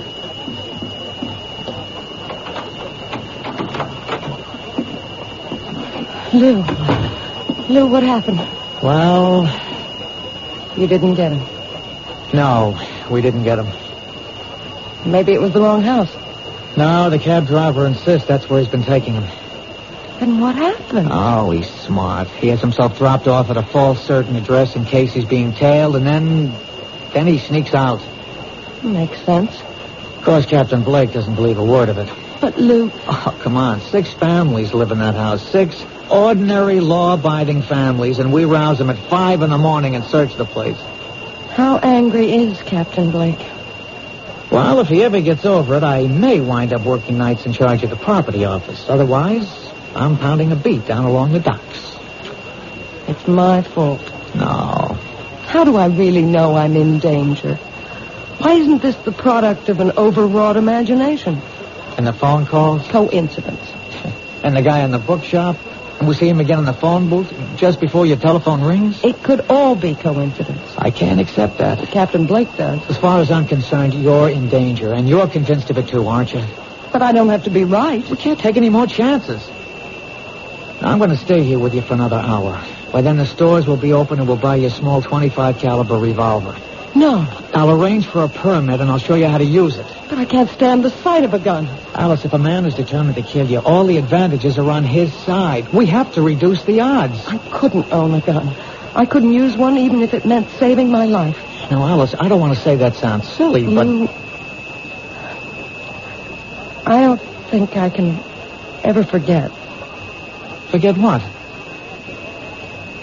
Well, I was standing right next to a man once who was killed by a gun. When? Oh, years ago. I was about 6. Who was killed? A very nice man. He was our grocer, Mr. Jackson. It was the day after New Year's, and Mama sent me out to buy... To this day, I remember. A quart of milk, a half pound of butter, and a jar of strawberry jam. And then this man came in. He had a gun. It was a holdup. And suddenly, there was a loud explosion and a terrible flash of light. Oh, it was terrible. Mr. Jackson fell to the floor. He was dead. And the man ran away. Was he ever caught? Oh, yes. Just a few hours later. I had to go to the station house to identify him. Do you realize what you've just told me? This is it. You identified the man. He was sent to jail. Now, years later, he wants his revenge. But that's not what happened. No? Well, you see, I was so frightened. I wasn't sure. I really couldn't identify him. And he went free. So why would he want to kill me now? Then that gets us nowhere either. The others couldn't identify him either. The others? Yes. There were other people, but no one was sure of him. Now, if you had identified him and sent him to prison, it'd make sense to suppose he'd want revenge, but you didn't. Now, whoever and wherever he is today, he's happy. But the fact that you failed to identify him could have made someone else unhappy. What do you mean? Oh, the book, Blood on the Streets. It's about a man who killed people who did his father an injury. Did this grocer have a son? I think so. I think a little boy used to play in the store. Oh, but it's so long ago. Who could that be? I'll take it. Hello? Mr. Parker, it's Terry Cannon. Remember me? Yes, Mr. Cannon. They said I could reach you at this number. Anyhow, it came to me. What came to you? Well, I was trying to puzzle out why the name Alice Maitland was so familiar. Well, sir, about 23 years ago, Mary Margaret was in a grocery store, and a man was killed in a holdup. I took her down to the station house to identify the gunman. And could she? Well, no, sir, she really couldn't be sure. Anyhow, another one of the witnesses was a little girl. Her name was Alice Maitland. And I remember her because she was the most terrified little thing I'd ever seen in my life. Thank you. Thank you, Mr. Cannon. I've got you. Finally, I've got you all tied together. Who? You and those women who were killed all come together in a little grocery store some 23 years ago. Finally, now we know who we're looking for. I'd like to see the look on Captain Blake's face when I tell him You won't this. live to see that look, friend. Lou! I know you got a gun in the shoulder holster. Just lay the phone down. Slow. Easy. Now, raise the hand. Slow. Easy. That's fine. Just keep them there. I guess your name is Jackson. Peter Jackson, Jr. You figured it out. So I figured I'd have to come back and get both of you. Hands stay up. It's too late, Peter. We know about you. Yeah, you know about me, but the other cops don't. See, I was in the house across the street when you staged the raid. I thought I'd die laughing. I learned never to get dropped off where I live. That way you don't get surprised. You won't get away with it. Oh, I'll get away with it. She's the last one. I'm sorry about you, but I'll walk out of here. And who'll know it was me? But why her? She was just a kid. She lied. But I didn't know. I really didn't know. Yeah, that's what they all said, but they were lying. They were bought off. All of you were bought off. Come on, Peter, talk sense. My father is murdered, and the law lets a killer go free, and you want me to talk sense? Does it make sense that 5 people who were standing right there couldn't recognize him? But I couldn't be sure. I really couldn't be sure. My father, he never hurt a soul in his life. If a hungry person didn't have a penny in his pocket, he could still walk out of that store with a loaf of bread or a bottle of milk. If your father was that kind of man, what would he think of you, killing innocent people? My father believed in justice. But you knew who the killer was. Why didn't you go after him? Yeah, I did, but I was cheated. I spent years on his trail, and when I finally caught up with him, he was in his grave. Well, my father wasn't going to be cheated out of everything. If I couldn't have the killer, at least I could get the people who helped him. Let me explain something. No, you don't want to explain anything. You want to stall. You want a chance to go for your gun. Well, you won't get it. See, I'll kill you first, and then her. There's such a thing in this world as justice. If the law won't give it to you, then you make your own. And that's why you're doing this? For justice? That's right. That's wrong.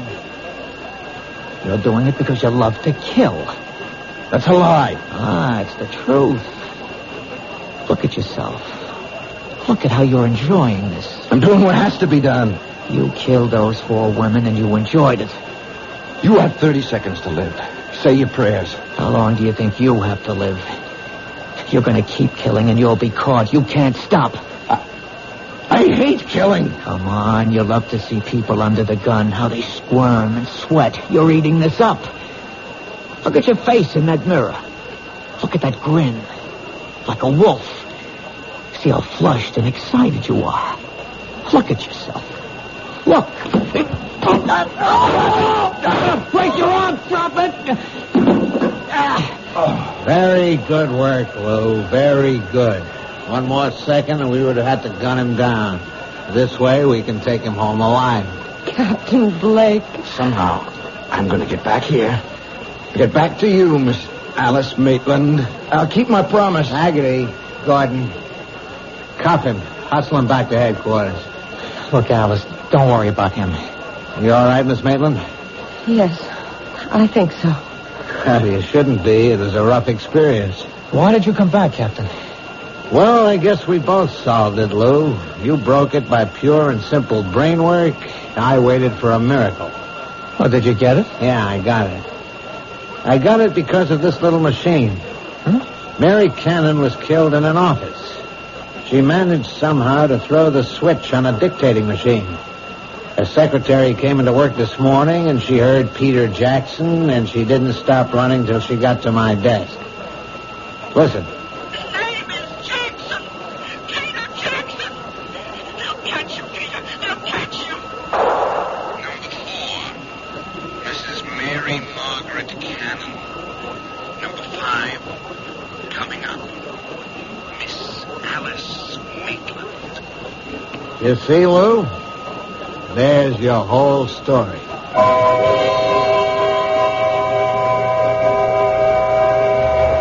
Of course, that isn't our whole story. For instance, you might want to know what happened to Peter Jackson. He's in a hospital for the criminally insane. For his sterling leadership in cracking the case, Captain Blake will probably become the next chief of police. Detective Parker will probably become Detective Sergeant Parker. And Miss Alice Maitland will probably become Mrs. Lou Parker. So you see, sometimes we can give you a happy ending. I'll be back shortly.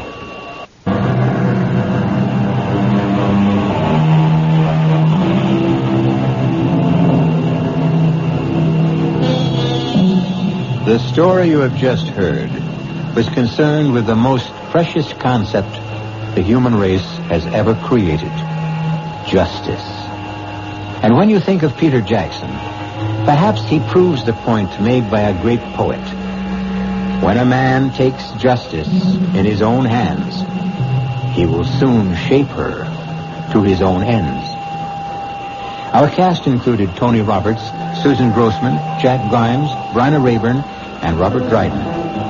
The entire production was under the direction of Himan Brown. G. Marshall inviting you to return to our Mystery Theater for another adventure in the macabre. Until next time, pleasant dreams.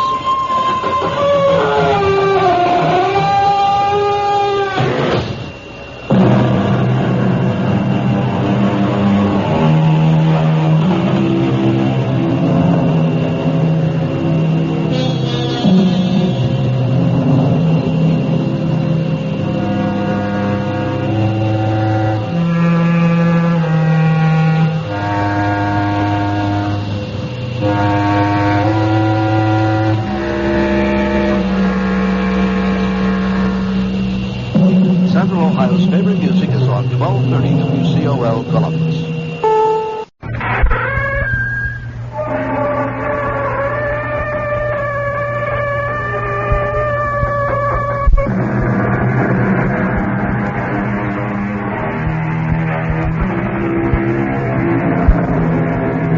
Come in. Welcome. I'm E.G. Marshall. Welcome to the sounds of suspense, to the fear you can hear. Horror that makes the flesh crawl as with maggots. Terror that turns the brain to jelly. These mark the work of Edgar Allan Poe. For nearly a century and a half, readers have wondered at the mad creations of his fevered brain, even as their blood ran cold with fear. As shall yours.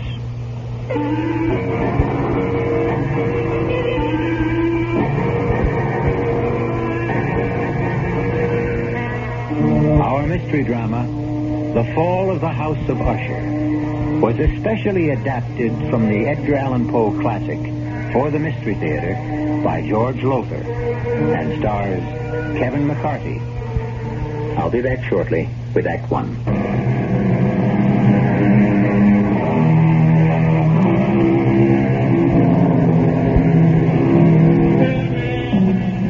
I must warn you that there lies ahead for you a tale so gruesome that when it ends, you will know beyond doubt that never in your life before have you experienced such revulsion.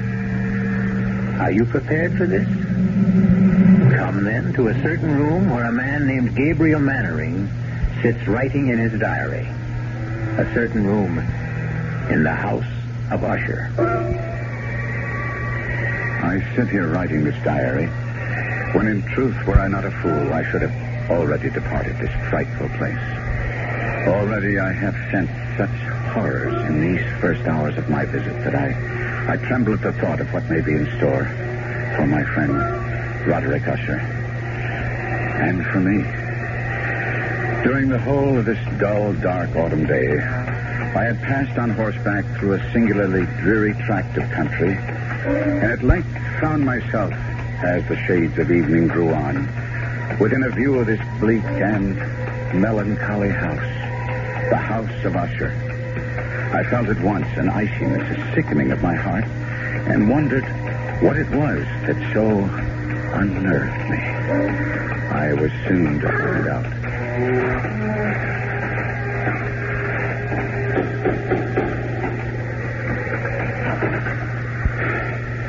You would be Mr. Mannering, sir? Yes. My master waits you. One moment, my horse. We'll be well cared for, sir. Oh, that carriage standing there. That black carriage? Is there another visitor? Only the doctor. He is attending Miss Madeline. This way, sir. Thank you. Follow me now, sir. We turn here, the passage on our left. Now, this to the right. I had no idea the house of Usher was so vast. Oh, yes, vast. Above and below. Below? There are chambers underground, vaults, dungeons that even I have never seen, and I have lived here as servant to Mr. Usher more than 30 years. Here we are, sir. Come. Mr. Gabriel Mannering, sir. Oh, Gabriel. My dear good friend, you've come at last. Roderick, I came immediately on receipt of your letter. It gave me cause for concern, deep concern, after all, Roderick. Not having seen each other in years, nor corresponded even, to receive a letter from you was in itself a surprise. But the contents, Roderick, the contents were a shock. How ill are you? Ill? I'm not ill. Not ill? But in your letter... I am not ill. Oh, I may have mentioned something of the sort in my letter, but... More than mentioned, you spoke of acute bodily illness, of oppressive mental disorder, of a malady, dear friend, so strange you could not bear to face it alone. Now, that is why I'm here. That is why I came at once. The terrible agitation in your letter. Oh, mood. It was nothing but mood. Mood of the moment. Nothing more. Come now. Cato, the port. Good. Thank you. I'll pour. And, Cato. Sir? Dr. Wyndham is with my sister still? Yes, sir. I would speak with him before he takes his leave if he feels I can bear to... Sir? Nothing. Just say I wish to see him. Yes, sir. The vintage port, Gabriel. You'll enjoy it. Its aroma, its fragrant bouquet will delight your nostrils. Its taste will fall sweet on your tongue. Your health, good friend. And yours, Roderick. Well, now, tell me about yourself, Gabriel. How has life gone with you all these years? Oh, as all lives go, I suppose. Has been the good, the bad, indifferent. Yes, well, mine has been mostly bad. I prospered. My importing business in Baton Rouge. Ruination, that's been my lot, my fate. The fate of the House of Usher. Well, if you are financially in need... No. I speak of another kind of ruination. Decadence. I speak of the evil that molders within my body, my mind, my house. House? Oh, no house this. A tomb that houses the living dead. You are ill. Yes, I lied. I am ill with what? With what? With fear. Fear? Of what? I know not. Well, what do we all fear, each of us? What living thing has not known fear? It lives within us, this fear. It rots within us, as I rot within this house. But mark you, good friend, whereas with others fear rides like a restless maggot only now and again, with me, it's ever present, a colorless slime growing within me, spreading, engulfing, drowning me. Roderick. No. I'm all right now. I'm all right. You must go. Go? Well, you shouldn't have come. I shouldn't have asked you. You must leave this house of death, this tomb. Stop that. Now stop. I tell you that... Enough. Enough now. Here. Sit down. Compose yourself. Now hear me, Roderick. I came a great distance through the foulest time of the year to be with you, and here I shall stay until you are well again. Oh, you don't understand. I shall never get well. Of course you will. No. She is dying, you see, and I... Your sister? Is it she who is dying? Yes, Madeline. But it's she who is dying. If it is... No, you don't understand. You don't understand. Come in. Dr. Wyndham. Fine. Come in, Doctor. Thank you, Cato. May I introduce myself, Doctor? Mr. Usher, as you see, is not himself. I'm a friend of his. Gabriel Manning of Baton Rouge. Oh, how do you do? Louis Wyndham. I entreat your pardon, both of you. Now, Roderick. Well, my nerves sometimes. Yes, I know, and I'm sure Mr. Mannering understands. You've been taking the laudanum I prescribed? I used the last only yesterday. Well, I'll see if you get more. Oh, thank you, thank you. My sister? There's no change. How long? How long?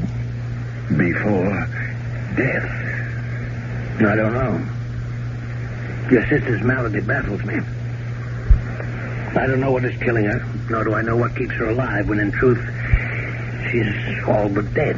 Oh, would it be an impertinence, Doctor, for me to ask you what you mean by that? Well, no, Mr. Mannering. Quite simply, there have been times when Miss Usher, Madeline, has been devoid of all vital signs. Well, by this, I mean I've been unable at these times to detect a pulse, blood pressure, any respiration whatsoever. Mm-hmm. Yes. And yet, moments later, she's opened her eyes and returned to the world of the living. Strange. Yeah, I've encountered nothing like it in years of practice. It's not too far from the truth to say that she is dead, and yet she lives on. Yes. Like the house itself. Now, Roderick, you mustn't harp I tell you, we are like this house. My sister and I, we are this house. The house is us. The house is dead, and yet it stands. Your aberration about this house... It is no aberration. It's the truth. The house of Usher crumbles, yet it will not fall. Madeline is dead, yet she will not die. And as for me, oh, heaven, the horror that awaits me. I'll send the laudanum as soon as possible, Mr. Mannering. There's little else I can do. Yes, I have other patients to attend. Thank heaven it's a moonlit night. I have many miles to travel. Good night. Good night. Roderick. Yes?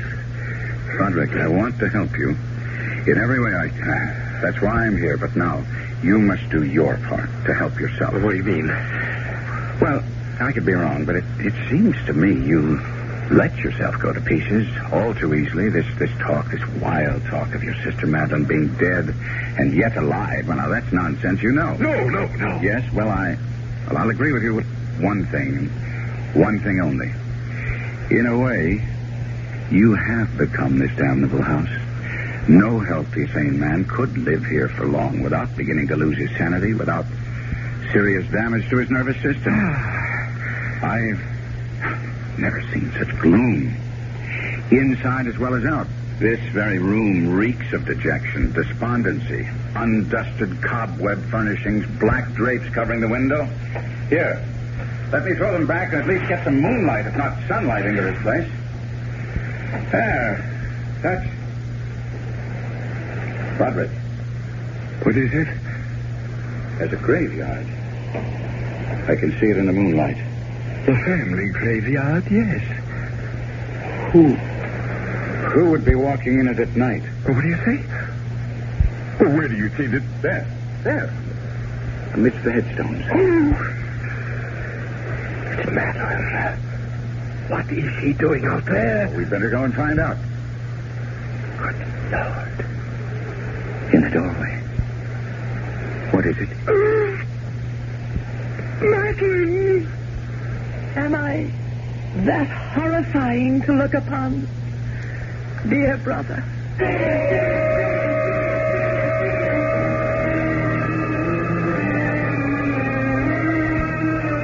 Madeline Usher walks among the headstones of the Usher graveyard, yet stands in the doorway at the same time. Does her spirit walk abroad? Is she that close to death? I'll be back shortly with Act 2.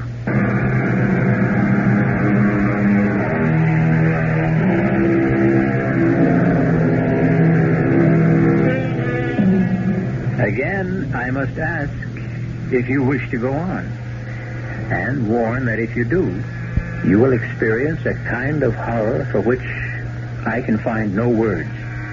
Even Gabriel Mannering, writing in his diary, found it difficult to express his feelings in that moment of first meeting with Madeline Usher. I seek and cannot find words to recreate the terror of that moment. Not a woman, but a corpse stood before us in the doorway of that awful room. The very woman, or corpse, if you will, that but an instant before Roderick Usher and I had glimpsed in the moonlight graveyard beyond the window. If she is alive, I thought, she should be dead. Fatuously, I said, "You are Madeline Usher?" Yes. How do you do? I'm Gabriel Mannering. I know. You winced as you took my hand. What? You felt it. Coldness. No. Yes. You need not dissemble with me. Even now, you find it hard not to stare at the dark patches on my face, the putrescence that lives. Yes, thrives in my dying flesh. Madeline, my dearest sister, you should be lying down, resting. You mustn't waste your energy. I wanted to meet your friend. Someone from the world of life outside this house. This tomb. I wanted to... needed... She's falling. Catch her. Put her on the couch, Gabriel. No. Still, we'll carry her to her room. There's no pulse. No heartbeat. Is she... Well, heaven help me. It's impossible to say. Can you carry her alone? She weighs nothing. Follow me, then. Oh, what evil stalks the house of Usher. Help us, dear Lord. Please help us. Put her down, Gabriel.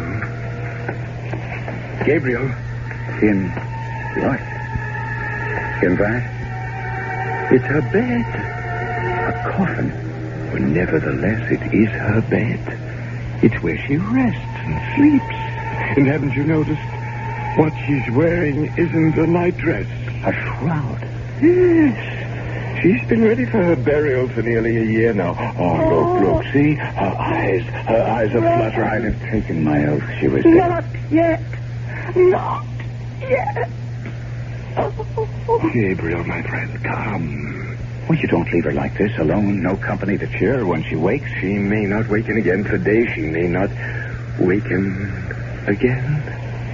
Come? No. Oh, wait. There's something about her. Something in her face that... It reminds me... Well, of course, it's you. Oh, you see, then? The family resemblance.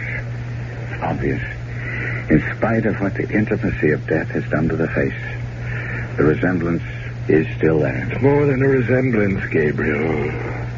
What do you mean? Well, we are twins.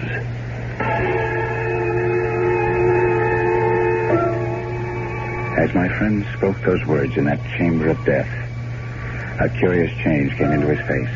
It floats before me even now as I write, a complexion drawn so suddenly cadaverous, his eyes large, liquid and luminous beyond comparison, thin and pallid lips gone thinner, paler.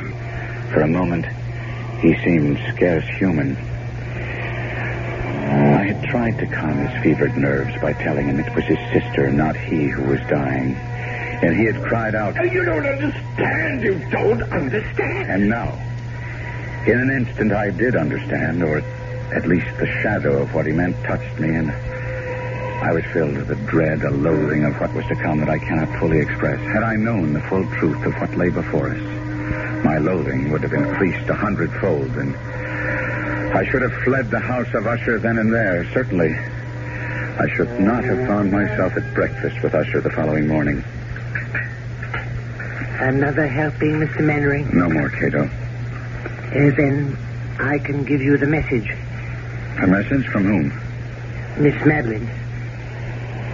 She wishes to see you at your convenience. Well, then I'll go to her, of course. Now, why do you look at me like that? And now why do you turn away? Cato, face me.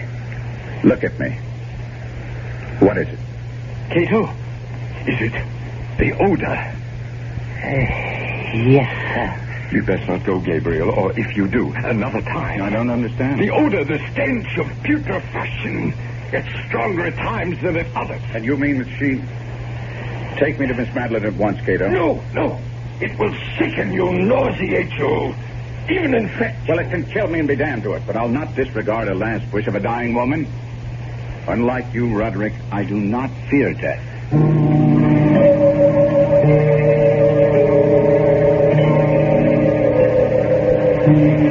Miss Usher.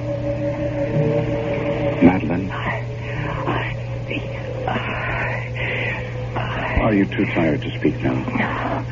Would you prefer I came back another time? No. How good of you to come at all. It's a privilege to be of use to you. A favor. I wish a favor. Anything in my power. I want to die.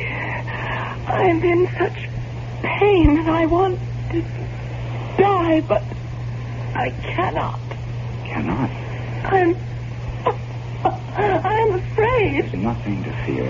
Death is only sleep. Dreamless sleep. Don't fear death. I don't fear. I fear. You fear what? Burial alive. Why would you have such a fear?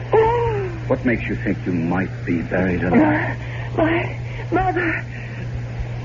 She? Promise me. Spare yourself. Spare yourself. You need say no more. I promise. I promise you. You will not be buried alive. Rest. Rest now. Rest.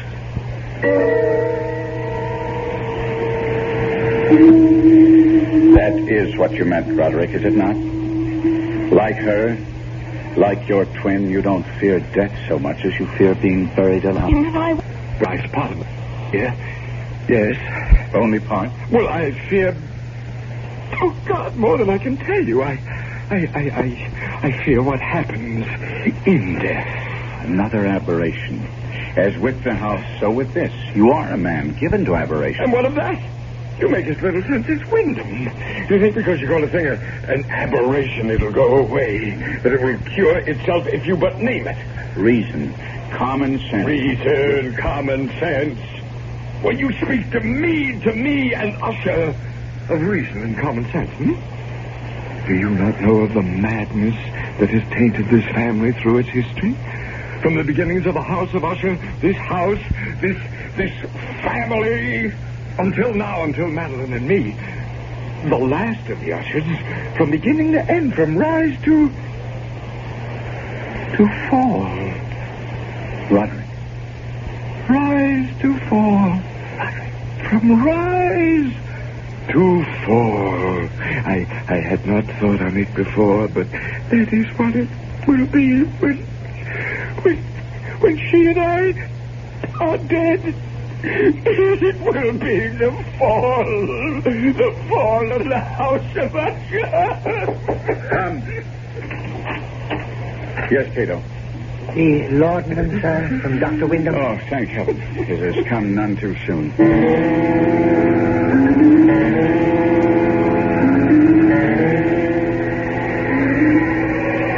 Mr. Mannering, sir.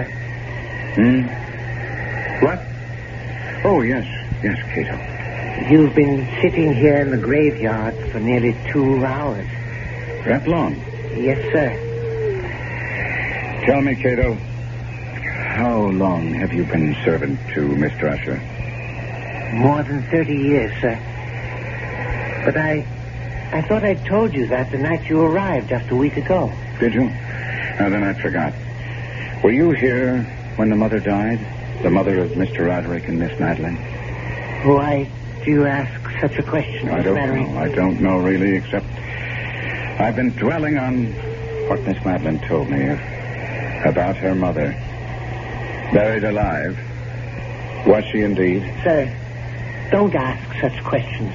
Don't dwell on such thoughts. Why not? It was discovered the mother had been buried alive. Yes. Tell me about it.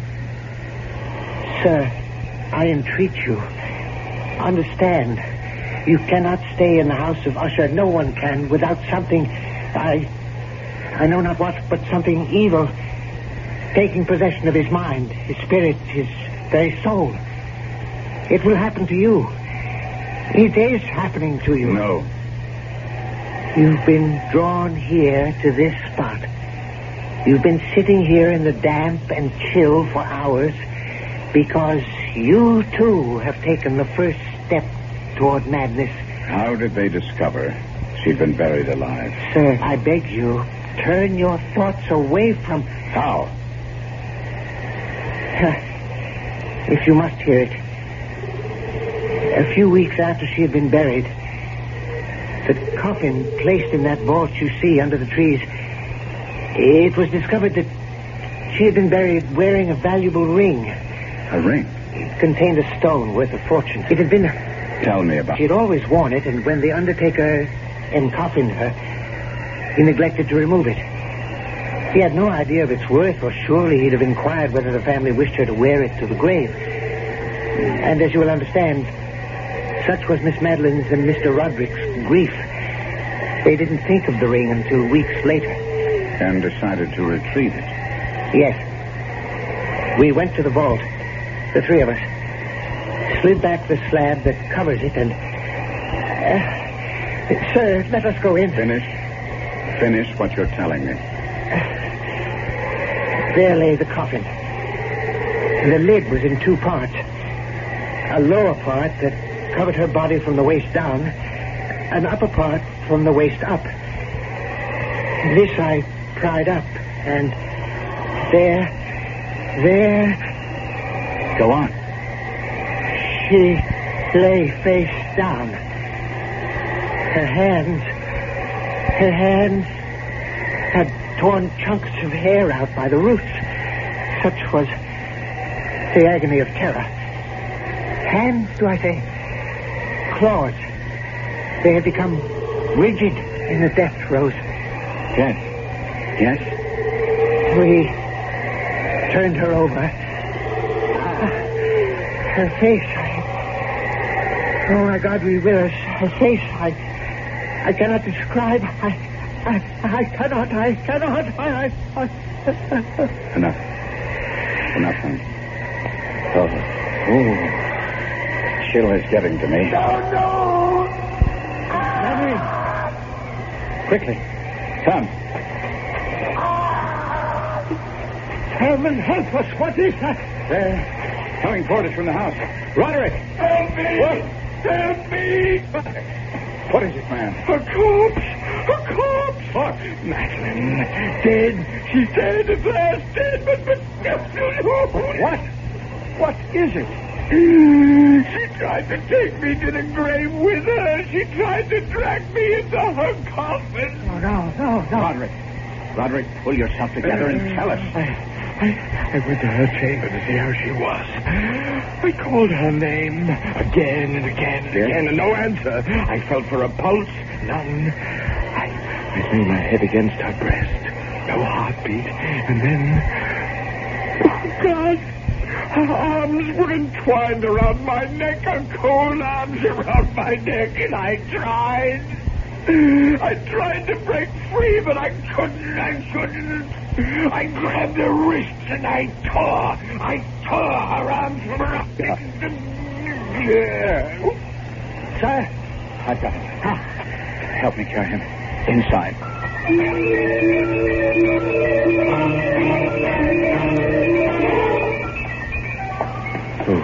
Oh, no. Now be calm, Cato.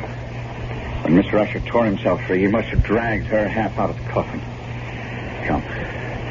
We must put her back in. Cato. I dare not touch her. Very well.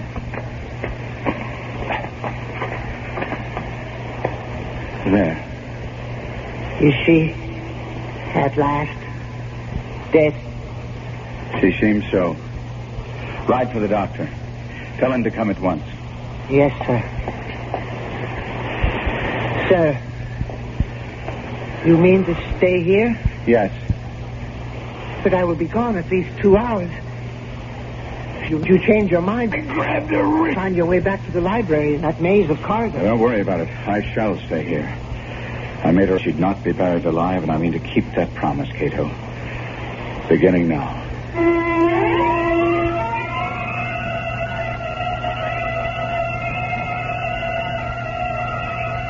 Alone in that chamber of death, within the house of Usher, Gabriel Mannering seats himself beside the coffin of Madeline Usher to keep his vigil and his promise, and wonders if he himself may not be going mad.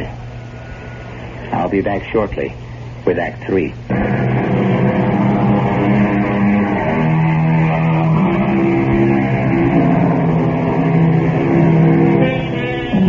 Terror so awful as to shatter the human mind haunts the house of Usher, hangs like a shroud in the air, drips on the spirit like the very slime upon the decaying walls. As Gabriel Mannering sits beside the coffin of Madeline Usher, he feels this terror seeping into him. Seeping into me like a rising tide of pollution. Cato said he would be gone 2 hours in fetching Dr. Wyndham, but to me, it seemed like 20 before I heard his returning footsteps. You don't look well. I'm all right. Sir, you deceive yourself. Never mind now. I'm seeing Miss Usher. And back, Cato. Thank you. Heart first. Mm-hmm. Is she? No, there's no heartbeat. None whatever. No pulse. No vital signs at all. She is gone, then? Hey, Mr. Mannering, I have attended her in this strange illness for nearly a year. I've seen her in this state 4 times before. What's to be done? What indeed? Well, I would wait a few days at least, and then I should bury her. No. No? She feared to be buried alive. Yes, I know. Her mother. You attended her? No, another man. From what I've been able to learn, I judge her illness was similar, just as unaccountable as baffling. Well, Mr. Mannering, she did indeed fear the same fate her mother suffered, but I think that after, say, 3 or 4 days... I say no. At least a week. No, 2, even 3. You don't know what you're saying.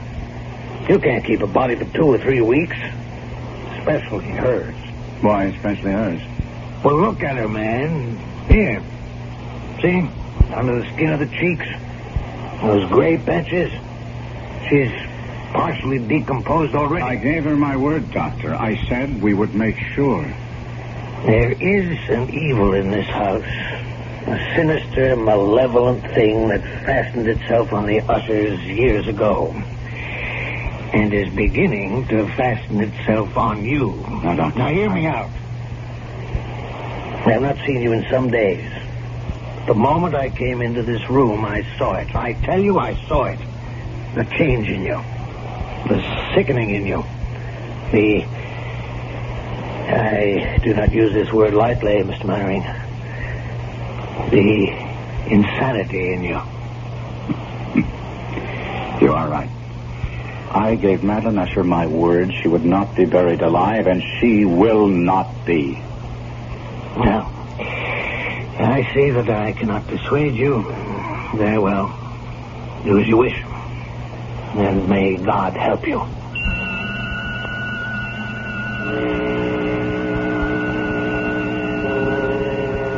I stayed by her coffin for yet another hour or so, making sure there were no signs of life. Then I returned to the library, led there, of course, by Cato, for I could never have found my own way through that maze of corridors and passages. I found Roderick Usher seated bolt upright in a wing chair, staring at I know not what. Roderick, I must talk to you. Do you hear me? Yes. Now, Roderick, as I told you, I promised your sister to take every precaution against her being buried alive. She is dead. I know it in my heart, my soul. I know it. I believe so, too. But we must be certain. Now, that presents a problem. Roderick, are you listening? Problem? Yes. Decomposition. If she is dead, she will decompose.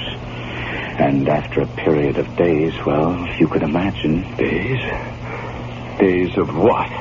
Of visiting her coffin at least every 12 hours, say, to make sure she's dead. Are you mad? We must keep her body. 1 week, 2. And the question is, where? Where? We'll have to leave the coffin open in case she should regain her senses.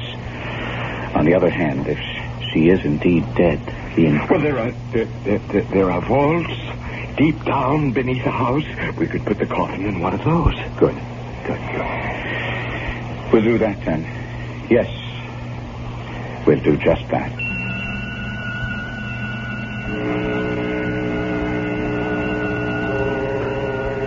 Together, Usher and I arranged for the temporary entombment of Madeline, his twin. The vault, so long unopened that our torches were half smothered in its oppressive atmosphere, was small, damp, and entirely without means of admission of light, lying at great depth beneath the house. There, Gabriel. It is done. We must come here again. In no more than 12 hours. As you say. As you say. Before he wished only to bury Madeline, or he'd become so compliant, agreed so readily with what I said. He only had asked myself that question. But I did not, and in consequence, faced an unexpected problem. Why do you not believe me? It isn't that I don't believe you, Roderick. I wish to see for myself. There is no need for you to do it. I have done it. You have? I have visited the coffin at least once every 12 hours, sometimes twice. She does not live. Take my word for it. It is my word concerns me. I gave my word to her, not yours. She is dead. I assure you, she's dead. It was about that time the sounds began. Strange knockings, creaking. Perhaps it had begun before, but I had not at first. I would hear some curious sound from below and say to Roderick, "What was that? What was what? Listen." What is that? Rats, perhaps? Rats? Well, the house is infested with them. I've never heard rats make sound like that. I answered. Time went on. And it seemed to me the sounds grew louder, and I would say to Roderick, "Listen." And he would answer.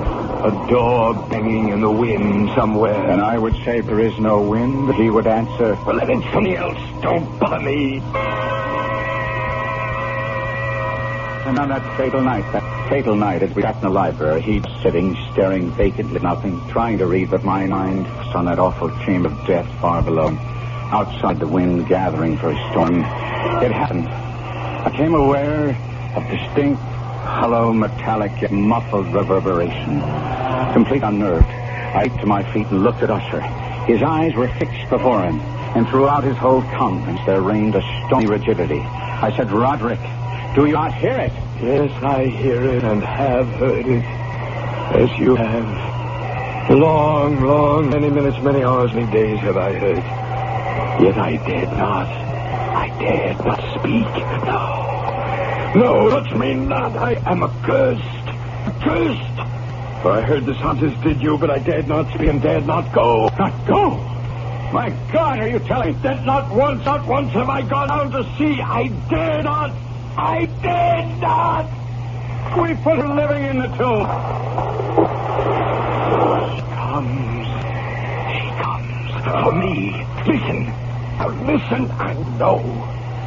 We've heard the rending of calf and the grating and iron hinges of a prison, struggles within the covered archway of the vault. And now, she comes for me. The moment she'll be here. I hear her footsteps on the stair. I hear the horrible beating of her heart. She comes for me, she comes. I tell you, she stands outside the door.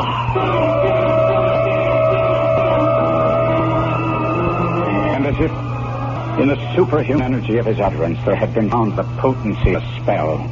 The huge antique panels to which he pointed drew slowly back. And outside those doors did stand the towering and enshrouded figure of Miss Madeline. There was blood on her white robe, evidence of some bitter struggle on every portion of her putrefied frame. For an instant she remained trembling and reeling to and fro upon the threshold. And then with a moaning cry, fell heavily in on her brother. And in her violent, now final death agony, bore him to the floor. A corpse. A victim to the terrors of all he had anticipated.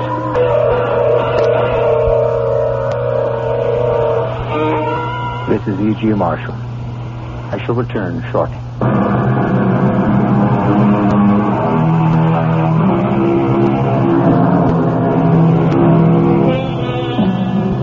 The manuscript of The Fall of House of Usher ends thus. I fled from the house, leaving all behind me.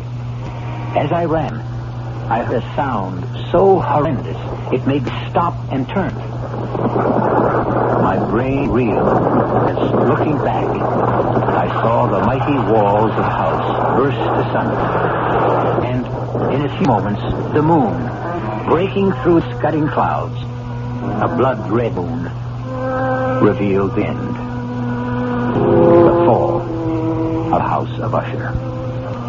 Our cast included Kevin McCarthy, Arnold Moss, Marion Solis, and Robert Biden. The entire production was under the direction of Himan Brown.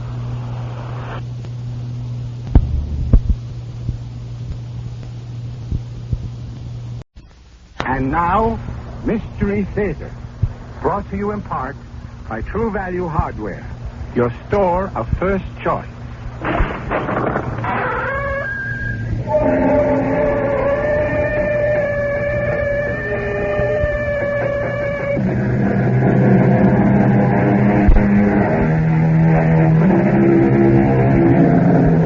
Come in. Welcome. I'm E.G. Marshall. Welcome to the sound of suspense. Welcome to the fear you can hear. Welcome to the world of terrifying imagination. The subject of the story you're about to hear is murder. But the subject is also time. We've all heard of killing time. But have you heard about using time to kill? You will in the next few minutes when Mr. Owen Layton himself tells you his most ingenious scheme for getting rich quick by means of sudden death. Owen, for heaven's sake, what are you doing here?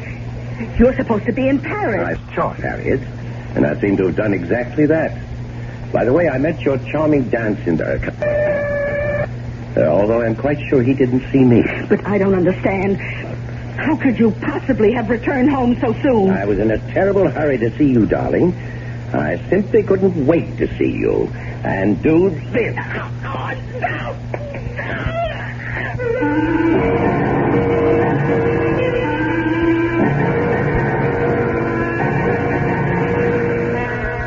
Our mystery drama, Sea of Troubles, was written especially for the Mystery Theater by Henry Slessor and stars Dot Cotsworth.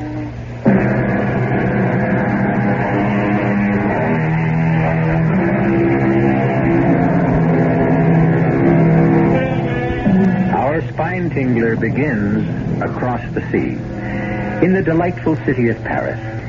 They say that you can sit at a sidewalk cafe in one of these streets and sooner or later meet everyone you've ever known.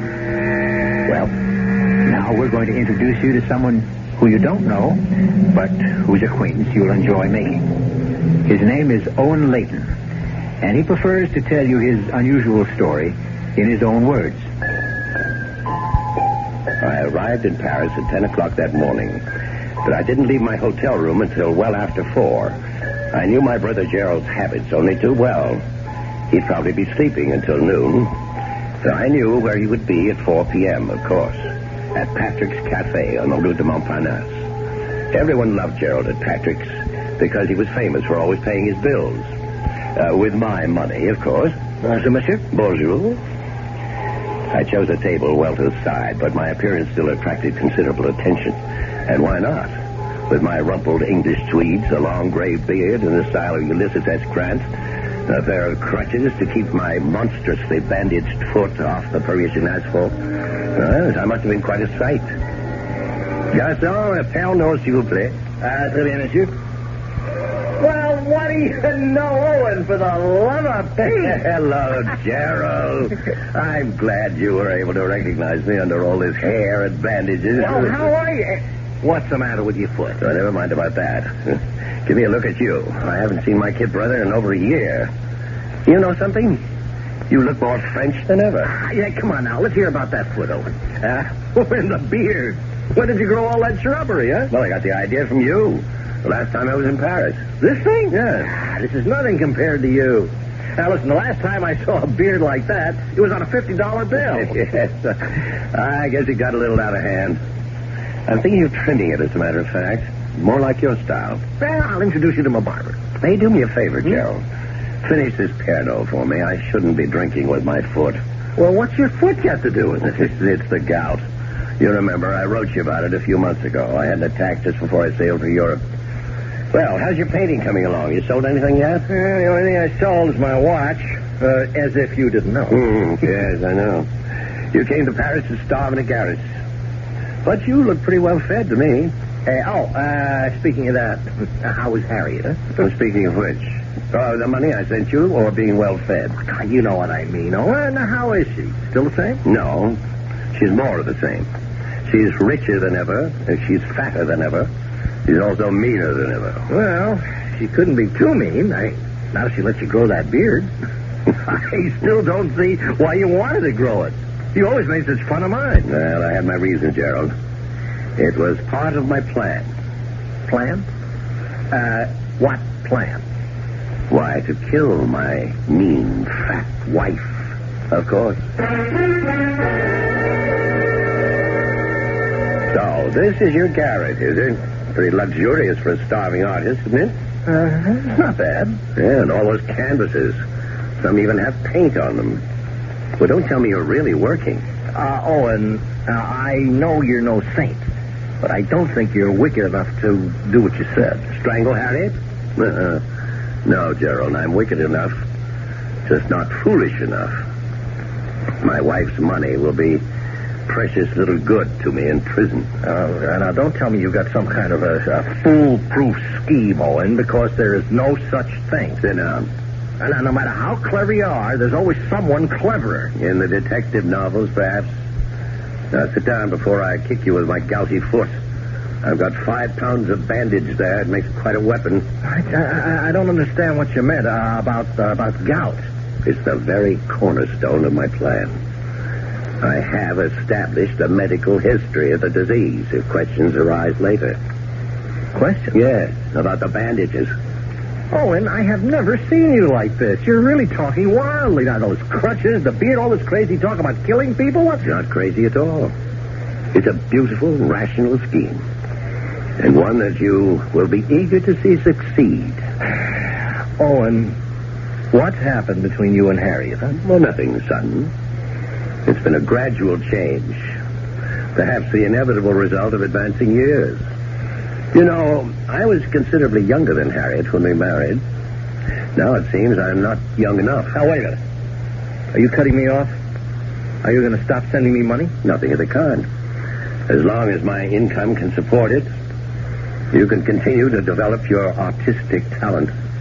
The question is, how long will my income continue? It's been 10 years since I married Harriet. The difference between our ages is suddenly not so great. Harriet is discovering that there are younger men in the world. In fact, there's one particular one she's fond of. You're joking. Yeah, he's a dancing instructor, as a matter of fact. She met him when I had my first attack of gout. I couldn't move for a month while Harriet indulged herself in non-domestic pleasures like dancing. But to talk about killing her... Killing her carefully, Gerald. with due regard to the risks involved. Actually, I thought of the answer when I was flat on my back. I had plenty of time to think then. About what? A unique phenomenon of the modern age. The magnificent paradox of transoceanic travel. Travel? Yes. A ship makes its journey in some 5 days. A jet plane takes only a few hours. But you hate planes. You've never been on a plane in your life. Yes, that's right. They terrify me. Well, what does all this have to do with killing Harriet? Everything. For you and I, brother, are going to put that transatlantic paradox to use. We're going to prove that the difference between a ship and a plane is a lovely way to commit murder.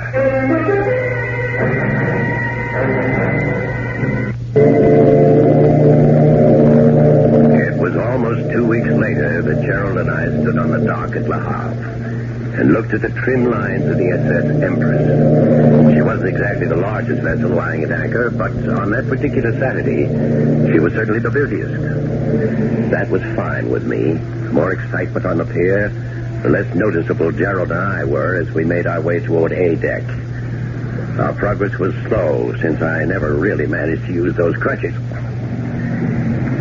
Finally, we made our way to stateroom G, and as the door finally shut behind us, I collapsed on the bunk. I looked at my younger brother's face and felt considerably better. Poor Gerald. His complexion was so pale white against his reddish beard, now fuller by 2 barbarous weeks. Relax, Gerald. I had your confidence, Owen. So let's take care of the passports first, and then we can call the steward. All right. Here they are. Good. Now, we have to do... With infinite patience, I set about the delicate task of removing the small photographs from both passports. I was as precise as a jeweler. Then I squeezed glue from a tiny tube and replaced them. One bearded face substituted for the other one. Yes, my brother and I look quite a bit alike, despite the 6-year difference in our age. Owen, are you sure nobody will notice? Now, you're not supposed to tamper with these passports. Yes, that's true. And I understand it's also a crime to kill someone. Nevertheless, that's exactly what I plan to do. Now, let's ring for the steward. All right. The man who answered our ring was a perfect delight. An aging cockney with a thin crest of white hair, the mouth of a pixie, and the squinty eyes of a myopic. The latter, of course, was going to be a blessing. Everything all right, Mr. Layton? Yes, everything's just fine. Your name, Mr. Pawkins? Yes, sir, that's me. Sir Pawkins, at your service. Well, Mr. Pawkins, I'm afraid I'm going to be something of a burden to you on this voyage. As you see, I'm an invalid. Yes, sir, your poor foot, sir. Exactly, my poor foot. As a result, I'm going to be forced to take all my meals in here. So you'll have to arrange matters with the dining steward. I trust that can be arranged. Oh, yes, sir. Don't you worry none about that, sir. Good. Nor will I be spending any time on deck. The least bit of roll is extremely painful for me. So I'll remain in my stateroom until we reach port. What a pity, sir. Oh, it's all right. It's all right. I've got a great deal of business to take care of between here and New York. I'll have enough paperwork to keep me busy. So if you'll just bring me my meals and keep me from being disturbed, you'll be doing your job handsomely. All right? Understood? Oh, yes. Understood, Mr. Layton. See you later then, Mr. Pawkins. Oh, yes, sir. We were lucky. He seems like a cooperative old geezer. Yes, but be careful. Always keep your door locked, so he can never enter without knocking. And every time he brings you that tray, make sure that you're either dozing or buried in papers. Understand? Understood. Yeah. Well, when I think about what you're going to do in New York while I'm on board the ship, What I'm going to do in New York is going to be a pleasure. But you're so cold-blooded about it, Owen. You are going to kill a human being. No, I never said that. I said I was going to kill Harriet.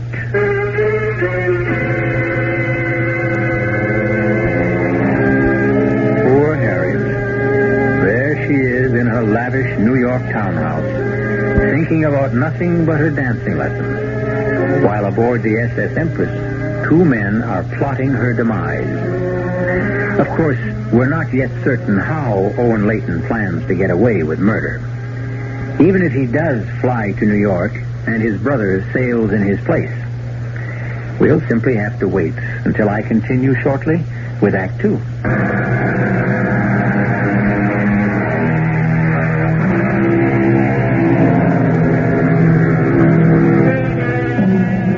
Now let's return to Stateroom G on A deck of the SS Empress. It's almost sailing time. The first all visitors ashore warning has been sounded on all levels of the great ship. But in Stateroom G, of course, the warning has a special significance, because now the visitor has become the passenger, and the passenger has become the visitor. But let Mr. Owen Layton speak for himself. Listen to me, Gerald. Now listen very carefully. For Pete's sake, Owen, we've been over this 100 times. Now I'm saying it for the last time. You must do exactly what I've said. Exactly. The smallest variation can cause total disaster. I promise you. I won't move from the stateroom. I'll be a good little rabbit in my cage. Yes, that's exactly what worries me. Your rabbit-like tendencies. Don't expect me to enjoy it. When I think of all those cute little bunnies strolling around on the deck. No, just forget they're there, understand? Let me get this bandage off my foot. Oh, 5 days. And don't forget the 6th night. You'll manage, all right? Won't be any fun, Owen. Yes. Neither would it be any fun to fill gas tanks in Hoboken. Not as much fun as living on the left bank with those Parisian beauties of yours. All right, I know. And don't forget who's really doing the hard work, Junior. Including that plane trip tonight. Oh, for me, that's the worst part of it all. Listen, how high do those bloody things fly? Oh, 30,000 feet, I think. Oh, it's preposterous. There, the bandage is off now. Now, let's get them on you. By the time the next all ashore sounded, the transformation had been made. The bandages were on my brother's foot, and the crutches were lying snugly beside his bunk. And I was all set to leave. With Gerald's gray tweed coat belted around me, with Gerald's hat on my head, I strolled to the visitor's gangplank and left the SS Empress to its business.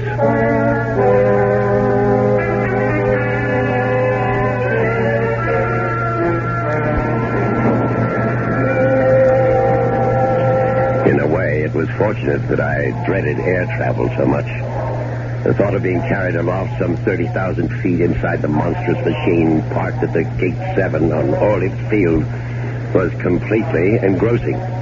For this reason, I overcame any nervousness I might have had upon confronting the immigration authority. The official merely glanced at the photograph in my passport book, snapped it shut briskly, and handed it back. Mr. Gerald Robin Layton was on his way back home. I don't recall much about the flight. I remember about 10 minutes of sheer terror when we took off on what seemed like a ridiculously short runway. I know there were several more hours of alternating fright, numbness, and drowsiness, helped by liberal amounts of alcohol. And then there was that agonizing half hour following the captain's announcement of our approach into Kennedy International Airport. And wonder of wonders, I was safe. The only one in danger was my wife. It was midnight in New York when I climbed into a taxi and gave the driver on destination, Grand Central Station. In the terminal, I deposited my single piece of luggage in a public locker and took still another taxi to the street where Harriet and I had spent the last 4 years of our marriage. The brownstone was an imposing building from the exterior, but Harriet's money had made it possible to scoop out the interior and transform it into a duplex of cunningly modern design. I had spent several happy hours in this house, about 7 or 8, I think. It was 1:20 in the morning by the time I arrived, and the traffic had gone from the quiet streets of Sutton Place. The street was empty. The shades of the buildings opposite had all been drawn against the night. I felt certain that no one saw me quietly insert the key into the lock of the front door. I went quietly upstairs to the bedroom. It was empty. But that was no surprise. It was Saturday night. Presumably, I was in Paris. Therefore, Harriet was on the town, probably in the company of her dance instructor friend. In a way, I was glad that she was running true to form. It helped me feel justified in taking the drastic course that I was about to take. About 20 minutes later, I heard the front door opening again. Oh, my feet. My feet. You danced my little tootsies off tonight. You let us spare you. Well, that's what you're paying me for, Mrs. Lee. No, that's what you think, lover. Well, speaking of love... Oh, stop it now, Douglas. No, stop it. You mean I don't even get a kiss goodnight? Oh, tomorrow night, maybe. Right now, I just want to go to sleep. I thought you looked a bit preoccupied tonight. Is anything wrong? No. Unless you count a cable from my husband. Well, he's still in Paris, isn't he? He sailed on the Empress. He'll be here in another 5 days. Well, that's too bad. Isn't it? He can stay tomorrow, all right? I'll count the hours. Good night, my princess. Good night. And then Harriet started up the stairs. I picked up the pretty blue vase that adorned her dressing table and placed it behind my back. Hello, Harriet. Oh, for heaven's sake, what are you doing here? You're supposed to be in Paris. Well, I thought I'd surprise you, darling. I think you've done exactly that. But your cable, you said you were taking the Empress. She won't arrive for days. No, actually, I changed my mind about taking the ship. I flew instead. You were never inside a plane in your life. No, there's always a first time, isn't there? For everything. But why? When you're so terrified of flying? Because I was in a hurry, darling. I simply couldn't wait to see you and do this.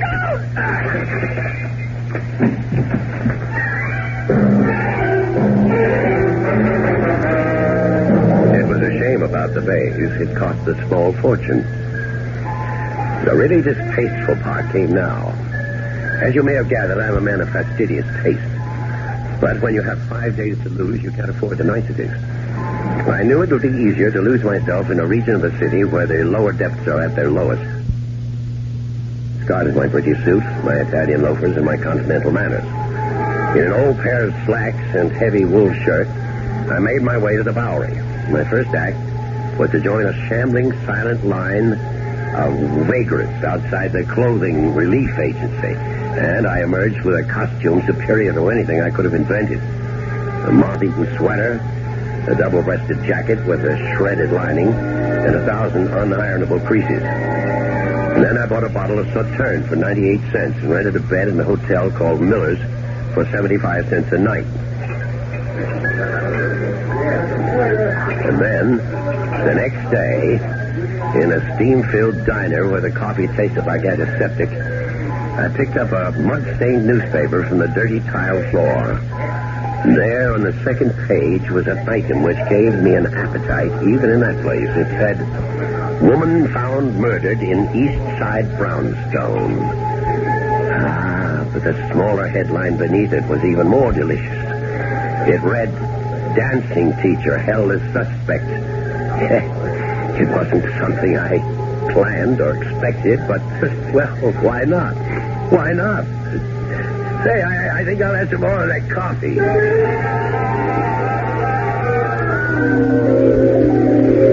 And then the 5 days were over. It wasn't very far from the Miller Hotel to the docks. The first glimpse I had of the Empress' beautiful bow on the horizon thrilled me in a way I had never known before. But I couldn't stand about and admire it. I had things to do. I made my way as unobtrusively as possible back to Grand Central Terminal. I removed my luggage from the locker, and then in the washroom I shaved and changed into clean clothes. Then I went down to Pier 16 to greet the arriving Empress. I knew that Gerald would be among the last for the passengers to appear. But then, there he was, wearing my green plaid topcoat with a collar pulled around his throat, wearing my Homburg hanging low over his eyes. He was using my crutches, too, and not very well. But with his foot so heavily bandaged, he still made a convincing cripple. Owen, over here. You know, for a minute I didn't think you'd make it. Well, how was it? How did everything go? Fine. Look, when can I get rid of these crutches? They are killing. Never mind the crutches. What about the steward, Mr. Pawkins? Did you see him before you left the ship? No, I managed to avoid him. I didn't even tip him either, just as you said. Good. Now get into that car. This isn't your car, is it? It's a rental car. So get inside so we can switch clothes. A rental car? Well, weren't you taking the chance? I rented it in your name, Junior. Don't worry about it. You really thought of everything. Owen, I have to give you credit. Well, just give me my clothes and that bandage. And fast. And so we made the switch, as before. By the time I stepped out of the rented automobile, I was dressed in the Homburg and the green plaid coat. And the bandages were back where they had originated. In fact, the crutches seemed like old friends as I hobbled back to the entrance of Pier 16. I spotted the ship's petty officer emerging from the passenger exit. Pardon me, sir. Yes, sir. What can I do for you? Well, it's rather embarrassing. You see, there's a steward that I meant to take care of before I left my stateroom. He was very kind to me. What's his name? Pawkins. He's an old fellow. Very nice. I hated to miss him when I left, but somehow I did in all the excitement.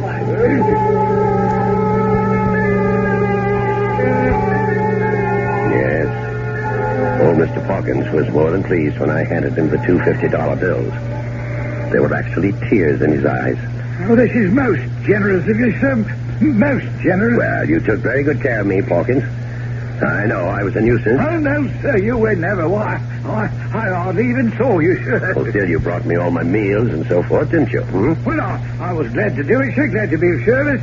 And I hope you'll be back on the Empress with us soon again. I intend to be, Pawkins. Yes, you can be sure of that. As soon as I knew that Mr. Pawkins was remembered properly, and that he remembered me properly, I knew that everything was going to be just fine. I told my younger brother to drive his new car to the village, find himself a small apartment, and lay low. And I took a taxi to my home. I knew there would be company waiting for me. Mr. Layton? Yes, I'm Owen Layton. Who are you? Name is Lieutenant Farley, Mr. Layton, New York Police Department. Police? What's the matter? My house been robbed or something? I'm sorry we couldn't meet you at the ship. We knew you were coming back today, but we thought it would be easier to meet you here and break the news to you. What news? What are you talking about? Bad news, I'm afraid. Maybe we better go inside. Yes, come in. Of course, I knew exactly what the bad news was going to be. Now all I had to do was to keep from laughing out loud.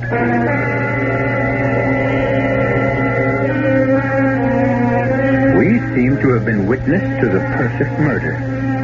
Owen Layton can't be blamed for the murder of his wife, and for the most natural reason in the world. Owen Layton wasn't in New York when his wife was murdered. Owen was on the high seas. Just ask Mr. Pawkins or anyone else aboard the SS Empress. But before we congratulate Mr. Layton on his cleverness,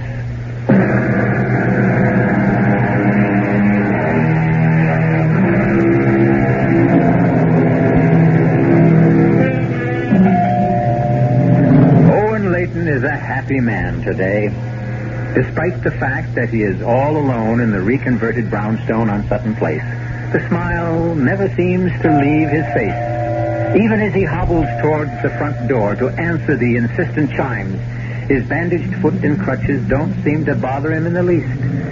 In fact, one has the impression that despite the tragic loss of his wife, Mr. Layton... Evening, Mr. Layton. Oh. Hey. Oh, it's all right, I hope. Yes, of course. You were a bit too broken up about that terrible thing that happened to your wife. Well, I'm sure you don't blame me, Lieutenant. It was a great shock. Here, let me take your raincoat. Raining outside, is it? Yeah. Well, look. Frankly, it was my decision not to send a radiogram to the ship. About your wife's death, I mean. It didn't seem right to break the news to you that way. Well, that was very considerate of you, Lieutenant. We knew you were aboard the Empress because of your cable. Yes. But you were right not to tell me when I was aboard. It would have been very helpless feeling, knowing that there was nothing I could do about it. Yeah, that's what I thought, too. At any rate, I suppose you've had some time to, think about what may have happened. No, Lieutenant. The truth is, I still don't understand. That man who killed her, what was his name again? Douglas Denton. Oh, yes. It's not his real name. He called himself that at the dancing school, but he was born Bernard Eubank.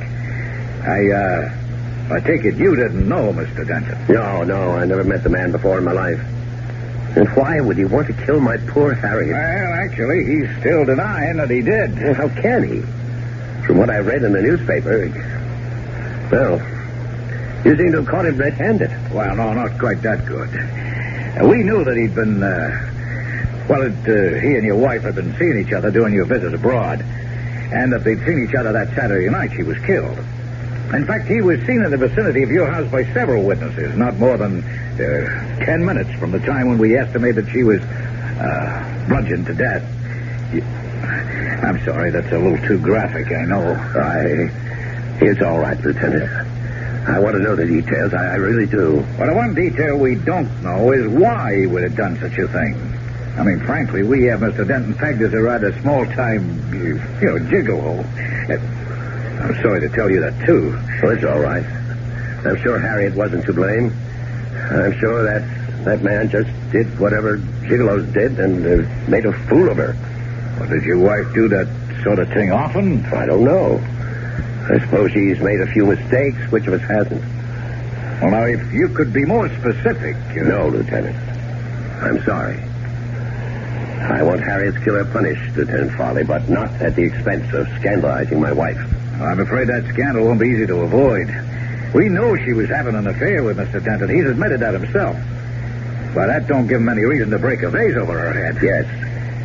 Unless she had decided to end the affair, of course. Well, it's one possible theory, of course. Didn't you say you found my cable to her about coming home on the Empress? Yeah, that's right. Harriet didn't know I expected to return from Europe so soon. And perhaps when she informed her friend, Mr. Denton, he got angry. Yeah, that's possible, too. He might have just acted impulsively. Yes, Lieutenant. I'm sure it happened just that way. They quarreled. In your bedroom? Very well, in our bedroom, yes. They quarreled. And he picked up the vase. He struck her. Somehow, I can't believe it was cold-blooded or premeditated. No matter what the man is, Lieutenant, I hope the law isn't too harsh with him.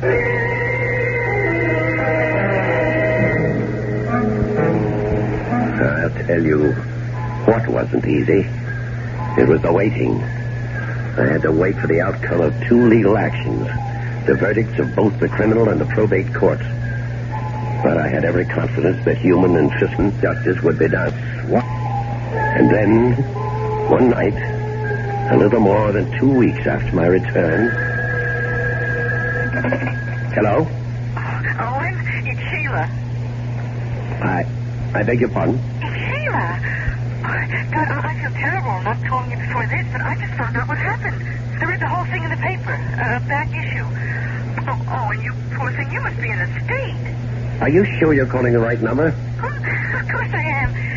At least that's the number in the telephone book. 815-5555. Well, you certainly have the right number, miss, but I believe you have the wrong party. Oh, come on. Stop it. You're the only Owen Layton in the directory. Well, that doesn't mean very much. Hey, what is this? What are you trying to do? I'm simply trying to find out who you are and why you think you know me. Wait a minute. Is there someone there with you? Is that what all the double talk's about? No, I'm alone. Well, then why the big act? Well, now listen, Owen. I told you not to try any of that shipboard romance stuff on me. I won't stand for it. Did you say shipboard romance? You heard me. I warned you that I wasn't interested in a friendly little kiss at the gangplank kind of stuff. Listen. You're not talking about the ship you mean isn't the Empress. Of course it's the Empress. Gerald, you idiot. Oh, what did you say? I said, forgive me, I'm just so mixed up about things right now. You can't be so upset that you forget about me. Besides, from the way you talked about your wife, she didn't mean a thing to you. Look, Sheila, I can't talk anymore right now. You're not brushing me off that easily. Oh, and I warn you. Well, I'm not trying to brush you off. It's just that I'm having visitors, Sheila. Important people, business. All right, tomorrow then.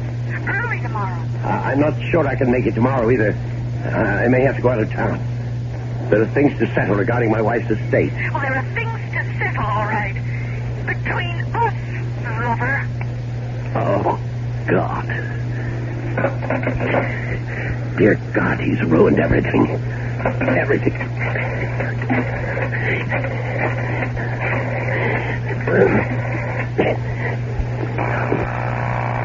Pick it up.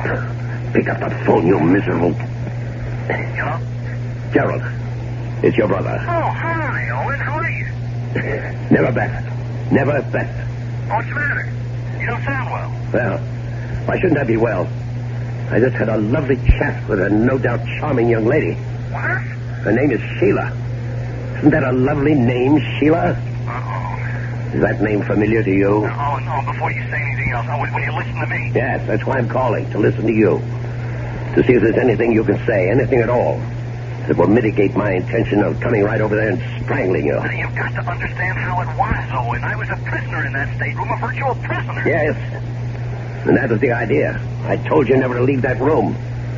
Never to so much as poke your ugly head out of the door. Well, it was easy enough for the first day, Gerald, but after almost 24 hours of that... How many other women did you take up with?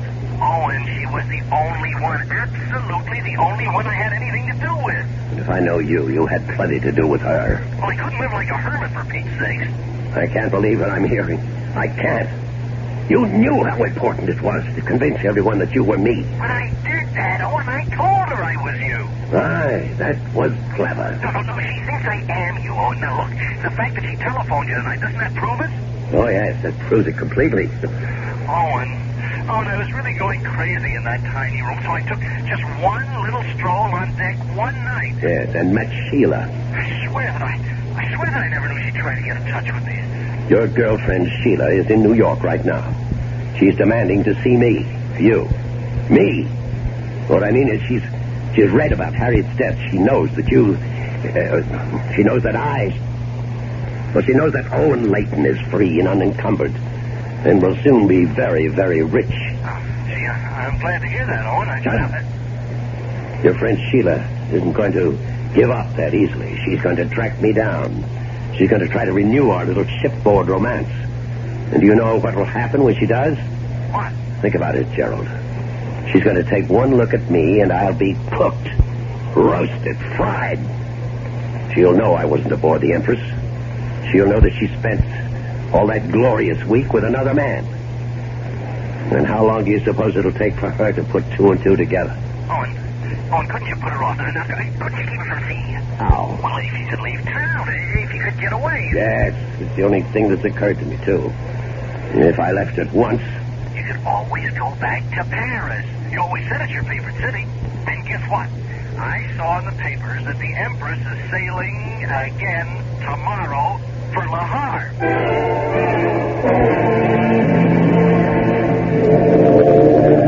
For the first time in my life, I wasn't looking forward to a sea voyage. And I knew that my idiotic younger brother had left me no other choice. The minute I was off the phone with him, I was on again, this time to my very obliging travel agent, who told me that passage aboard the Empress was indeed possible. But for the first time in my shipboard travels, I couldn't get a stateroom. Couldn't even do better than B-deck. But it was an indignity I was forced to accept. This time, my cabin steward wasn't an amiable gentleman like Mr. Pawkins, but a gruff, uncommunicative type who made no promises of devoted service. But then I wouldn't require much service. For one thing, I no longer needed my bandages and crutches. As far as the world is concerned, my troublesome gout was healed. Oh, pardon me, sir. Yes? Aren't you the gentleman who sailed with us a couple of weeks ago? That Pawkins chap? Oh, yes, that's right. You were the officer who helped me find this joint. Yes, everything worked out all right there? Yes, everything went fine. Unfortunately, I couldn't get such good accommodations this trip. Well, that's a shame, sir. But then I don't think we'll have as easy a crossing of it this time. Why not? Oh, a bit of rough weather ahead, they say. Oh, fine. That's all I need. But rough weather ahead or not, at 4 that afternoon, the Empress pulled slowly away from the pier, and I admit that I breathed a heavy sigh of relief. That evening, I was taking a nap before dinner when someone knocked on my door. Oh, who is it? Must be unfriendly neighborhood steward. Yeah? Hello. Oh, I'm sorry. Oh, was there something you wanted, miss? Well, I've made a mistake. I thought this was Mr. Layton's cabin. Well, it is. I'm Mr. Layton. Oh, but you're not Mr. Owen Layton. That's the party I was looking for. But I am Owen Layton. Well, that's an interesting coincidence. I mean, two people would have the same names and even look a little bit alike. Although, well, the Owen Layton, I mean, is quite a bit younger. I don't know what in the world you're talking about. I saw your name on the passenger list, but the man I mean, well, he's about your height, and he has a beard like yours, but he's not you. Well, and who are you? My name's Sheila. Sheila Ross. Sheila. I met Owen Layton 2 weeks ago, right on this ship. Now suddenly there's another Owen Layton going the other way. There's something very fishy going on here. You're mistaken. I swear you're mistaken. Listen, Mr. Whatever your name is, I don't know what this is all about. I don't know why there are 2 Owen Laytons going back and forth on this ship. Well, what's so strange about that? I mean, why are you going back and forth? Me? Because I have to. Because it's my job. I'm a social director. You mean you work on the Empress? That's right. And right now, I'm going to work on finding out what this is all about. I stood rooted to the cabin floor, listening to the melancholy sound of the ship's whistle, warning the seas ahead that we were on our way, heading straight for troubled waters.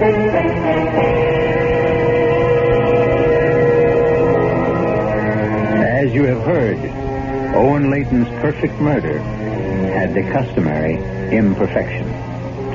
But at least he'll be able to enjoy one last ocean voyage before the authorities send him up the river. Isn't it nice to see justice triumph? Oh, beg your pardon, to hear justice triumph.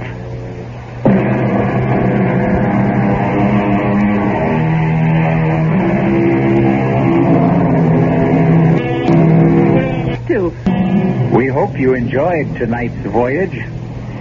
We hope you'll be aboard next time the CBS Radio Mystery Theater takes you on a trip to all points mysterious. As you know, we have every means of transport available to us, from ships to trains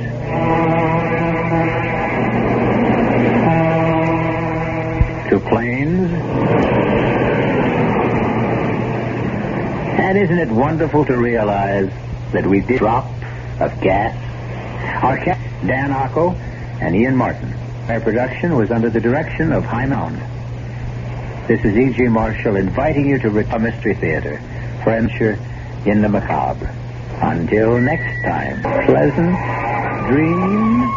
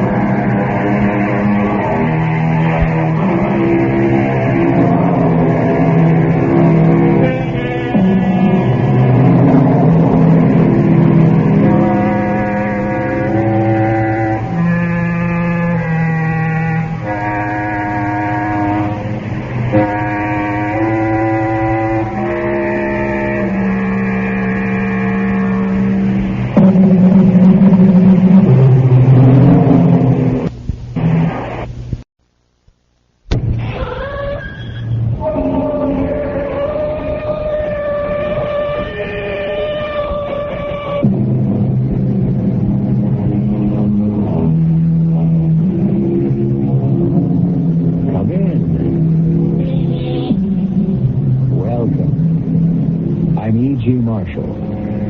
Welcome to the world of terrifying imagination. Make yourself comfortable for the moment. You know, evil has a vitality that defies time. Its power can be curbed, denied, defeated, but only temporarily. And when it returns, its force is more malevolent than ever.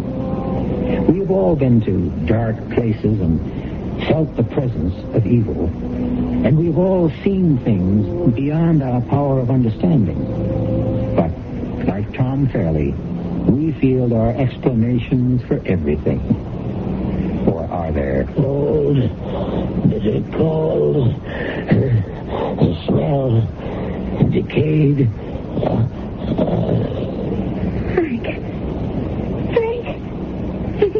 No.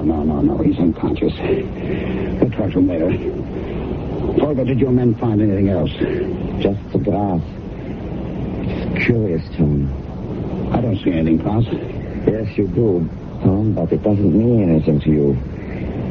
We weren't here when we found Flip. The area is flattened. And there's a thin, strange discoloration. What's all this got to do with Frank here? I don't know. But I promise you, I'll find out.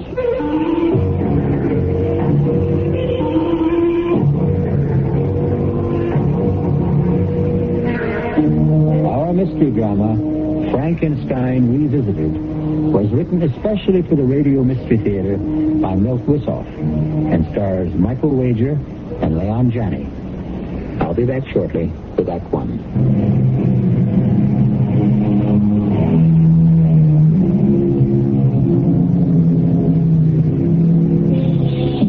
We move now from the friendly people who make these broadcasts possible to the monsters who will make it impossible for you to sleep, I hope. Our drama opens on a story conference in the Madison Avenue bar. It will end, I assure you, in terror and fear. Over here. Here, Tom. You sure picked a great place for a meeting. Yeah, well, you're late. I didn't have to fight my way to the mob at the bar. I might have been here sooner. All right, what's on your mind, Frank? Well, I've been looking for a special that we can use as a springboard for our new horror series. And what's more appropriate than the old Frankenstein legend? You mean Boris Karloff and his magic electrode? No, Tom. Not the hokey monster brought to life by the mad scientist. That was cooked up by Mary Shelley. It doesn't rate with the Gothic tale everyone in Germany knows about the infamous Baron von Frankenstein and his terrible death. It's got all the elements of a superb spook show. What's more, this is the 400th anniversary of the Baron's death. So what? So this, old buddy. The monster is reputed to return every century looking for fresh blood. It won't work, Frank. I was stationed near Darmstadt, only a stone's throw away from the Frankenstein castle after World War I. I've seen the place. It doesn't look like much. Even the burial crypt has been turned into a potato cellar. Well, how about the incidents you mentioned at cocktails the other night? That's what really put me onto the show. Oh, those killings I blabbed about had nothing to do with any monster. The police were satisfied the murders were committed by a fanatical group of neo-Nazis who call themselves the werewolves. Who's going to be interested in a defunct castle on an anniversary nobody celebrates? Well, they will this year. We're going to billboard the 400th anniversary with a gala festival. Now, who's going to show? The peasants used to have a fit when I even mentioned the Baron's name. That was almost 30 years ago. Oh, they'll come. We're going to have sausage and beer, fireworks, and a dandy house of horrors to set the stage for our countdown to midnight. A fake documentary, papier-mâché, razzle-dazzle. The storyline is sound, which will scare the heck out of people. Now, if you don't want to direct the special, all right. Stop me in. Good. Get on square with me, Tom. Why all the bull about the potato cellar? You don't want to go back there, do you? No, Frank, I don't like the place. Then why not back out? I don't feel you're leveling. Frank, I want to keep on directing for the network. I won't let anything stand in my way. Not you, not the gray hairs creeping up on me. Not even Frankenstein and his blasted castle. Just let me leave this one thought with you. We'll see how much you enjoy the scene when midnight approaches. I'd like to hear the tune you whistle when the wind howls.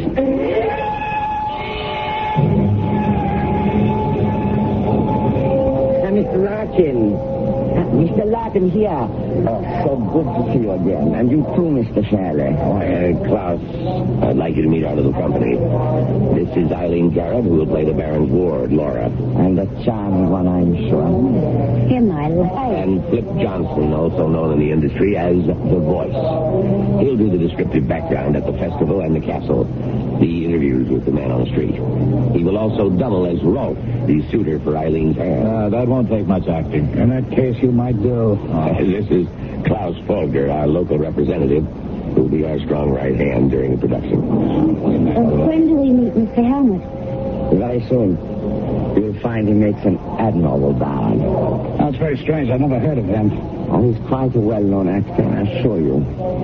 Now I think it's time to leave for the castle. It's not the plaza, but I hope you will find it comfortable. Well, I'm sure we will. Who goes with whom? Well, there's enough room in the limousine for all of you.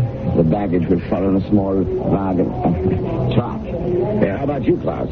Aren't you coming with us? No, Frank, I will see that the baggage is not consigned to München by mistake. But I will join you later. I wonder what Mr. Helmut, the Baron, is like. I have a feeling. Oh, Eileen, now you sound like gloom and doom fairly. He's probably just another average, run-of-the-mill weirdo.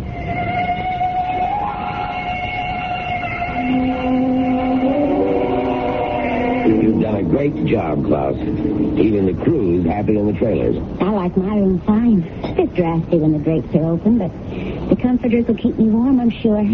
How about this lunch? I haven't had wild boar since the last time I was here. Oh, is that what it was? It tasted like suckling pig. There's a secret to the marinade, Flip. I see. Klaus, why don't you get the ball rolling? The details on the Frankenstein legend. Oh, it's not a complicated story. The hated aristocrat who exercised all the prerogatives of his position in this village almost 400 years ago. Unmerciful beatings, torture, and death for what he considered affronts to his person. This was his home. Be it ever so humble. The Baron lived here with his ward Laura, but he was a thoroughly evil man and hardly behaved toward her like an uncle should. Tomorrow is the anniversary of the Baron's death. 400 years ago, the Baron had a spectacular scene in the castle with Laura and her suitor Rolf. He mounted his horse and rode off into the woods. Someone or something urged him from his horse and tore him to pieces. And the legend says that every century the monster that killed the Baron returns. That's about it. And we'll be doing this direct from the scene tomorrow night. We'll have a short run through this evening. Look for places to spot mics and pick out locations. Flip will stroll through the woods and give us a little ad-lib color. Will there be a crowd there? Not in the woods, Flip, baby. Just you and the Baron and the other monster. Oh, how come? Because no one in this area will venture into the woods after dark. And tomorrow night, the anniversary eve, they may not even stir out of their homes. Is that right, Klaus? Possibly. The people here are very superstitious. Oh, are they? Why don't you explain what happened 100 years ago on the last anniversary? I was not yet born. Yeah, but you know what happened. A man was found dead. Dead, Klaus? He was butchered, wasn't he? Torn to shreds? And his head was found at the foot of the hill.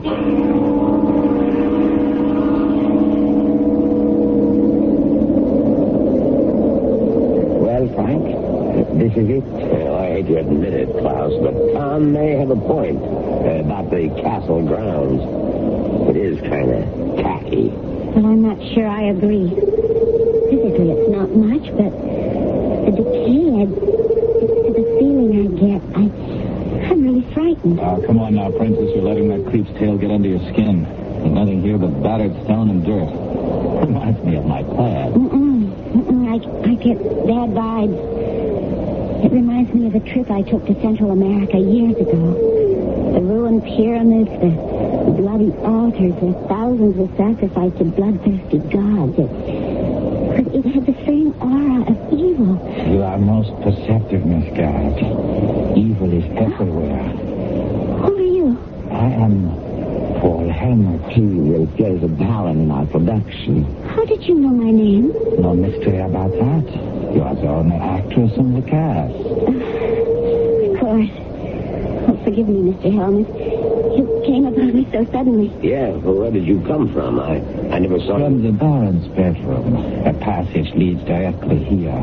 The place is honeycombed with such passages. But there are no other cars around. How did you... I arrived here several days ago. You've been here several days alone? Oh, I don't think I'd enjoy that. I like to get into character, Miss Garrett. Well, now that we're all together, I'd like Flip to walk through the woods and give us his impressions. Oh, swell, off the top of my head. Exactly. Anything you see and feel, don't force it. I want this played low-key, sound natural. It'll help build the finish. He's all hooked up, Frank. He can start at any time. Now, listen, are you going to tape this? Yes, but only so that we have a record of it. Tomorrow is for keeps. Go, Tiger. Get the demons in the woods. Well, I play the scene better if Eileen kept me company. Oh, there's no moon, Flip. And I'd hardly call this a romantic setting. Ah, romance is where you find it, Mama. Is everything set, Klaus? Yes. My assistant is about 100 yards in. Flip should be just about there now. I don't want to interfere, Frank, but just what's going on? A surprise for our boy. It should make Flip less Flip. Yeah, we have our men play slightly off the path. You make small noise or sounds, create an atmosphere. Does Flip know? Of course not. That would defeat our purpose. Flip reacts beautifully. It will all be a surprise to him. Frank, that's a dirty trick. Suppose something happens. Oh, now what can possibly happen? It's just a small forest, trees and grass. Well, I don't like it. Flip? It's no use, Miss Garrett. He cannot hear you. Hey, Klaus, give your man a cue and bring Flip in. Well, I'm about a quarter of a mile into down Frankenstein's woods, and it's pretty much dull still so far. I was just thinking how strange it is. Never seen any animals around. Wait a minute. I think I just heard something. Probably a rabbit. I hope. Hey, there it goes again. Weird. Everything's so deathly still, and then suddenly just the faintest whisper of a sound, like something dragging. Hey, who's there? Do you think you're frightening me? Okay, I'll go in after you. The eyes. I don't see them glowing. My God, it can't be. Oh, no, it's...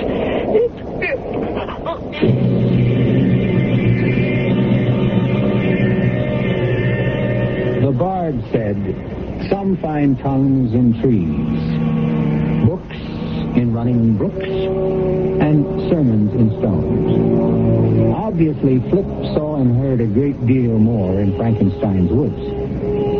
Or did he? Perhaps we shall know more when I return shortly with Act 2. I'm giving it up. Giving up what? Smoking. Congratulations. I'm doing it for you and the kids. For me and the kids? But we don't smoke. You're wrong. I saw this Lung Association message. You know what? We smokers are making you non-smokers smokers just like us. Whatever are you talking about? I'm talking about secondhand smoking. The Lung Association says I'm doing myself in, as if I didn't know, but my smoke is trouble for everybody in my neighborhood. Do you realize every puff I smoke, I'm puffing out a smoke screen of carbon monoxide, nicotine, benzopyrene, to say nothing of hydrocarbons? You sound positively poisonous. I feel poisonous. I'm quitting. For me, darling. Yes, and for me, darling, I want to be loved. Your Lung Association says the smoker who quits for more than one person. He's clearing the air for everybody. You might say it's a matter of love and brand.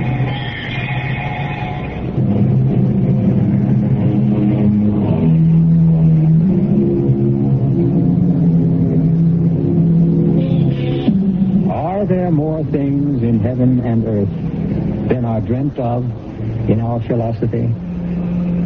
Is there something in Frankenstein's woods that defies rational explanation? Or was Flip Johnson the victim of his own imagination? Perhaps if we push on with our little tale, we shall have the answer. Flip, are you all right? Well, wait a minute. Yeah, I think so. Well, I don't know. I was just strolling along and wham, the lights went out. What did you see? My heard you, Flip. The eyes, you said. The eyes. Now, wait a minute. What are you talking about? I saw nothing. We have it on tape.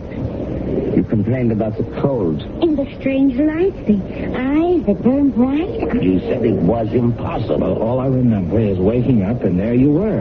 Standing right over me. What did your men find, Klaus? Let me show you, Frank. Now, here we are. The point where Flip started to run. And you can see the prints. Now we follow along for a few yards. And here we have a circle. In the middle, discolored. As if the grass had been frozen. Frank, is this something that you... We had nothing to do with that, did we, Klaus? That's right. I admit we arranged a few effects, but nothing more. No, we would have had to have special refrigerating equipment well below zero to make such marks.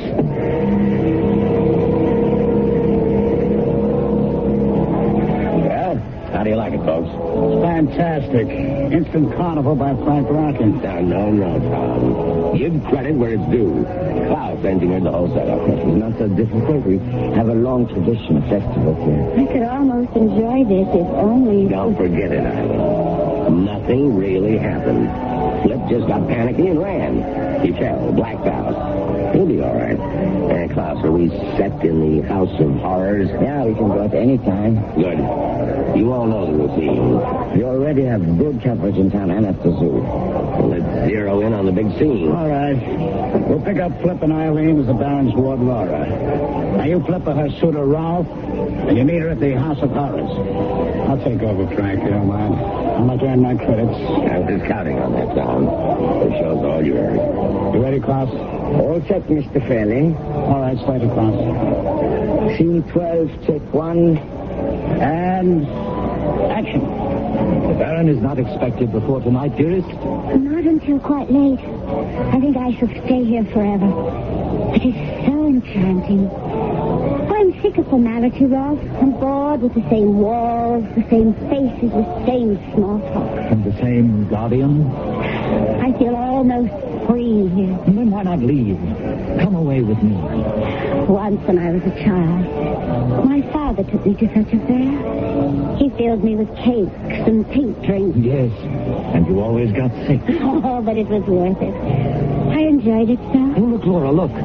This is the House of Horrors. It doesn't look so horrible. All tinsel and paint. Come inside with me. All right, cut. Hey, that was right on the nose, kids. It's a perfect first take. Oh, good. All right, that's it for now. We'll pick up the woods near the castle at 8 tonight. Just take it easy until then. Klaus, you'll have your crew setting up at 7, right? At 7, Mr. Fairley. Eileen, you in a hurry? No, why? Well, how about a tramp to the House of Horrors? Give her the $5 tour? I could use the exercise. Good. You pick the passage, we'll follow it. It's the teeth, jibbity, zippity, Sam. Sam it is. Oh, this reminds me of my first date. All first dates are creepy. Mine had a walleye. And mine took me to the tunnel of love. Our first kiss was an orthodontist's nightmare. Braces rubbing against braces. We sent out sparks that lit the tunnel. It's too bad we're past the braces stage. You know, Tom, that's the first time I've heard you laugh since we started this trip. Something much to laugh at. Was it that bad? Yeah. I get the feeling I'm reliving the whole thing. I don't know why. Well, I'm a pretty good listener, Tom. Want to talk about it? Well, why not? It was 45 and the war was just over. We'd been through some rough times and we were sent here for R&R. R&R? Rest and recreation. Seemed like heaven at first. So peaceful. No noise, no bloodshed. But it turned sour. Some of my buddies got blown away. Did they ever discover who did it? No, not a clue. The Army command blamed the neo-Nazis, the werewolves. But the townspeople were convinced it had something to do with the Mad Baron. It's a bad scene. And you? I believe what I see. But it did shake me. I'm glad Flip is all right. So am I. But not for the same reason? Oh, look, Tom. Flip and I are just friends. Casual friends. That's the best news I've had in days. What's that up ahead? Looks like a treadle. Well, what are we waiting for? Treadles are for treading. Step on it. Disturbed my slumber. I will have revenge. That's one heck of an effect. The Baron in non-living rubber expanding before your very eyes. This would be sensational at Macy's Parade. Cross didn't overlook a thing. It should go over big with the tourists and the people in the village. On the contrary, after the first person sees this, it will keep them away. Helmut, where did you come from? What are you doing here? Just visiting? Oh, you startled us. I know. I seem to have the same effect on the people in town. You look familiar to me. I've seen you before, but I can't remember where. Shadows and half-light make strange impressions. I wonder if you can give me a hand, Mr. Fairley. With what? Something I found in a recess back there. Okay, lead the way. What is it? I don't know. Signs of digging. I was about to see what it was when I heard your voices. Here. Hey, you're right, Helmut. Those are fresh marks. Don't come any closer, Irene. What is it? A wild boar, I think. What's left of it? It's not a pretty sight. It's literally been ripped apart.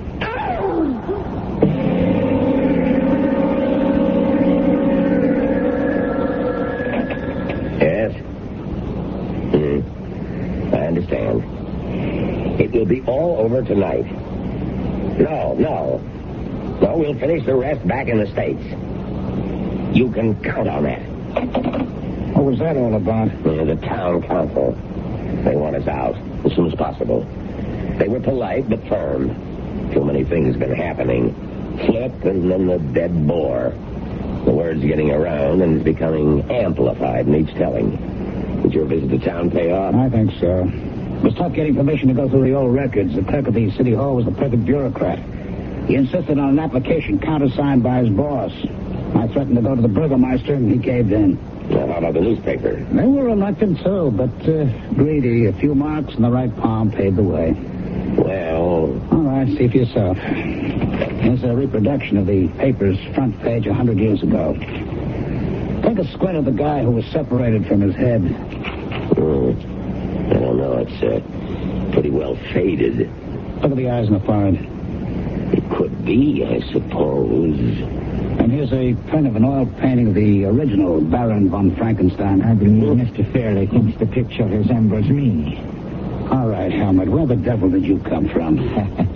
This old castle is honeycombed with secret passages. And you just keep wandering through them like you know where you are, I have been exploring them for days. You know, Tom, there is a resemblance. A trick of your imagination. I knew I'd seen you somewhere before. You're talking nonsense, gentlemen. I could not possibly have been here a century ago, let alone 400 years.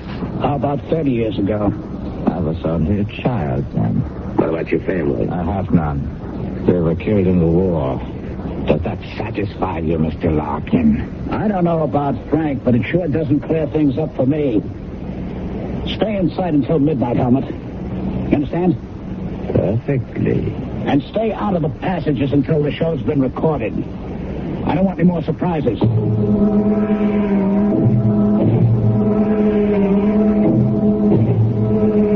This place is beginning to get me. I'll be glad to get it over with. Dinner is ready.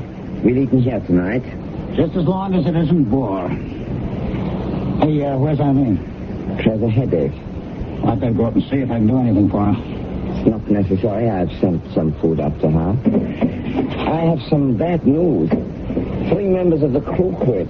They were all as frightened as the townspeople. Bad news? That's all we need. Well, I have replaced them, but with such short notice, I'm afraid I've not been able to run up the most competent technicians. I don't imagine what's happened today helped much. Well, that's all right, Klaus. I know you've done your best, and we'll just keep our fingers crossed. Hey, pass your salad, will you, Tom? Nothing stops your appetite, does it, Fred? No, I'm just a growing boy, Tom. I need fuel for my engines. What's that? Eileen. It's just behind that wall. Impossible. There's nothing there. You keep trying the wall. There may be a passage there. I'm going to a room. I'm with you. Look, the place is a mess. Anything's happened to Eileen. I know, Tom. Look, footsteps in blood. They lead up to the panel. All right, let's knock a hole in it. It's no use. That's oak, several inches thick. Here. Press this carbon. Where did you come from, Helmut? We'll talk about that later. Hey, look, it's moving. And here she is. Eileen. Eileen. Here. Eileen. Good. She's coming around. Are you all right, Eileen? I think so. What happened? I was lying in bed, trying to pull myself together. It was dark and cool. Suddenly I felt something in the room. I sat upright, but I couldn't see anything. I knew it was there. I stepped off the bed, felt something warm and sticky. I panicked and ran. Next thing I knew, I was being held. And then... nothing. You fainted. I suppose so. Just as I was going out, I heard my name. Who was it? I don't know. It was just a whisper. A nightmare, perhaps? A nightmare? With a German accent.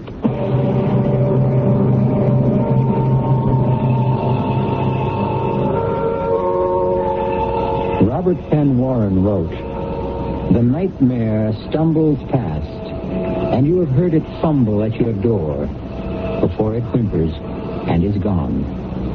It acts like the old hound that used to snuffle your door and moan.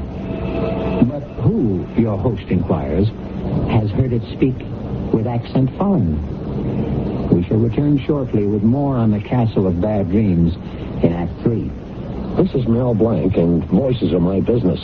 In Warner Brother cartoons, you probably know me as the crazy little character... Daffy Duck. or, Porky Pig. Or... Bugs Bunny, Doc. We all have a voice in matters that affect us in our community, and it's necessary to speak out to get the best possible community services. One community tradition, which really deserves vocal support, is the library. The library has been serving up all kinds of information ever since this country began. After all, you can get thousands of voices in the library's books, on film, records, and tapes. And you can borrow these voices freely. But the library can't give you such good service without a lot of vocal and personal support from you. This means you need to write or call your community officials and speak up for the library. It's all in the air, folks. At the library. A public service message from the American Library Association and this station.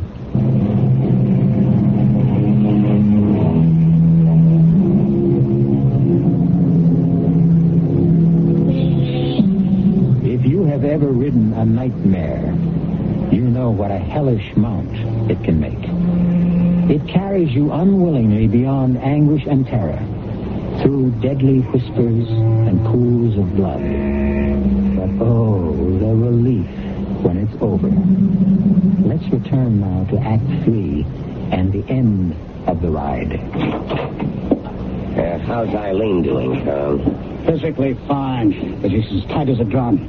Now, look, why don't we get the police in, Frank? No way. We've got 2 strikes against us in town now. Call the authorities in and we're through. We've gone too far. We certainly have. We're right up against the point of no return. But the production is almost Oh, finished. damn the production. What does it take to convince you? Corpses? You're being melodramatic, Tom. Nothing's really happened yet. So Flip saw something and a boar was slaughtered. Did you see the condition Eileen's room was in? And how did she get into the passageway? Surely you've heard of sleepwalking. And I suppose she dreamed up the mangled animal in the blood, huh? No. But so far, no one's been hurt. Yeah, so far. And nothing is going to happen. Well, we've got everybody on the alert. There are guards all around the place. Klaus has brought some extra men in. We've taken every precaution. Every precaution except the most obvious one. Now, let's get out of here, Frank, before it's too late. Not until the show's wrapped up. Come in. What is it, Helmut? Olga says we're ready. Oh, you used the door this time, Helmut. What happened? The passageway blocked? Why the get-up?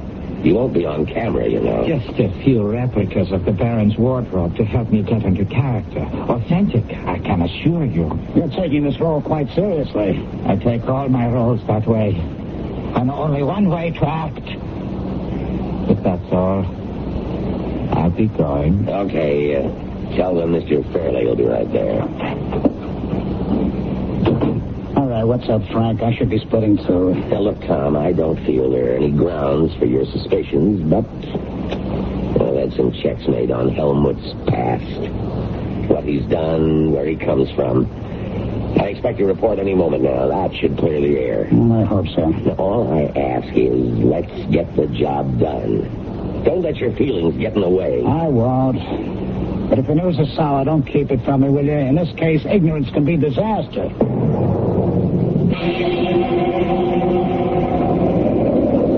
Oh, boy, it's getting cold out here, Tom. What's taking them so long? They're almost set. How do you feel, Eileen? About like Flip. Cold and miserable. Oh, I could use a fireplace and a hot toddy. That's just what you'll have as soon as we finish this scene. It's short, but not sweet. Now, you and Flip, as the Baron's ward and your suitor, are returning to the castle. You got it?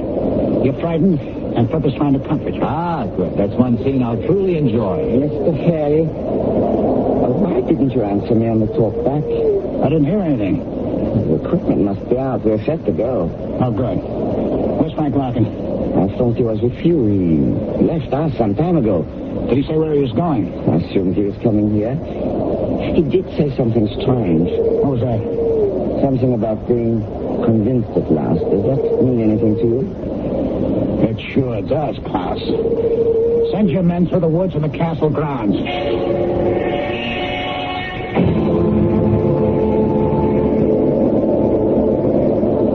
I think we're just wasting our time. Let's go back to the castle and wait. He'll be along. You can go back, Flip. I'm not going to give up until we find Frank. Oh. We shall have the Krupp to search and Klaus's crew to hear from. Mr. Fairley, it's Mr. Larkin.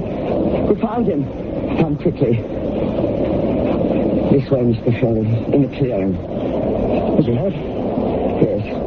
I think badly. There. Frank, are you all right? I cannot hear you, I'm afraid. Oh, but he's still breathing. Get an ambulance. Help is on the way. Was he conscious at all? No. Oh, no, don't try to talk, Frank. We're here. They're going to be all right. Oh, Frank, just lie quietly. Don't come near me. Don't touch me. Don't. He's shivering. Throw a blanket on him. Who did this, Frank? Cold. Damp. And the smell. Who was it? Cold. Bitter cold. And smell. Decayed. Frank. Is he... No. He's unconscious. We'll talk to him later. Olga, did your men find anything else? Just the glass. It is curious, Tom. What? I don't see anything. Yes, you do, but it doesn't mean anything to you. You weren't here when we found Flip. The areas flattened, and the same strange discoloration. What's all this got to do with Frank? I don't know. But I promise you, I'll find out.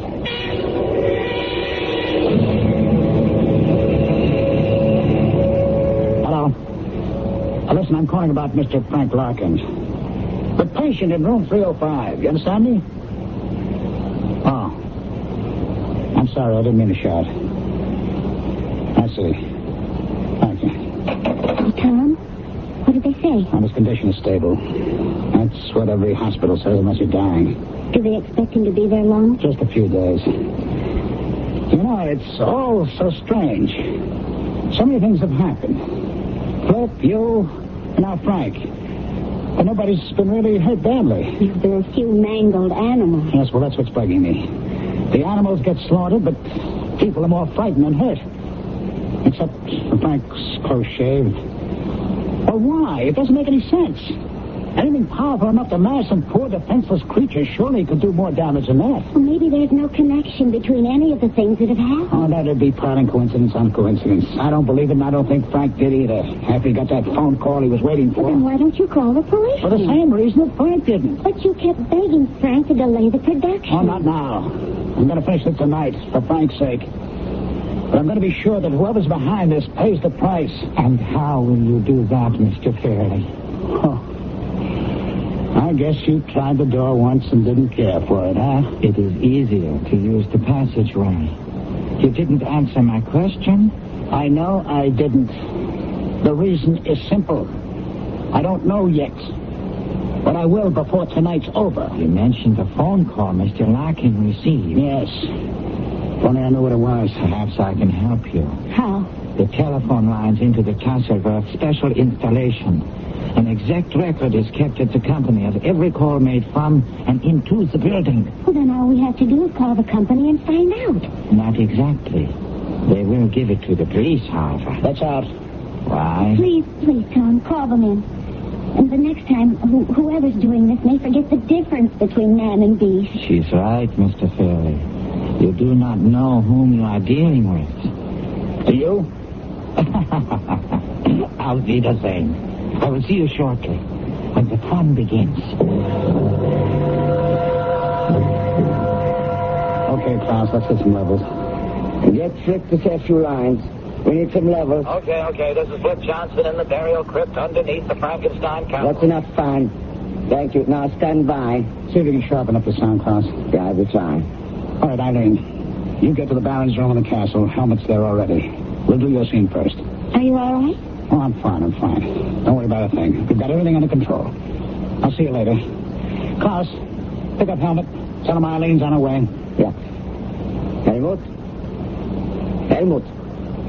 Mr. Fairley would like to speak with you. Get on the talk back. Helmut? Are you there, Helmut? Get to the talk back. Give me that, will you? Helmut, this is Tom Fairley. I'm here, Tom, but no sign of Helmut. Where the devil is he? I don't know. Oh, damn. Ask one of the men outside the door to check. You stay put. He says he saw Helmut heading for the crypt some time ago. Klaus, see if you can find him. I'll handle things here. Yeah. Flip, do you hear me? Yeah, loud and clear, Tom. You ready for me now? Have you seen Helmut? Nope. He's supposed to be here? Just stand by. Eileen, have they found Helmut yet? No. What's going on? I don't know.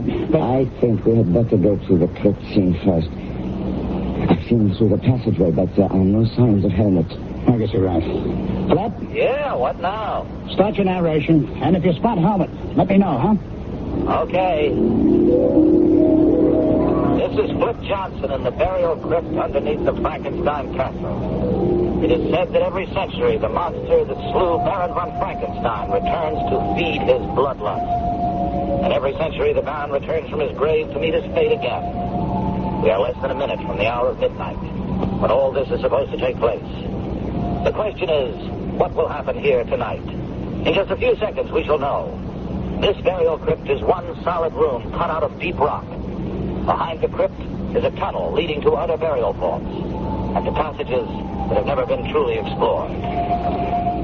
It is reputed that 1,000 years of Frankenstein lie buried here.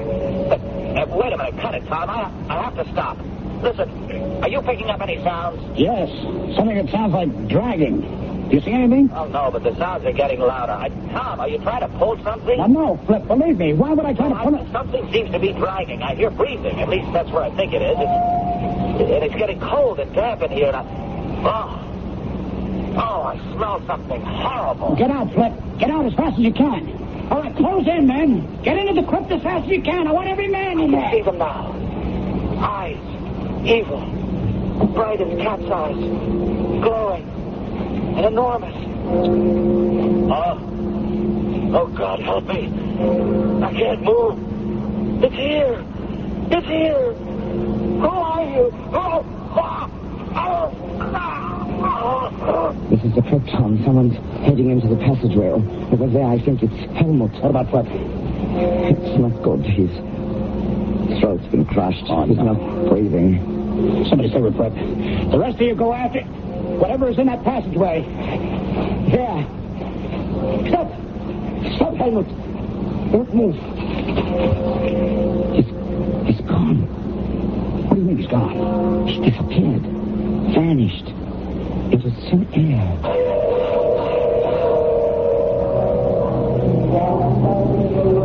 So, this is goodbye, my friends. Yes, and I can't say I'm sorry to go. Tell me, what will you do with the tapes? Well, make a show out of them. Add a few scenes, and we'll be ready to send some shivers down our listeners' spines. The publicity should help. I suppose so. But I can't help wishing it hadn't come at such a price. Poor Flip. It was a costly show. Klaus, we've been sparring around for quite a while now. Let's stop avoiding the subject. Who was Helmut? An actor. That is all I know. But without a past. The report I received was completely blank except for his acting credits. Nothing. He was just an actor. Obsessed with the role. Do you really think so, Klaus? What else can I think? Then how do you explain what happened in the crypts? After he attacked and killed Flip, you and your men closed in on him? And he vanished. Right before your eyes. But there must be an explanation. In every inch of the castle and the grounds, every secret passageway. Then you don't think he met the fate of the Mad Baron? There were no signs of his remains. Just some flattened, burned-out blades of grass. It's an unbelievable climax for a legend. Legends have no climax. They go on and on. Drop us a line when you find out what really happened. I promise. But if you don't hear from me soon, you may have to wait another century for the facts.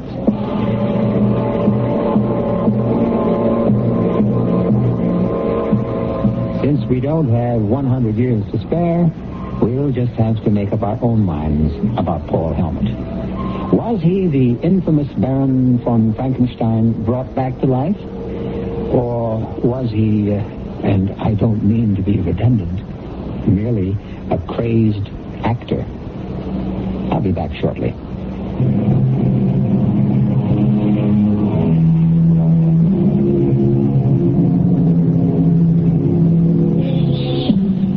There is no need to look for a supernatural source of evil.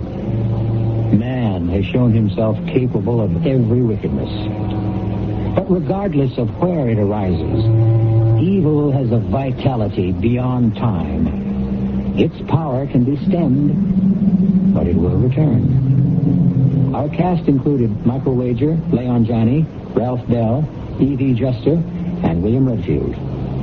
The entire production was under the direction of Himan Brown. Now, a preview of our next tale. She ran out into the moor without a cloak. But Heathcliff's horse was not in the stable, and no one knew where he had gone. Catherine returned after midnight in the midst of a thunderstorm, soaked to the skin, and coming down with a severe chill. Miss Catherine, you must let me help you to bed. He's gone, Nellie. He's gone. And my nightmares are coming true. You'll feel better when you've had some sleep. I'll never sleep again. I've been abandoned. Oh, it's just like my dreams. I saw myself tapping on the window, begging, let me in, let me in. Oh, hush, Charlie. And no one answered. And my hand broke through the glass, so the blood was running down my arm. Oh, get the blood stains off, Nellie. Get the blood stains off. This is E.G. Marshall inviting you to return to our Mystery Theater for another adventure in the macabre. Until next time, pleasant dreams.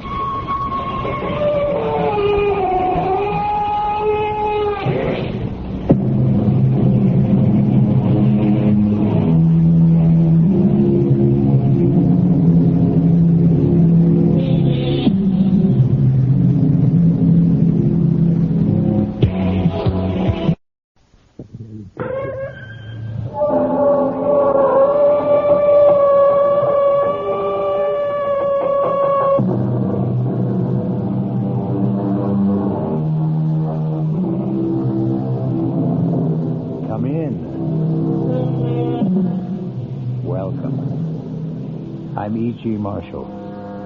Welcome to the terrifying world of your own imagination.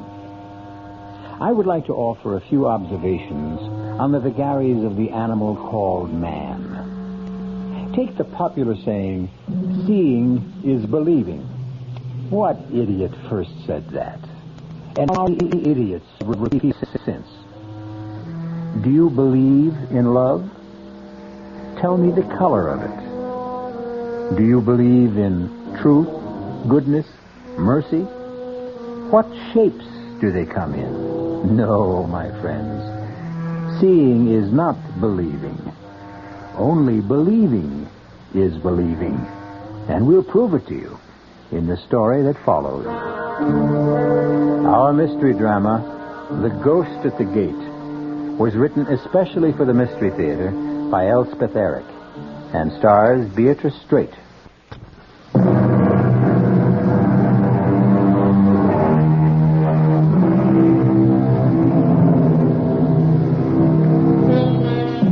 With how much ease believe we what we wish? An English playwright named Dryden wrote that in the year 1679. Brilliant man, Mr. Dryden. But wait, listen to this. Men freely believe that which they desire. Someone else seems to have had the same idea. And he wasn't a 17th century English playwright. He was a Roman emperor named Julius Caesar, proving once again that no man in any age has a monopoly on wisdom. Now, let's get on with our story.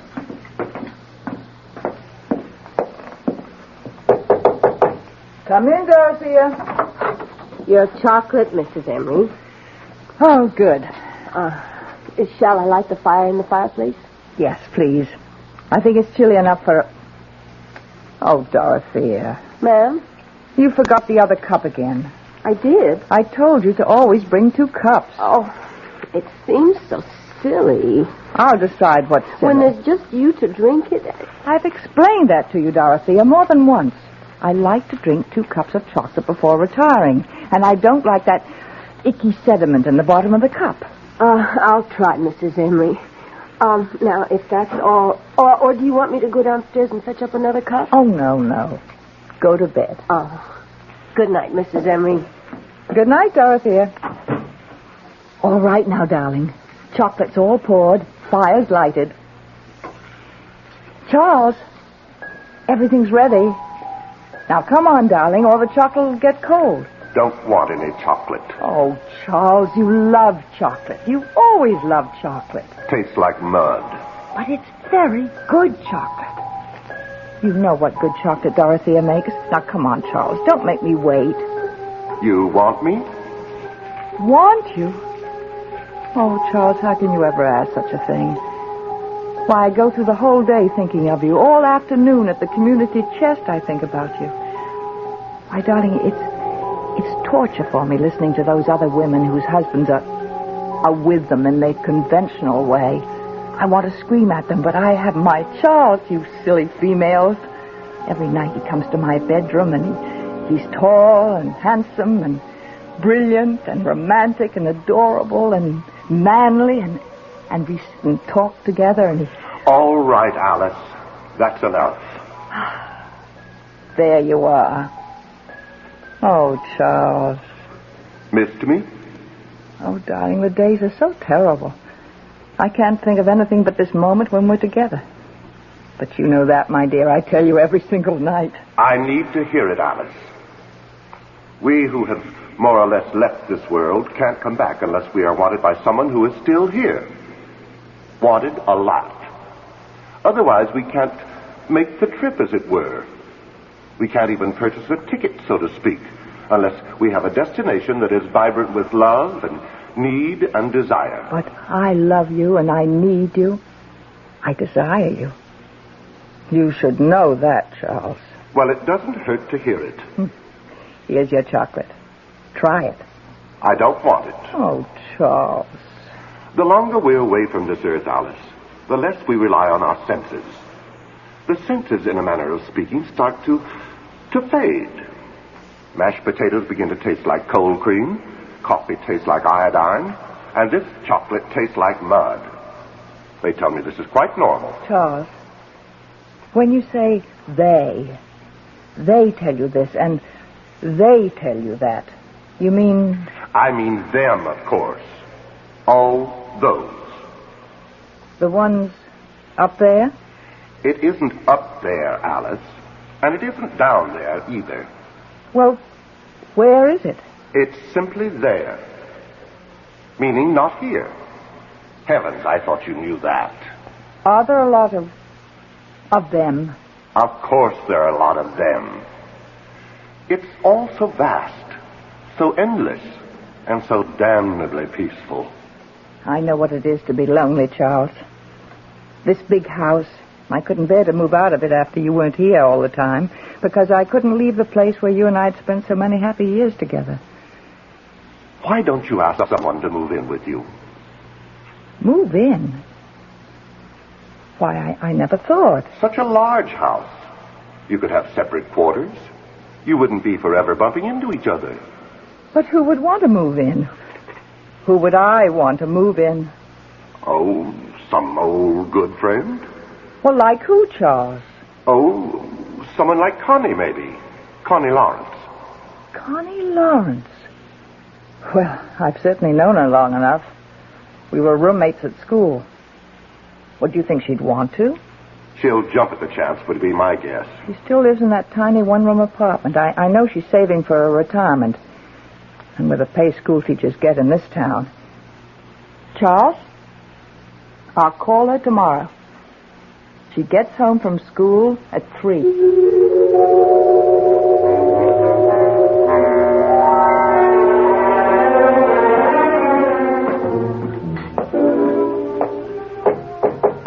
Come in, Dorothea.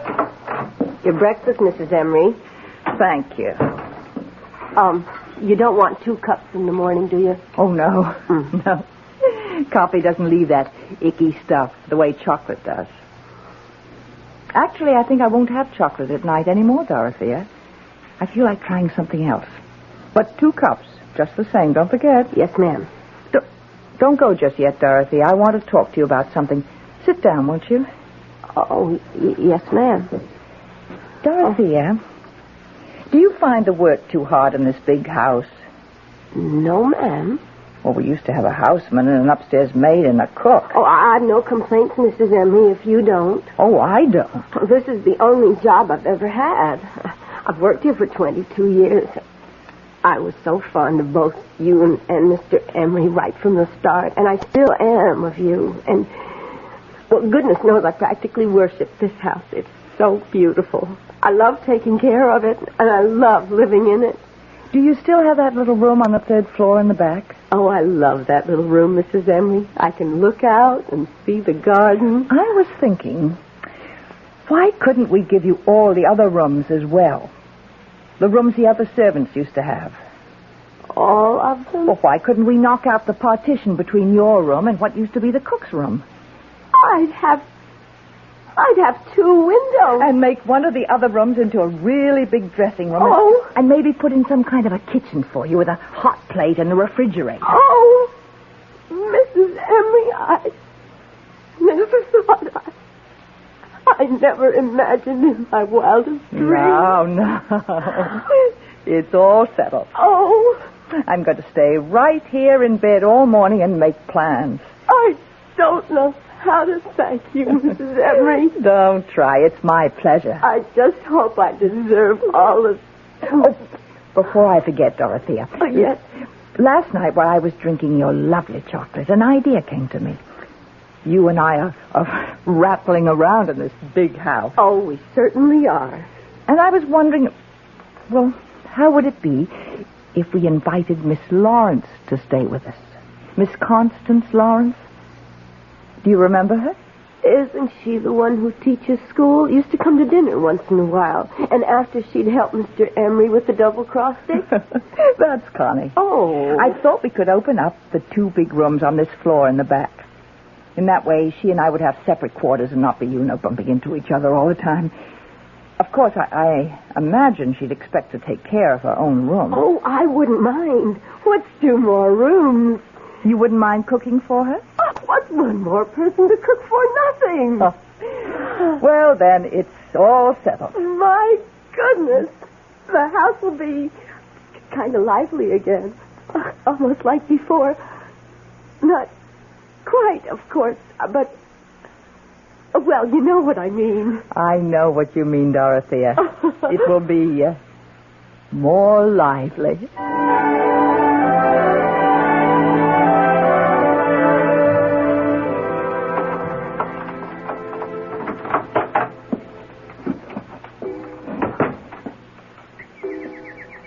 I am, Goldie.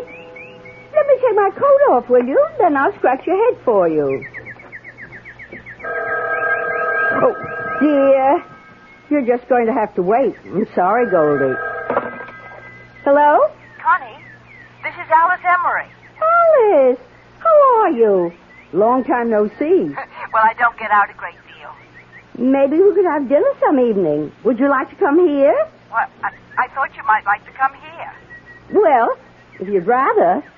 Heaven knows your dinners are better than mine. Connie, I want you to come here for good. I mean to live. To live? To live with you? Why not? We've known each other practically all our lives, and I've got this huge house. I've got Dorothea to look after us. You could have your own quarters overlooking the garden. We live quite independently since I'm in the front, and you're at school till 3, and by the time you get home, I'll be at the community chest. We'll just meet for dinner. Maybe have a little nip together first. Oh, Connie, say you will. Oh, Alice, I don't know. I've lived here for so long. That tiny little place? High time you got out of it. But I'm used to it. And then there's Goldie. You know, my canary. Bring Goldie with you. We'll find a nice sunny window. Alice, it's all very tempting, but I don't know. Think about having 2 big rooms and vegetables out of the garden and being waited on. And Connie, think of the money you'll save. Well, yes, but all the same... You've just got to say yes, Connie. Take the afternoon to think about it and call me back. I will, Alice. I'll call you soon. Fine. Bye. Bye, Alice. Oh, dear. It all sounds so luxurious. 2 rooms and fresh vegetables. And someone to cook for me. But I can't leave this little place. I can't give up my afternoons. Why, I couldn't live without my afternoons. I know this place is small and dark and furniture is dingy and the bathroom is old-fashioned. But we've never minded, have we, dearest? Have we? It's a very small place, Connie. But if I move into Alice's house, I might lose you forever. You might never come to visit me again, and all my lovely afternoons would be really over. You're not to worry, Connie. You mean we can go on as we always have? Only we'll have more room. Well, if you say so. Trust me, Connie. Oh, I do trust you, Charlie. Haven't I always trusted you? All these years.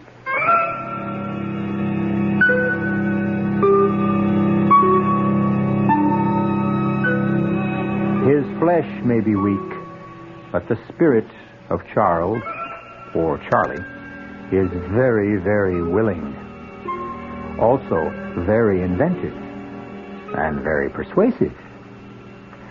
Ah, well, there's nothing like the love of a good woman.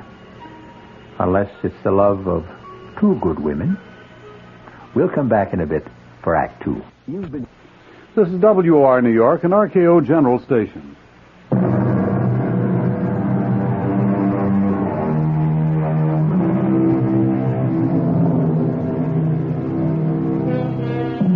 Now we come back to our story. We seem to have uncovered a triangle here. Connie, Alice, and Charles, or Charlie, as Connie calls him. And the apex of the triangle is naturally, if you will pardon my chauvinism, the man. Listen now to the second act of The Ghost at the Gate. What a lovely dinner that was, Alice. Was it, Connie? It was a wine that made everything taste so good. Whatever gave you the idea of bringing home a bottle of wine? Alice, it's the first anniversary of me moving in here. Don't you realize? I've been here a month. Well, for heaven's sake. Why, it seems like a week. Or it seems like you've always lived here. I don't know which. It has worked out, hasn't it? Has it ever worked out? I was so afraid it wouldn't. You know what? It's meeting just for dinner that's done it. Leading separate lives except for dinner. Connie, let's have wine every night. This wine. What kind is it? I can't quite make out what the label says. Oh, it's in French. Oh, so never mind. It's got a picture of a house on it. If it's French, it's a chateau. I didn't know that. You're very clever, Alice. Save the label, and I'll order a case of it. Must be really nice to have money. I've always found it to be nice. I guess money is about the nicest thing in the world. Money isn't. Love is. Oh, yes. First comes love. Friends come second, then money. How about friends who have money? Oh, Connie, you're very witty tonight. So are you, Alice. Witty and profound. Seriously, though, Connie, you have been happy here, haven't you? Oh, Alice, my beautiful room, the marvelous food. Having Dorothea to make my bed and clean up, it's heavenly. You're stuck with me. Oh, I am so glad, Connie. You can't imagine how glad. Is there any more of that wine? More than half a bottle. Oh, good. Let's... Mrs. Emery? What? Oh, Dorothea. What is it? It's after 9 o'clock, Mrs. Emery. You don't say. I was wondering, should I bring your clear consommé upstairs to you? What clear consommé? Well, Mrs. Emery, we talked about it last night. Remember when you decided to give up the chocolate, and then we tried apple juice and prune juice and lemonade, and last night you said clear consommé because it has a nice aroma? Well, I did say that, didn't I? Uh-huh. What time did you say it was? 9:15. My goodness. What's the matter, Alice? Past time. Past my bedtime. You want the consommé? Oh, to heck with the consommé. I'll take the wine. You don't mind, do you, Connie? Why, no, Alice. Oh, let me have your glass, too, all right? Sure, Alice. I've got my glass, Connie. Forgive me for eating and running. Alice, it's your house. I simply didn't realize the time. 9:15. Heavens. She'd better not drink any more of that wine. She's not used to it. Neither am I. Only tonight we were celebrating my being here a month. Mm-hmm. Why did she want 2 glasses, Dorothea? Oh, she always wants 2. 2 cups, 2 bowls, 2 glasses. One of her little ways. But tonight she took my glass. Do you suppose she wants me to join her? I wouldn't know, Miss Lawrence. Maybe. Maybe she's always expected me to join her after dinner, only she didn't want to suggest it. When I moved in here, we agreed that we'd lead absolutely independent lives, not get in each other's way. We've been very careful about that, going to our separate rooms after dinner. Maybe all this time she was hoping I'd stop by her room on my way to my room, and I never noticed Dorothea. That must be it. I wouldn't really know. I never guessed. Oh, how self-centered, how insensitive. I'll never forgive myself. I'm going up there right now and apologize. Can I clear the table now? Do whatever you like. She's got to forgive me. That's all there is to it. Dear, sweet, generous Alice. She'll understand. She'll know I didn't mean to hurt her feelings. Alice, may I come in? Come on, darling, have some wine. Alice? Connie and I had it for dinner, and we just loved it. Try it, Charles. Charles? Not at all bad. Nice bouquet. Charlie! Charlie! Where did you come from, Connie? You never told me. How could you, Charlie? Charlie? Just give me a moment and I'll explain everything. but I need a moment to think. Then I'll explain.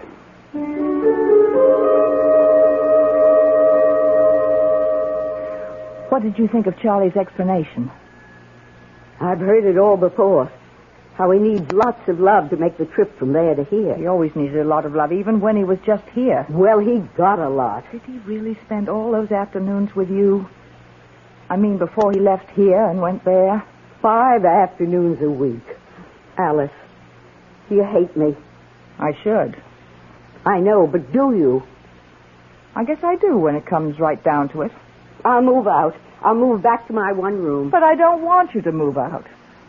Oh, we were having such a good time. Remember how we were laughing and carrying on at dinner?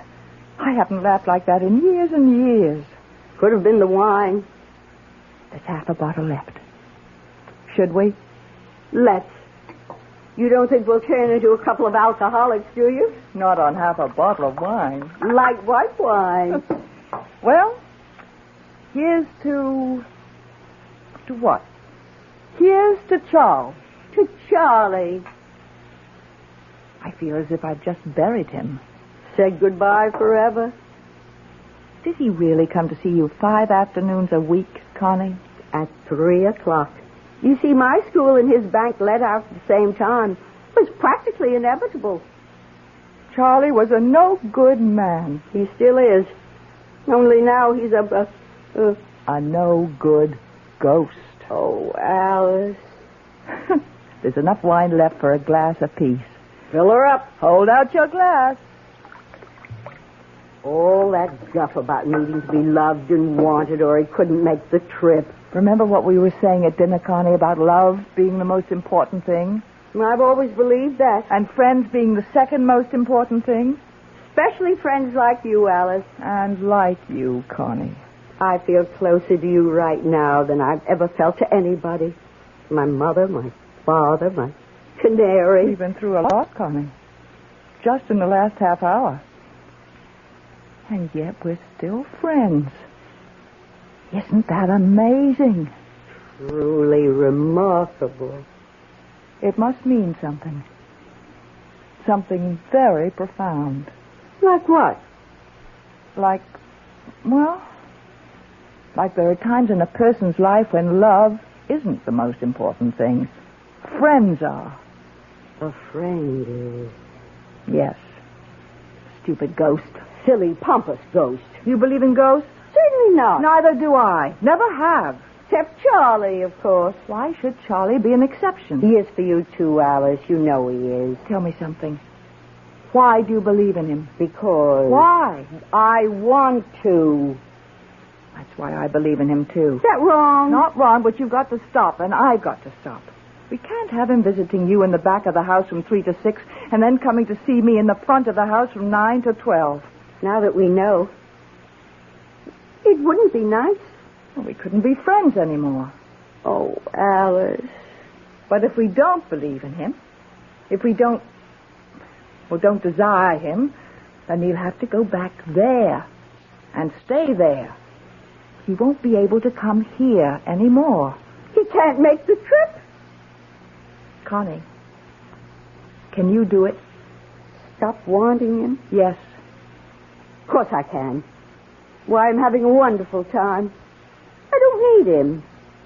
Neither do I. We'll be better off without him. We'll be free, Connie. Liberated women. Let's drink to that. Right you are. Bottoms up.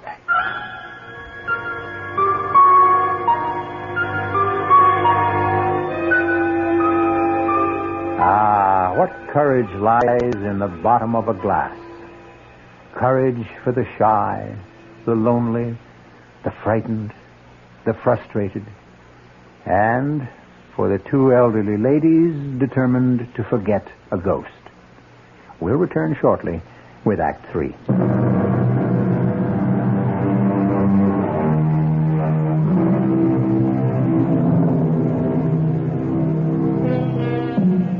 Alice and Connie are bravely resolved to forget the man both had loved so long. But what of him? Poor, lonely, unloved ghost. doomed to live on forever in the there, banished forever from the here. What of him?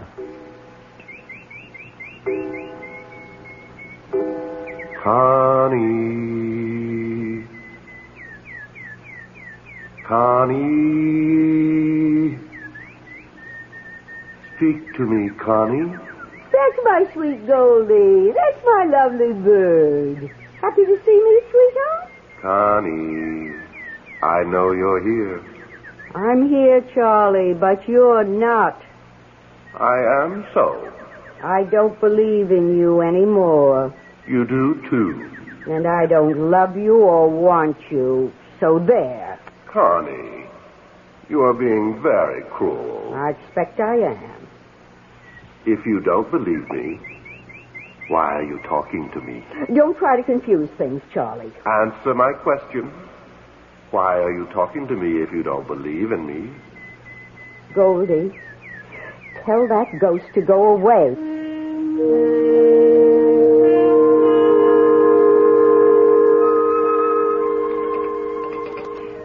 How did it go today, Connie? Oh, he was around. I could hear him. What did he want? The usual. Be loved, be wanted. I told him no more of that. You had a conversation with him? Not much of a one. You haven't stopped believing. Have you stopped, Alice? I think so. You haven't. If you'd stopped, you wouldn't say, I think so. You'd know. Oh, Connie, how can I know? Mrs. Emery? What is it, Dorothea? Do you want clear consomme in your room tonight or what? Nothing. Not anything? Not a thing. Oh, well, all right. I had it all ready, but... That ought to show him, don't you think, Connie?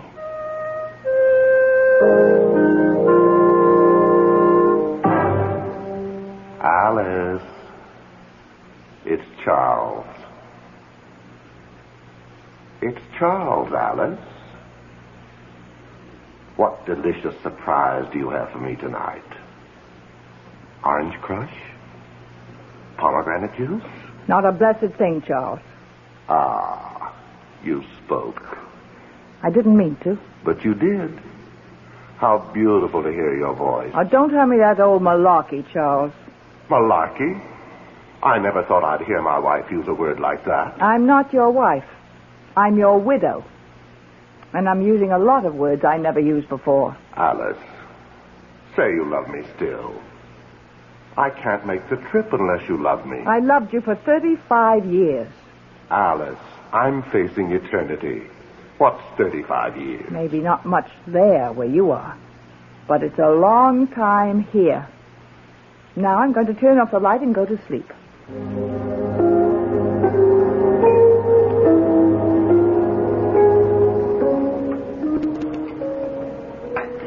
I was talking to him before I could stop myself. It was the same with me. But he couldn't complete the trip because I wouldn't say I loved him. Same here. And I really don't think I do love him, Connie. I think I just got into the habit. Me too. What does he want to hang around for? I can't imagine. Must be so beautiful there where he is. Why should he want to come here? He says it's very peaceful there. Sounds heavenly. Not much like here. Alice, that's why he keeps coming back. He can't stand the peacefulness. He isn't having any fun. I bet you're right. No worries, no troubles, no arguments, no problems. He can't stand it. That's the way he was when he was here. That's why he took up with me.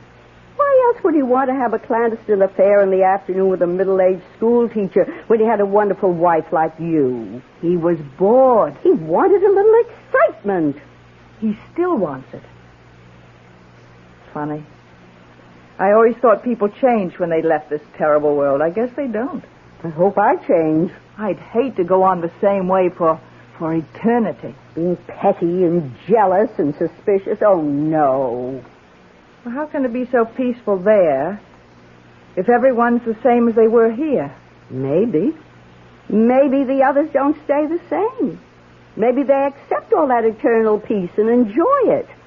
In the meantime, Connie, while we're still here, we have a problem that must be dealt with.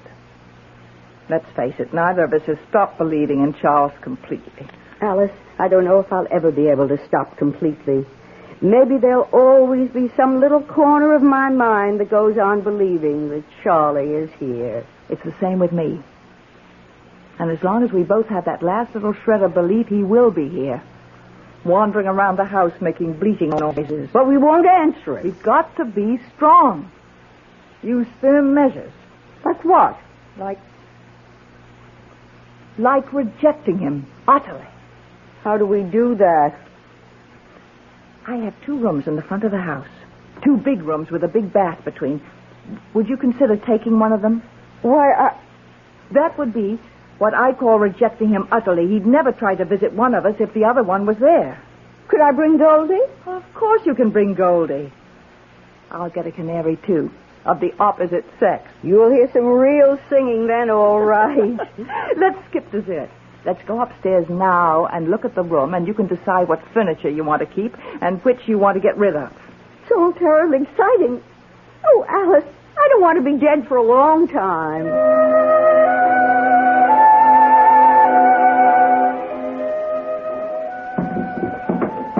There. The desk between the windows and the chair here. We'll take out the love seat. And that'll leave room for the bed. What do you think, Connie? I think it's perfect. Now...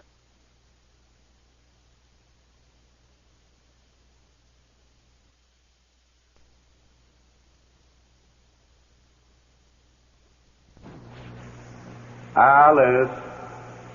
Listen to him. He sounds miserable. I expect he is. You really dye your hair, Connie? Do it myself. Want me to? I'll show you how. I wonder why I ever let myself go gray. You look lovely, sort of a pale ash blonde. Pale ash blonde. I like the sound of that. Connie. Connie. Where are you, my darling? Poor old thing. Don't you get in. Oh, I won't. Be strong. Oh, I will, I swear. Connie. Now, you said blue for the walls. Now, what shade of blue? Aquamarine, turquoise, robin's egg? Turquoise. Good. And we'll put white crisscross curtains at the windows. With turquoise tiebacks. Right. And we'll get a turquoise and white spread for the bed. Beautiful. Could I possibly have a white rug? A white shag rug. Why not? Alice. Connie. Somebody.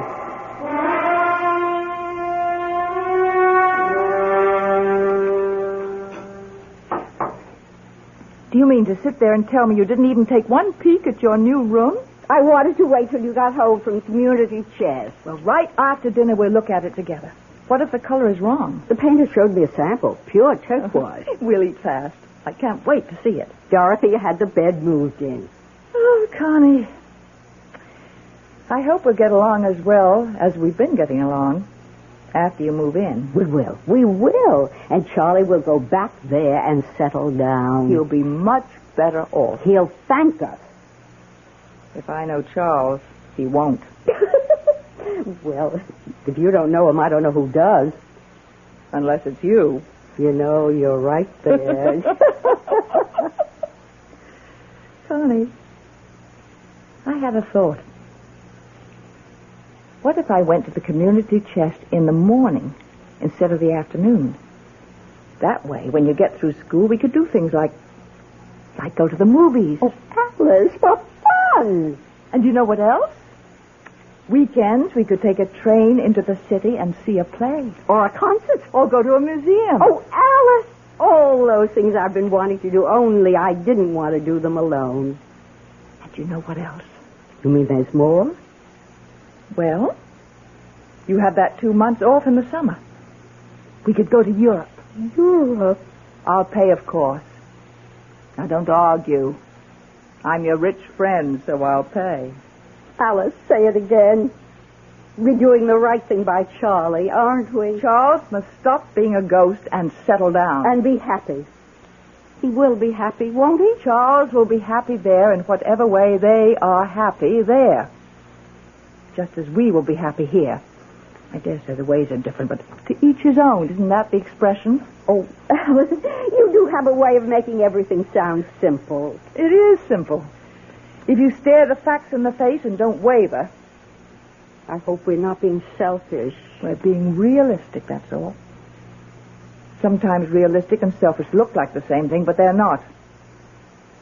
Finished your coffee? Uh-huh. Then guess what we're going to do? Go look at my new room. Yes, only wait a minute.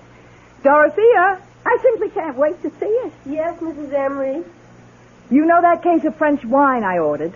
Did it come? The one with the picture of the chateau on the label. It came last week. Well, will you uncork a bottle and bring it upstairs to my suite? To our suite. Oh, Alice. And 2 glasses. Yes, Mrs. Emery. Connie, you and I are going to drink to a brand new life. 3 new lives. Yours, mine, and his. Come along.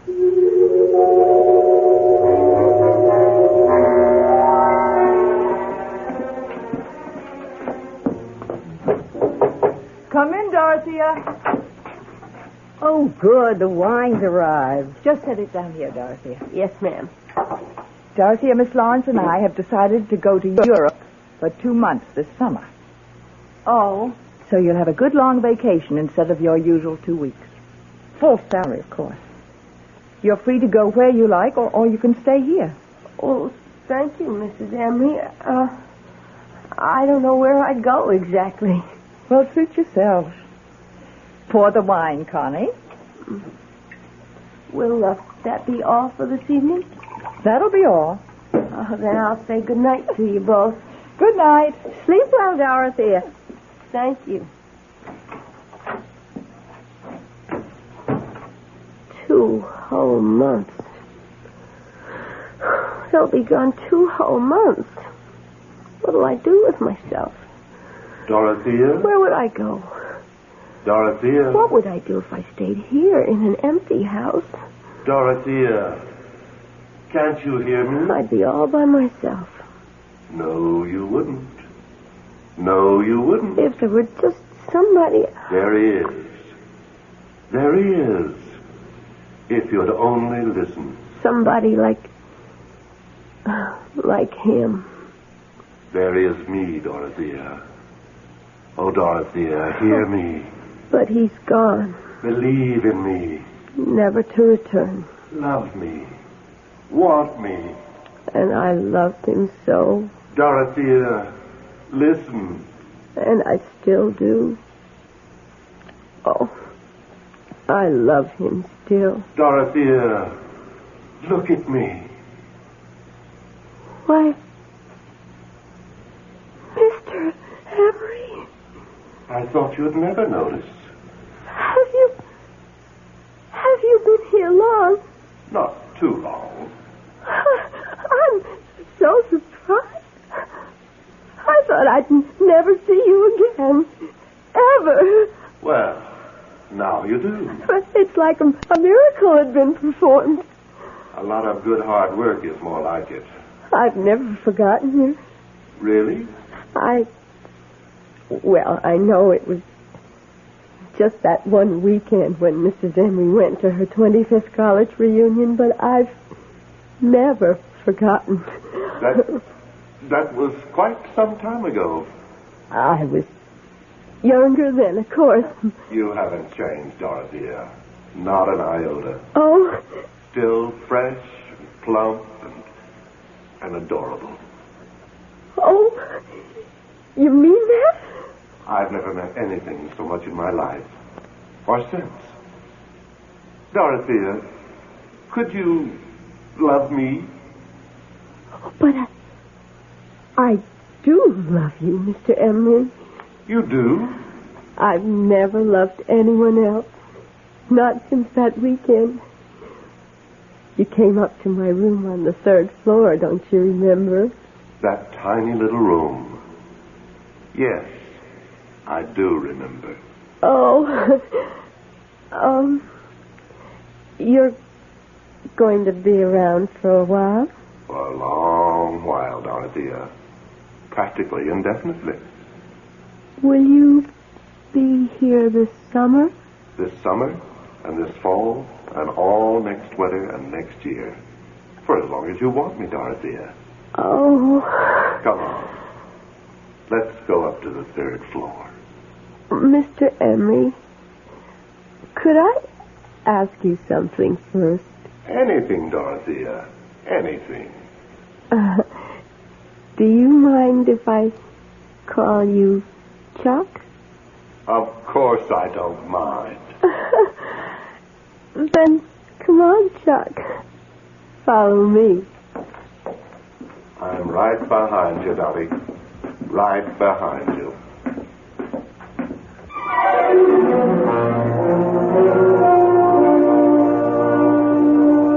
So, Charles continues his mad pursuit of life after death.